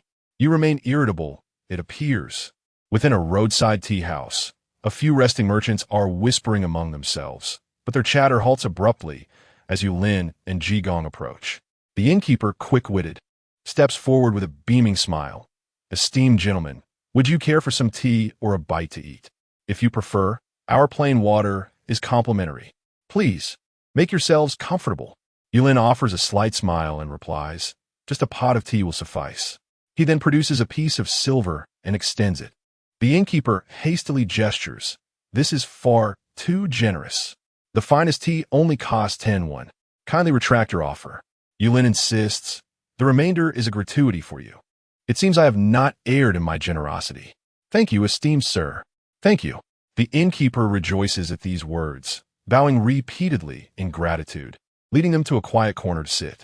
Before long, he presents a pot of clear tea and a plate of osmanthus cake. Enjoy at your leisure. And do not hesitate to call for assistance. The tea, a fresh brew from this year, exudes a fragrant aroma. The osmanthus cake, golden and fluffy, is adorned with delicate bits of osmanthus, emanating a sweet yet subtle fragrance. Jigong, unable to contain himself, eagerly grabs a piece of the cake and savors it, his eyes narrowing in contentment. Ah, this osmanthus cake is delightful. Yulin samples a bite as well, finding it fragrant and mildly sweet, not cloying at all. It seems to be the finest confection the tea house offers, and he nods in approval. Indeed, it is quite splendid. The innkeeper, overhearing the praise, beams with joy. I am pleased you enjoy it. The osmanthus was personally harvested by our owner, and the tea is the finest local cloud and mist variety. I shall attend to other guests now. Once the innkeeper departs to serve new patrons, Yulin takes a gentle sip of tea and turns to Jigong. Having traversed approximately 300 li, is your intent to visit the Golden Mountain Temple? The Lingyin Temple lies nearly 300 li from the Golden Mountain Temple. Thus, a high suppression of Banyangzi and her confinement in the Leifeng Pagoda indeed required such a journey. However, in the realm of myth, Fa Hai's golden bowl was bestowed by the Buddha himself. It would be no surprise if he were to cover 3,000 li instead. Besides, he is accompanied by a figure from the west. Jigong, now stuffing his mouth with a second piece of cake, chuckles with his cheeks puffed. Naturally, I must pay a visit to the Golden Mountain Temple while here. Upon meeting the abbot of Jinshan Temple, Yulin nodded in understanding, silently estimating the age of Fa Hai, who should be around 60, perhaps a bit older or younger, yet undoubtedly older than Jikong. However, Jikong is the reincarnation of an Arhat, while Fa Hai is merely a monk favored by the Buddha. Jikong's visit, it seems, is likely related to the affair of Banyangzi. If that scholar does not encounter any issues, he should be the son of Su Xian, Su Shilin. Was Jikong's remark about the Zhuangyuan Tower intended to remind him to humble himself and sincerely kneel before Leifeng Tower? Perhaps Jikong would then confront Fa Hai in a one-on-one duel? Only time will tell. Yulin shook his head, dispelling the distracting thoughts in his mind. He found no urgency to wield his fan. Instead, he enjoyed leisurely strolling alongside Jikong, savoring the picturesque scenery of the Southern Song dynasty. The two settled in a tea house, where a gentle breeze wafted through, bringing comfort and ease. After finishing their tea and pastries, just as they prepared to leave, a sudden, terrified scream pierced the air. Robbery! Help! Yulin furrowed his brow, vanishing in a flash. Jikong, upon witnessing this, hurriedly followed, calling out, "Wait, benefactor, take me along." Meanwhile, Yulin had already arrived at the source of the commotion. Upon closer inspection, he beheld 7 or 8 burly robbers surrounding a carriage. The leader, a brutish figure with a face full of excess, brandished a gleaming, ghost-headed knife. In front of the carriage stood a resolute man, struggling against the odds, already injured. Beside him, a valiant middle-aged woman wielded a long blade, her fierce techniques becoming increasingly ineffective. Who dares to intervene?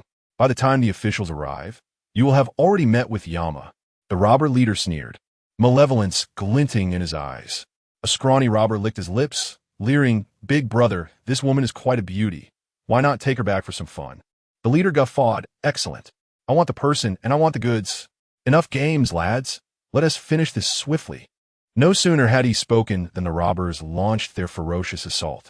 The man, caught off guard, was struck by a blade on his shoulder, blood instantly staining half his body.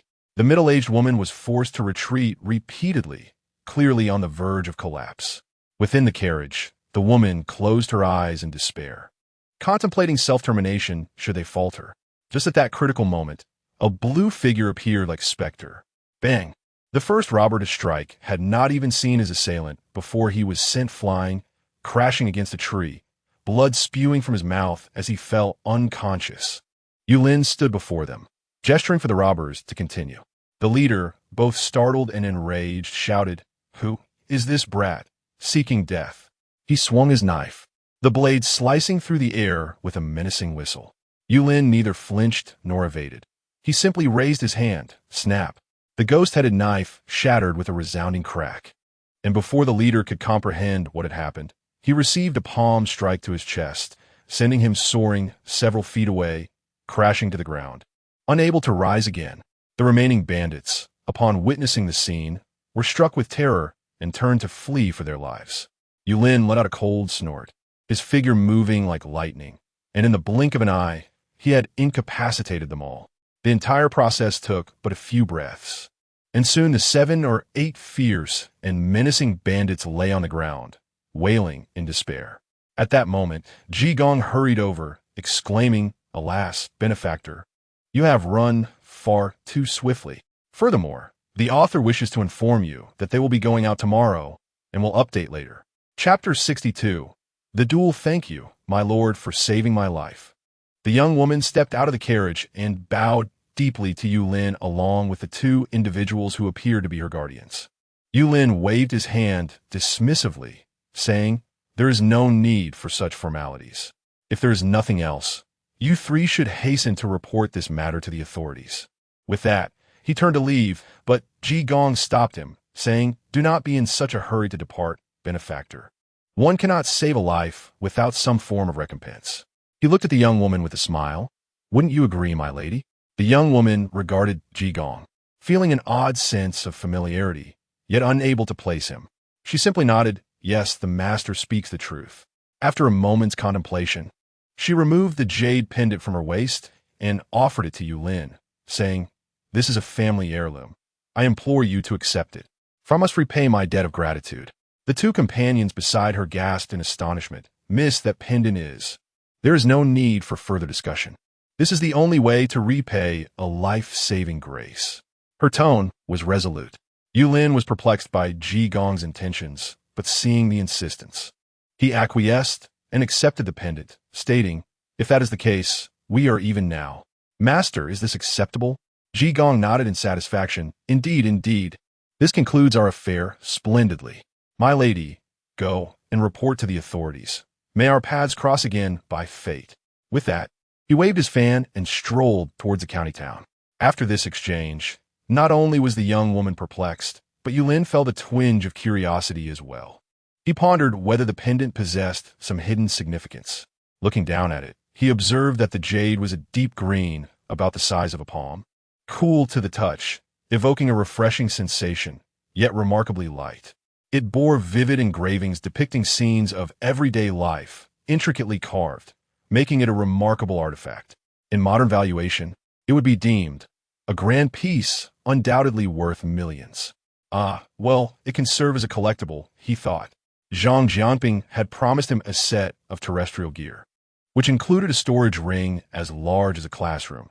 Yet he considered that Ji Gong might require the pendant later. Thus, he casually hung it from his waist and approached Ji Gong. Together, they made their way towards a nearby county town. Not far from the town flowed a river, the Yangtze. On this river lay a solitary island known as Jinshan. Upon this island stood a temple, Jinshan Temple. Atop the mountain, there was a platform for meditation, known as Miaogao Terrace, and a pavilion offering sweeping views of the river and sky, where Liu Yu had once penned poetry. The main structures, including the Grand Hall and the Sutra Repository, were nestled halfway up the mountain, with monk quarters cascading down the slope. At the foot of the mountain, a dock provided access for pilgrims arriving by boat. As one approached, the red walls and golden roofs emerged from the mist. accompanied by the resonant chimes mingling with the river's roar. Ji Gong remarked, "The Jinshan Temple is indeed impressive." Yulin raised an eyebrow. "Master, have you never visited before?" Ji Gong shook his head. "This is my first visit. However, I have encountered Master Fahai before. In the beginning, he and I engaged in a debate, our opinions diverging, which led to a physical altercation. Even with the golden bowl bestowed upon him by the Buddha, he could not prevail against me, a humble monk." As he recounted this, he couldn't help but raise his chin slightly, wearing a smug expression. "The master is formidable." Yulin complimented him before curiously inquiring, what was the topic of debate? Was it concerning demons? Indeed, Ji Gong nodded. He asserted that all demons inevitably corrupt moral principles, and that intermarriage with humans is a grave sin, an act that defies heavenly reason. I retorted, "Nonsense. If heavenly reason were devoid of compassion, how could the Bodhisattva lower his gaze?" I continued, "All sentient beings possess Buddha nature. All beings embody the essence of nirvana. There is no distinction between humans and demons before the Buddha." His rigid adherence to the precepts rendered him inflexible. Upon reaching this point, he ceased further discourse, merely shaking his head and sighing. Yulin nodded in understanding and inquired, "Did the master go to debate him again this time?" Ji Gong shook his head, grinning. "I want to seek him out for a brawl." The master is indeed remarkable. Yulin found himself at a loss for words, offering another compliment. From his remarks, it was evident that he had come concerning Su Shirling's matter. As the two engaged in casual conversation, they entered the county city. Perhaps due to the proximity to Golden Mountain Temple, many devotees could be seen in the county. Numerous individuals, upon encountering Ji Gong, would pause to offer their respects and greetings, even extending invitations for meals or baths, offering him a clean monk's robe. Ji Gong politely declined, stating, "This is my 100-fold robe. I am accustomed to wearing it. Any other would cause me discomfort." Upon hearing this, the townsfolk abandoned their intentions, offering a few praises before departing. The two continued their journey, traversing the bustling market until they reached the ferry. The river breeze caressed their faces, imbued with a humid mist. "Boatman!" Ji Gong called out to the riverbank, and a small boat gradually approached. The ferryman, a dark-skinned middle-aged man, hastily brought the boat to shore upon noticing the guests. "Are you two headed to Golden Mountain Temple?" Yulin nodded, "Indeed. The fare is 20 coins, payable upon arrival." After stating the price, the ferryman scrutinized Ji Gong's tattered attire and inquired, "Is this monk from Golden Mountain Temple? Why such an appearance? Has the temple treated you poorly?" Ji Gong shook his head. "I'm a monk from Lingyin Temple." The ferryman, taken aback, examined Ji Gong's garb more closely. His tattered monk's hat, a worn fan, and a wine gourd hanging at his waist. His eyes suddenly brightened. You must be Master Dao Ji." Ji Gong chuckled. "Indeed, I am he." The ferryman, trembling with excitement, exclaimed, "What a fortune it is for me to ferry the master today." He promptly assisted Ji Gong onto the boat. "Master, and this young gentleman, please sit steady." The small boat glided smoothly across the river, the ferryman rowing with extra gentleness, fearful of jostling his esteemed passengers. Before long, they reached the shore. "Here we are. Please take your time disembarking." The ferryman steadied the boat, and upon seeing the coins offered by Yulin, repeatedly waved his hands. "I cannot accept this fare. It is already a tremendous blessing to be able to transport the master." Ji Gong did not decline, but merely used his fan to strike the boatman thrice upon his person, saying, "On the noon of the third day hence, do not venture out on the water. Remain at home in tranquility. Should you insist on sailing, calamity may befall you." The boatman felt a tremor in his heart, recognizing the sage's words as a warning. He promptly bowed in gratitude, exclaiming, "Thank you, master, for your guidance. I shall remember this." With that, Yulin and Ji Gong turned to depart. The boatmen stood at the water's edge, watching as their figures faded into the temple's gate, feeling a profound sense of gratitude and reverence. To save 200 on high-speed rail, he endured a 10-hour bus ride, paying homage to the legendary king of endurance. Tomorrow, he vowed to make up for it at dawn. As for the tip button, the author is equally perplexed, unable to deactivate it, and wondering why there have been no comments or discussions at the end of the chapter thus far. Chapter 63. The Carving of Wooden Figures Master. Who do you seek here? A monk from Jinshan Temple halted Yu Lin and Ji Gong, greeting them with a respectful bow before inquiring further. Ji Gong pointed upwards and replied, I am Dao Ji, arriving from Lingyin Temple, seeking an audience with your abbot. Is that permissible?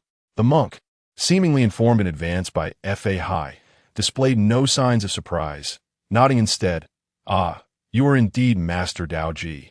Please follow this humble monk. Ji Gong, however, did not rush to depart, but turned to Yu Lin with a faint smile. Benefactor, would you kindly wait for me? I wish to have a brief word with him. Please, go ahead.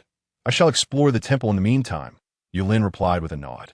Only then did Ji Gong turn and ascend the mountain with the monk. Once Ji Gong entered the building, Yu Lin withdrew his gaze and surveyed his surroundings, contemplating a meal at the temple's dining hall. He accosted a monk for directions before making his way there.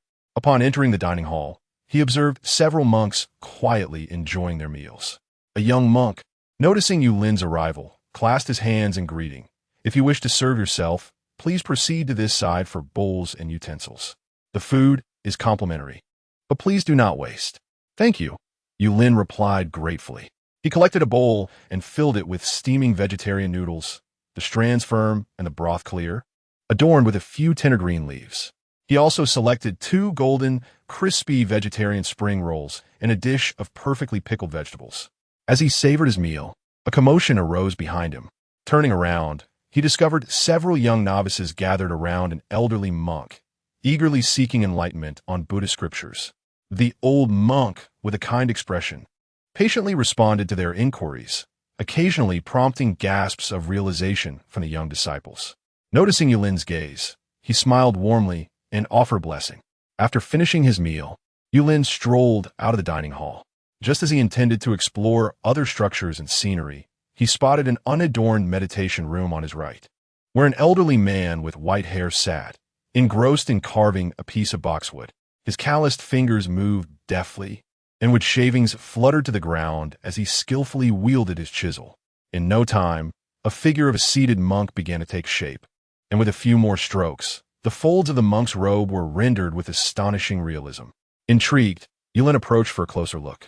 Through the half-open door, he glimpsed several rustic wooden shelves within, laden with an array of intricate wood carvings. There were monks sweeping, smiling, and even martial monks honing their skills, alongside a myriad of ordinary figures. However, the dim lighting made it challenging to ascertain the exact number of sculptures present. The master's craftsmanship is truly remarkable. Yu Lin marveled sincerely. The elderly man lifted his gaze, momentarily taken aback by Yu Lin's face, as if recalling a distant memory, though he could not place it. He merely smiled and remarked, It is merely a matter of practice making perfect. After carving wood for so many years at Jinshan Temple, I could sculpt a likeness even with my eyes closed. I am not a monk. I merely reside here. Please do not refer to me as master, for I cannot bear such a title. As he spoke, he continued with his task, gently etching the face of the wooden figure, which instantly came to life with expressive brows and eyes. I see, Yu Lin nodded and added, Master, your skill is indeed a testament to the saying that practice makes perfect. Might I inquire if you could carve for me? He paused, pondering before continuing. 6 wooden figures and 1 wooden dragon. What would be your fee, esteemed elder? The old man did not cease his work, yet declined to charge Yu Lin. That is quite all right. I do not pursue wealth in this endeavor. Please have a seat, and once I finish this figure, you may describe the likeness you wish for the next wooden figures. Thank you, honored elder. Yu Lin settled beside him, contemplating that since he would not accept payment, he could later offer a donation to Jinshan Temple in his name. Before long, approximately 7 or 8 minutes had passed, and the old man completed the carving of the wooden figure. He rose and entered the house to place it on a shelf before returning with 6 pieces of wood. What form would you like the first figure take, young master? Tall and slender, draped in a long robe that reaches the ankles, with a belt of cloth at the waist, hair slightly curled and cascading to the shoulders, beard neatly trimmed. Very well, and the next? A man in his 30s, neither exceptionally handsome nor unattractive, with well-defined features and tousled long hair, wearing an overcoat, exuding an air of nonchalance. Would you like me to carve him first? Are you concerned I might forget? Rest assured, once seen or heard, it is indelibly etched in my mind. You are indeed impressive. And for the final figure, a woman. What should the dragon resemble? The old man swiftly sketched the dragon-esque form with a few strokes upon the wood. Yulin nodded in affirmation. Yes. In his mind, the voice of the dragon erupted with exuberance. Wow. You kid, you've not disappointed me. This old man possesses remarkable skills. Have him carve more for me.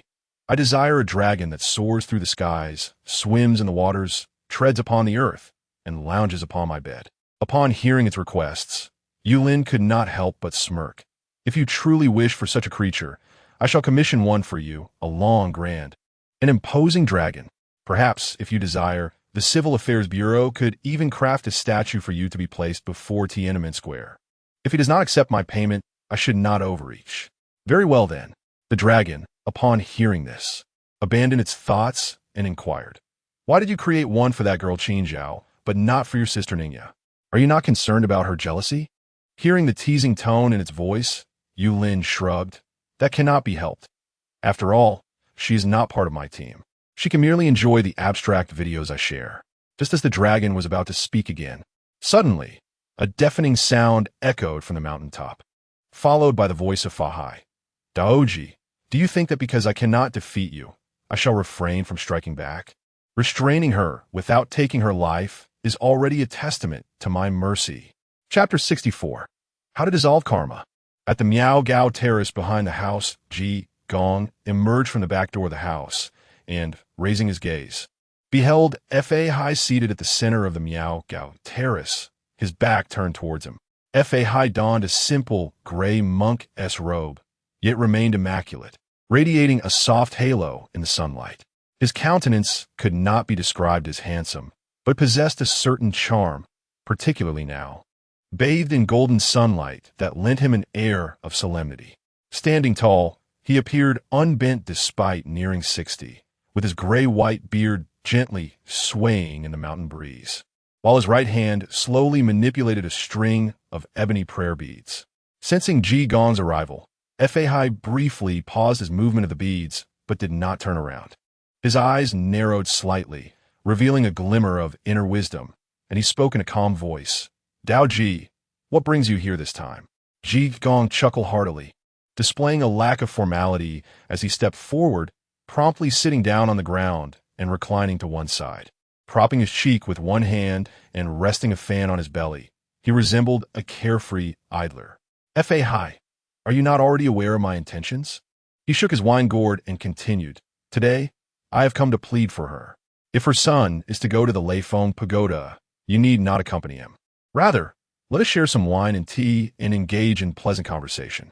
Upon hearing this, Fa Hai's previously narrowed eyes snapped wide open, and the prayer beads in his hand creaked under his grip. Impossible. His voice suddenly rose, echoing through the mountains. She has defied the heavenly principles, disrupted the natural order, and harmed the innocent. Thus, she must be punished. Dao Ji, do not utter another word. She cannot leave the pagoda until her karma is resolved. Ji Gong's smile remained undiminished, growing even more pronounced. He leisurely scratched his ear and replied, it is better to resolve enmity than to harbor it. Let the past grievances fade away. Suddenly, he straightened up, adopting a rare, serious demeanor. Moreover, leaving the pagoda is a matter of destiny. Heaven has already consented. So why do you not agree as well? He patted his chest and added, once she exits the pagoda, I will personally guide her in atoning for her sins and dissolving her karma. He blinked and softened his tone. Please let her go. I implore you. Fa Hai fell silent, but in the next moment, he rose, turning to face Ji Gong. What the innocent lives lost because of her? If vengeance is to be sought, let it be directed solely at me. She is utterly culpable, having summoned a great flood to engulf Jinshan. Glaring at the still, playful Ji Gong, he shouted, Dao Ji, what face do you have to counsel me? What right do you possess to confront the victims of her actions? Do you think that just because I may not be your match, I would refrain from striking back? Restraining her without killing her is already an act of mercy. It goes against my innermost principles. Speak not again, or we shall clash once more. In an instant, the atmosphere atop the Miao Gao terrace shifted ominously. Behind him, a majestic silhouette of a Buddha gradually emerged, radiant with golden light, exerting a pressure akin to a mountain. The Buddha's lowered gaze exuded an unassailable dignity, as though the very laws of the universe converged within it. Ji Gong, however, maintained his smile and remarked, ultimately, it all comes down to this cause. If I, as a monk, possess the means to resurrect those who perished in the water, could this cause be resolved? Can karma be extinguished? Fa Hai furrowed his brow. How could you possibly accomplish that? Are you implying that we should invoke the Buddha's intervention? No. It is not I who shall intervene. Ji Gong rose, pointing downward. Fa Hai followed his gaze. There, before the Zen dwelling, sat an elderly man, intently observing a figure being carved from wood. What peculiarity does he hold? Fa Hai was perplexed. Ji Gong simply smiled, remaining silent, and slowly said, You shall soon understand. Yes, in this very moment. Although Ji Gong often spoke in riddles, Fa Hai refrained from further inquiries, as he seemed to grasp something profound. Perhaps it was a sudden voice that echoed in his ear. Su Shilin is willing to sacrifice his position as the top scholar, willing to relinquish the title of the Star of Literature, to bear the karmic burden of my mother. I implore you, show mercy and release her from the tower. In the bustling streets of Linen, Su Shilin and Hu walked in tandem, the cobblestone path shimmering in the morning light. Amidst the cacophony of vendors hawking their wares. My lord, to which household are we headed for your family visit? The Hu scratched his head, wondering why he had never heard of any brothers of the master before. Su Shilin continued walking, casually explaining, They are not of blood relation. Years ago, my father went out to gather herbs and happened upon a man injured by a venomous creature, whom he treated with medicine. He paused briefly, the man, grateful for the life-saving aid, insisted on adopting my father as his brother, thus forging a bond. He shook his head, as for the rest, better left unsaid. Just follow me. Dahu nodded in understanding, about to speak further, when suddenly a ragged little beggar darted out from the side of the road. Kneeling before the two and repeatedly bowing, I beg of you, kind sirs, please spare some coins. I will bow before you. Dahu's keen eyes caught sight of a frail girl huddled in a corner of the alley. Beside her lay a man on the brink of death. Ah, he exclaimed, lifting the boy, unfastening his money pouch, and handing it over. In days gone by, I would have sent you packing. But today, you are fortunate to encounter a reformed man. The heavy pouch fell into the boy's palm. Here are 10 taels of silver, along with some coppers. Take this for your father or brother's treatment, and be sure to care for your sister. He patted the boy's knee. Remember, grow up to be a man. I understand. The boy clutched the pouch tightly, dashed to the alley's mouth, then turned back to shout, Sir, I will remember your kindness. I shall carve a longevity plaque for you in the future. Hearing the shout, Dahu's face broke into a smile as he turned to Su Shilin, my lord. How did I perform? Su Shilin nodded slightly. Well done. This month, I shall bestow you with additional silver. Maintain this conduct. Just as Dahu was about to beam with pride over the praise, a sudden bellow erupted from the alley. Little wretch, hand over the money. Do not presume that I failed to notice your recent actions. Upon turning back, the great tiger was instantly filled with wrath. How dare you, the offspring of a dog, seize the money I have provided? Chapter 65. The Su mansion with a determined stride. Dahu entered the alley, where he beheld a towering figure with one foot planted on the back of a boy, clutching a money pouch in his right hand, grinning malevolently. Remember this. All the beggars in this area are under my control. If you take my money without showing respect, you'll soon learn what rules mean. The boy, struggling for breath, fixed his gaze firmly on the pouch of coins. Suddenly, a timid girl rushed forward, her small fist raised in an attempt to strike the man. Seeking death, the man's eyes flashed with menace as he lifted his foot to kick the girl. In that fleeting moment, crack, a massive hand, akin to an iron claw, seized the man by the nape of his neck, lifting him off the ground. Which fool dares to interfere? He bellowed, turning around only to meet a pair of fierce, bloodthirsty eyes. Dahu grinned savagely, exposing a set of gleaming white teeth. It's your granddaddy. Watch this. Bang! A powerful fist struck the man squarely on the nose, blood gushing forth immediately. As Dahu released his grip, the man collapsed to the ground. only to be inundated by a relentless barrage of punches and kicks. Damn you. Even a scoundrel like you should be ashamed to rob children. Where do you find the audacity? Do you dare to continue? Huh. Yell louder for Granddaddy. Pain? Good. The alley reverberated with the man's agonizing howls and the sickening thuds of flesh meeting flesh.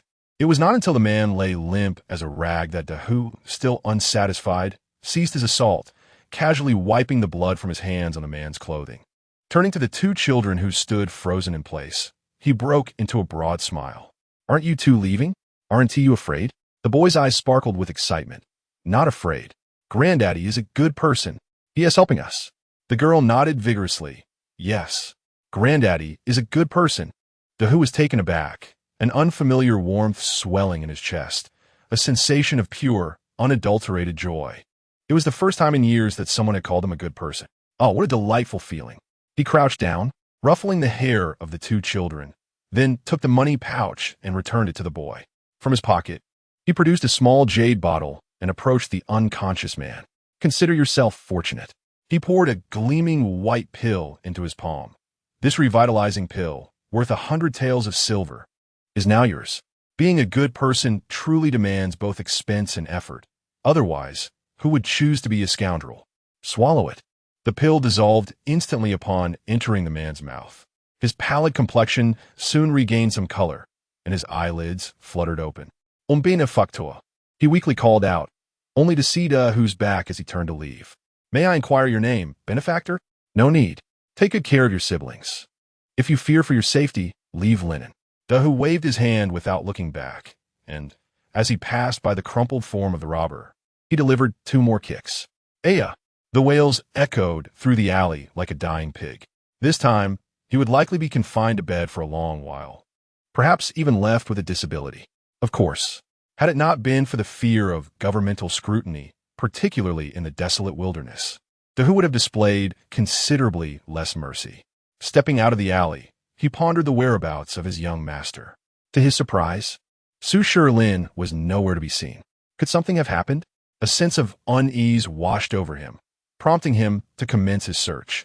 Eventually, he arrived at a courtyard, where he spotted his master engaged in conversation with a young lady. Only then did he feel a sense of relief. Approaching quietly, he listened attentively to their exchange. Had Yulin been present, he would have immediately recognized that the young lady was none other than Linger. Could you kindly show me your jade bracelet once more? Su Shilin inquired, bowing respectfully to Linger. Initially, he had been waiting for Dahu to reprimand a certain individual, but upon noticing Linger pass by, he waved at a vendor selling candied hawthorn and stopped her. To his astonishment, the jade bracelet she wore bore a striking resemblance to the one described by his father. Thus, he had sought her out for clarification. Linger regarded him with a look of apprehension. What? Do you wish to take my bracelet? Following her recent experience with a thief, she had grown quite cautious. Su Shilin quickly shook his head, gently clarifying, You misunderstand, my lady. I merely noticed that this bracelet closely resembles one described by an elder of mine. Does it bear the character Su? Upon hearing this, Linger scrutinized his attire and demeanor, her eyes widening in shock as she exclaimed, You are Su Shilin, the esteemed scholar? With a smile, Su Shilin nodded, Indeed, that is I. You must be my dear sister Linger, am I correct?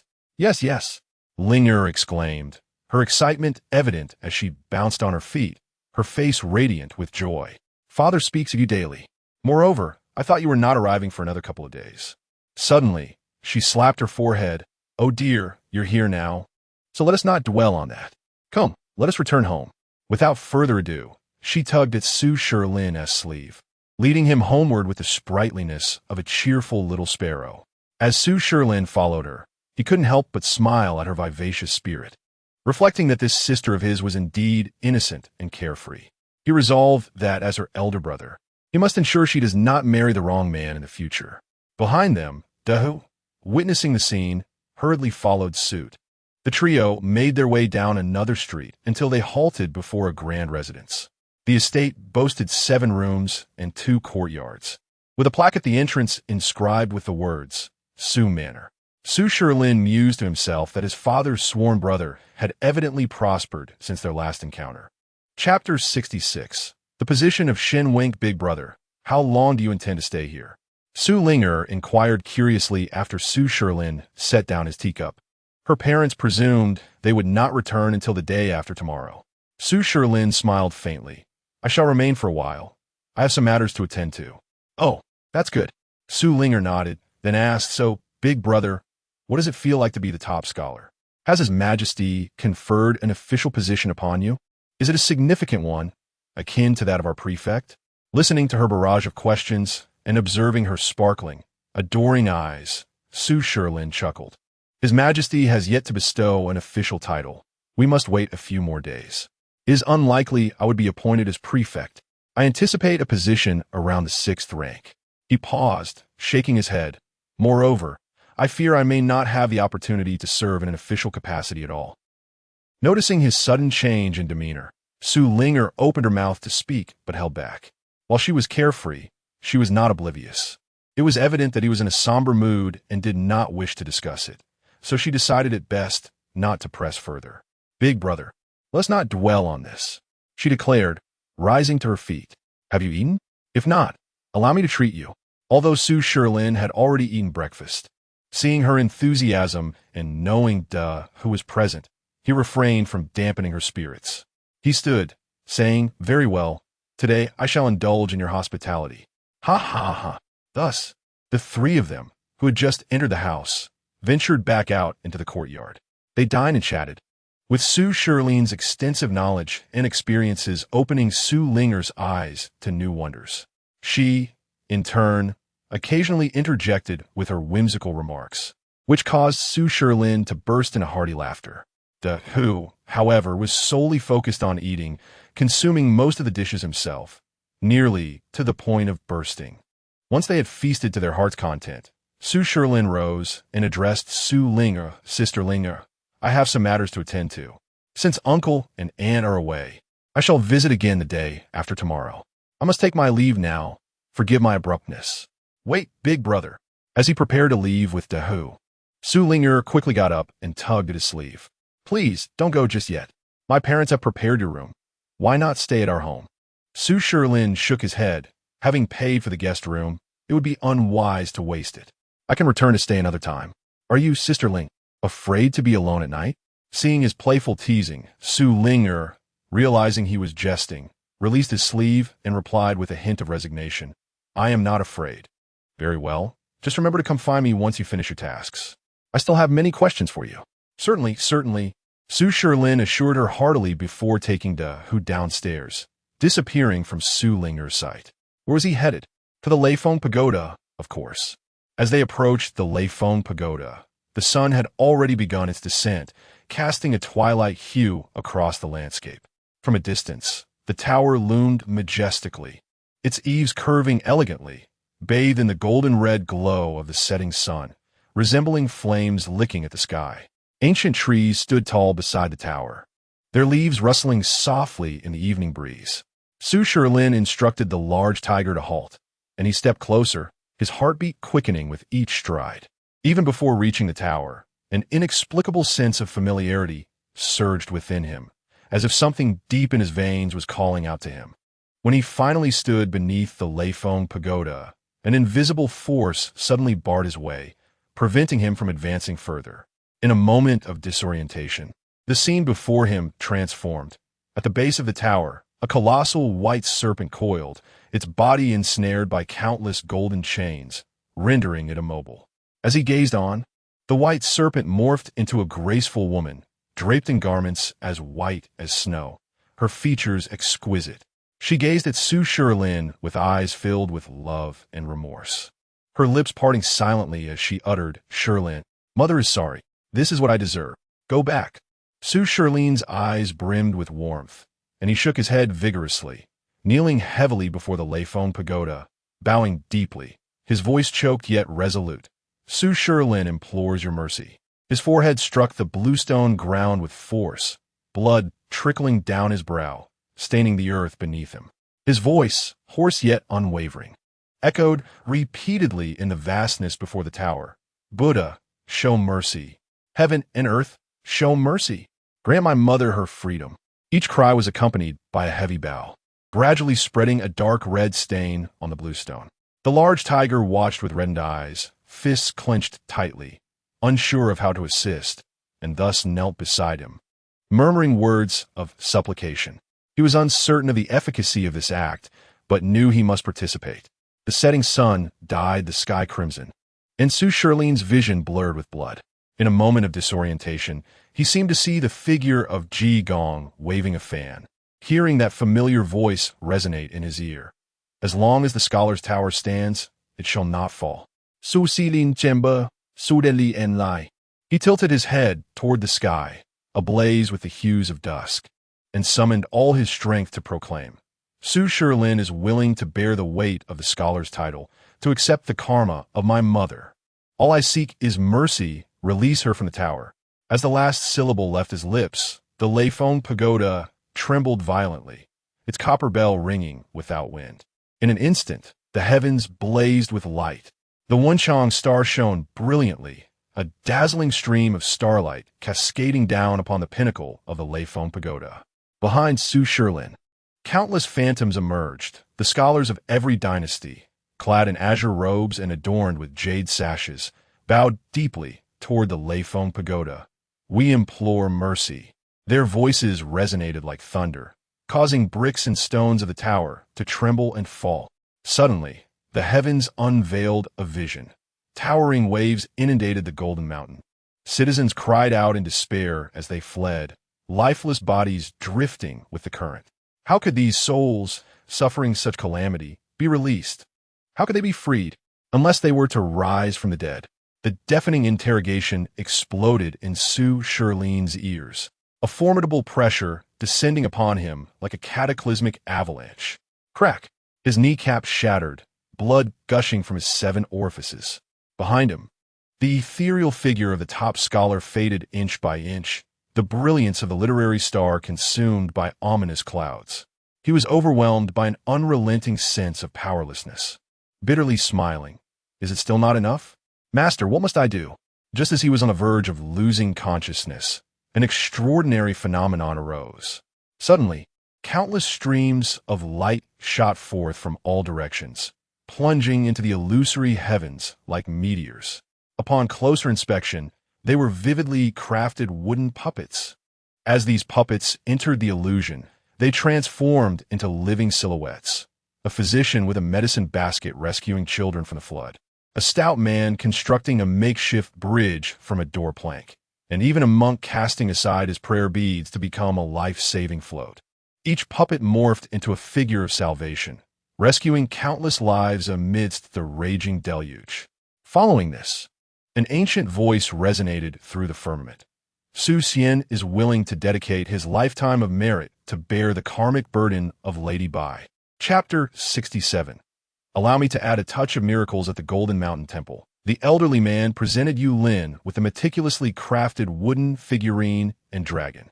The figurine appeared vividly lifelike, while the dragon's scales and claws seemed poised for action, as if they could spring to life at any moment. Yu Lin accepted them with a solemn expression, expressing his gratitude. Thank you, venerable sir. At that moment, the sun dipped below the horizon, casting a golden-red glow upon the temple's eaves. Yu Lin smiled and inquired, Do you have a moment to spare? I would like to invite you to a meal. The elder shook his head, picking up a nearby broom and slowly sweeping the wood shavings from the ground. A meal is unnecessary, he replied. His movements were deliberate, the broom sliding across the stone, producing a soft, rustling sound. If you truly wish to repay me, then in the future, please engage in more acts of kindness on my behalf. Thank you, young sir. Yu Lin listened, sensing underlying meaning in his words. Yet as the elder finished sweeping and turned to enter the building, he refrained from probing further, simply nodding in agreement. Certainly. As he turned to leave, a sudden thunderous roar erupted from the mountaintop, as if the heavens themselves were resonating, causing the entire Golden Mountain Temple to tremble. Yu Lin jerked his gaze upward, his eyes locking onto the summit where Ji Gong and Fa Hai stood in stark confrontation. Fa Hai's piercing gaze swept over Yu Lin, cold and scrutinizing, as if he intended to penetrate the very essence of his being. Ji Gong, meanwhile, waved his fan, muttering incantations, and suddenly pointed a finger with a resounding crash. The sky transformed, revealing vivid illusions. A cataclysmic flood engulfed the Golden Mountain. Citizens cried out in terror, and corpses floated aimlessly. Then, the voice of Su Shilin resonated through the heavens. Su Shilin is willing to sacrifice the title of top scholar, willing to offer the position of the god of literature, to bear my mother's karmic burden. I implore mercy, release her from the tower. The light of the god of literature cascaded down, and the ethereal figures of past top scholars bowed in unison. Yet, the karmic weight within the illusion was as deep as an abyss, gradually consuming the starlight and dispersing the scholar's apparitions. Just as it seemed all hope was lost, Su Xian declared, I am willing to dedicate my lifelong merits to bear the White Lady's karmic burden. A familiar voice echoed from behind.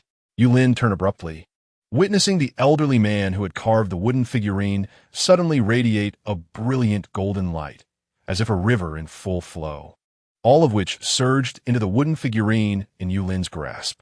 With a whoosh, the figurine shot skyward like a meteor streaking through the night, plunging into the illusion. Within the illusion, it transformed into numerous figures extending their hands to rescue those in peril, just as they believed they were on the verge of triumph. The illusion twisted violently. The karmic flames behind the White Lady erupted with a thunderous roar, the crimson inferno engulfing the entire illusion. The wooden figurines, now embodiments of saviors, cried out in anguish as they were consumed by the flames, turning to ash. With a sudden gasp, Su Xian coughed up blood, staggering to the ground. He gazed at the illusion engulfed in flames, his eyes filled with bitterness. All those years of healing and helping others. Was it still not enough? He trembled, extending his hand as if to reach for that distant figure. My dear, I'm so sorry. In this moment of despair, the scene before Yulin abruptly shifted. He beheld a green serpent coiling amidst the clouds, fervently pleading with an indistinct entity. The serpent's scales shed, transforming into specks of azure light, which ultimately coalesced into a jade pendant of exquisite beauty. The pendant radiated a brilliant luminescence, drawing in the souls of those who perished in the flood at Jinshan. The ethereal spirits swirled within the jade, causing its form to continuously metamorphose until it crystallized into. As the illusion dissipated, Yulin suddenly regained his senses, realizing that he had unknowingly clutched the pendant tightly in his hand. Is this truly the case? The web of causality. Yulin turned to gaze at the bloodied Su Xian, offering him a smile. Old sir, as a reward for the carving, allow me to bestow upon you a miracle. With his words, Yulin lightly tapped the pendant with his fingertip, and behind him, an indistinct, faceless specter emerged. A vibrant golden light erupted from his fingertip, merging into the pendant. In an instant, the pendant tremored violently, transforming into a stream of emerald light that surged skyward. Boom! The moment the pendant entered the illusion, the entire realm fell into an eerie silence. The infernal flames extinguished like a candle, and the flood receded into oblivion. The scenes within the illusion seemed to reverse time.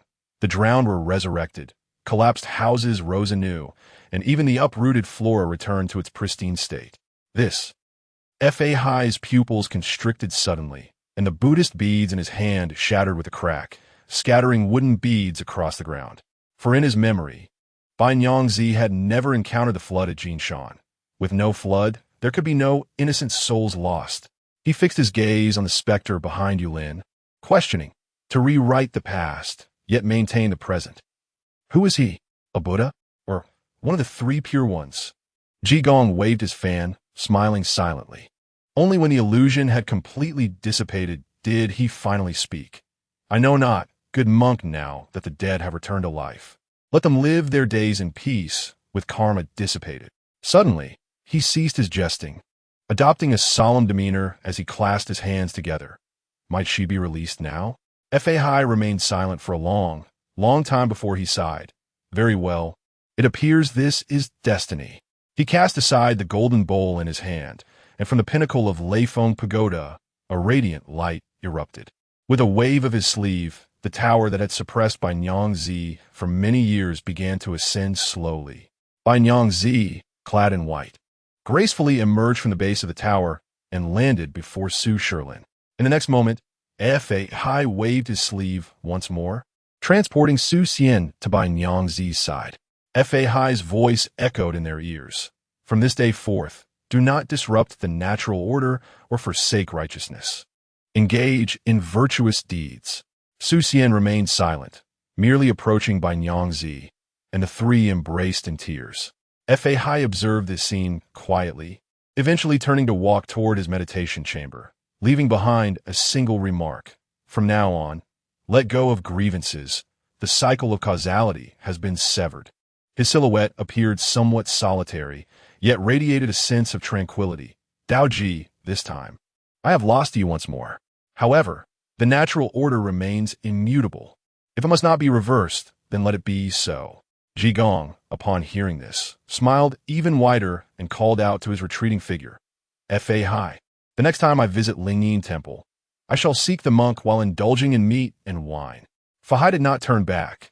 He merely waved his hand, his figure gradually fading into the twilight. It was then that Ji Gong turned to descend the mountain, approaching Yulin with a solemn bow. Thank you for your assistance, benefactor. Yulin hastily helped him to his feet. It was merely a trifling act, he replied with a smile. Master, now that this matter is settled, where shall we go next? Yet Ji Gong shook his head, gently waving his tattered fan. Benefactor, I can no longer accompany you. I have my own monkly affairs to attend to. Farewell. He turned and began to depart. Yulin, recalling his own mission, intended to follow. However, he suddenly found an old fan in his hand. Ji Gong's voice drifted on the wind. To see is to not see. To not see is to see. To understand the heart is to realize the essence. And through realization, one attains Buddhahood. Yulin stood frozen in place, watching as Ji Gong turned back to wave at him, a smile still adorning his face. Benefactor, travel safely. With that, he turned and continued his descent, his tattered robe billowing in the evening breeze, the familiar tune fading into the distance. My shoes are worn, my hat is tattered. My robe is ragged. You mock me, he mocks me. Yulin watched him walk away, his mind flooded with notifications. Mission complete. Countdown to mission termination in 10 seconds. He murmured, farewell, master. Thus concludes the legend of Ji Gong. With the old tales of Ji Gong as a precedent, I hope my humble writing does not receive harsh criticism. Finally, good night. Chapter 68. The preparation of the Holy See. As the faint dizziness subsided, Yulin returned to his dormitory. With a mere thought, his robe transformed into a simple yet comfortable loungewear. At last I am home. Lord Long could hardly contain his excitement as he emerged from the emblem, rushing to the computer and typing fervently before announcing, no one sleep. Log in, log in. Today, I shall lead you to greatness. Observing Lord Long's enthusiasm, Yulin smiled faintly, choosing not to comment. Instead, he made his way to the bathroom, retrieving the heavenly grade weapon assigned to him by the Civil Affairs Bureau. It was a long blade, reminiscent of a geese feather knife, adorned with delicate golden patterns along its length. Exceptionally sharp, it could cleave a creature of the night into two with a single strike, even without the use of energy. In the next moment, Yulin raised the long blade and brought it down upon himself. Clang! Where the blade met his skin, it transformed into a radiant gold, repelling the weapon and producing a crisp sound. Remarkably, his skin bore no mark, remaining as smooth as ever. Not bad, Yulin nodded in satisfaction. Even without relying on miracles, those who roamed by day could not harm his flesh. Perhaps even those who ventured by night would prove similarly ineffective. Of course, this did not extend to his soul. Reflecting on this, he recalled the reward from the Dracula mission. Perhaps, by refining that soul, he could create a potent elixir for Lord Long. The last soul he had encountered had notably enhanced his own. Previously, he could stay awake for 5 days. But after consuming it, he found himself capable of remaining conscious for half a month. Yet, barring necessity, he still preferred to indulge in nightly slumber, as it brought him great joy. Shaking his head, Yulin stored the long blade in a spatial compartment and took a refreshing cold shower. It was evening now. He decided to rest for the night and visit the Vatican in a few days to acquire silver coins. He lay down, drifting into a comfortable slumber. Meanwhile, at the Vatican, Pope Francis was overwhelmed with concern. Leaning against his gilded seat, he gently tapped his fingers on the armrest. The flickering candlelight cast wavering shadows across his aged features, revealing the worry etched between his brows. The Feast of the Saints was merely 4 days away. His voice, though low, resonated with undeniable authority, a stark contrast to the gentle words he had once exchanged with Yulin. Should there be any negligence towards the saints, you shall bear the consequences. The clergy standing below immediately bowed in deference, responding in unison, "Yes, your holiness. We shall ensure it is done well." Their voices echoed harmoniously within the vast hall. "Now go." Francis inclined his head slightly and gestured for them to withdraw. Once the crowd had dispersed, his gaze shifted toward the imposing figure shrouded in shadow. "Lad," Francis spoke once more, "be vigilant. Ensure those rascals do not infiltrate our ranks." He paused, emphasizing his words. "The safety of the saint must take precedence. I trust you and your knights to maintain security." The man emerging from the shadows stood tall like a pine, his brilliant golden hair shimmering in the candlelight, contrasting with his deep, ink-black eyes. Clad in silver-white knightly armor, he bore an ancient, formidable sword at his waist. "Rest assured, your holiness." Lad's voice resonated with the strength of steel as he clenched his fist and struck it heavily against his chest, the armor producing a crisp clatter. "Whoever dares approach shall be cleaved by my great sword. My knights will dismantle their every scheme and arrogance." Even as his words faded, a palpable aura of lethal intent erupted from him, saturating the hall like a tangible force. The intensity of this presence sent tremors through all living beings within a radius of several hundred meters. Birds outside scattered in fright, and the insects below hastily retreated, while even the candle flames flickered uncertainly under this oppressive pressure. "Excellent, go forth," Francis expressed his satisfaction with a wave of his hand, signaling for him to depart. "Yes." Lad turned and strode away, vanishing from sight. After he left, Francis finally rose from his seat and made his way deeper into the palace. They had been preparing for this moment since the instant Yulin had assented, should anything go awry. Francis would not hesitate to unleash the full might of the papacy to hunt down and execute every troublemaker. Now, everything was nearly in place, awaiting only Yulin's arrival. However, one crucial matter lingered. Ascending the staircase to the back, he gazed upon the Vatican Square, calculating the maximum capacity for attendees, which soon gave him a headache. Even after expansion, it could not accommodate such a multitude. What should he do? If they were to miss sight of the saint, would they not demolish my palace? No, a solution must be devised. With a flick of his staff, his form vanished instantaneously, reappearing above Vatican City, surveying the expanse from an elevated vantage point.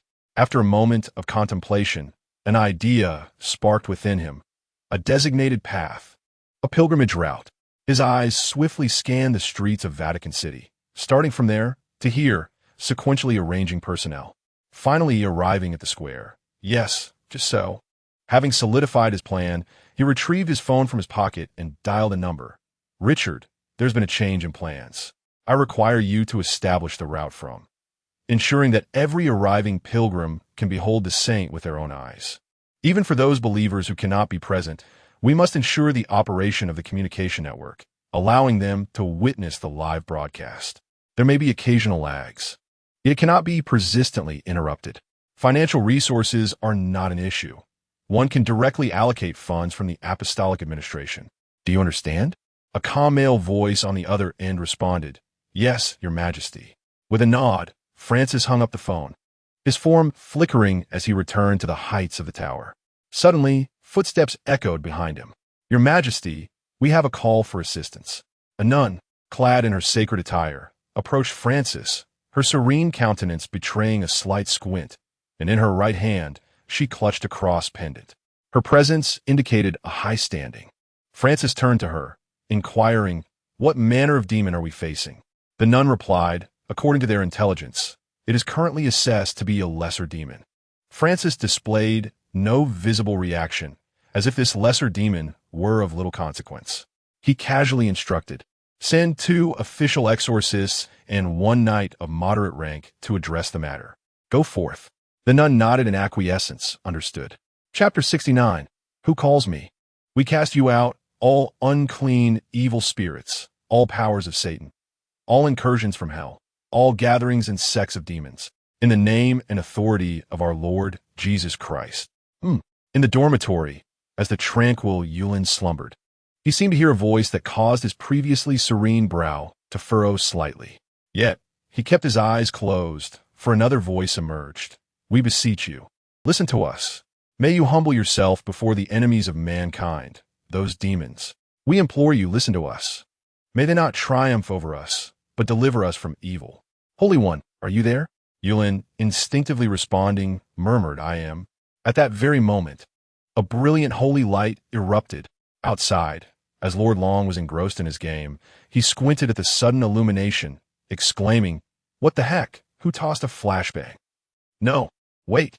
Lord Long immediately abandoned his computer and dashed into Yulin's bedroom, only to be taken aback. "Where is he? Such a large person as I. Where could he be?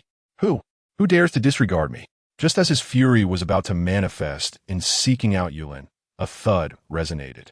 A Christian classic fell from the bookshelf, opening to reveal a prominent inscription. "All who sincerely call upon the name may receive a response. All petitions of devout believers may be heard. Blessings of holy light may be granted, or the divine presence may descend. This is a sacred promise." Lord Long, not one to be easily fooled, quickly deduced the situation. So someone has called him away and did not take me along. Well, with Ding and the Elder of the Void secretly protecting you, you should be fine. He glanced outside, detecting a rapidly departing, terrifying presence akin to the vastness of the deep sea. A month prior, he had sensed this Elder of the Void. To facilitate Yulin's tasks, he had borrowed Ding to create an aura identical to Yulin's within the dormitory, regardless of any intentions they might harbor to unravel Yulin's secrets. He had to fulfill his own responsibilities. Returning to his game, Lord Long remarked, "Apologies, just had a child at home playing with flashbangs, got momentarily blinded." Let's continue. In the French Vatican, sunlight poured through the stained glass windows, casting patterns upon the oak desk where Father Edward elegantly enjoyed his afternoon tea. This formally recognized exorcist, with 13 years of experience, savored the rare tranquility of the moment. His slender fingers gently grasped the bone china teacup, the silvery strands of his hair glinting softly under the sunlight. The open tome, a compendium of exorcism rituals, lay before him, meticulously annotated in red ink, alongside a notebook filled with Latin incantations. What a splendid afternoon it was. He sipped his Darjeeling tea and murmured to the air, regardless of the time. A cup of hot tea always imbues one with strength, even in the face of demons. Just then, bang, the office door was thrust open with fervor, and his assistant, Cody, rushed in breathless. The young man, barely in his 20s, was drenched in sweat, his robe clinging to him. "Father, it's terrible," Cody gasped, leaning against the doorframe. "In New Laner Village, a demon has appeared. 2 intern exorcists from the branch have already been slain by it. Now, the Holy See requires you, along with Father Lanro and Knight Cleasy, to perform an exorcism." Edward furrowed his brow, setting down his teacup. "What rank of demon are we dealing with?" Cody stepped forward, handing him the documents while succinctly summarizing. "Currently assessed as a mid-level demon, capable of conjuring fearsome illusions. Each individual's fears manifest differently, and should one perish within these illusions, their soul will perish as well." As Edward listened, he had already skimmed through the materials and looked up with a confident smile. "Cody, do you know what I admire most about you?" Cody paused, puzzled. "What is it?" "You always manage to distill this information into a single, precise statement." Stop it. Gather your things. We must depart immediately." "But won't you wait for Father Lanro and Knight Cleasy?" "No need." Edward shook his head, pointing toward the entrance with a smile. "They have already arrived." Cody turned to look. At the doorway stood 2 figures. Father Lanro leaned nonchalantly against the frame, a lit cigarette dangling from his lips, grayish smoke swirling around his face. Clad in a rumpled leather jacket and jeans, the silver cross around his neck was the sole testament to his clerical status. Though in his 30s, his eyes bore the wisdom of the world, and a sardonic smile played upon his lips. "I hear there's a demon throwing a party," Lanro drawled lazily, his voice gravelly. "Looks like we'll have some fun." Beside him stood Knight Cleazy, a stark contrast, his fiery red hair like a burning banner, his features sharp and resolute. Dressed in simple knightly attire, a vintage silver sword hung at his waist, its sheath inscribed with ancient exorcism runes. "I have grasped the situation," Cleazy stated, his gaze piercing and serious. "New Laner Village is 70 kilometers from here. We must reach it within 2 hours. Otherwise, by nightfall, it could become quite troublesome." Edward rose and walked towards them, smiling. "You always arrive so promptly." "Reliable." Lon Luo exhaled a puff of smoke, a grin spreading across his face. "You know as well as I do that the devil waits for no one. The sooner we resolve this, the sooner we can return. I have a party to attend tonight." He called out, "Hey, Cody, gather the tools. We must be on our way." Cody, hearing his name, quickly nodded in affirmation. Moments later, an off-road vehicle emerged from the church, heading towards the village of New Laner. Chapter 70. Arrival at New Laner Village. The twilight bathed the quaint village of 400 inhabitants in a golden hue, painting the brick-red rooftops with a luminous glow. The ancient oak at the entrance rustled in the breeze, its elongated shadow resembling a frail finger reaching out into the distance. The air was thick with the scents of hay and smoke, creating an atmosphere that, while ostensibly serene and peaceful, carried an inexplicable weight of oppression. The village chief, Daravan, paced anxiously at the village entrance, his brow furrowed, occasionally glancing toward the winding country road in the distance.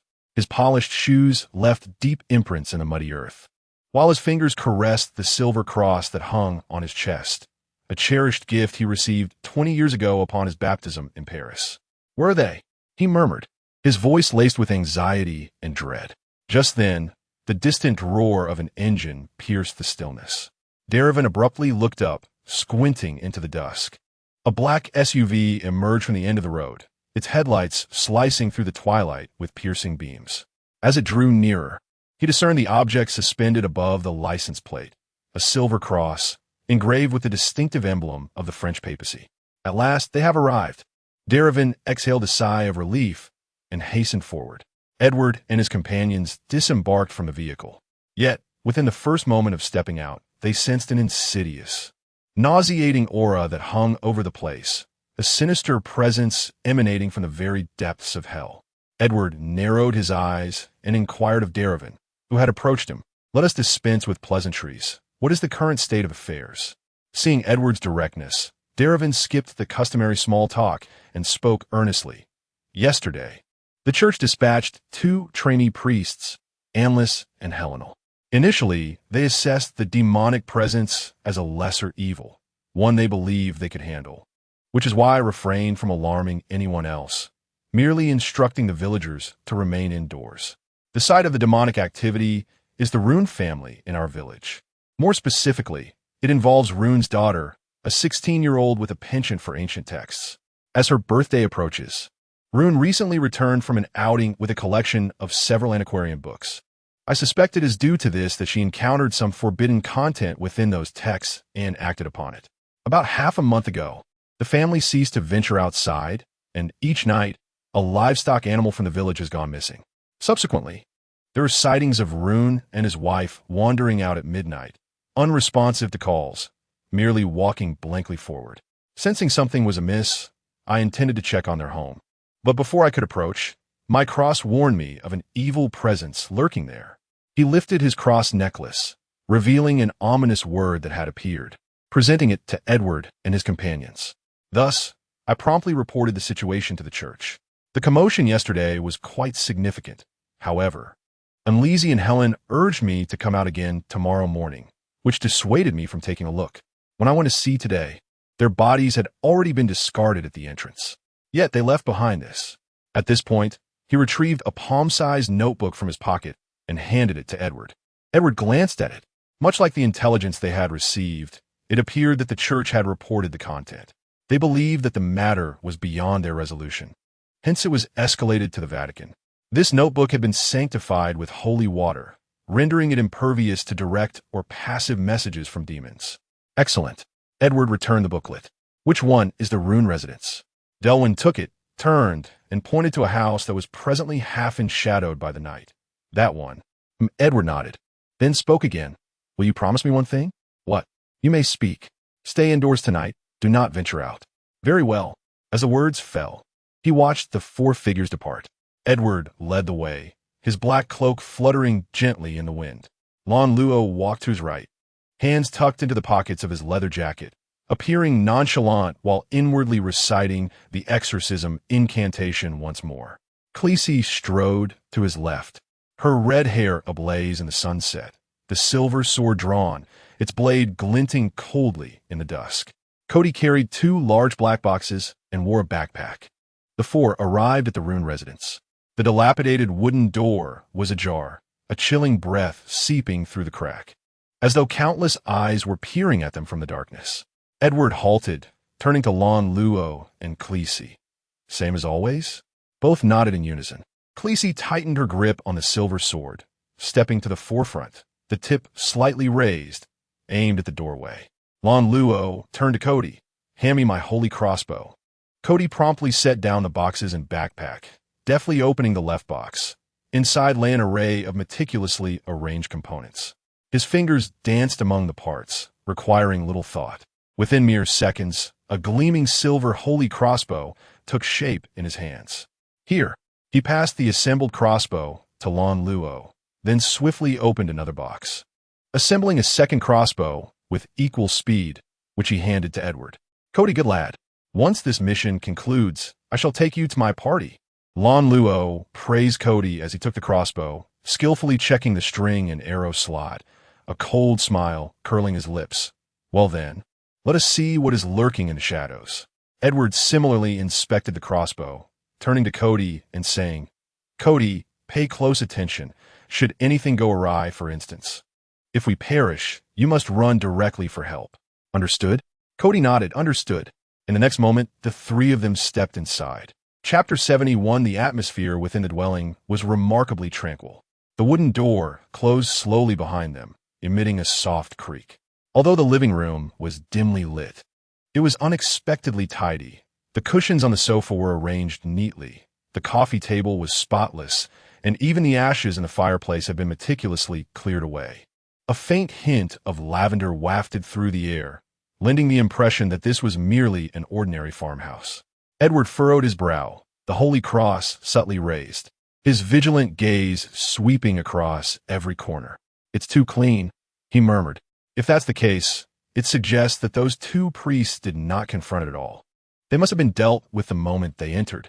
No wonder it was classified as a moderate demon. Lanro, cigarette in mouth, exhaled a ring of smoke, squinting. Since when do demons have a penchant for cleanliness? Khaleesi remained on high alert, his silver sword firmly pointed ahead. Something feels amiss. The sound of a dripping faucet echoed from the kitchen, drip, drip, strikingly clear in the silence of the house. On the dining table, several plates of food were arranged, appearing as if they had just been prepared for dinner, even steaming slightly. A platter of toasted bread, a bowl of vegetable soup, and a dish of meat were neatly set, as if awaiting the arrival of their host. On the wall behind hung an oil painting, The Last Supper. Well. Lanro raised an eyebrow. Have they even prepared us dinner? Is this meant to be our last supper? Khaleesi spoke in a low voice. I'll give it a try. He retrieved a vial of holy water from his pocket. The transparent liquid shimmered faintly in the dim light, pouring the holy water slowly over the longsword. The blade instantly glimmered with a soft silver sheen. He then stepped forward, gently prodding the food on the table. The bread was pried open, the vegetable soup stirred, and the meat turned over. Yet nothing occurred. The food remained just that, food, unspoiled, unchanged, devoid of even the slightest hint of malevolence. It was as if this was simply a normal meal, prepared to welcome guests. Strange. Khaleesi frowned, retracting his long sword, just as the trio was poised to continue their investigation.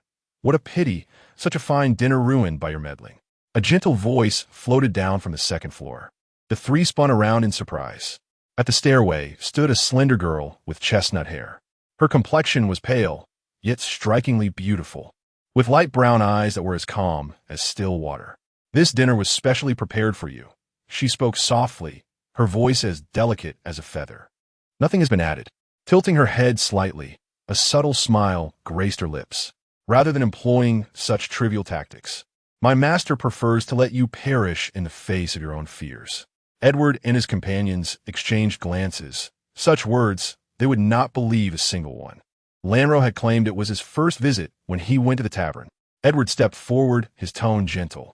"Child, come here. Do not be swayed by the devil's allure." The young girl gazed at him, her expression devoid of any emotion, as if she were observing a stranger.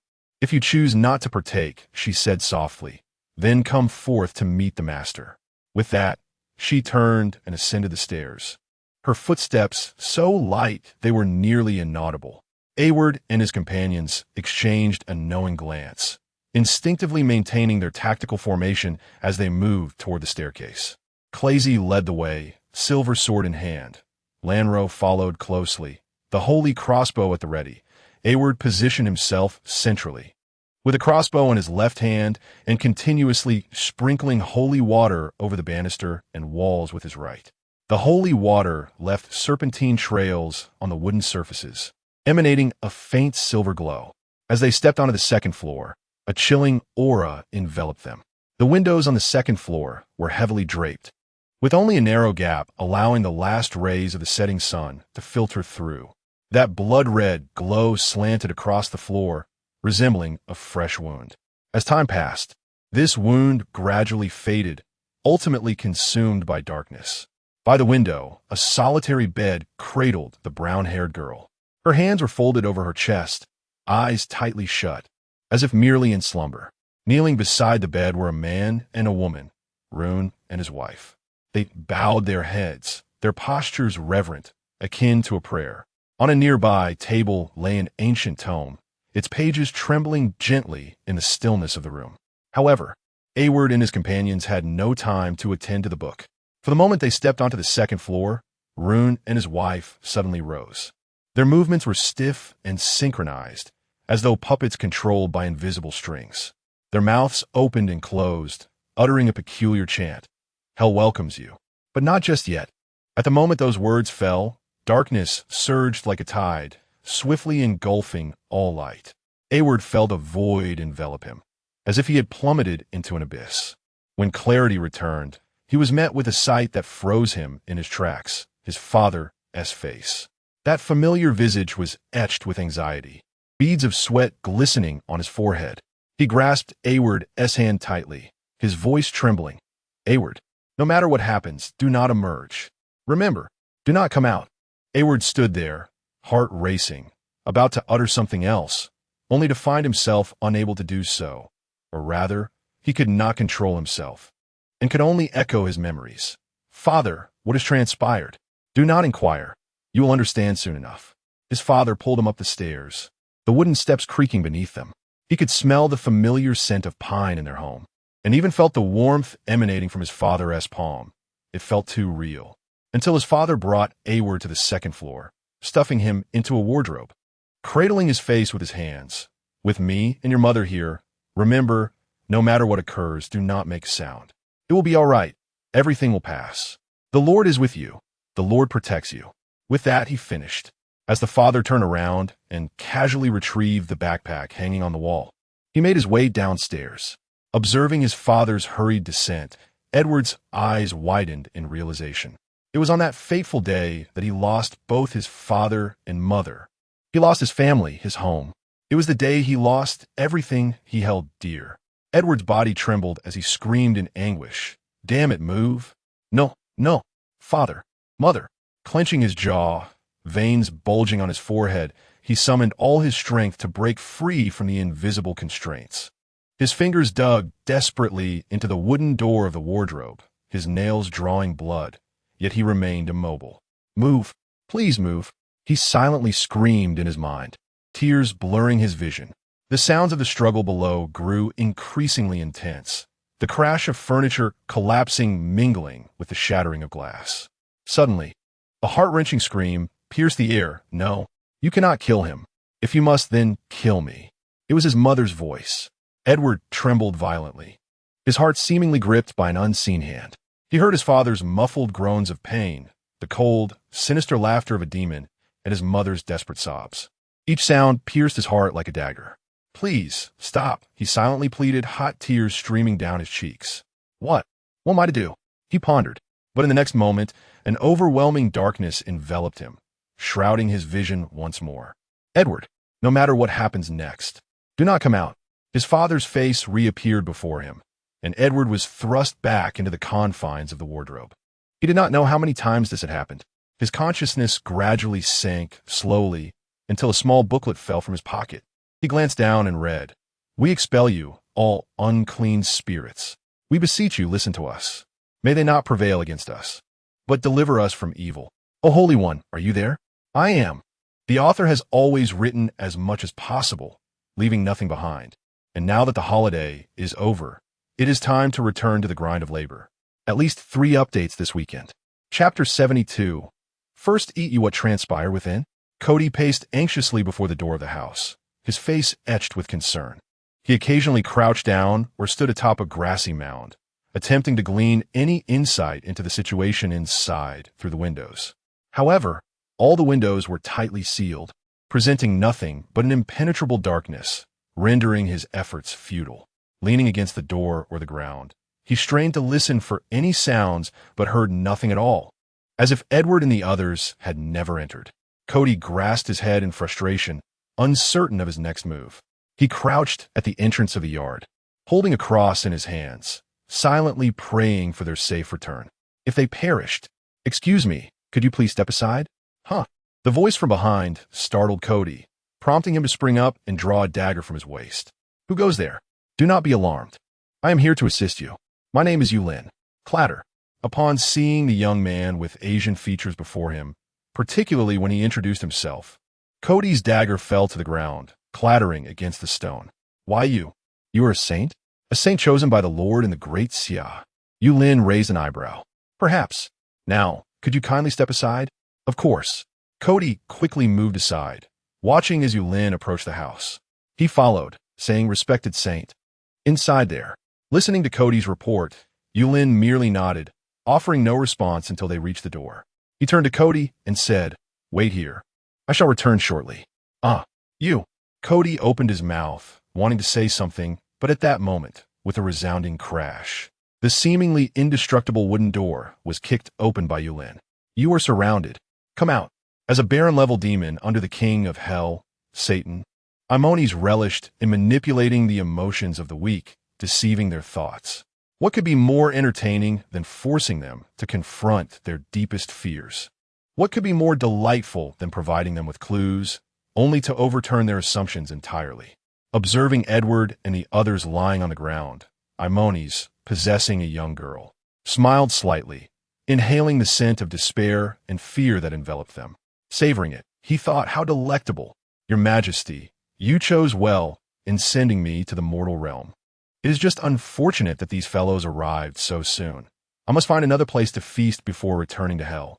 As Aimones opened his eyes and approached the 3, ready to seize their souls, a loud crash echoed from below, followed by a commanding shout.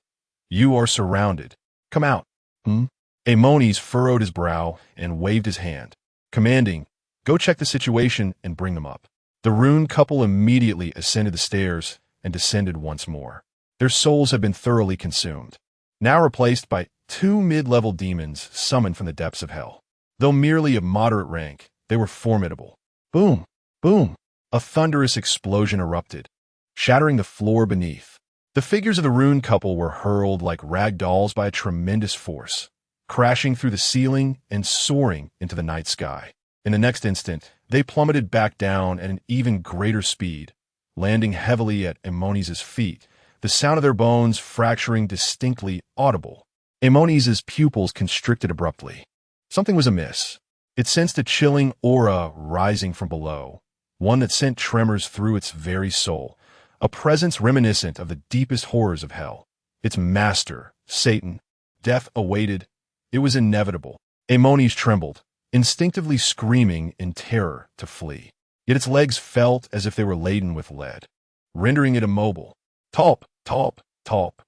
The sound of footsteps echoed from the staircase, neither hurried nor slow, yet resounding like a death knell, each step striking heavily against Aimones' heart. At last, a young man with black hair appeared at the top of the stairs. Clad in simple, casual attire, hands tucked into his pockets, he wore a languid smile as though he were merely a visiting neighbor. "Hello there," Yulin waved at him, grinning widely.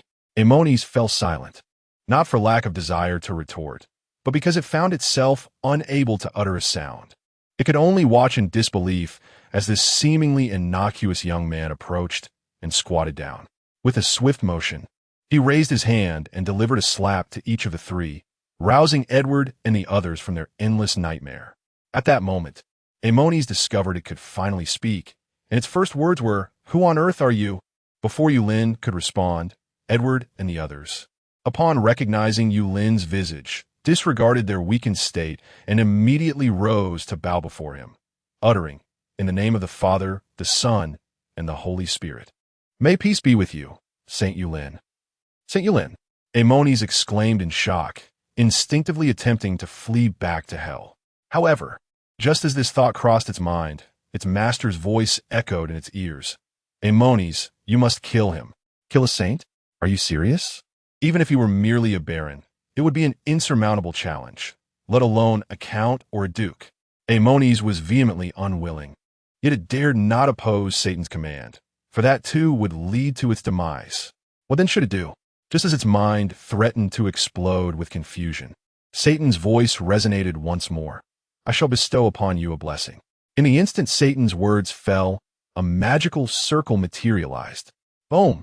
A torrent of tumultuous darkness surged forth from the array, flooding into Aimones like a relentless tide. Its form began to contort and swell, the skin fracturing in increments, revealing the writhing flesh beneath. The once delicate figure of a young girl ballooned to an imposing height of 3 meters, as 2 gory slits violently tore open on her back, from which a pair of obsidian skeletal wings unfurled with a chilling crack. "Ah!" Aimones threw back her head and emitted a ghastly wail, the pressure of a viscount cascading through the room like a tsunami. The array on the floor ignited with a crimson glow, enveloping Yulin and the others entirely. The presence of God had vanished. "Ha ha!" Aimones cackled wickedly, her voice grating like metal scraping against metal. Now, without the protection of the divine, she raised her clawed hand, pointing menacingly at Yulin.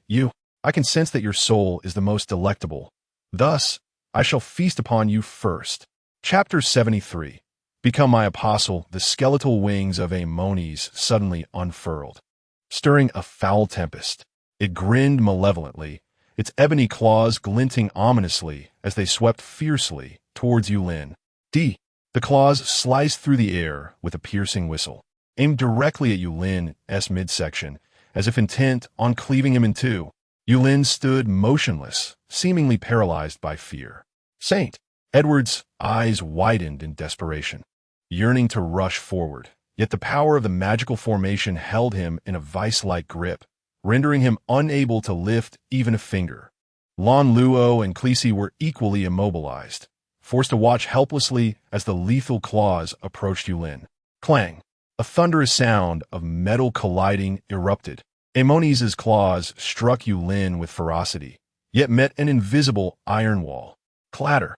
The severed claw fell to the ground, producing a crisp sound. How is this possible? Aimones gazed at its broken claw, then at Yulin, whose entire being radiated a golden glow, disbelief flooding its dark eyes. Yulin's golden skin shimmered in the dim room, dispelling the surrounding darkness, enveloping Edward and the others in a warm embrace. He bent down to retrieve the severed claw, declaring, "Who told you I rely solely on divine protection? Besides, I need not such means to deal with you. Now, experience the power of the Buddha." With that, transformed into a golden figure, Yulin strode purposefully towards Aimones, not allowing it a moment to react. Thud! Aimones' claws, which had aimed to sever Yulin, instead plunged into its own eye socket. "Ah!" Aemones was about to wail when Yulin's fist silenced its cries. Bang! Another sweeping kick sent the towering Aemones crashing to the ground. As Yulin unleashed a flurry of punches, the strikes so rapid they were nearly imperceptible. Edward and the others watched in astonishment. Such a formidable demon could be bested in this manner. Saint, you truly embody the essence of a saint, Edward exclaimed, stepping forward to present a claw-like weapon from his pocket. This has been enhanced. Please use it. Its power is formidable. Yulin wiped the blood from his hands. Looking up with a smile, very well, thank you. Stand back, lest you be splattered with blood. Yes. Edward felt an immense wave of gratitude. In such dire circumstances, Yulin still considered the possibility of him being stained by blood. No wonder he was a saint. Such compassion. Time slipped by unnoticed. When Yulin deemed the moment sufficient, Aemones lay defeated, a mere puddle of sludge upon the ground. He then lifted its head, asking, where are their souls? Aemones, now devoid of any resistance, murmured, I consumed them a few days ago. Spit them out. I cannot. Cannot, you say? Then I suppose I have not struck you enough. Bang! Yulin delivered another powerful punch to its abdomen. Aemones, with a visage contorted in agony, gritted its teeth and uttered, is not the Buddha one who embodies compassion? Your actions starkly contradict such benevolence. Grant me a swift end. I implore you. Compassion? Yulin retorted, lifting Aemones by its head and locking eyes with it, revealing a chillingly white grin. I am no Buddha. What does compassion have to do with me? Very well, I shall offer you one final chance. Will you divulge what I seek, or shall you meet your demise? Despair enveloped Aemones, as it fervently called out for its king, yearning for a response. Yet, silence prevailed, as though it had been forsaken. Cursed fate, Aemones lamented, unwilling to perish in this place, unwilling to succumb to Yulin's hands. All right, I shall reveal it, but you must first release me. Agreed. Yulin relinquished his grip, allowing Aemones to fall to the ground. Kumos. Aemones bowed its head, its form gradually reverting to that of a young maiden, covering its mouth as it retched. Yet, only dry heaves escaped, nothing materialized.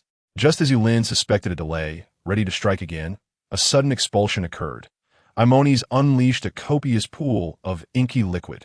This dark substance bore no scent, merely spreading like a shadow, creating a small area before them. In the next moment, a figure emerged from the depths of the liquid. It was a man of near otherworldly beauty. His pallid skin, reminiscent of a cold moon, shimmered with a pearlescent glow, and his features were sculpted to perfection, each line exuding a deadly elegance. His pale, golden-slit pupils were cold and enigmatic, and a faint smile graced his lips. Long hair, cascading down to his waist, intertwined with hues of gold and silver, while an intricately embroidered noble robe enveloped his slender frame, adorned with elaborate patterns at the collar and cuffs. Aemones gazed at him, parting its lips to speak, futile. The man cast a fleeting glance at Aemones, which instantly erupted, dissipating into a cloud of black mist, vanishing as if it had never existed, leaving only the young girl on the ground and 3 souls behind. With a wave of his hand, the 3 souls returned to the bodies of the Rune family, their wounds visibly mending until they were completely healed. All done. The man clapped his hands and raised his gaze to meet Yulin's, bowing slightly, displaying an air of gentlemanly grace. Greetings, Yulin. From his words, it was evident he was acquainted with Yulin, yet Yulin was acutely aware that he had never encountered this man before. Given the man's prowess and Aemones' deference, it was plausible he was a sovereign of the underworld. Who are you? Yulin inquired directly. The man did not respond immediately, but instead snapped his fingers. The crisp sound resonated through the air. In an instant, the space behind the man shattered like a mirror, intertwining darkness and light. As a colossal ethereal silhouette gradually emerged behind him, a throne forged from obsidian and molten lava, its surface coursing with dark golden veins, as if the flames of the deepest abyss flowed within. Behind him, 6 pairs of luminous wings materialized, each feather resembling the purest crystal, yet tainted by profound shadows, blurring the lines between light and dark at that moment. Beneath his feet, A blazing halo slowly revolved, ancient angelic runes flickering within, ensnared by the inferno of hell. The man slightly lifted his gaze, his pale, golden-slit pupils locking onto Yulin, a knowing smile gracing his lips. In the past, his voice was deep and elegant, echoing with the resonance of history. They called me Lucifer. As his words fell, the wings behind him erupted in jet-black flames, the throne's patterns igniting with a scarlet glow. And now, he gently raised his hand, his fingertips tracing the air, leaving a trail of fire. They call me Satan. Yulin. He gazed into Yulin's eyes, lifting his hand to point at him. What use is it to be the apostle of the sun? Why not become my apostle instead? Chapter 74. The proud king and Satan's invitation. Yulin raised his hand, saying, "Hold on, I need to retrieve something." With a perplexed glance from Satan, he turned and descended the stairs. Shortly thereafter, he returned, holding a portrait aloft. Pointing to the indistinct figure depicted, he inquired, "Do you recognize him?" Satan nodded. "I do. He is a dear friend of the sun." "That as well," Yulin continued, gesturing to himself. "If I were to claim that I am he, how would you address me?" After a moment of silence, Satan shook his head. "I do not believe you. If you were truly him, you would possess far greater power. By human standards, you are not formidable. If it were the one outside, I might consider your words." He cast a glance towards the door, where a vast aura was rapidly approaching. Noticing Satan's disbelief, Yulin contemplated briefly before retrieving the long knife he had brought back from Jerusalem from his storage space. "What about this?" Satan fell silent once more, the smile at the corners of his lips gradually fading, and his tone turned somber. "One day, I shall confront him again. I will prove to God that I am the greatest. When that time comes, I hope you will remain steadfastly by his side." However, he lifted his gaze and removed a ring from his finger, tossing it to Yulin with a smile. "I may be at odds with him, but as for you, Yulin, who dared to reclaim the body of your fallen friend at the risk of your life when you were weak, I admire you. If heaven treats you poorly or you find yourself dissatisfied, you may come to me at any time. I shall reserve a throne for you in hell. Of course, during your leisure, you're welcome to visit for a chat." With that, the shadows beneath him gradually enveloped his form, and he began to vanish, as if he had never been there at all. Perhaps he was indeed the source of this authority of shadows, or perhaps he wielded this power himself. The truth remained unclear.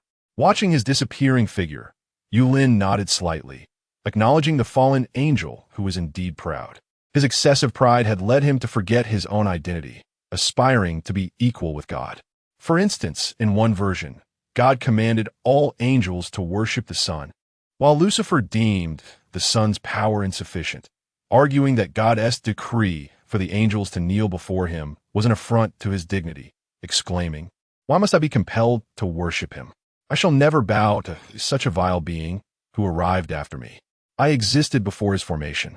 It is he who should worship me." Thus, he led a rebellion with 1/3 of the heavenly angels, attempting to prove his superiority over the sun. This rebellion, as one might understand, ended poorly. After several days of conflict in heaven, he was ultimately vanquished. Perhaps it was God's unwillingness to allow his most remarkable creation to be tarnished. Thus, apart from Lucifer, all the rebellious angels have been stripped of their titles, transformed into hideous forms, while only Lucifer retains the resplendent image of a six-winged angel. Upon reflection, his pride is indeed palpable. At this juncture, he should be referred to as Satan. Given his arrogance, it seems that only by once again assailing heaven and bringing it down will he reclaim his original name. Shaking his head, Yulin chose to dismiss such thoughts and instead focused on the ring in his hand. He felt no apprehension regarding the possibility of a trap within the ring, for Satan's pride would not permit such treachery. If he truly wished to bring harm, he would have approached differently. The cauldron had now manifested, instinctively protecting its master. Gazing once more at the ring, it appeared utterly translucent, crafted from the purest crystal, yet within it shimmered twinkling starlight, like the brightest morning star in the night sky, emanating an eternal radiance. Much like Lucifer's title before his fall, Morning Star, the most perfect creation of God. However, before Yulin could delve deeper into the ring's purpose, the space before him warped, and the figure of an elderly man. exuding an ethereal presence, materialized, his face etched with gravity. The Lord of Hell, Satan. How did he emerge? The old man did not ponder further, but turned to Yulin with an apologetic demeanor. He had sealed off the space earlier, which delayed my arrival. I sincerely apologize. He refrained from inquiring about Yulin's well-being, for if there were any issues, they would be evident. Yulin shook his head, casually tucking the ring into his pocket, and smiled. No need. He sought to recruit me as his messenger. When I declined, he merely suggested that I consider it before departing. The elder, upon hearing this, felt a sense of relief, secretly acknowledging Yulin's worth, as both heaven and hell vied for him. Fortunately, he was of their great Xia. With a slight smile, he introduced himself. I am Ling Dongxian, one of the 6 true void of Great Xia. He inquired, Young one, shall I escort you back? Yulin, of course, accepted, nodding in gratitude. I would appreciate it, esteemed elder. In the next moment, Ling Dongxian stepped forward, grasped Yulin's arm, and they both vanished from the sight of AI Huada and his companions. The trio stood in bewilderment, utterly perplexed by the events that had just transpired. The instant Satan appeared, all their senses had been dulled, as though ensnared in a temporal suspension. Only when Satan departed did their perception resume. In this newfound clarity, they witnessed an old man materialize before Yulin, utter something in the language of Great Xia, and then vanish without a trace. Everything that unfolded today overwhelmed the trio's capacity for comprehension. Yet at the very least, they were still alive. With a sigh of relief, AI Huada exhaled deeply and turned to Khaleesi and Lan Luo with a smile. My friends, we have survived. We emerged from the presence of a high-ranking demon. Thanks be to our Lord and to the saints. Khaleesi sheathed his long sword, pursing his lips, choosing to remain silent. Lanro, with his carefree demeanor, wiped the sweat from his forehead and with a grand gesture declared, to commemorate this day, I shall henceforth refer to today as Lanro's Easter. He then inquired, shall we head to the pub later? I shall cover all expenses. Seeing his enthusiasm, Edward, seemingly lost in thought, nodded in agreement. All right, let's unwind tonight. What about you? Khaleesi? Surely, you aren't too frightened to join us? Khaleesi shook his head. I shall not be attending. I need to report today's events to the Holy See. Enjoy yourselves. Upon hearing this, Lanro enveloped him in a warm embrace, expressing, Khaleesi, it is my fortune to know you. My friend with such resolve, you shall succeed in all your endeavors. You are destined to become the next leader of the Order of Knights. I have faith in you. Khaleesi gently pushed him away and turned to descend the stairs, stating, very well, you all take care of Rune's family. I shall see if Cody requires any assistance. With that, he made his way down the staircase. Chapter 75. The Purpose of the Ring, Vatican City. When Francis learned that the demon that had emerged was a Markill-level demon, and that Yulin had personally appeared in response to Edward and the others' prayers, he was utterly bewildered. A Marquis level? The gates of hell have been opened? Francis paced back and forth, his furrowed brow reflecting the weight of his thoughts. The living cannot casually venture into hell, nor can the demons within hell easily cross into the mortal realm, for there exists a grand door as a barrier between the two worlds. The same holds true for heaven. Originally, the Vatican could summon angels from heaven to aid them, for they possessed a divinely bestowed artifact, the Gate of Heaven. However, during the previous crusades, they had failed to secure it and even lost this sacred artifact, which is now sealed by the Civil Bureau of the Great Xia. Regardless of the conditions they proposed, the Bureau remained unyielding, leaving them in a state of helplessness, especially now that the saints were all their own. They had even less justification to reclaim the Gate of Heaven. What a predicament! Alas, this is not the time for such thoughts. Francis shook his head and retrieved a communication device from his pocket. Hello? Your Majesty, what is your command? Just now, the saints dealt with a Marquis-level demon, and the seal of the gates of hell has loosened? What? I shall investigate immediately. Returning to your Majesty, there has been no change. It remains as it was before. I suspect it may be the work of a certain king-level demon, or could it be that Satan is once again restless? It is possible. Since there has been no loosening, continue to stand guard. Report immediately if anything occurs. Understood. The communication ended. Francis recalled that the Civil Bureau had dispatched a powerful guardian to protect Yulin. Just as he was about to call the bureau chief for an inquiry, the chief's call came in first. Francis, Satan has appeared. Are you aware of this? Yes, I am aware. Since the seal of the gates of hell has not loosened, the only beings capable of disregarding it are the king-level demons or him. As long as you know, he seeks to recruit Yulin as his apostle, and I believe he will not relent easily. Therefore, I need your assurance that all protective measures will be in place when Yulin comes to your location. Understood? The bureau chief's tone irked Francis, yet he felt powerless to resist. He could only nod and reply, "Rest assured, I am more concerned about the safety of the saints than you are. From now on, please refer to him as Saint Yulin. Do not address him simply as the saint. Such a manner is profoundly disrespectful." Ha ha! The bureau chief's hearty laughter echoed from the other end. "I am not one of your Christians. You cannot dictate my words." "Very well, that is settled. Oh, and regarding the divinely bestowed artifact at Shenangjia, I suggest you do not come for it. Be cautious of being accidentally harmed by us." "What conspiracy are you plotting now?" Francis inquired, puzzled. The director of the Civil Affairs Bureau chose not to elaborate further, simply leaving behind a remark, "You will understand in due time," before hanging up. The call was abruptly terminated, leaving Francis with even more questions than before. He couldn't help but mutter under his breath, "That wretched scoundrel shall face divine retribution one day. I shall bind you to a stake and deliver a thunderous punishment." Although his words were severe, there was no hostility present, indicating a familiarity between him and the director. Francis stood rooted in place, his gaze penetrating through the window to the starry sky, his eyes reflecting profound contemplation. After what felt like an eternity, he turned and departed to his study, where he began to write something. In the dormitory of the Civil Affairs Bureau, Dragon Master, engrossed in a game, inquired, "Where have you been, you rascal?" To Yulin, who had just returned from being escorted back by Ling Dongxian. "Oh, nothing much. I just answered the request of a believer and went to vanquish a demon," Yulin replied, reclining on the sofa. As if struck by a sudden thought, he queried, "Dragon Master, do you know Lucifer? Now referred to as Satan." Dragon Master manipulated the keyboard with his thoughts, turning to look at him with a frown. "Have you encountered him?"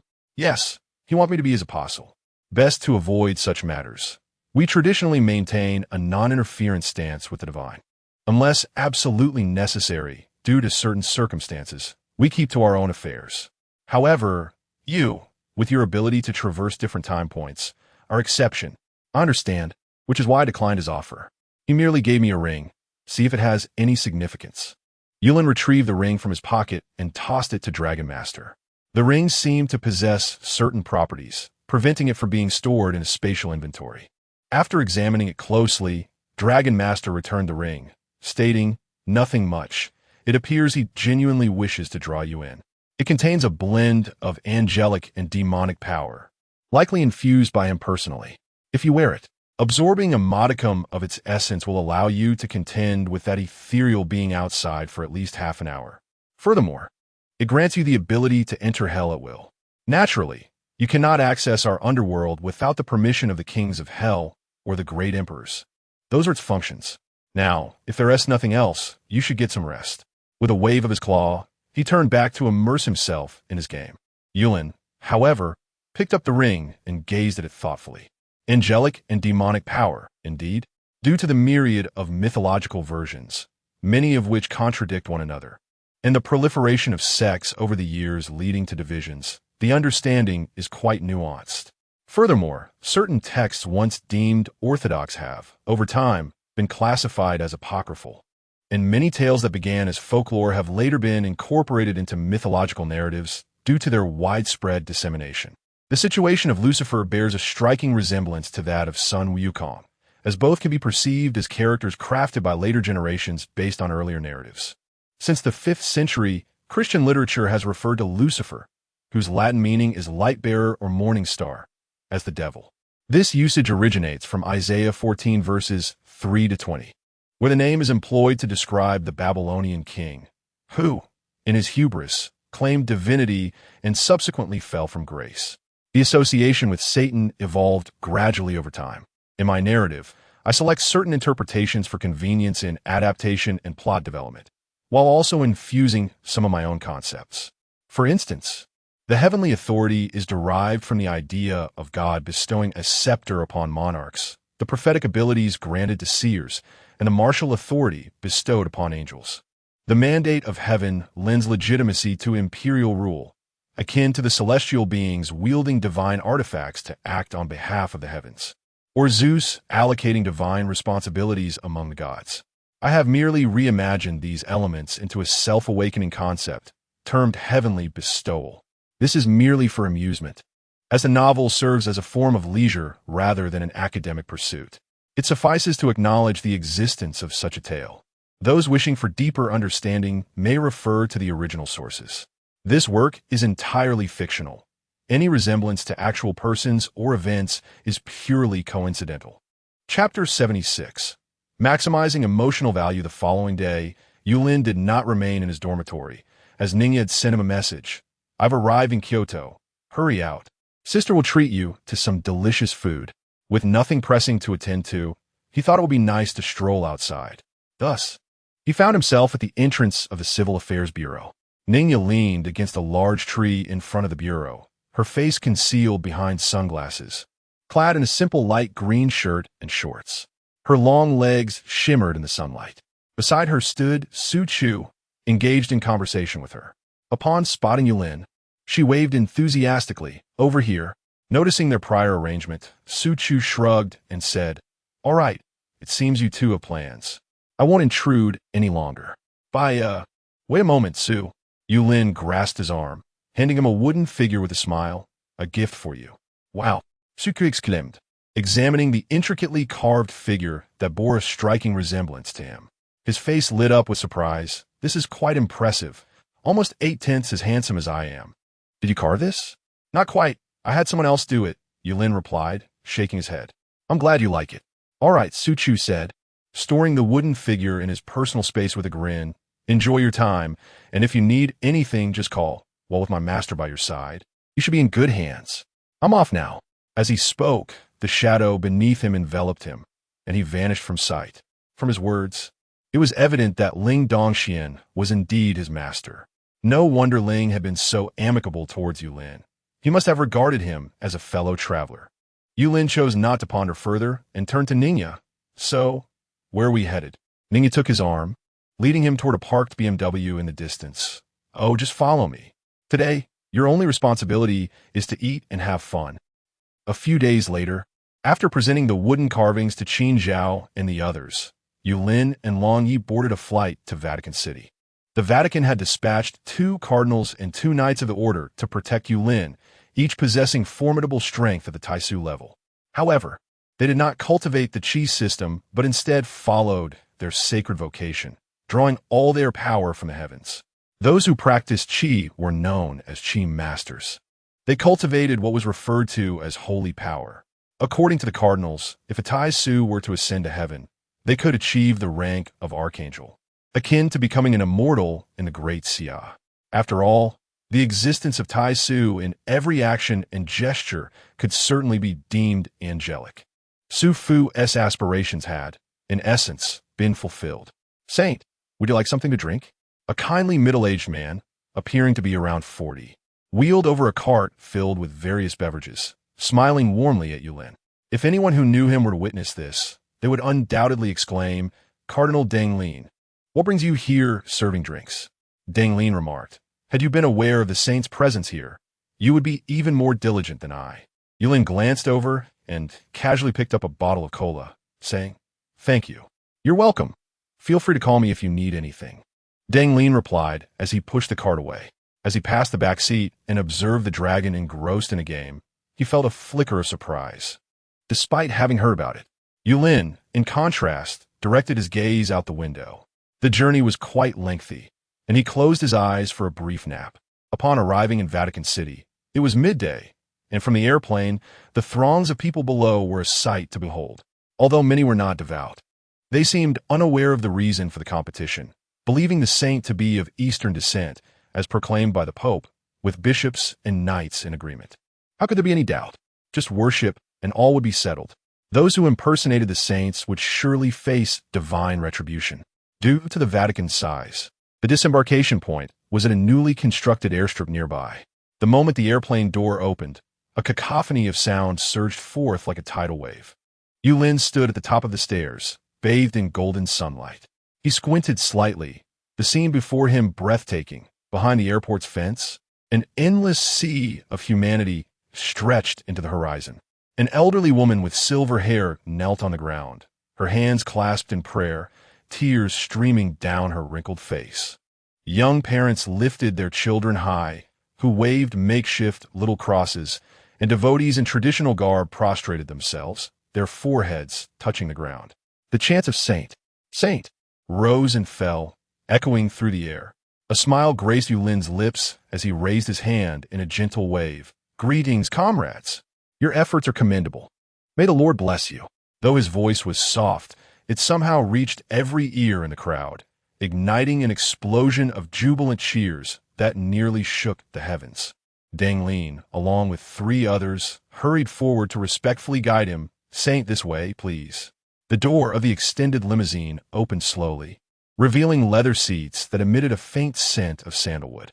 With escort vehicles both front and back, the Vatican emblem shimmered in the sunlight.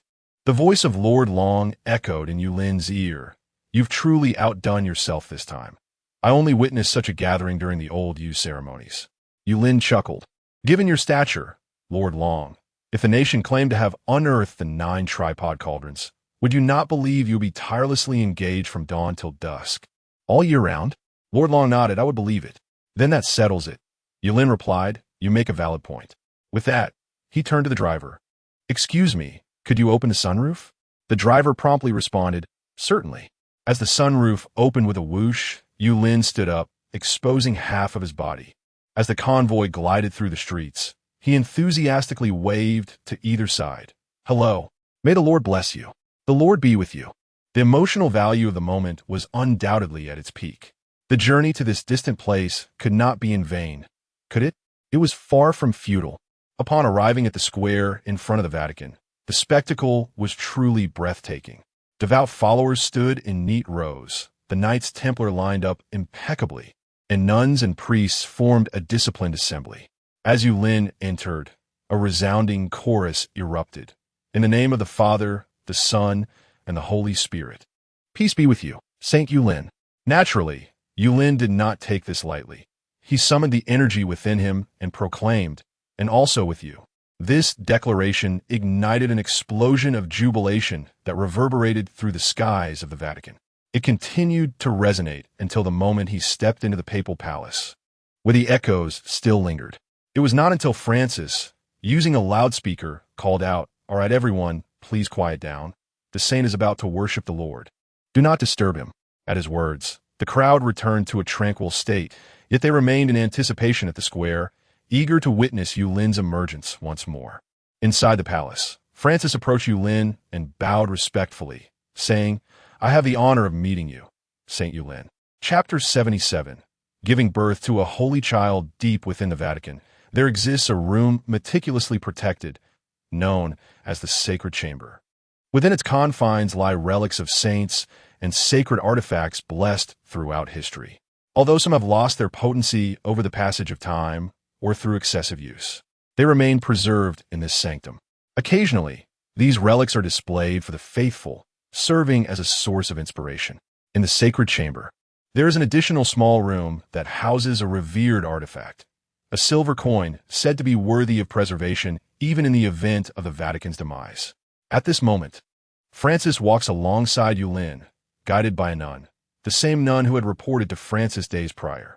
Yulin observes her with curiosity, captivated by her Asian features and ethereal beauty.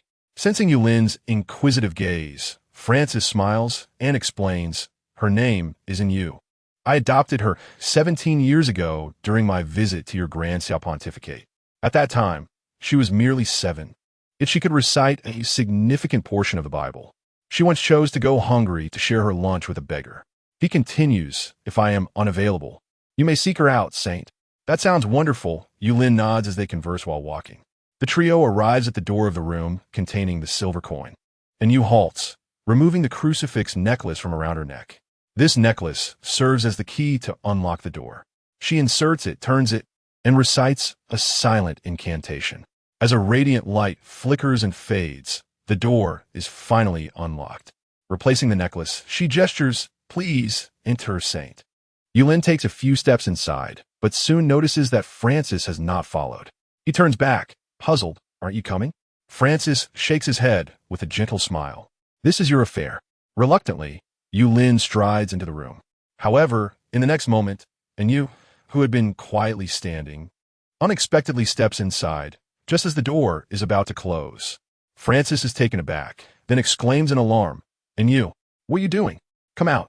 Unfortunately, his voice is muffled by the closing door. With a darkening expression, Francis swiftly departs to retrieve a spare key. Inside the room, Yulin regards Yu with a slight frown. "Is there something you need?" "Yes," and Yu affirms, and to Yulin's astonishment, she begins to remove her nun's attire, revealing her flawless form beneath. "What are you doing?" Yulin exclaims, bewildered by the sudden turn of events. And Yu approaches him, a smile gracing her lips. "I wish to bear a holy child with you." She takes Yulin's hand, placing it reverently upon her heart, infused with a hint of desperation. "I implore you, grant me the bloodline of a saint. I am capable of anything and can fulfill all your desires." Yulin fell silent. What on earth is happening? Initially, he believed that Yu harbored sinister intentions, seeking to take his life, only to discover that she wished to conceive a new life with him. Had it been in a different setting, he might have acquiesced, but in this moment, Yulin cast a glance at the image of Jesus nearby, feeling as though the originally compassionate smile on his face had morphed into one of mockery, as if he could hardly wait to witness the unfolding drama. "No, this simply cannot be." Yulin withdrew his hand from hers, picked up the nun's attire from the ground, and draped it over her. "This matter requires emotional investment.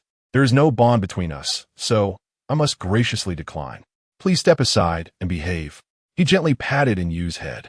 Yet she shook her head, took a step closer, and embraced him. "I implore you, consider an act of compassion towards me. I truly, truly desire." Smack! Yulin, seeing that she would not heed his words, struck her, rendering her unconscious. He muttered, "So you wish to cosplay as the Virgin Mary, do you? Sleep well." Shaking his head, Yulin chose to ignore her and turned towards the elevated platform at the center of the room. Upon the platform lay a solitary silver coin, its edge marred by a small notch. Yulin reached out to pick it up and examined it. Indeed, it is that very coin. However, he felt no extraordinary qualities about it. It appeared to be an ordinary silver coin. Just as he intended to store it away, the coin levitated, transforming into a necklace around his neck.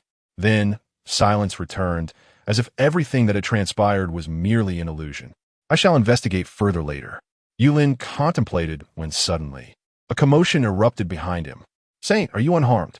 Francis's voice resounded as he rushed in with several cardinals and the commander of the knights, visibly relieved to find Yulin unscathed. After all, with the Lord's protection, what could possibly go wrong?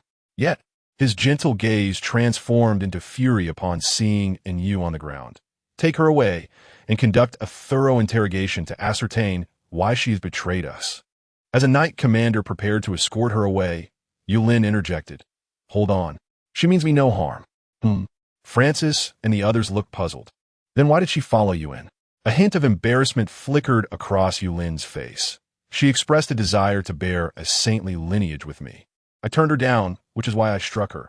Upon hearing Yulin's explanation, Francis's anger dissipated, replaced by understanding, his expression growing complex. "So that is how it is. Ultimately, I must take responsibility. I had previously informed her that after giving birth to a saintly lineage, she would receive divine blessings from heaven, granting her the ability to heal all living beings. The child often frequents the hospital to lend a hand, likely having witnessed the poignant farewells of life and death." Sighing deeply, he appeared quite melancholic. Listening to this, Yulin secretly mused that Yu was rather admirable. After a moment as contemplation, he approached Yu, raised his hand, and gently placed it upon her forehead. Gazing at the image of Jesus, he silently intoned, "If she truly wishes to heal others, grant her the ability to mend the afflicted. If not, then consign her to the depths of despair. If that is your will." With that, a gleam of golden light illuminated the scene. Suddenly, a cross-like pattern manifested in the palm of Yu's right hand. Witnessing this, Yulin understood. He rose and turned to Francis, smiling as he remarked, "It appears that the Lord has indeed recognized her." Chapter 78. "My friend, it was intentional. Please rise. No need to kneel," he urged, his tone laced with genuine warmth. "There's no need for such formality. We are merely acquainted, brothers at heart. Let go."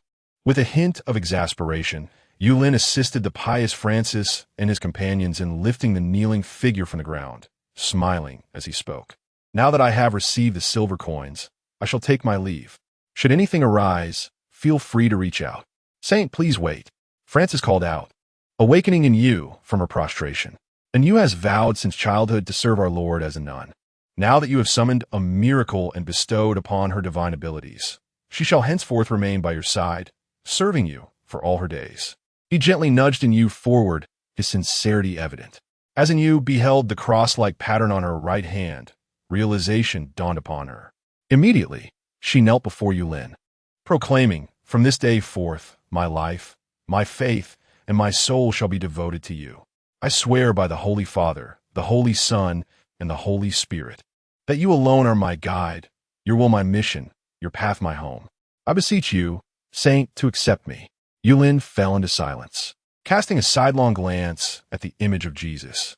In a moment of reverie, he perceived a gentle smile and a slight nod, as if the figure were saying, "My friend, it was intentional." With a sigh, Yulin helped Yu to her feet and gazed in her eyes, suddenly posing a question. "If I were to command you to take the life of an innocent person, would you still follow me? Or, how would you respond to such a request?" Upon hearing this, Yu's expression froze, and after a moment of struggle, she resolutely replied, "I would not act against you. Saint, your command is paramount. However, I would take my own life. I beg your forgiveness, Saint.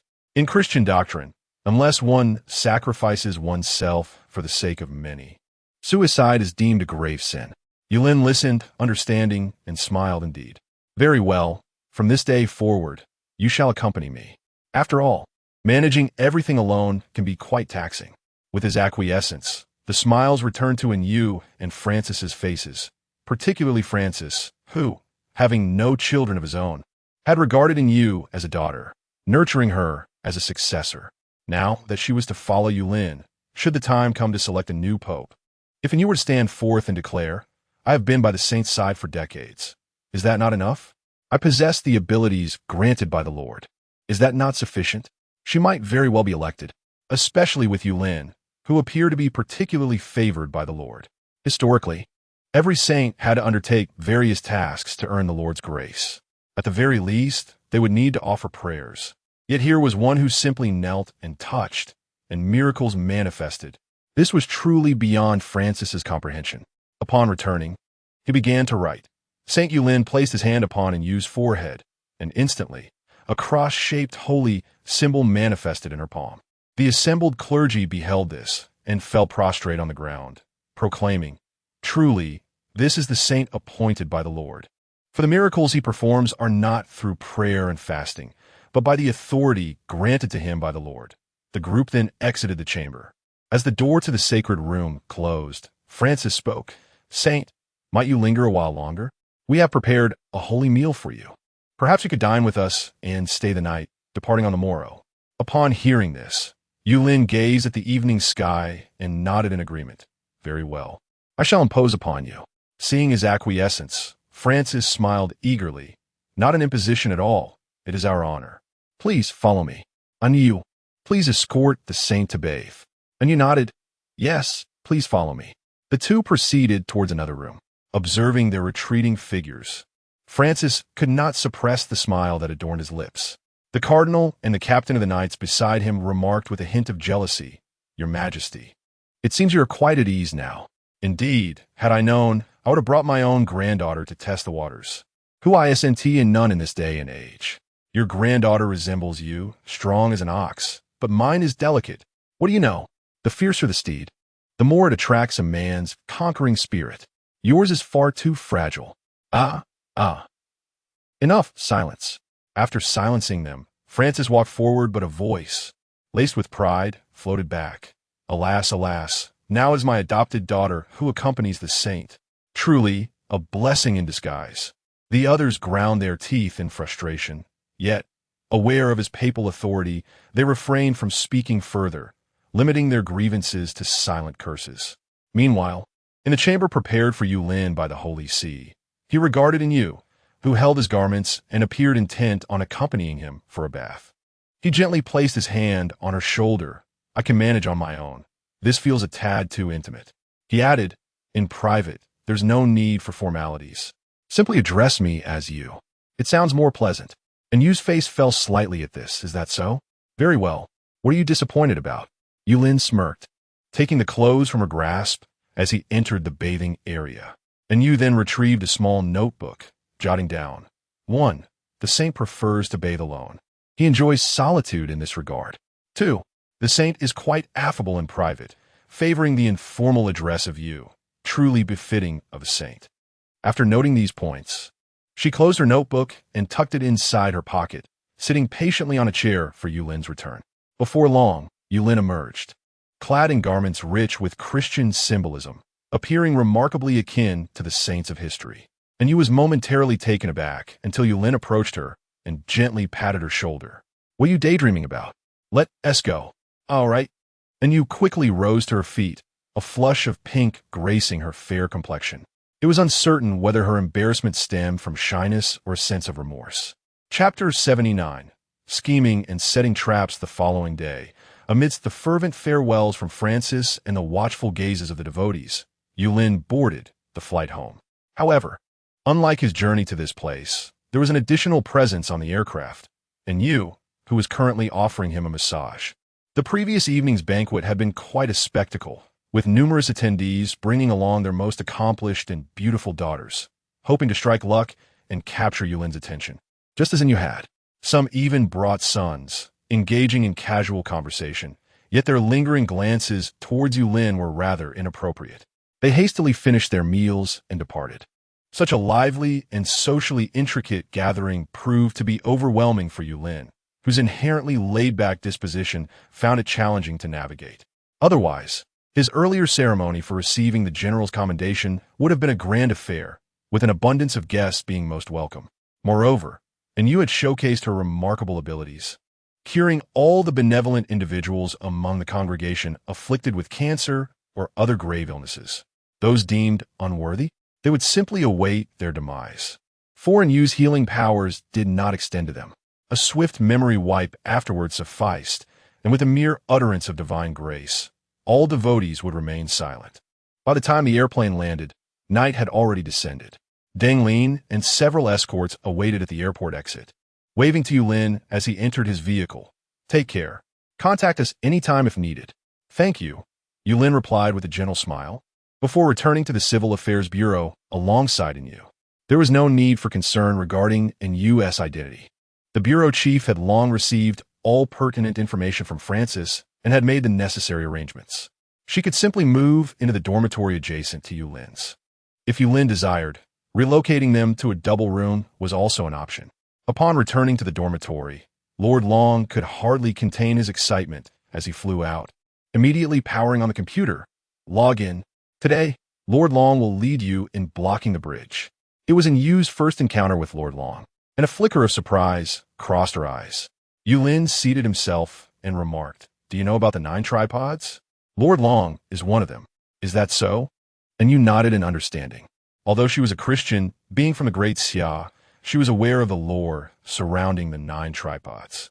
She had merely thought a legend, especially since no one had yet discovered their whereabouts. Little did she know they were right beside Yulin. Truly, saints have the extraordinary ability to attract the remarkable. As Yu pondered this, she stepped aside to retrieve Yulin's change of clothes and began washing them by hand. What if the washing machine broke? This was her duty as a servant. Yulin, intending to browse short videos for a while, was interrupted by an encroaching shadow, revealing Su Chu's figure. Had a blast in Vatican City, did you? And you brought back a beauty. TSK, TSK, TSK. Anun. Who? Now you really don't need to engage in cosplay. Yu Lin sat up, exasperated. Let us keep it pure. Don't jump to conclusions. I'm not that kind of person. What do you need, Sugu? Nothing much. Su Chu took a seat beside him, retrieving his phone to display an email. Previously, Chun Haoshi should have informed you about our bureau's initiative to root out internal traitors, correct? Yulin nodded. So, we are poised to take action? Indeed. In just 1 month, at Shenangjia. Shenangjia? There exists a celestial-grade divine artifact, the Shinnon Whip, which is not a mere fabrication, but a genuine celestial-grade treasure. A smirk danced on Su Chu's lips, revealing a hint of mischief. For this day, our bureau has been preparing for many years. Had it not been for my master being Taishu, I might have been kept in the dark just like the others, believing this to be merely a simple contest for possession. Yulin raised an eyebrow. Curiosity piqued. Why would we allow others to claim the divine artifact instead of taking it ourselves? Surely, they would suspect it to be a trap? Such fortune falling from the heavens seems improbable. It is not merely that. Su Chu shook his head.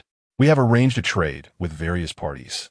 By allowing them to participate this time, we gain the opportunity to contend for any future divine artifacts they uncover. Not only can we identify the traitors, but we can also exchange for numerous opportunities, striking 2 birds with 1 stone.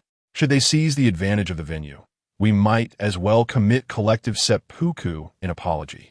Hearing his confident assertion, Yulin nodded in understanding and inquired, What role do you wish me to play? You and T have sought me out without reason. Indeed, you are as astute as ever, Su Chu acknowledged. However, your involvement is quite minimal. You simply need to issue a statement. It suffices that all members of the Christian community are barred from participating in this contest. Simple enough, Yulin discerned. Once he issues the statement, anyone who attends thereafter, regardless of whether they are traitors, would have already expelled themselves from the Christian community the moment they defy his declaration. If they are barred and still choose to participate, it would be an act of direct defiance. Those opposing the saints are indeed the traitors, their souls already tainted by demonic corruption. It seems the director of the Civil Affairs Bureau has already conferred with Francis. Understood, Yulin nodded. Shall I record a video? Su Chu activated the recording. Yes. Let us commence. After a brief recording of merely a few seconds, Su Chu rose. I shall not intrude upon your rest any longer. Enjoy your intimate time together. Oh, pardon me. I meant your time with the dragon. Dragon Lord, do invite me for the next gaming session. My skills are not to be underestimated. Dragon Lord, without lifting his head, waved a claw dismissively. Very well, be off. With that, Su Chu vanished into the shadows, arriving abruptly and departing just as swiftly. Yulin contemplated the implications. The Civil Affairs Bureau, or rather the influences within Daxia, would soon undergo a thorough reevaluation. And what of the Theocratic Society? He recalled their ominous ultimatum. Choose between death or submission to their control, with a chill in his eyes. He picked up his phone and dialed Francis. I require your assistance. I need information on the Theocratic Society. It would be most advantageous if you could procure their leader for me. Thank you. Chapter 80. You are even unwilling, yes. Rest assured. Good night. Francis hung up the phone, the gentle smile on his face fading away. He raised his hand and rapped lightly on the table. Ryder, clad in shimmering silver armor, entered through the doorway. Your Majesty, how may I serve you? Francis's gaze deepened, his tone indifferent. There is a faction known as the Divine Authority Society, which previously sought to control our saints and make them their servants. This is a blatant affront, an insult to our Lord. Take your brethren and capture their leader, then present him before the saints. You may utilize all the divine artifacts and sacred vessels, except for the most critical ones. Go forth. What? Such audacity. Ryder's anger flared instantly. Very well. I shall attend to it immediately. With that, he turned and strode out, his armor clanking ominously, each step resonating with an imposing presence. Francis, meanwhile, sat back down and dialed in Yu's number, his tone softening once more. And you, how are you? Are you sharing a room with the saints? Or do you have a private chamber? A private chamber, you say? That is acceptable. Do your best, and I believe that one day, yes, one day, it will all come to fruition. All right, I shall not disturb your rest any longer. Ensure the safety of the saints. Should you encounter an insurmountable foe, use the ring I bestowed upon you, and I shall come to your side. Yes, good night. After ending the call, he finally let the smile fade from his face and picked up a scripture to peruse. Ryder would handle everything efficiently. He was a dependable ally. Southeast Asia. In a remote town within a small border country adjacent to the Great Xia, this town, while officially under government jurisdiction, is well known to its citizens as being truly ruled by the Hu family. From the mayor to the officials of every minor bureau, they either bear the surname Hu or are sons-in-law, subordinates, or even mistresses of the Hu family. Government documents merely require the signature of their patriarch, Hu Baihao. However, few are aware that Hu Baihao is but a puppet for public display. On the outskirts of the city, hidden beneath a seemingly abandoned villa complex in the mountains, lies a secret stronghold of the Divine Authority Society. 12 high-backed chairs encircle an obsidian table, each chair adorned with distinct zodiac engravings. At the head of the table sits the true master of the Divine Authority Society, President Mo Hai, a former strongman who defected from the Civil Affairs Bureau of the Great Xia years ago. He wields the divine authority with such prowess that even a formidable opponent would find it challenging to best him in combat. Years have passed, and no one knows the extent of his power now. His features are austere, his gaze sharp as a blade, and he lightly taps his fingers on the table, the sound echoing in the silent underground hall. The divine artifact from Shenangjia, the Shinnong Whip. His voice is deep, imbued with an undeniable authority. According to ancient texts, the divine whip of Shinnong possesses the extraordinary ability to discern the properties of herbs and even extract their medicinal essences. With this tool in our possession, we could mass-produce miraculous remedies free from toxic substances. At that time, our power would surge dramatically, enabling us to attract even more awakened individuals and practitioners to our cause. Thus, he cast a sweeping gaze over the 12 envoys, enunciating each word with gravitas. This heavenly bestowed artifact must be ours, regardless of the traps set by the Great Xia, nor the price we must pay. Among the 12 envoys, Chun Long rose slowly, donning a wide-brimmed hat that cast shadows over much of his face. Only the cold smirk at the corner of his mouth was visible. President, leave this matter to me. He spoke, his voice gravelly yet confident.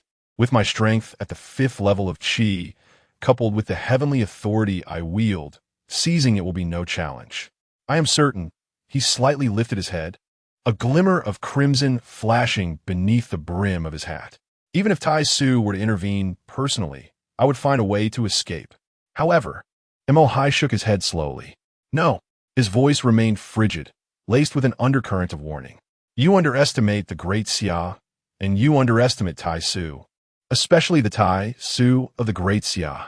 Therefore, I require all of you to mobilize, and I too shall act from the shadows. Success is the only option. Failure is not permissible. Of course, he surveyed the room. If anyone wishes to withdraw, now is the time to speak. I grant you this opportunity. After all, the likelihood of death in this mission is considerable. Even I may not survive. The 12 envoys fell into silence, exchanging glances. Finally, a blonde woman, known as Yuji, stood up.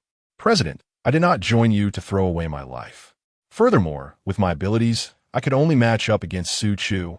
Confronting Tai Su would surely lead to my demise. Hence, I shall not partake. Her words revealed that she had once battled Su Chu to save the man wielding the ephemeral authority. And Mo Hai nodded, his face devoid of anger, merely raising a hand to indicate, then you may leave. Is there anyone else? As the woman exited, 2 more of the 11 envoys stood, Hai Zhu and Wei Yang. They too rose. President, I must decline. As you know, I am a Christian, and our saints have decreed that none shall venture forth. We cannot defy the saints. Very well. Why did you not mention your faith earlier? Mo Hai retorted. Be forthright. If you are afraid, simply say so. I wish you both success. The two turned and walked toward the door. All right, then for those who remain. Mo Hai's expression darkened slightly, yet he did not display anger. Just as he was about to speak again, a sudden voice from the doorway interrupted him. Apologies, but none of you may leave today. Mo Hai, taken aback by the unfamiliar voice, lifted his gaze towards the entrance as footsteps approached. The silver armor glimmered with a chilling radiance in the dimly lit underground hall, as Ryder's towering figure stood like an insurmountable fortress at the entrance.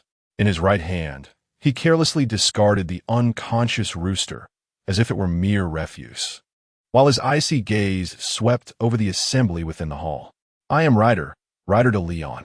His voice resonated with a deep, oppressive weight, each word seemingly forced through clenched teeth. "Previously, it was you." His gaze finally settled on M.O. High, seated in the foremost position, and a surge of murderous intent ignited within him. "You intend to make our saint your servant?" The expression on M.O. High's face had transformed entirely into one of solemnity. He rose slowly, his black cloak billowing as if stirred by an unseen wind, emanating an almost imperceptible aura of pressure. "You are the Ryder, one of the contemporary 12 Round Table Knights?" His voice was low, laced with a hint of intrigue. "Is it just you today? What gives you such confidence? Or do you," he squinted, his tone dripping with sarcasm, "expect to summon the other knights? Will they heed your call?" At these words, Ryder's lips curled into a cold smirk, as if he had heard something utterly ludicrous. "I cannot summon my brothers to join me. However," he slightly inclined his body, his gaze sharp as a blade. "The saints can." As his words echoed, heavy footsteps resonated from the corridor beyond. One by one, figures emerged behind Ryder, their silver armor glinting with a frigid sheen under the dim light. 11 Round Table Knights assembled at his side, forming an impenetrable barrier at the entrance. Ryder slowly drew his great sword from his waist, its blade pointing directly at M.O. High, his voice booming like thunder. "You had better pray that you and your subordinates can withstand me and my brothers for 10 minutes. M.O. High's expression darkened entirely. He understood that reconciliation was no longer possible. "Ha!" He let out a low chuckle, a sudden surge of power radiating from him, an overwhelming aura of the void realm erupting forth. "You may not prevail against me." But in the next moment, boom! 12 beams of holy light burst forth simultaneously, saturating the entire underground space with divine pressure. The walls cracked, the ceiling collapsed, and debris rained down like a tempest. Ryder slowly raised his left hand, and the holy light of the 12 knights intertwined in the air, coalescing into a colossal sword of light that spanned the heavens. Judgment. With those simple words, the giant's sword descended. Damn it! M.O. High frantically summoned all his strength, yet within the holy light, he melted away like snow under the scorching sun.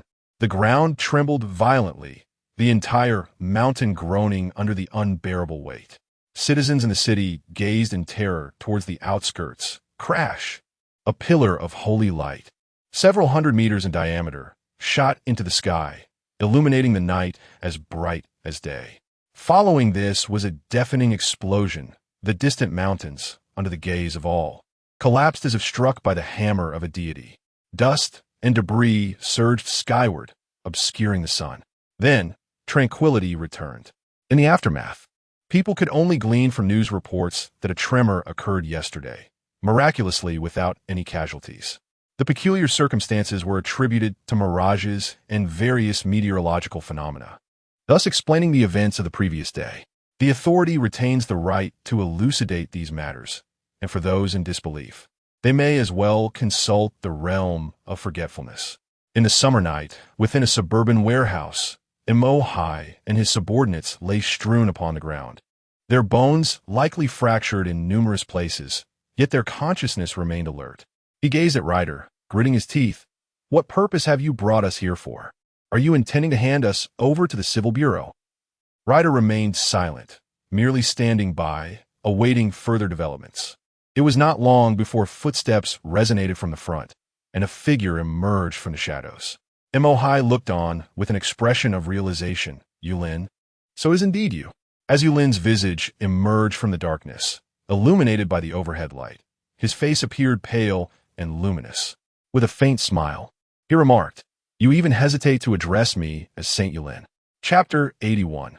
The Master Behind. What do you intend to do with me? Do you wish to treat me as we have treated you? As Yulin approached, M.O. High gritted his teeth, yearning to violently eliminate Yulin. Yet his cultivation and physical form had been thoroughly sealed by Ryder, rendering him utterly powerless. Yulin, however, shook his head, saying, "No, no, no. I'm not that kind of person. Therefore, Su Ge, I leave this to you." "All right." Su Chu stepped forward, his demeanor exuding impatience. In his gaze toward Mo Hai, it was as if he beheld an extraordinary treasure, first-class merit. Mo Hai, why provoke anyone? Yet, he chose to confront Christianity. "Ha! Is there any hiding it?" Mo Hai turned his head, refusing to regard Su Chu's triumphant expression, muttering under his breath. Was he a saint of Christianity before? If I had known, would I have targeted him? Do you think I'm a fool? Seeing Mo Hai's growing frustration, Su Chu retracted his smile, adopting a serious tone. "Well, regardless of whether you regret it now, it is too late. From this moment on, you and your subordinates will be under our complete jurisdiction. We hope for your cooperation in our investigation. You have the right to remain silent, but it would be wise not to exercise that right." Upon hearing this, Mo Hai glanced at him, a peculiar smile appearing on his face. "What do you wish to ask? What do you hope to extract from me?" "I shall not utter a single word. Ha ha ha." Su Chu locked eyes with him, observing his laughter. Once it subsided, he suddenly spoke. "You truly have a deity behind your religious authority, don't you?" Mo Hai's smile vanished, replaced by silence. Noting his reticence, Su Chu shrugged. "It matters not if you choose silence now. We have our ways to make you speak when the time comes. Now come with me." "Wait." Mo Hai's voice emerged again, serious. "Do you genuinely wish to know? Is that even question?" "Ce que repeat." "Very well, I." Just as Mo Hai was about to continue, a sudden change occurred. His pupils abruptly constricted, and his body stiffened. "Ah!" He groaned in agony, attempting to rise, only to find his limbs utterly unresponsive. "What is happening?" Su Chu instinctively took a step back. Yulin furrowed his brow, and Ryder immediately moved to shield him. The other members of the religious authority stared wide-eyed at Mo Hai, lying on the ground. Mo Hai watched in terror as his legs began to turn transparent, as if being dissolved by some invisible force. "No! No!" He shook his head frantically, his voice filled with dread. "I merely intended to deceive them. I didn't truly mean it. Please forgive me. I didn't really mean to say it." Yet the dissolution persisted, rapidly advancing from his legs to his waist. Mo Hai's skin melted like wax, revealing the muscle tissue beneath, followed by the stark whiteness of his bones. Damn it! Mo Hai realized he could not escape. Suddenly, he turned, his bloodshot eyes fiercely locking onto Yulin. "Screw you. Let us end this." With the last ounce of his strength, he bellowed. "Cain." This name seemed to invoke a certain taboo, causing Mo Hai's body to explode instantaneously, transforming into a cloud of crimson mist. Strangely, the blood did not splatter, but instead hung suspended in the air, forming a vague, humanoid silhouette. A soft sound echoed as the blood mist dissipated. The atmosphere turned eerily silent, leaving only a puddle of evaporating liquid on the ground. Mo Hai, once a formidable force in the realm of the void, vanished as if he had never existed. Cain. Lade frowned, murmuring, "The first murderer, cursed by my master, has become an unconventional immortal being. Is he behind this?" Lade turned to Yulin and said, "Saint, please forgive my rudeness. I must return to report this matter to His Majesty." Seeing Lade's serious demeanor, Yulin nodded. "Very well, go ahead." "Thank you, Saint." With those words, Lade vanished in an instant. Su Chu furrowed his brow, equally astonished by the turn of events. They understood that Mo Hai was not the true master of the divine authority, for although he had previously reached the 5-Chi realm, his talent would have limited him from surpassing that threshold into the void. Yet, astonishingly, after over a decade, he had broken through to the void. The divine authority was also expanding rapidly, and without any formidable backing, they found that hard to believe. The only means capable of elevating someone from 5-Chi to the void were the rare artifacts held by various powers, such as the fateful ring in Yulin's possession, or intervention by deities themselves.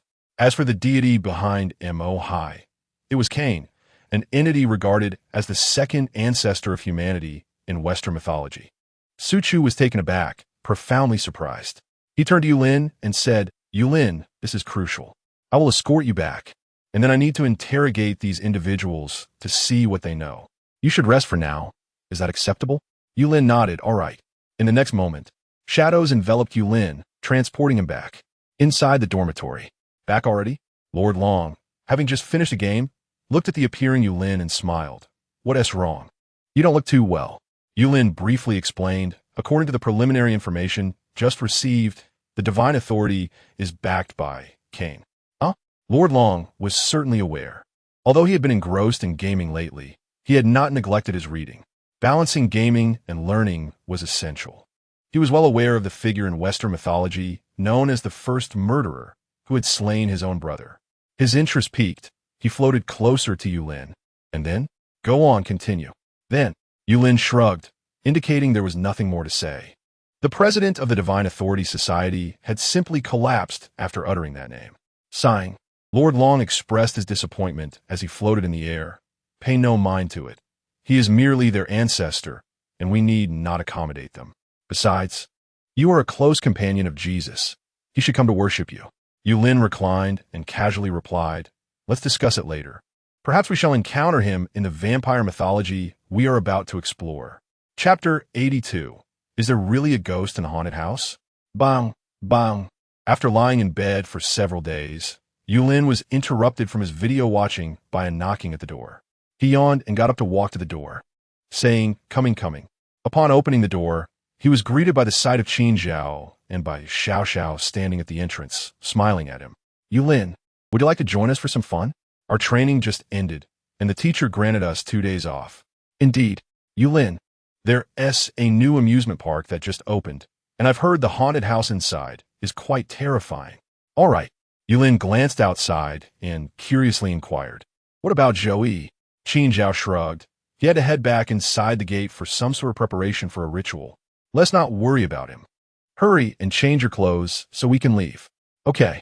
With a thought, Yulin's sleepwear transformed into casual attire, eliciting envious looks from Qin Zhao and by Xiao Xiao, as even the most inexpensive yellow-grade outfit required a starting contribution of 100 points. Nevertheless, it was of little concern. Once their classes concluded, they could undertake more tasks to earn enough to purchase one. Let's go, Just as Yulin was about to step out, he seemed to recall something and turned to call out, Dragon Lord, are you coming? Dragon Lord waved a paw dismissively. No, just bring me back some delicious snacks. Understood. Yulin closed the door and descended the stairs with Qin Zhao and by Xiao Xiao. As for Yu, she had been spending her free time helping out at the welfare home and the Great Summer Church, returning only in the afternoon. Therefore, Yulin decided not to call her back. Before long, the trio arrived at their destination for the day, the Disneyland amusement park. They pooled their money to purchase VIP tickets, sparing themselves the agony of standing in long lines under the scorching sun, and quickly passed through the entrance. Upon entering the amusement park, they were greeted by the cacophony of lively music and laughter, with an array of colorful attractions. Roller coasters whizzed past, and merry-go-rounds spun with delighted children. Everything appeared to be much like any other amusement park. However, the haunted house stood out conspicuously. The queue in front of the haunted house stretched over 100 meters, nearly encircling half the plaza. Even more striking were those emerging from the exit, each face pale as a ghost, their legs trembling. Some required assistance from companions to exit. A burly man barely stepped over the threshold before collapsing to the ground, murmuring, "It felt so real, too real. I nearly screamed for my mother." Bai Xiao Xiao's eyes sparkled, and she immediately tugged at Yulin and Qin Zhao's arms, exclaiming, "Let us go. Let us go. This is what I want to see." 7 of my friends went in, and 8 were scared. Qin Zhao raised an eyebrow. How did it become 8? The extra one is the one they LL call next time. Bai Xiao Xiao explained with a laugh. For instance, if I get scared too, that makes it 8 who went in and 9 who got frightened. Since we're all good friends, if I'm scared, you must give it a try as well. Upon hearing this, Qin Zhao understood and nodded thoughtfully. That makes sense. If I get scared, I would definitely want to invite my friends to experience it too. She turned her gaze towards the long queue, her lips twitching slightly. Isn't this line rather exaggerated? Just as she was about to ask Yulin if he wanted to buy some drinks first, she noticed him fixated on the haunted house ahead, his expression unusually intense. "Yulin, what are you looking at?" Qin Zhao inquired with curiosity. Yulin withdrew his gaze. A meaningful smile gracing his lips. It's nothing. There seems to truly be a ghost inside. What? Both Qin Zhao and Bai Xiaoxia frowned in unison, while others might still harbor doubts. If Yulin claimed there was a ghost, it was undoubtedly true. After all, during their first mission, he had effortlessly performed an exorcism. Seeing their tense expressions, Yulin patted their shoulders and reassured them. All right, there's no need to be anxious. It's merely a working ghost, not a malevolent spirit. Let us queue up. With that, he strode forward, joining the line. His words eased their worries. As they slightly relaxed their senses and carefully investigated, they indeed sensed an eerie atmosphere emanating from the haunted house. The queue, though seemingly long, was quite manageable. After all, only 10 people could enter at a time, and 6 would typically be frightened out within 3 minutes, while of the remaining 4, the longest any could endure was only halfway through. By the time it was Yulin's group's turn, no one had successfully completed the haunted house. After checking their tickets, the staff handed each of them a red button, explaining, if at any point you feel scared and wish to exit, press this button, and our staff will immediately escort you out. Bai Xiaoxia took the button, cheerfully fastening it to her wrist. Don't worry, we're quite brave. The 3 of them pushed aside the heavy black curtain and stepped into the haunted house. The temperature plummeted, in stark contrast to the heat outside. The interior was cold and damp, as if they had entered another realm. Bai Xiaoxia rubbed her arms and muttered softly, is the air conditioning really set that high? It might not even be the air conditioning, Qin Zhao replied, warily surveying their surroundings in an attempt to locate the working ghost Yulin had mentioned. However, only a few flickering green lights illuminated the dim corridor, casting ghostly shadows on their faces. Yet, Yulin seemed to navigate with ease, striding confidently ahead.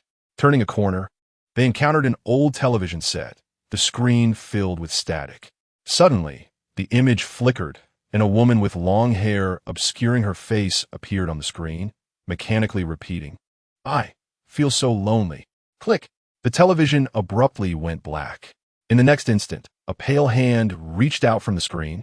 The woman slowly crawled out, her hair cascading down, her voice chilling. Come, play with me. She lowered her head, poised to relish the sight of terrified visitors fleeing. Hello there. A clear voice rang from above. The ghost paused, slowly lifting her head.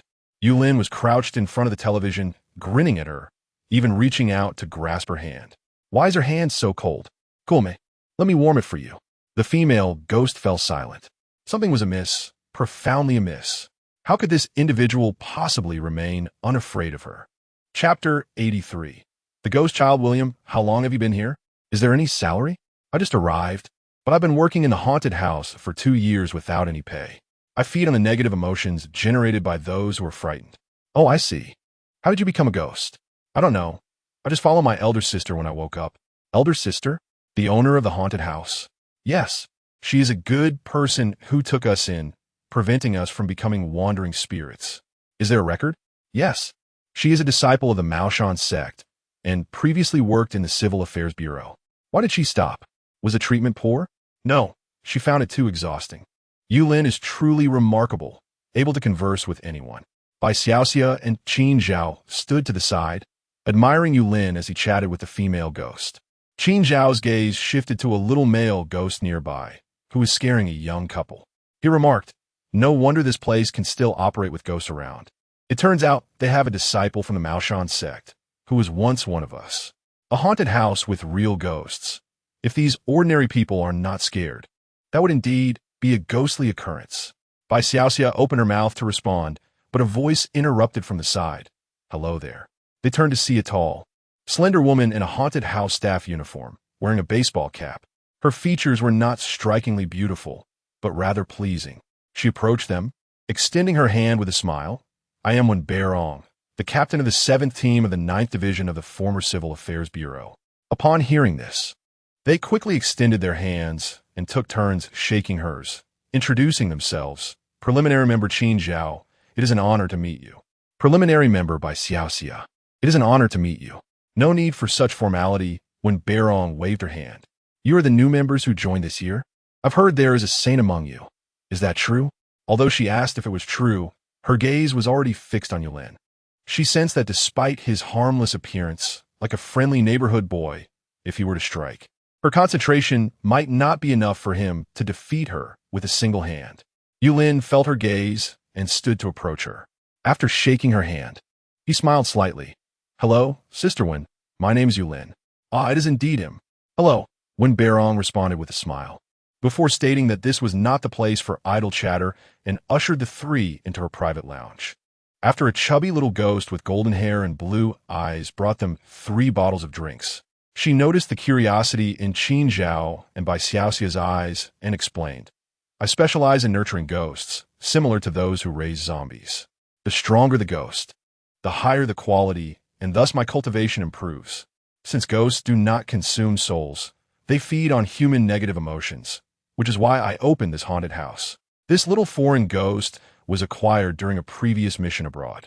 He mentioned that his father was a vampire who, for some inexplicable reason, lost control and ultimately killed the entire family before regaining consciousness. In the end, he sacrificed himself so that his son could exist in the world in a ghostly form, remaining in the ancient castle until my arrival. It was truly pitiable for the child. Listening to her explanation, the two of them suddenly realized and shifted the conversation to other topics. As for Yulin, he gazed at the golden-haired, blue-eyed little ghost and beckoned him, saying, "Come here, brother." The little ghost hesitated to approach until Wen Beirong nodded, prompting him to cautiously step forward. "What is your name?" "Why, William." Yulin looked down at his face, feeling an odd sense of familiarity. Perhaps he had encountered someone resembling him during his time at the ecclesiastical court. After all, Yulin had seen thousands of members there during his brief stay, which was a consequence of the Vatican's small size. After some contemplation, Yulin retrieved several soul-enhancing pills and placed them into the child's hand, saying, "Well done, William. Here are some sweets for you to enjoy." William gazed at the alluringly fragrant pills in his hand, his light blue eyes shimmering with desire. His small fingers gently caressed the smooth surface of the pills. Yet he hesitated to look up at Wen Beirong, as if seeking permission. "Just take what your brother gives you." Without further ado, Yulin pressed the pills into William's chilly hand and ruffled his soft golden hair, saying, "All right, go play." At last, William timidly nodded and uttered in a barely audible voice, "Teach, thank you, brother." He scurried to a corner, carefully pinching one of the pills and placing it into his mouth. Instantly, a look of surprise illuminated his pale face. The pill melted upon entry, transforming into a warm flow that nourished his body, the pleasant sensation causing him to squint his eyes in delight, revealing a satisfied smile. In that moment, he appeared not as a ghost, but as an ordinary, healthy child. Seeing this, Wen Beirong remarked with a smile, "It seems that brother you really likes children." "Not much. I just felt he looked somewhat familiar," Yulin casually explained. After a brief exchange among the four, Yulin and his companions rose to take their leave. Just as they were about to exit, William stood at the doorway, waving to them and calling out, "Brother, come again next time." Yulin turned back and smiled at him, replying, "Sure." The three of them then vanished from the entrance to the haunted house. Wen Beirong picked up William and said with a smile, "So, do you want some candy?" William shook his head, replying, "No. I feel like I've seen my brother before." "Is that so? Perhaps one of your father's friends resembles him." Wen Beirong dismissed, leading him further inside. "All right, it's time to get to work." The Shenong whip originates from records of the search for spirits. Shenong used a red whip to strike the myriad herbs, thus comprehending their properties of toxicity and temperature. The Shenong cauldron, however, is a product of modern games like Xian Yuan Sword and other media. Moreover, upon further reflection, the celestial apparatus necessitates that the celestial bestower imbues it with their own capabilities, subsequently sacrificing 10 years of their lifespan to forge it. The cultivation is as follows: cultivation of the physical body, drawing qi, refining form, indestructibility, cultivation of the soul, concentration of spirit, night wandering, day wandering, ascension to celestial being, unity of truth, 5 energies, great void, chapter 84. Wait for me. I will withdraw some money. Nightfall enveloped the room as the television aired the evening news. Recently, a significant case of illegal smuggling was uncovered in Shenangjia, involving numerous suspects. The report continued as Yulin switched off the television, placing the remote down. He turned to Yu, who sat quietly engrossed in her book, and said, "Yu, I wish to retire early tonight.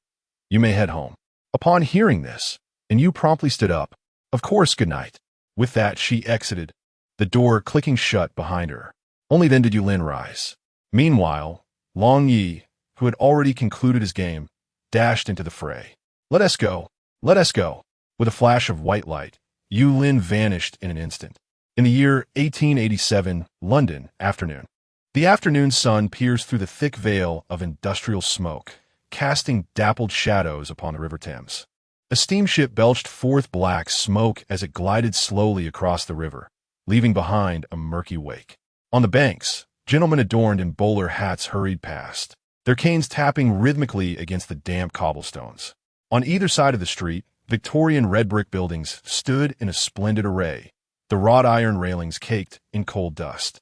Newsboys waved copies of the Times, shouting the latest parliamentary news, while an elderly flower seller huddled in the corner, her basket of roses wilting. In the distance, the somber tolling of the clock tower reverberated through the air, startling a flock of pigeons resting upon the rooftops. The air was thick with the acrid scent of burning coal, mingling with the sweet aroma of malt liquor wafting from nearby taverns.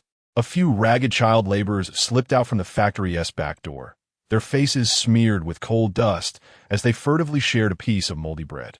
In the alleys of Whitechapel, the faint sounds of an accordion and drunken murmurs could be heard. "Good sir, from whence do you hail? Would you care to purchase some flowers for your dearest?" A blonde girl in a floral dress, clutching a basket brimming with an assortment of blooms, stopped Yulin in his tracks, her big, pleading eyes beseeching him to soften his heart and buy a few. "Certainly, I hail from the east," Yulin replied with a gentle smile, reaching into his pocket. However, he soon realized he possessed no currency from this era. The currency system of pounds, shillings, and pence was in use, yet the shilling had been abolished in 1971, and since 1960, the pound bore the visage of the British monarch, with pence existing in both old and new forms. At this time, gold remained a popular medium of exchange, and Yulin had a considerable amount of it. Yet, gifting gold to this young girl would be tantamount to sentencing her to death, unless he could ensure her protection. Thus, after a contemplative stroke of his chin, Yulin's gaze fell upon a group of individuals in the distance. "Ah, I have an idea," he mused, looking down at the little girl. "I happen to be going to withdraw some money.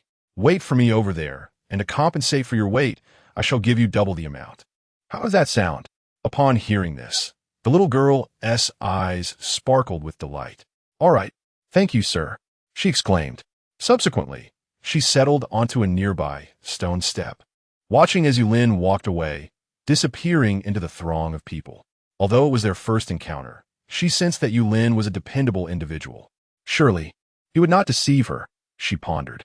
As a laid-off worker, Joseph did not succumb to despair like others, who languished in taverns all day.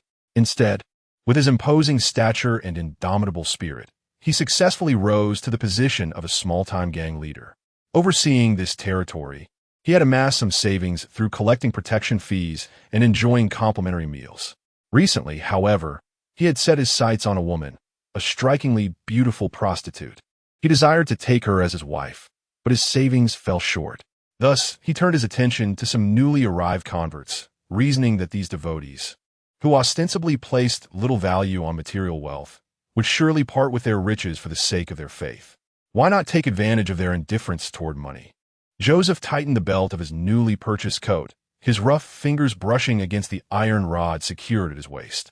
He stood at the alley's entrance, squinting at the group of foreign clerics clad in black robes. Some appeared solemn, others fearful, and some bewildered by the scene before them.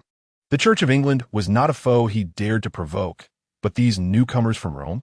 He had no fear of them. "Gentlemen," Joseph grinned, revealing a few yellowed teeth, "are you not aware that this is our territory?" He deliberately struck the brick wall with his iron rod, producing a dull thud. His three henchmen immediately fanned out, blocking the escape route from the alley. The lead missionary, who appeared to be in his 40s, explained in heavily accented English, "We apologize. We did not realize this was your territory. We have merely come to spread the gospel." "The gospel?" Joseph exaggeratedly cupped his ear. On the street, my rules constitute the gospel. Abruptly, he ceased his smile, striking the iron rod against a nearby metal barrel. 1 pound each for passage, or surrender your silver trinkets. Otherwise, return to your Rome. The clerics exchanged glances. They had already depleted most of their funds to arrive here, but could pawn their silver adornments to gather a few pounds. However, these ornaments were sacred relics, used for exorcism, and they could not part with them under any circumstance. Kind sir, an elderly missionary stepped forward and spoke. We truly possess no wealth. We have spent all we had to come here. As for the silver, he cautiously cradled the silver cross upon his chest. These sacred relics have been blessed by the Lord and were intended as instruments of exorcism. His voice gradually diminished, eventually transforming into a near supplication. Please grant us this one reprieve. Next time, we shall surely bring enough wealth. If you truly intend to seize it, be warned of the Lord's wrath. John scoffed. The Lord's wrath? When I lost my job, I prayed day and night to the deity you speak of, yearning for means to provide for my family and fill my own stomach. Did he respond? No. He is as fictitious as those vampires and werewolves. It is you who foolishly cling to such beliefs. Everything I possess today is the result of my own damned efforts. Spare me your empty words. Either hand over the money or be gone. He impatiently struck the ground with a metal rod, the clash of metal against stone echoing through the narrow alley. Suddenly, one of his subordinates stepped forward, roughly seizing the old priest by his collar. Old man, enough with the chatter. Either pay up or excuse me. Could we first address my matters? Chapter 85. Who is this for me? Joseph and his subordinates abruptly turn around, only to find a dark-haired young man standing at the alley's entrance, having appeared without notice. The sunlight streamed in from behind him, outlining his tall figure, his tailored suit, polished shoes, and those eyes that sparkled with mirth, reminiscent of a gentleman. Yulin offered a slight nod. Joseph squinted, sizing up this unexpected guest. Where do you hail from? The East, came a reply. The East? Ha! Joseph scoffed, striding toward Yulin. No matter where you're from. Since you've entered my territory, are you aware of the rules here? I have heard. Yulin maintained his smile. I must pay a toll. Indeed, you are perceptive. Joseph grinned, patting the fabric of Yulin's impeccably tailored suit. With attire like that, you hardly seem short of funds. How much do you carry? Yulin met his gaze. How much do you require? 10 pounds at the very least. Too little. 20? Be bold in your demands. Do not make me look down upon you. All right. 50 pounds. Acceptable.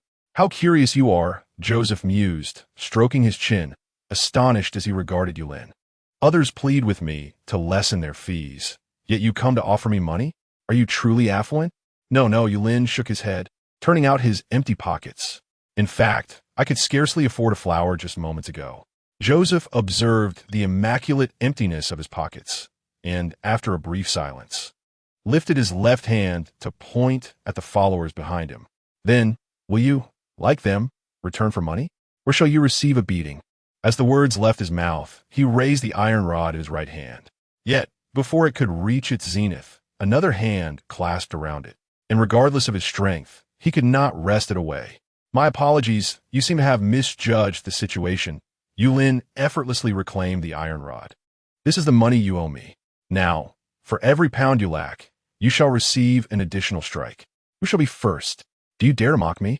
Joseph's pupils constricted sharply, his face contorting with rage. He abruptly gestured, "Kill this oriental scoundrel." 3 henchmen lunged simultaneously, their fists slicing through the air with a menacing whistle. Crack! With a flick of his wrist, Yulin sent the iron rod arcing through the air. The first thug's kneecap shattered with a sickening sound as he fell to the ground, wailing in agony. Snap! The second strike swept across, striking another thug's wrist with precision. The sound of breaking bone unmistakable. The man clutched his twisted wrist, writhing in pain. Just then, the third thug's fist was hurtling towards Yulin's temple.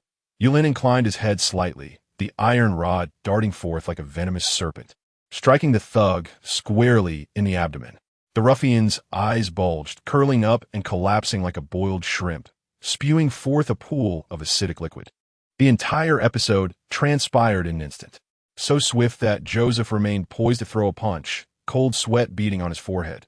Yulin raised his hand, pressing down on Joseph's fist, then extended his own. Take the money. Yes, yes. Joseph gulped, trembling as he retrieved all the cash he possessed, even taking the funds from his subordinates. Strike? What was there to strike? He hadn't even comprehended the movements before 3 of his men lay sprawled on the ground. Yulin counted. Barely 20 pounds.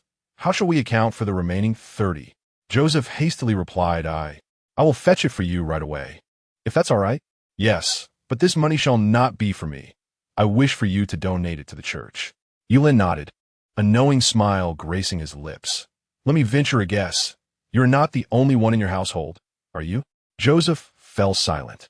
If I am not mistaken, your family resides here, with your father being male and your mother female. Joseph remained mute, though astonishment flickered in his eyes, as if to question how Yulin knew. Your family relies entirely on you, do they not? The sweat on Joseph's brow increased. In the next instant, with a thud, he unexpectedly knelt before Yulin. Yes. Yes, I'm truly sorry. I promise, I shall never dare again. Please do not harm my family. In truth, had he maintained his composure and thought it through, he would have realized Yulin was merely speaking nonsense. Alas, he was unable to remain calm. Yulin casually tossed the iron rod he held to him and waved his hand. I grant you a chance. Take your men and leave. Yes, yes. Joseph, overjoyed, hurriedly fled with his subordinates, disappearing around the corner without a backward glance. The moment they departed, several missionaries stepped forward, bowing to Yulin. Thank you for your assistance. May the Lord bless you with a lifetime of peace. Yulin waved his hand, offering a faint smile. No need for thanks. I am acquainted with your congregation. It was merely a favor. With that, he turned and strode away, leaving them with his receding silhouette until it too was lost in the throng of passers-by. My apologies for the wait. Sitting on the stone steps, a little girl focused on the ants busily transporting their burdens looked up upon hearing a voice. Smiling at the approaching Yulin, No. What flowers do you want? My flowers are cheaper than others. Yulin produced the pounds he had just acquired, slipping them into her pocket, then picked a rose from her basket. This one will do. No need for change. Return home early. Farewell. Wow. Sir, you. The little girl glanced into her pocket, her mouth agape in surprise, just as she was about to call after Yulin, intending to tell him he had given too much. However, it was discovered that Yulin had vanished without a trace, leaving one to ponder his whereabouts. In truth, had she ventured a short distance to the west, she would have encountered Yulin being accosted by a middle-aged gentleman, whose hair was streaked with gray and who wore a hat, exuding the air of a well-read scholar. Do you have any matters to discuss, sir? May I invite you for a drink? Chapter 86. The carriage in the heavy rain at a CAF by the street, the server, having kept the two waiting, brought forth a cup of coffee and a cup of tea before turning to attend to other patrons. The tea was for Yulin, while the coffee naturally belonged to the man across from him. After taking a delicate sip, he inquired, What brings you to seek me? The man, adding 2 sugar cubes to his coffee, replied with a smile, I just witnessed your remarkable skills. Such prowess cannot be attained by mere ordinary training. It is astonishingly swift. I presume you have received a blessing from the master? Or perhaps you have studied in the East, mastering the art of qi cultivation? Yulin raised an eyebrow. Let us not discuss me. What about you? Of course. The man nodded, raising a finger and dipping it into his coffee. Instantly, the vapor emanating from the coffee dissipated at an observable pace, and the once liquid coffee gradually crystallized into ice. Yulin observed, raising an eyebrow. Frozen? The man shook his head, and in the next moment, the frozen coffee transformed back into steaming liquid. It is the absorption of heat. I can extract and store heat from objects or the air, releasing it when needed, with only a minor cost.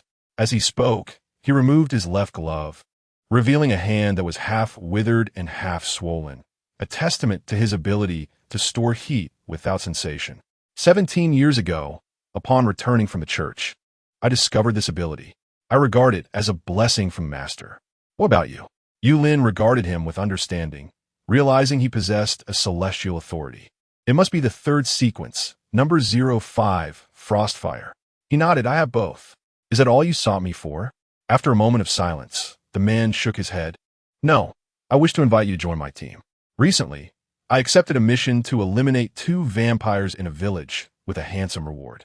I merely came out today to purchase goods and enjoy a leisurely stroll, and your display of skill was an unexpected delight. Furthermore, your kindness towards the faithful and the young ladies indicates your noble character, which prompted my invitation. Dealing with vampires? Yulin pondered. Very well, I am Yulin. What is your name? Seeing him respond so decisively, the man's smile widened. I am Philo de Leon. You may call me Philo. Mistakenly assuming he was Van Helsing, Yulin nodded, committing the name to memory. I have noted it. After taking another sip of tea, he asked, when shall we commence? Philo replied, in 4 days. A friend of mine, who is adept at handling vampires, will return the day after tomorrow. Yulin inquired again, what is his name? I wish to greet him in advance. Abraham Van Helsing, a physician hailing from the Netherlands and a devout Catholic, found himself amidst a tempestuous night. Thunder rumbled ominously, tearing through the darkened sky as torrential rain cascaded down, shrouding London in a cloak of night. The muddy roads beyond the city were transformed into a vast expanse of water. A dark carriage advanced slowly through the deluge, its wheels splashing through the puddles, sending murky water flying. The black horse, pulling the carriage, drenched to the bone with its mane clinging to its skin, marched forward with unwavering steadiness, seemingly indifferent to the storm. Inside the carriage, flickering candlelight illuminated 2 figures. Mr. Dracula, a bespectacled man, perused through the ledger, his voice filled with reverence. The gold and silver coins you have brought can initially be estimated to procure 73 properties, with approximately 1,300 pounds remaining. He paused, lifting his gaze to the man across from him. If you wish, I can begin the arrangements upon my return. Thunder crashed once more. A flash of lightning split the sky, its stark white light streaming through the window, casting illumination upon the profile of the man seated to the right, Vlad III Dracula. He sat quietly, his pale fingers delicately resting on the window frame, his gaze penetrating the rain-soaked night, fixated on a distant and being washed by the downpour. The lightning revealed his strikingly chiseled features, his prominent nose, thin lips, and eyes as profound and dark as the night itself. His visage was handsome, yet slightly pallid, as though he had long been deprived of sunlight, exuding a kind of morbid elegance. Raindrops trickled down the window, casting shifting shadows across his face. There's no need for haste, Jonathan. Dracula finally spoke, his voice deep and resonant, rich like aged red wine. In comparison to this, I am more curious to know how much you desire as remuneration. He withdrew his gaze from the inn, directing it towards the countenance of the man before him, Jonathan Harker, a lawyer and now Dracula's estate manager. In formal settings, he was addressed by his surname, while in private or affectionate contexts, his first name was preferred, with the surname following the given name. Jonathan closed the notebook in his hands, humbly responding, a reputable lawyer in London earns between 100 to 500 pounds annually. I do not consider myself among the elite, so a salary of 200 pounds per year would suffice. Not at all, Dracula interjected, shaking his head with a slight smile. In my eyes, you are the finest lawyer. Therefore, I shall offer you a salary of 500 pounds per annum. Please draft a contract upon your return. Furthermore, this is a personal gift from me, symbolizing the friendship between us. Do not refuse it. It is my sincere intention. He continued, retrieving a silver coin from his pocket, a coin from his homeland of considerable value in that era. Jonathan initially hesitated to voice his refusal, but upon hearing his words, he reluctantly acquiesced, accepting the silver coin with great solemnity and placing it carefully in his pocket. Thank you very much. I truly appreciate it and will cherish it always. I am glad you like it, Dracula replied, directing his gaze once more toward the inn outside. After a considerable pause, he spoke softly, as long as you do not betray me. Due to the torrential rain outside, Jonathan did not catch the words clearly and instinctively inquired, what did you say? It is nothing. Let us take shelter at the inn for a while. The rain is too heavy. Indeed. Chapter 87. A first encounter. The Miranda Inn, a 3-story brick and timber edifice, has stood on the outskirts of London for nearly a century. Its exterior adorned with a lush tapestry of ivy, which appears particularly vibrant after a downpour. although the interior decor bears the marks of age. The fire in the hearth consistently radiates warmth, and the beds remain dry and comfortable. On rainy days, this establishment transforms into a sanctuary for weary travelers. None wish to brave the tempestuous weather, and most choose to pause here, awaiting the cessation of the rain, or opting to spend the night. A carriage halted outside the inn, its wheels splashing through muddy puddles, sending a spray of murky water into the air. Jonathan Harker unfurled a black umbrella and hastened to Dracula's side, shielding him from the torrential rain. "Gentlemen, may I offer any assistance? For instance, caring for your horses is merely 3 shillings. We provide the finest fodder." "Very well." Jonathan handed the stableman 3 shillings and then followed Dracula into the inn. Upon entering, the scent of damp wood mingled with the aroma of burning pine from the fireplace enveloped them. The floor, soaked by the entrance of numerous guests, was besmirched with muddy footprints.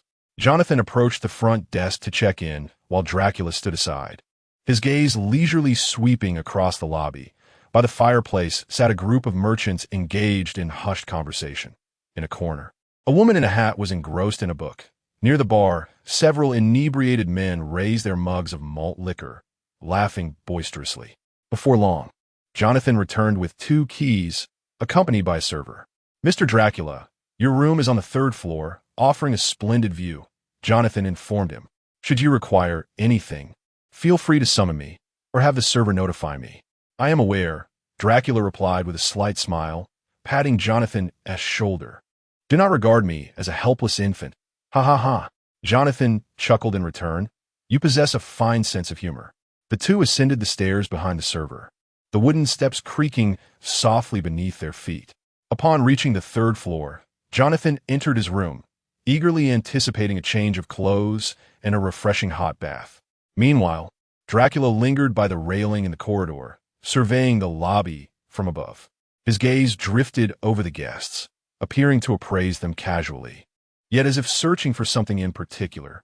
Then, his attention fixated on an individual who had just entered through the door. It was a man. He wore a long, deep brown overcoat, its hem drenched by the rain, clinging to his tall boots. Beneath the coat, he donned a simple black waistcoat and a white shirt, adorned at the collar with a silver cross. His features were sharply defined, and his gray-blue eyes glinted with the keen intensity of a hawk.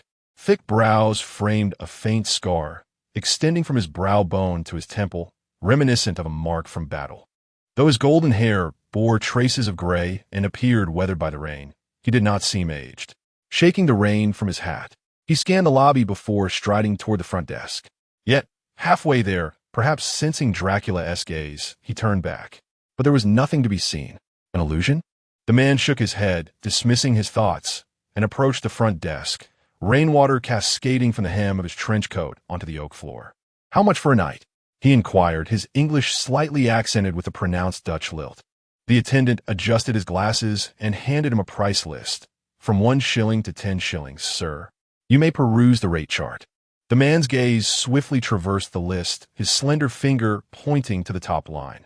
The 10-shilling room with a bath. He retrieved a 10-shilling coin from his inner pocket and placed it on the counter, the metal clinking crisply against the wood. "May I have your name?" the attendant asked, picking up a quill. "Abraham Van Helsing." The attendant meticulously inscribed the name in the register and then extracted a brass key from a drawer. "Room 311 on the 3rd floor is yours." "Thank you." Van Helsing accepted the key and turned toward the staircase. Upon reaching the door of 311, just as the key was about to enter the lock, his movements abruptly halted. His nostrils flared slightly, and his slate-blue eyes narrowed, detecting that familiar scent, a mingling of ancient sandalwood and decayed blood. The aroma of a vampire. His silver dagger silently unsheathed, glinting coldly in the dim corridor. He slowly turned, following the scent deeper into the hallway, his footsteps soundless upon the floor, until he paused before room 308. Van Helsing raised his left hand, knuckles rapping thrice upon the door. His right hand remained concealed behind the flap of his trench coat, the silver dagger poised for an immediate strike. With a click, the door swung open. Dracula stood in the threshold, his complexion as rosy as any ordinary man. Clad in an exquisite black velvet robe, the collar revealing a pristine white shirt. Golden cufflinks sparkled in the light. "What brings you here?" His voice was as gentle as the warm sun of winter, a perfectly measured smile gracing his lips. Van Helsing's gaze scanned Dracula's entire form like a hawk, finally resting on the peculiar talismans adorning his right wrist, one shaped like a sharp fang, the other curved like a wolf's kiss. Following Van Helsing's gaze, Dracula raised his wrist. "These are gifts from friend. One is a vampire's fang, and the other a werewolf's. Wearing them allows me to be regarded as one of their kind, thus evading danger." Van Helsing's pupils constricted slightly, though his demeanor remained composed. The silver dagger quietly slipped back into its sheath as he offered an apologetic smile. "Ah, I see. My apologies. I'm a doctor specializing in the study of vampires, and I sense their presence, which prompted me to intrude upon your repose. I sincerely regret the disturbance." Dracula gracefully waved his hand. "No need for apologies. You specialize in the study of vampires?" A glimmer of amusement flickered in his eyes. "How fortuitous, for I share a keen interest in the subject. Might I have the honor of discussing it with you?" "Certainly." Van Helsing inclined his head slightly. "But please allow me to freshen up with a bath and change my attire first." He gestured to his still-dripping trench coat, remarking that such attire was indeed ill-suited for conversation. Naturally, Dracula nodded, and then watched as Van Helsing turned to depart. The door swung open and then shut. Vanishing from sight, Dracula closed the door, softly murmuring to himself, "A doctor specializing in vampires, is it?" Chapter 88. Conversation with a decisive pop. Dracula uncorked a bottle of deep crimson wine, the amber liquid gracefully cascading into 2 crystal glasses. He elegantly extended one glass to Van Helsing, seated opposite him, and smiled. "This exquisite wine is from my homeland, Wallachia. I suppose it is now referred to as Romania." He shrugged nonchalantly, as if indifferent to the change of name. "Regardless, it is indeed a fine vintage." "Thank you," Van Helsing replied, accepting the glass. After offering a quiet note of gratitude, he took a sip. The wine blossomed with a rich fruitiness on his palate, undeniably exquisite. He nodded in appreciation, but merely sampled it, placing the glass on the tea table beside him. "So, what would you like to learn?" Dracula straightened his posture, a hint of seriousness gracing his countenance. "I wish to acquire your methods for distinguishing between vampires and werewolves. As a merchant often on the move, such knowledge is imperative for me." "A merchant, you say?" Van Helsing raised an eyebrow, a slight smile playing on his lips. "You hardly strike me as one. Rather, you possess the air of nobility. There is a subtle yet palpable aura of authority about you. Not something you consciously project, but rather an inherent quality." Hearing this, Dracula's expression shifted to one of resigned acknowledgement. "There is little I can do about it. I've been enamored with trade since childhood, often sneaking away to observe the merchants in the market. Fortunately, my endeavors bore fruit, allowing my parents to permit me to pursue commerce. This visit to London is also aimed at expanding my trade routes," he added earnestly, as if to lend authenticity to his words. Van Helsing nodded slightly, uncertain whether to believe him or not, but at present he appeared convinced. "You have a discerning eye. Allow me to share some insights." He removed the silver crucifix he wore and offered it to Dracula. "This is a blessed silver talisman, effective not only against vampires, but also against werewolves and demons. Holy water." Dracula accepted it with ease, playing with it momentarily before returning it.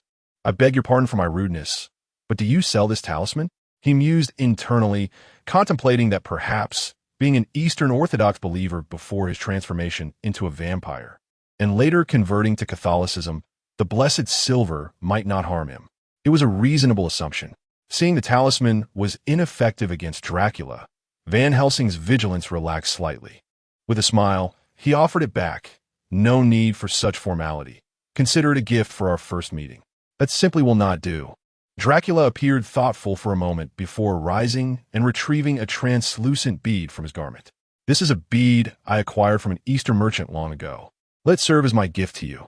He smiled as he accepted the talisman back, extending the bead in return. "Thank you." Van Helsing did not refuse.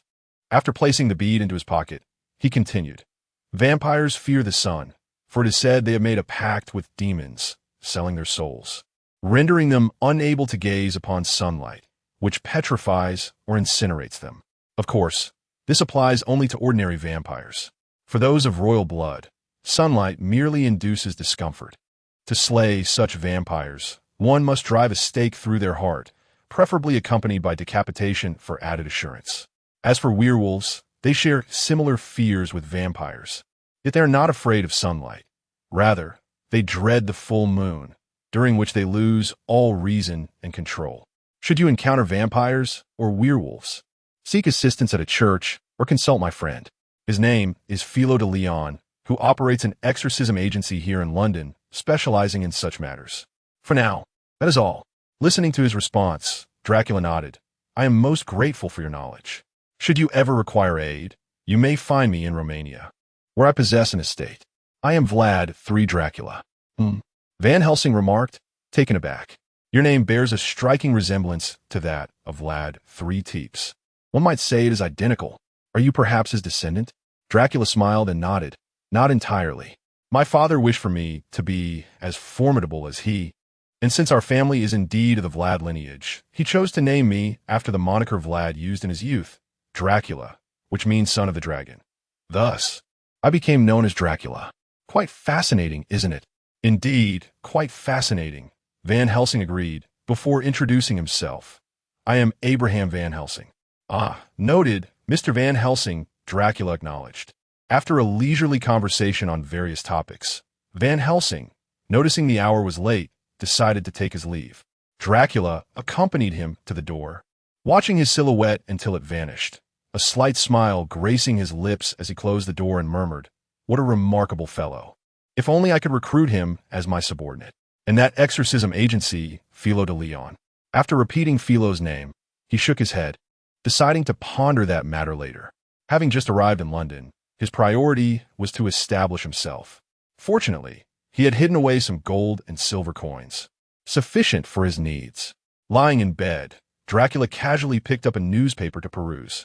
The reports on various technological advancements sparked memories of his own time. 3 centuries had passed, and the progress of this world astonished him. Thankfully, as a vampire, he was never lacking in energy or time to learn. Chapter 89. The convergence. After 2 days of relentless rain, the downpour finally ceased. The streets of London, washed clean by the rain, glimmered with a damp sheen, and the perennial scent of coal smoke in the air had been significantly diminished. Rarely did the gray sky reveal a hint of azure, and a delicate rainbow arched gracefully across the Thames. However, this refreshing tableau was destined to be short-lived. The chimneys of the factories had begun to belch forth thick plumes of black smoke, and the acrid smell of burning coal was seeping back into the atmosphere. Before long, the city's smog would return, enveloping London once more in a murky haze. Yet, for the moment, all was relatively well. Yulin sat on the sofa of the Philo Exorcism Agency, engrossed in a newspaper. His gaze fell upon an article detailing an uprising sparked by the destruction of a church by the common folk during the Qing dynasty. Over the years, most missionaries sent to the Qing were not genuine in their religious pursuits. Rather, they cloaked their aggressive exploits and harmful actions towards the local populace in the guise of faith, even coercing conversions. Consequently, the Qing populace harbored a deep-seated animosity towards foreign religions, leading to a significant anti-religious movement. Yulin mused that even Judas would betray Jesus for silver coins. It was natural for the congregation to be a mixed bag. Should he encounter the righteous, he would lend his assistance, but if they were malevolent, then he would have to cleanse the temple in the name of the Lord. Suddenly, the door of the agency swung open. Yulin lowered his newspaper and looked up as a strikingly handsome and sturdy man entered.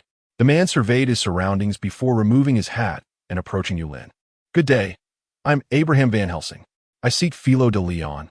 Might he be available?" "Ah, Van Helsing has arrived." Yulin rose with a smile. "He's indeed upstairs. Allow me to escort you." "Thank you." "Not at all." The two ascended to the second floor. Philo sat in his office, assembling a delicate contraption. Upon noticing Van Helsing's arrival, he paused his work, rose, and approached with a grin.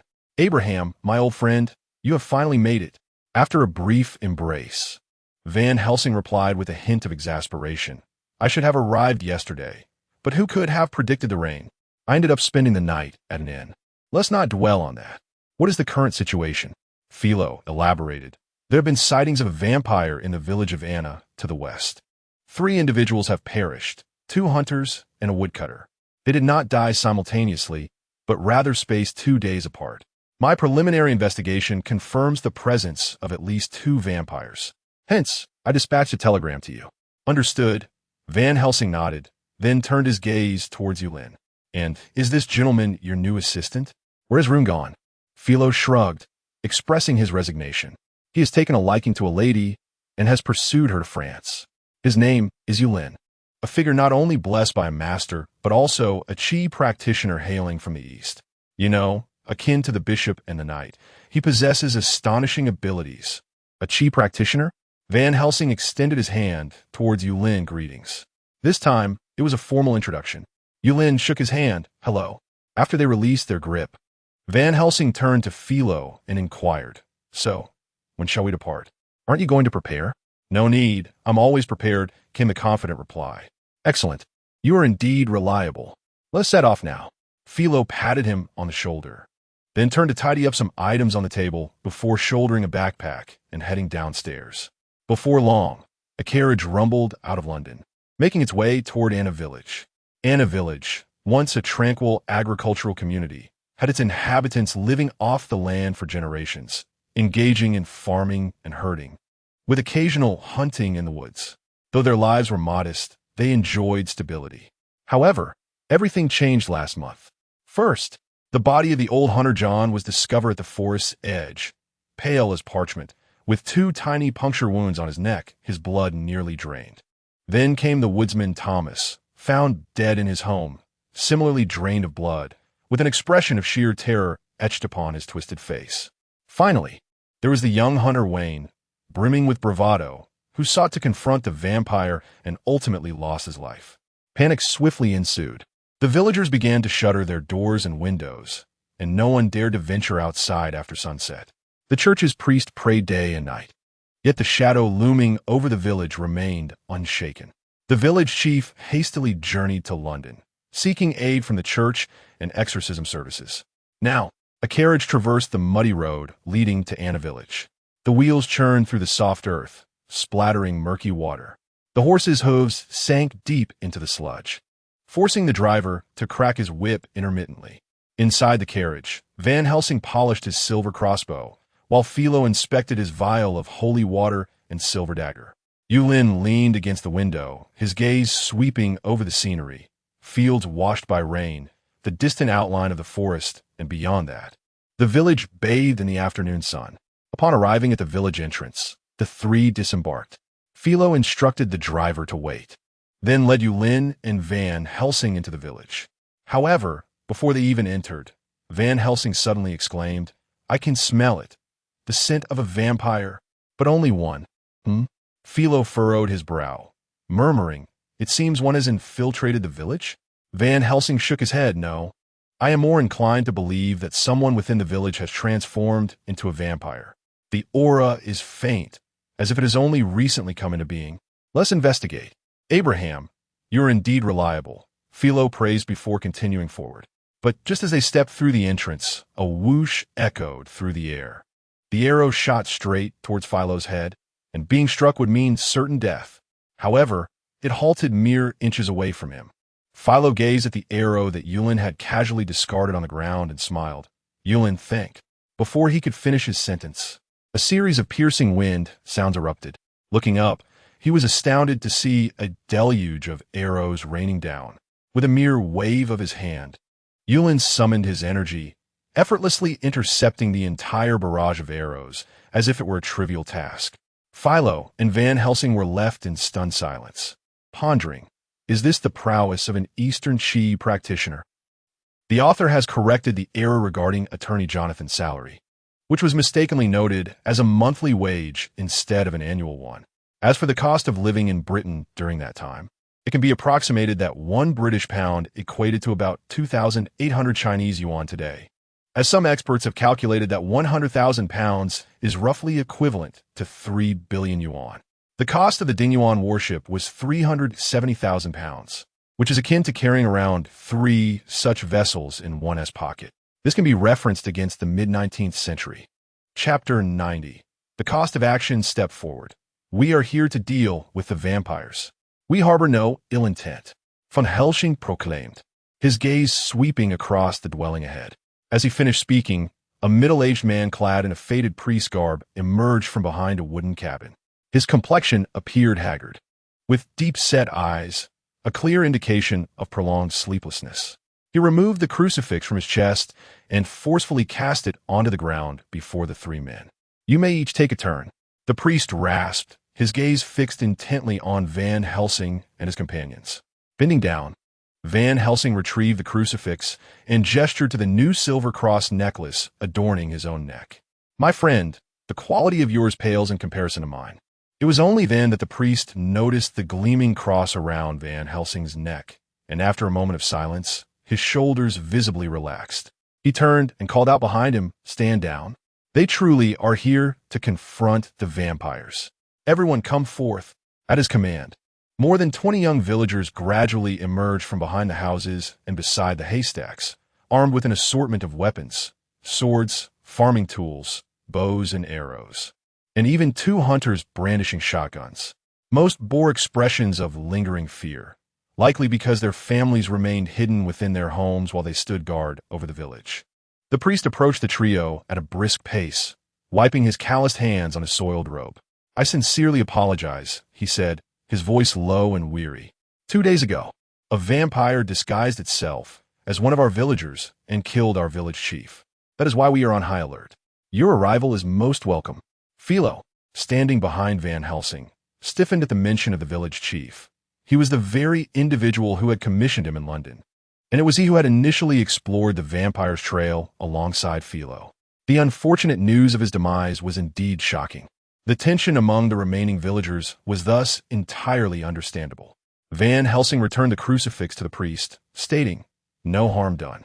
Fortunately, we possess extraordinary abilities. Otherwise, we might have been injured by you." He surveyed the surroundings, his voice steady and commanding. During the day, there is little to fear. Vampires dread the sunlight. Unless exceptionally powerful, they prefer to operate under the cover of night. However, those of great strength could easily bring you harm. The priest accepted the crucifix and traced a cross over his chest. "Indeed, we are aware of that. Yet, the recent deaths in our village have made us particularly vigilant." He took a deep breath. "My name is Giodora Benjamin, a novice priest of the Holy See.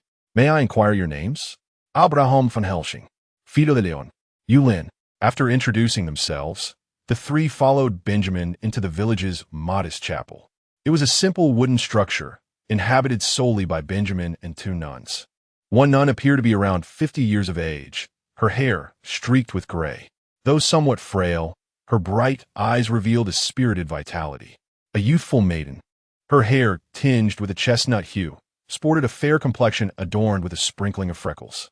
She curiously scrutinized the trio of Yulin as they entered, particularly intrigued by the presence of Yulin, an individual of Eastern descent, although there were indeed Chinese individuals seeking livelihoods in the West. This land remained predominantly unfamiliar territory for them, rendering such features rather rare. Upon meeting her gaze, Yulin offered a slight nod of acknowledgement before she diverted her attention, reflecting on the surprisingly favorable impression he had made on her. Indeed, it surpassed that of many clergymen. "How peculiar. Please, take a seat," Benjamin invited the trio. Once seated, an elderly nun approached with 4 glasses of water in hand, offering, "Enjoy." "Thank you." Benjamin gently introduced the 3 to each other. "This is Sister Liliana, who has joined me here. And this is Sister Sophie, an abandoned infant we adopted 15 years ago." He paused, a hint of sorrow creeping into his demeanor as he continued. "There was also a priest, but he fell victim to a vampire not long ago." At this, Yulin interjected, "Has the Holy See not dispatched anyone to address this? Or have you refrained from reporting it?" Previously, when he had been summoned to deal with demonic occurrences, it was the church that had called upon him. The emergence of vampires surely warranted attention. Benjamin's expression shifted from sorrow to indignation as he replied, "We have reported it, but those individuals are blinded by their own interests Why would they come? They are far too eager to exploit the East for profit to heed our pleas. Whether it be the National Church, the Catholic Church, or any other denomination, they have all covertly established their prices. To enlist the aid of a formal priest or knight, one must part with at least 40 pounds. And they demand 3 at a time. There are indeed priests and knights willing to help for free, but our requests never reach their hands. Upon hearing this, Philo murmured, I gathered so many people and only received 15 pounds. That amounts to 5 pounds each. How dare they demand 120? He added, I am at least of a formal priestly caliber. Yulin squinted slightly, realizing why exorcism agencies were flourishing at this time. Individuals facing such predicaments could not afford the church's fees and were thus compelled to seek the services of more economical exorcism agencies. Philo's 15 pounds could procure him 8 sessions of the church services, and although he was indeed a priest of formal rank, he did not accept the church's monthly stipend, thus not being classified exclusively as a cleric of the church. Moreover, priests and knights, receiving salaries from the church, were technically prohibited from accepting additional compensation or could only charge nominal fees for support requests from their respective churches, given that worshippers had already donated substantial sums. However, regulations are regulations, and since the church currently chose not to intervene, there was little to be done. Unless Yulin contemplated a visit to the Holy See to manifest a miracle and standardize the fees. Yes, that seemed feasible. Just as Yulin was lost in thought, a sudden commotion erupted outside.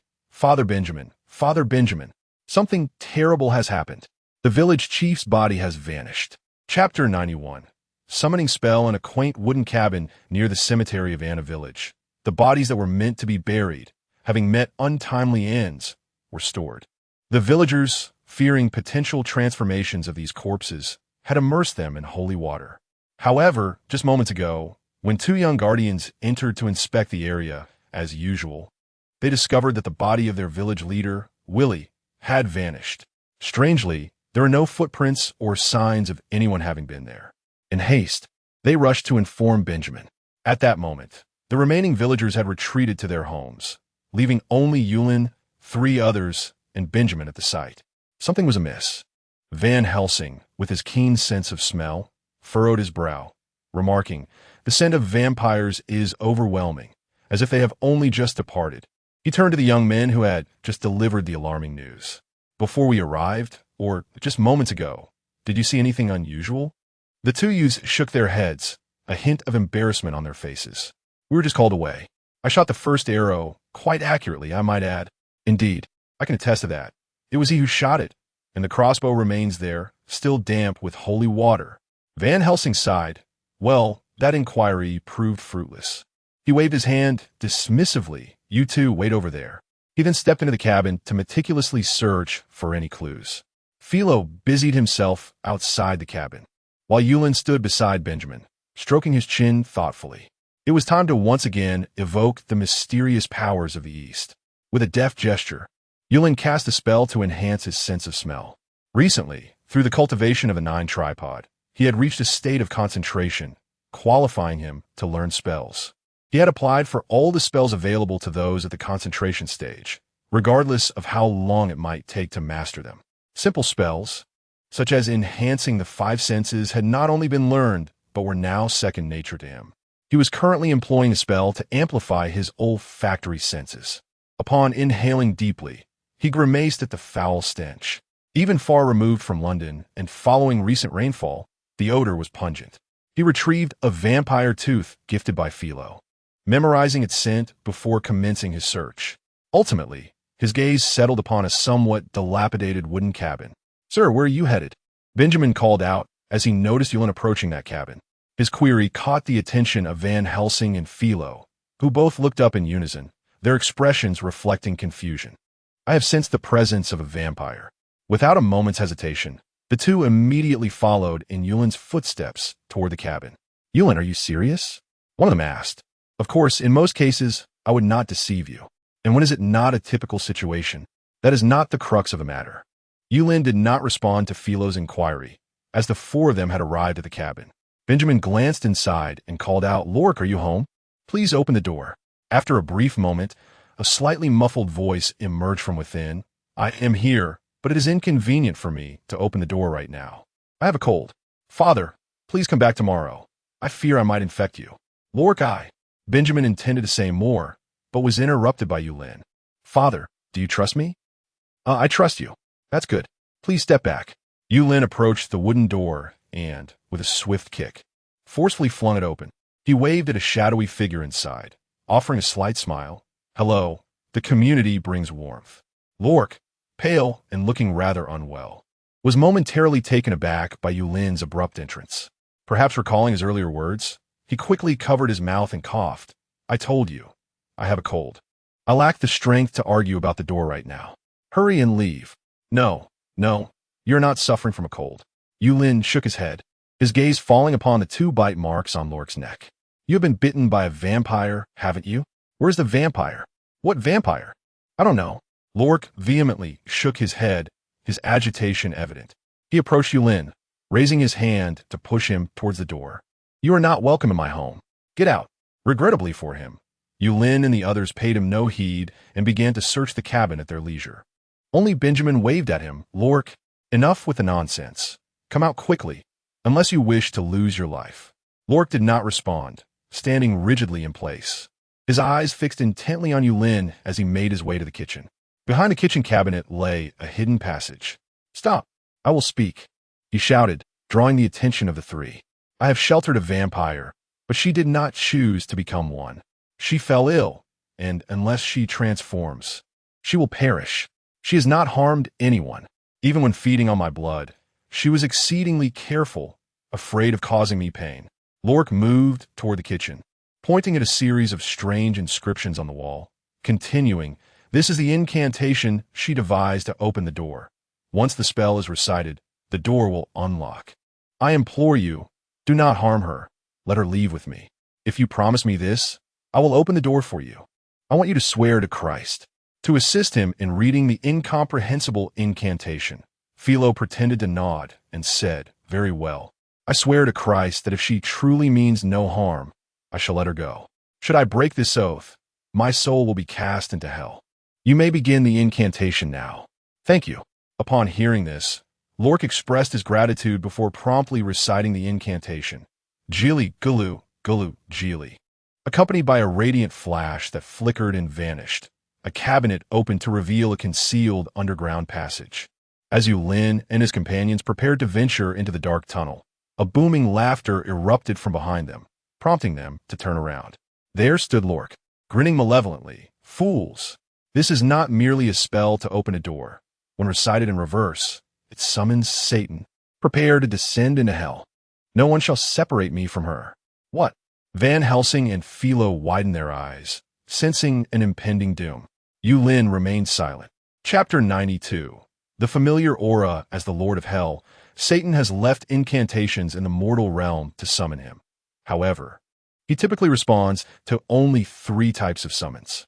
First, when angels descend to earth, willingly succumbing to the depths of hell, he welcomes them in abundance.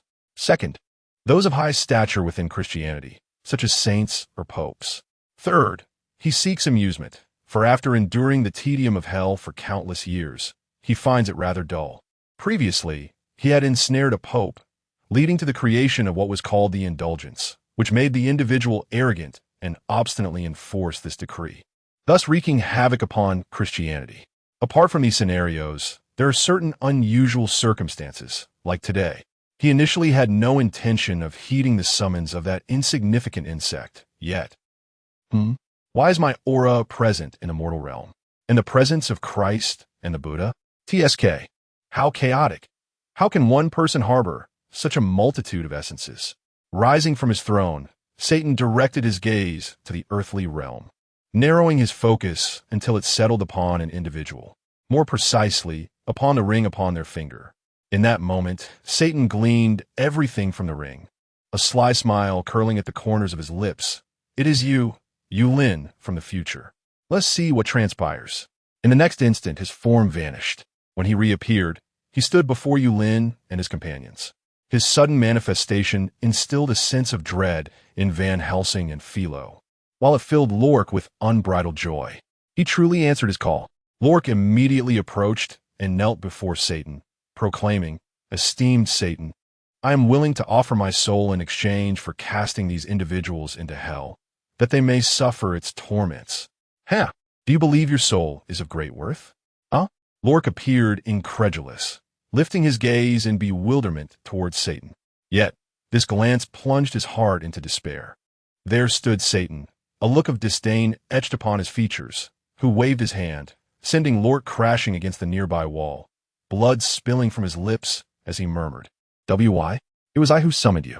"You have no right to summon me," Satan retorted casually, then stepped forward, extending his hand towards Yulin with a smile. "Greetings, Yulin. Have you made up your mind?" "Hello," Yulin replied, shaking his hand before shaking his head. "No, I currently have no intention of joining hell." "Very well." A flicker of disappointment crossed Satan's visage before he continued, "Do you require assistance? I sense a familiar aura nearby." He raised his hand, gesturing towards the direction of London. Upon witnessing this, Yulin surmised that Dracula must have arrived in London. Perhaps Dracula had struck a deal with a powerful demon, allowing Satan to perceive his presence. It was certainly plausible. However, Yulin had no intention of calling upon Satan for assistance, as the task required Van Helsing to slay Dracula, after which he would procure Dracula's primordial blood. Furthermore, he needed to visit the church to address some ongoing issues regarding exorbitant charges. Thus, there was no urgency to undertake the mission. Consequently, Yulin shook his head and replied, "There's no need. We can manage on our own. Thank you for your kind offer."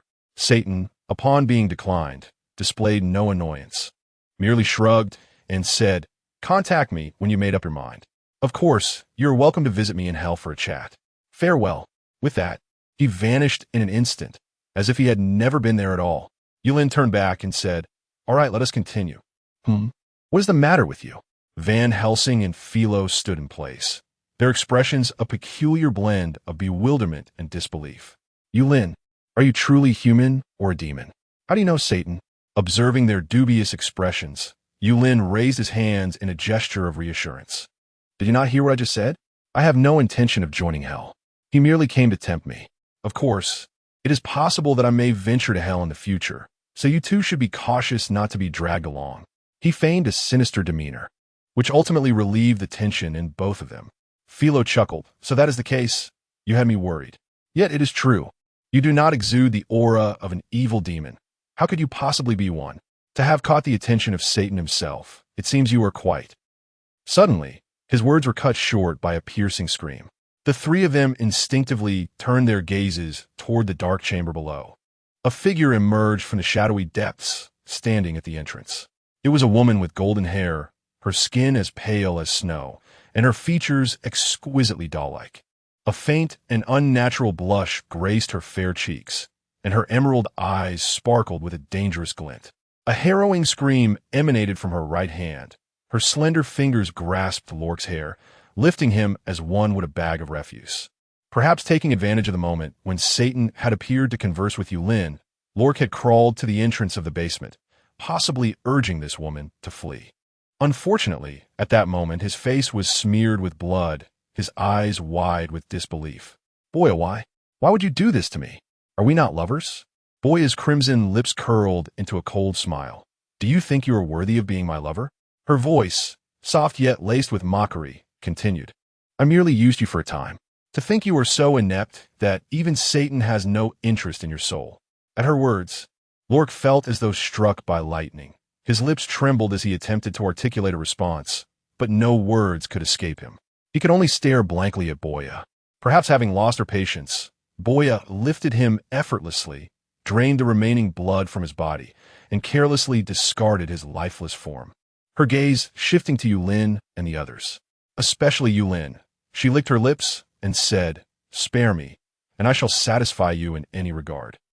Yulin remained silent. It was only Philo and Van Helsing who stepped forward. "Yulin, leave her to us. You need only to watch. Indeed, we cannot remain idle." With a swift motion, Philo took a step forward, and an icy frost swiftly spread forth. Chapter 93. The Empire Where the Sun Never Sets Speak. "Where are the other vampires?" Van Helsing inquired, looking down at the humiliated Boya, whose limbs lay broken beneath him. You wish to know? Boya scoffed. I shan't reveal anything. Go find out for yourselves. She erupted into laughter. Van Helsing remained stoic, choosing silence as he lifted her and proceeded towards the door. As they approached the blinding sunlight, Boya's anxiety surged. Wait, release me, and I shall tell you, she pleaded. Van Helsing pushed momentarily. You possess no authority to negotiate. He continued onward. Boya could feel the searing heat of the sunlight, causing her immense distress. I will speak. I will speak. They have all gone to London. I was sent to the villages outside London to... Before she could finish her sentence, flames engulfed her instantly. Van Helsing hastily cast her aside.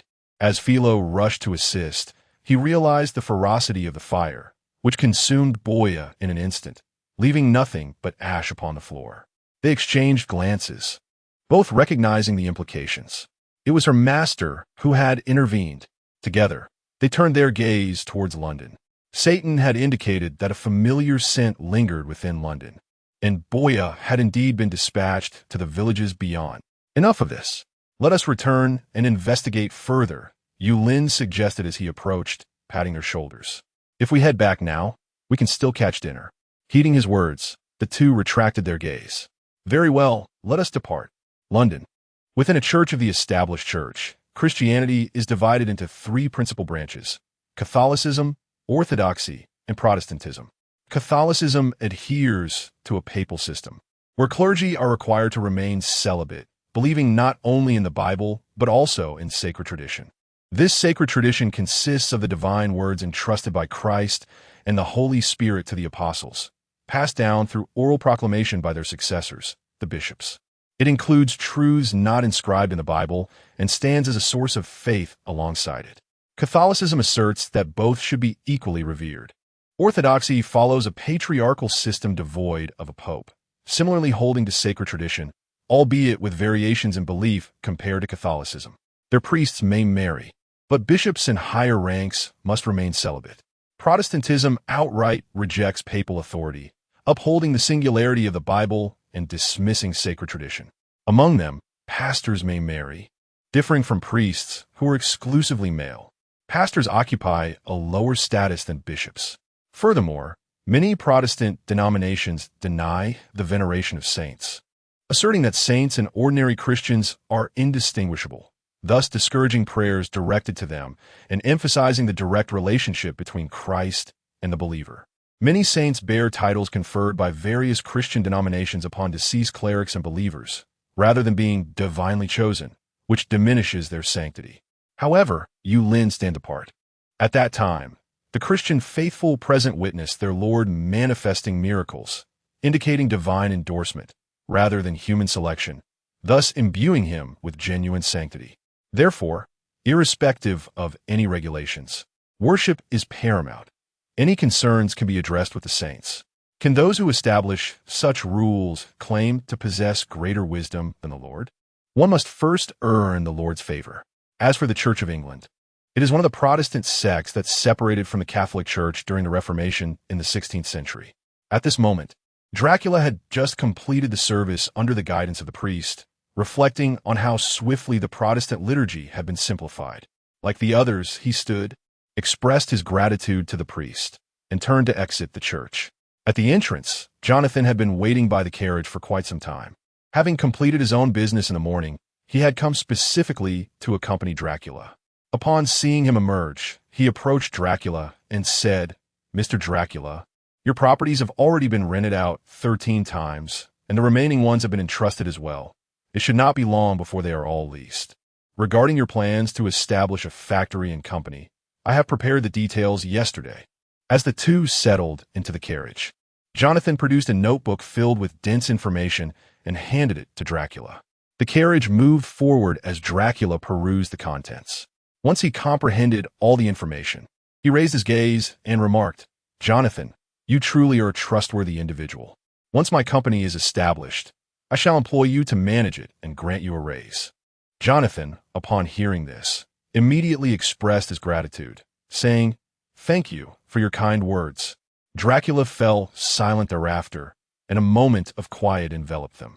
He gazed into the distance at the setting sun, his eyes deep with contemplation. After a long pause, he suddenly inquired, "Why is Great Britain referred to as the empire on which the sun never sets?" A proud expression crossed Jonathan's face as he straightened his posture and replied, "Because the territories of Great Britain span the globe. Wherever the sun shines, our flag flies. This is why it is called the empire on which the sun never sets, symbolizing our strength."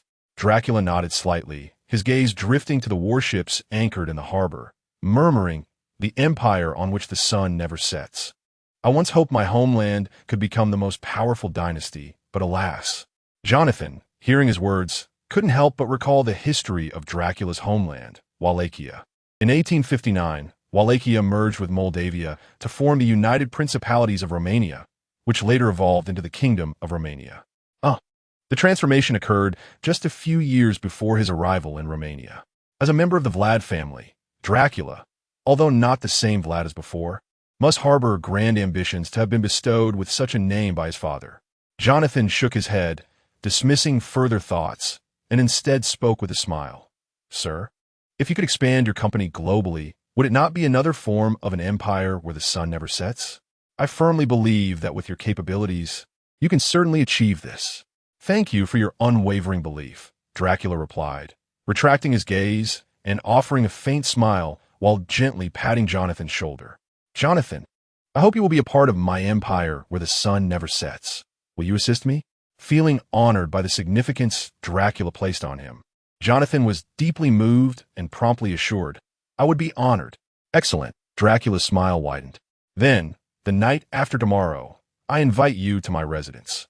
I have a gift for you." Chapter 94. Beneath the veil of night enveloped the surroundings as Dracula stood on the 5th floor of his abode, observing Jonathan as he returned in a carriage until he vanished around the corner, at which point he withdrew his gaze. This residence, located at the intersection of London's suburbs and its bustling heart, bore no remarkable features.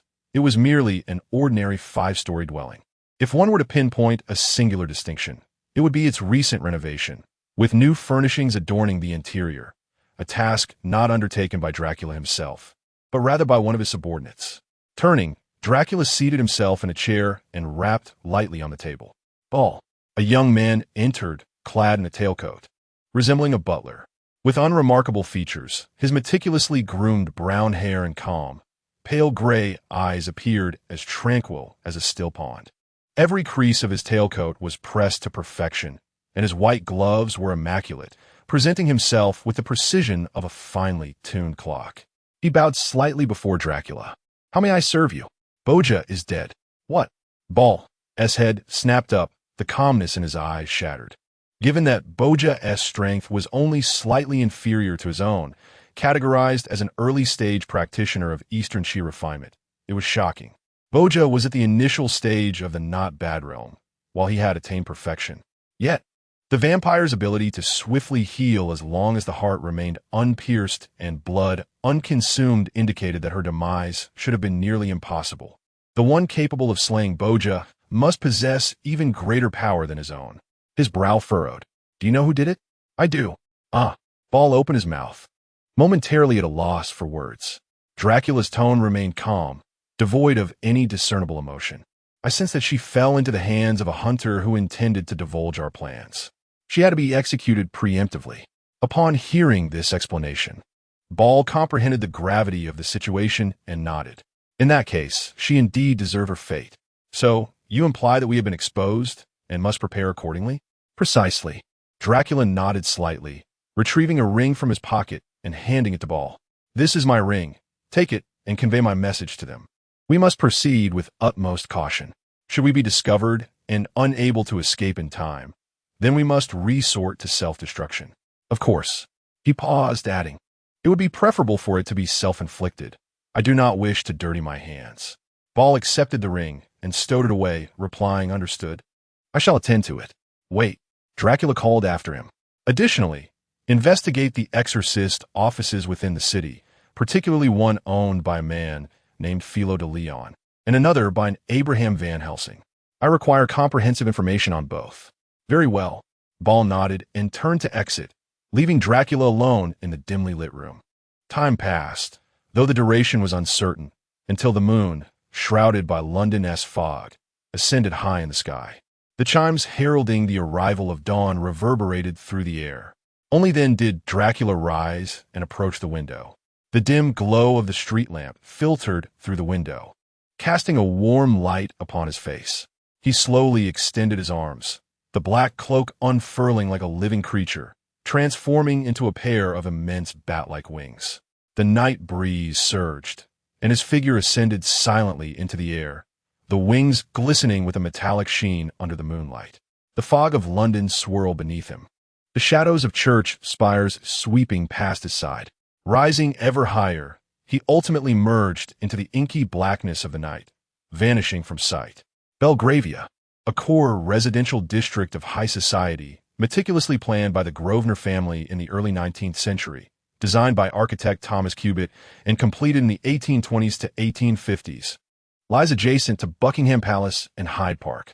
The broad streets are paved with smooth cobblestones, flanked by terraced villas with their cream-colored facades glowing softly under the gaslight's embrace. The gardens, neatly trimmed behind wrought iron railings, exude the delicate fragrances of roses and lavender, mingling with the night breeze. It stands in stark contrast to the impoverished neighborhoods of the East End. The current head of the Grosvenor family is the first Duke of Westminster, Hugh Lupus Grosvenor, now 61 years of age.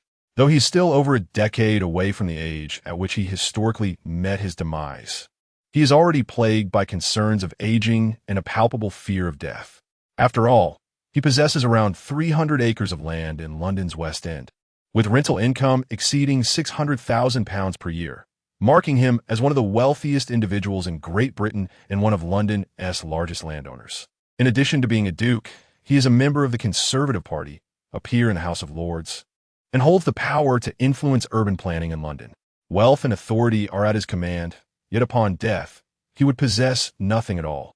Moreover, despite his political acumen, he harbors little interest in politics, preferring instead to devote his time to the embellishment of his estate and the thrill of horse racing, indicative of his inclination towards hedonism.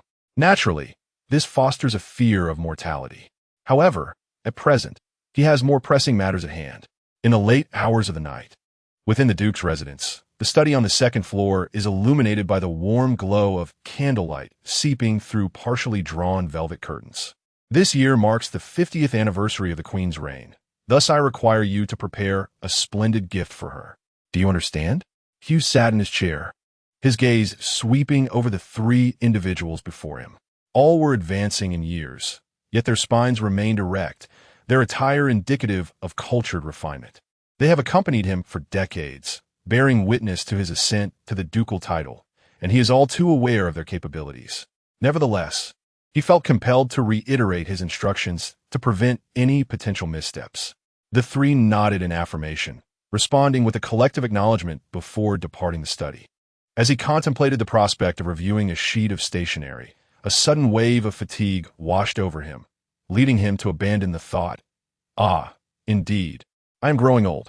In his youth, he could merrily revel with his old companions until dawn, yet now even sitting becomes a tiresome endeavor. With a sigh, he lamented the merciless passage of time before rising to depart from his study. However, just as he took a step forward, a sudden sound echoed behind him, a sharp crack. Without turning around, his eyes widened and the remnants of fatigue vanished entirely. Who are you? Chapter 95, Submission. Do not be alarmed, Dracula said with a smile after retracting his wings, gazing at Hugh. I come with no ill intent. Hugh observed the transformation before him. Though Dracula spoke in a gentle tone, the wariness etched on his face remained unyielding. Who exactly are you? I am Vlad III Dracula. What? Hugh gasped, disbelief flooding his eyes. He is a figure from centuries past. How can you possibly be him? Dracula seemed pleased by Hugh's astonishment as he settled back into his previous seat, softly replying, Indeed, I am he. I have acquired power, an immortal strength, and magic. As he spoke, two sharp fangs emerged from his mouth, and he raised his right hand to gesture towards the candle flame, instantly conjuring frost that extinguished the light, causing the temperature in the room to plummet. Witnessing this spectacle and feeling the chilling change, Hugh shivered involuntarily. You, You are a vampire? How could you willingly descend into such a fate? The people of Romania revere you as a hero. Dracula smiled faintly, his gaze drifting over Hugh's aged features. It is not I who have willingly become a vampire.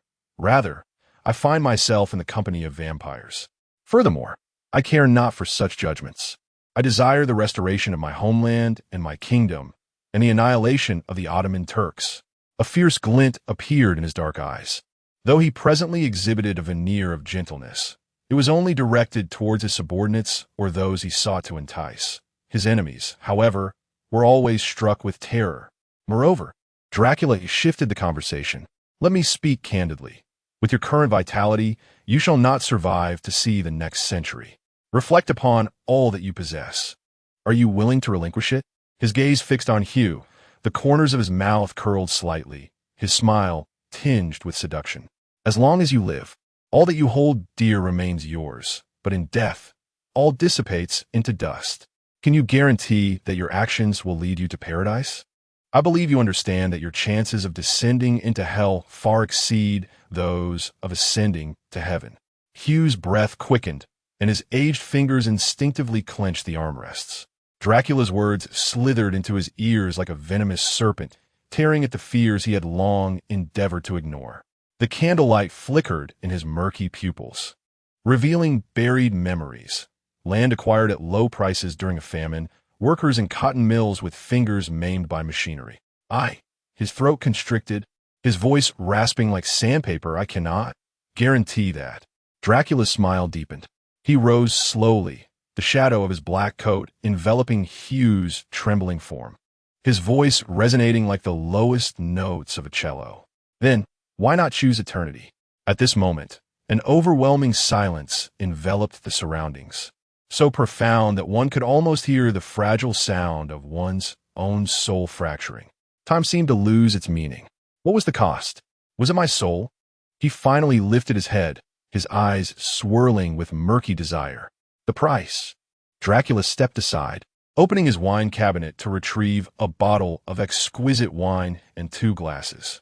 As the crimson liquid flowed into the goblets, he raised a finger, allowing a drop of vividly red blood to fall into one of the glasses. He lifted the glass, offering the one containing his blood to Hugh. Drink this, and from this day forth, you shall serve me, and I shall bestow upon you immortality and extraordinary power. All that is required is a daily sip of blood, and never betray me.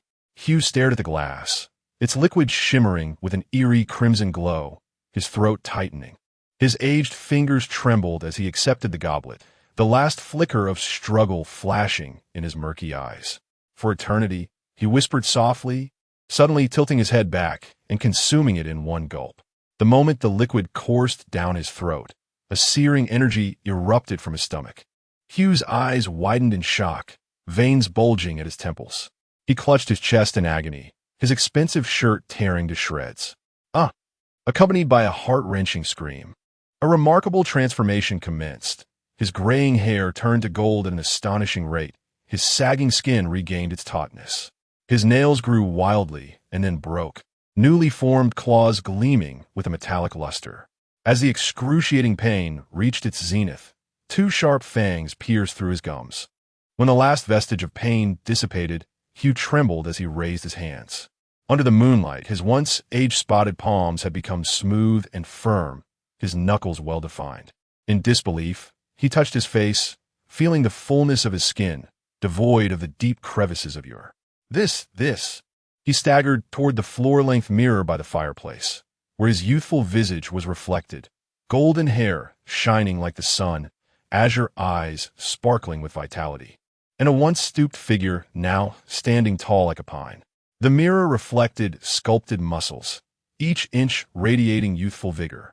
Dracula silently appeared behind him, resting a hand upon his trembling shoulder. You have gained powers far beyond this. However, I require you to present an aged visage by day, for you may only reclaim your youth in solitude. Now, I need you to assist me with a task. As Hugh turned, filled his youthful features. What do you require of me? Previously, as a mere mortal facing Dracula, he had only feared the vampire's identity. now transformed into a vampire himself. He could truly grasp Dracula's might. Dracula produced a document from his cloak. I wish to establish a company. I need you. Chapter 96. A visit, so it is. After conveying his instructions to Hugh, Dracula rose from his seat and approached the window, imparting a few words of caution. With the bloodline I have bestowed upon you, you may walk in the sunlight, yet you shall feel a profound weakness. Strive to conceal your presence from the cardinal and the leader of the knights, or better yet, avoid their sight altogether. Should you be exposed, the choice to flee or to end your own life lies solely with you. As his voice faded, he ascended into the air, vanishing from sight. Hugh watched him disappear into the embrace of the night before returning his gaze. He turned and sat down at his desk, lifting a metal ornament from the surface. With a mere exertion of strength, the iron frame crumbled into scrap in his hands, clattering onto the desk. Such power! Indeed impressive. Gazing at the remnants of iron, a satisfied expression graced Hugh's countenance. Given his status, pursuing the path of a knight was not beyond his reach. However, lamentably, he lacked the requisite talent. He could not sense the existence of heaven, and thus could not summon divine power. As for the path of the priests and bishops, it demanded an even greater attunement to the celestial realm, rendering it all the more elusive. The Eastern alchemists' practices were equally perplexing. The essence they spoke of remained a mystery to him even now. Yet, there is solace in the adage, when God closes one door, he surely opens another. Now, as a vampire, one of considerable lineage, Hugh had acquired, at a slight cost, the prowess that priests and knights spent decades striving to attain. Furthermore, the lifespan of those bishops and knights pales in comparison to his own. For now, they may hold the upper hand, but decades hence, who shall emerge stronger? Perhaps they will merely become corpses. Thus, Hugh found himself quite content with his current circumstances. Previous struggles? With newfound strength, they dissipated.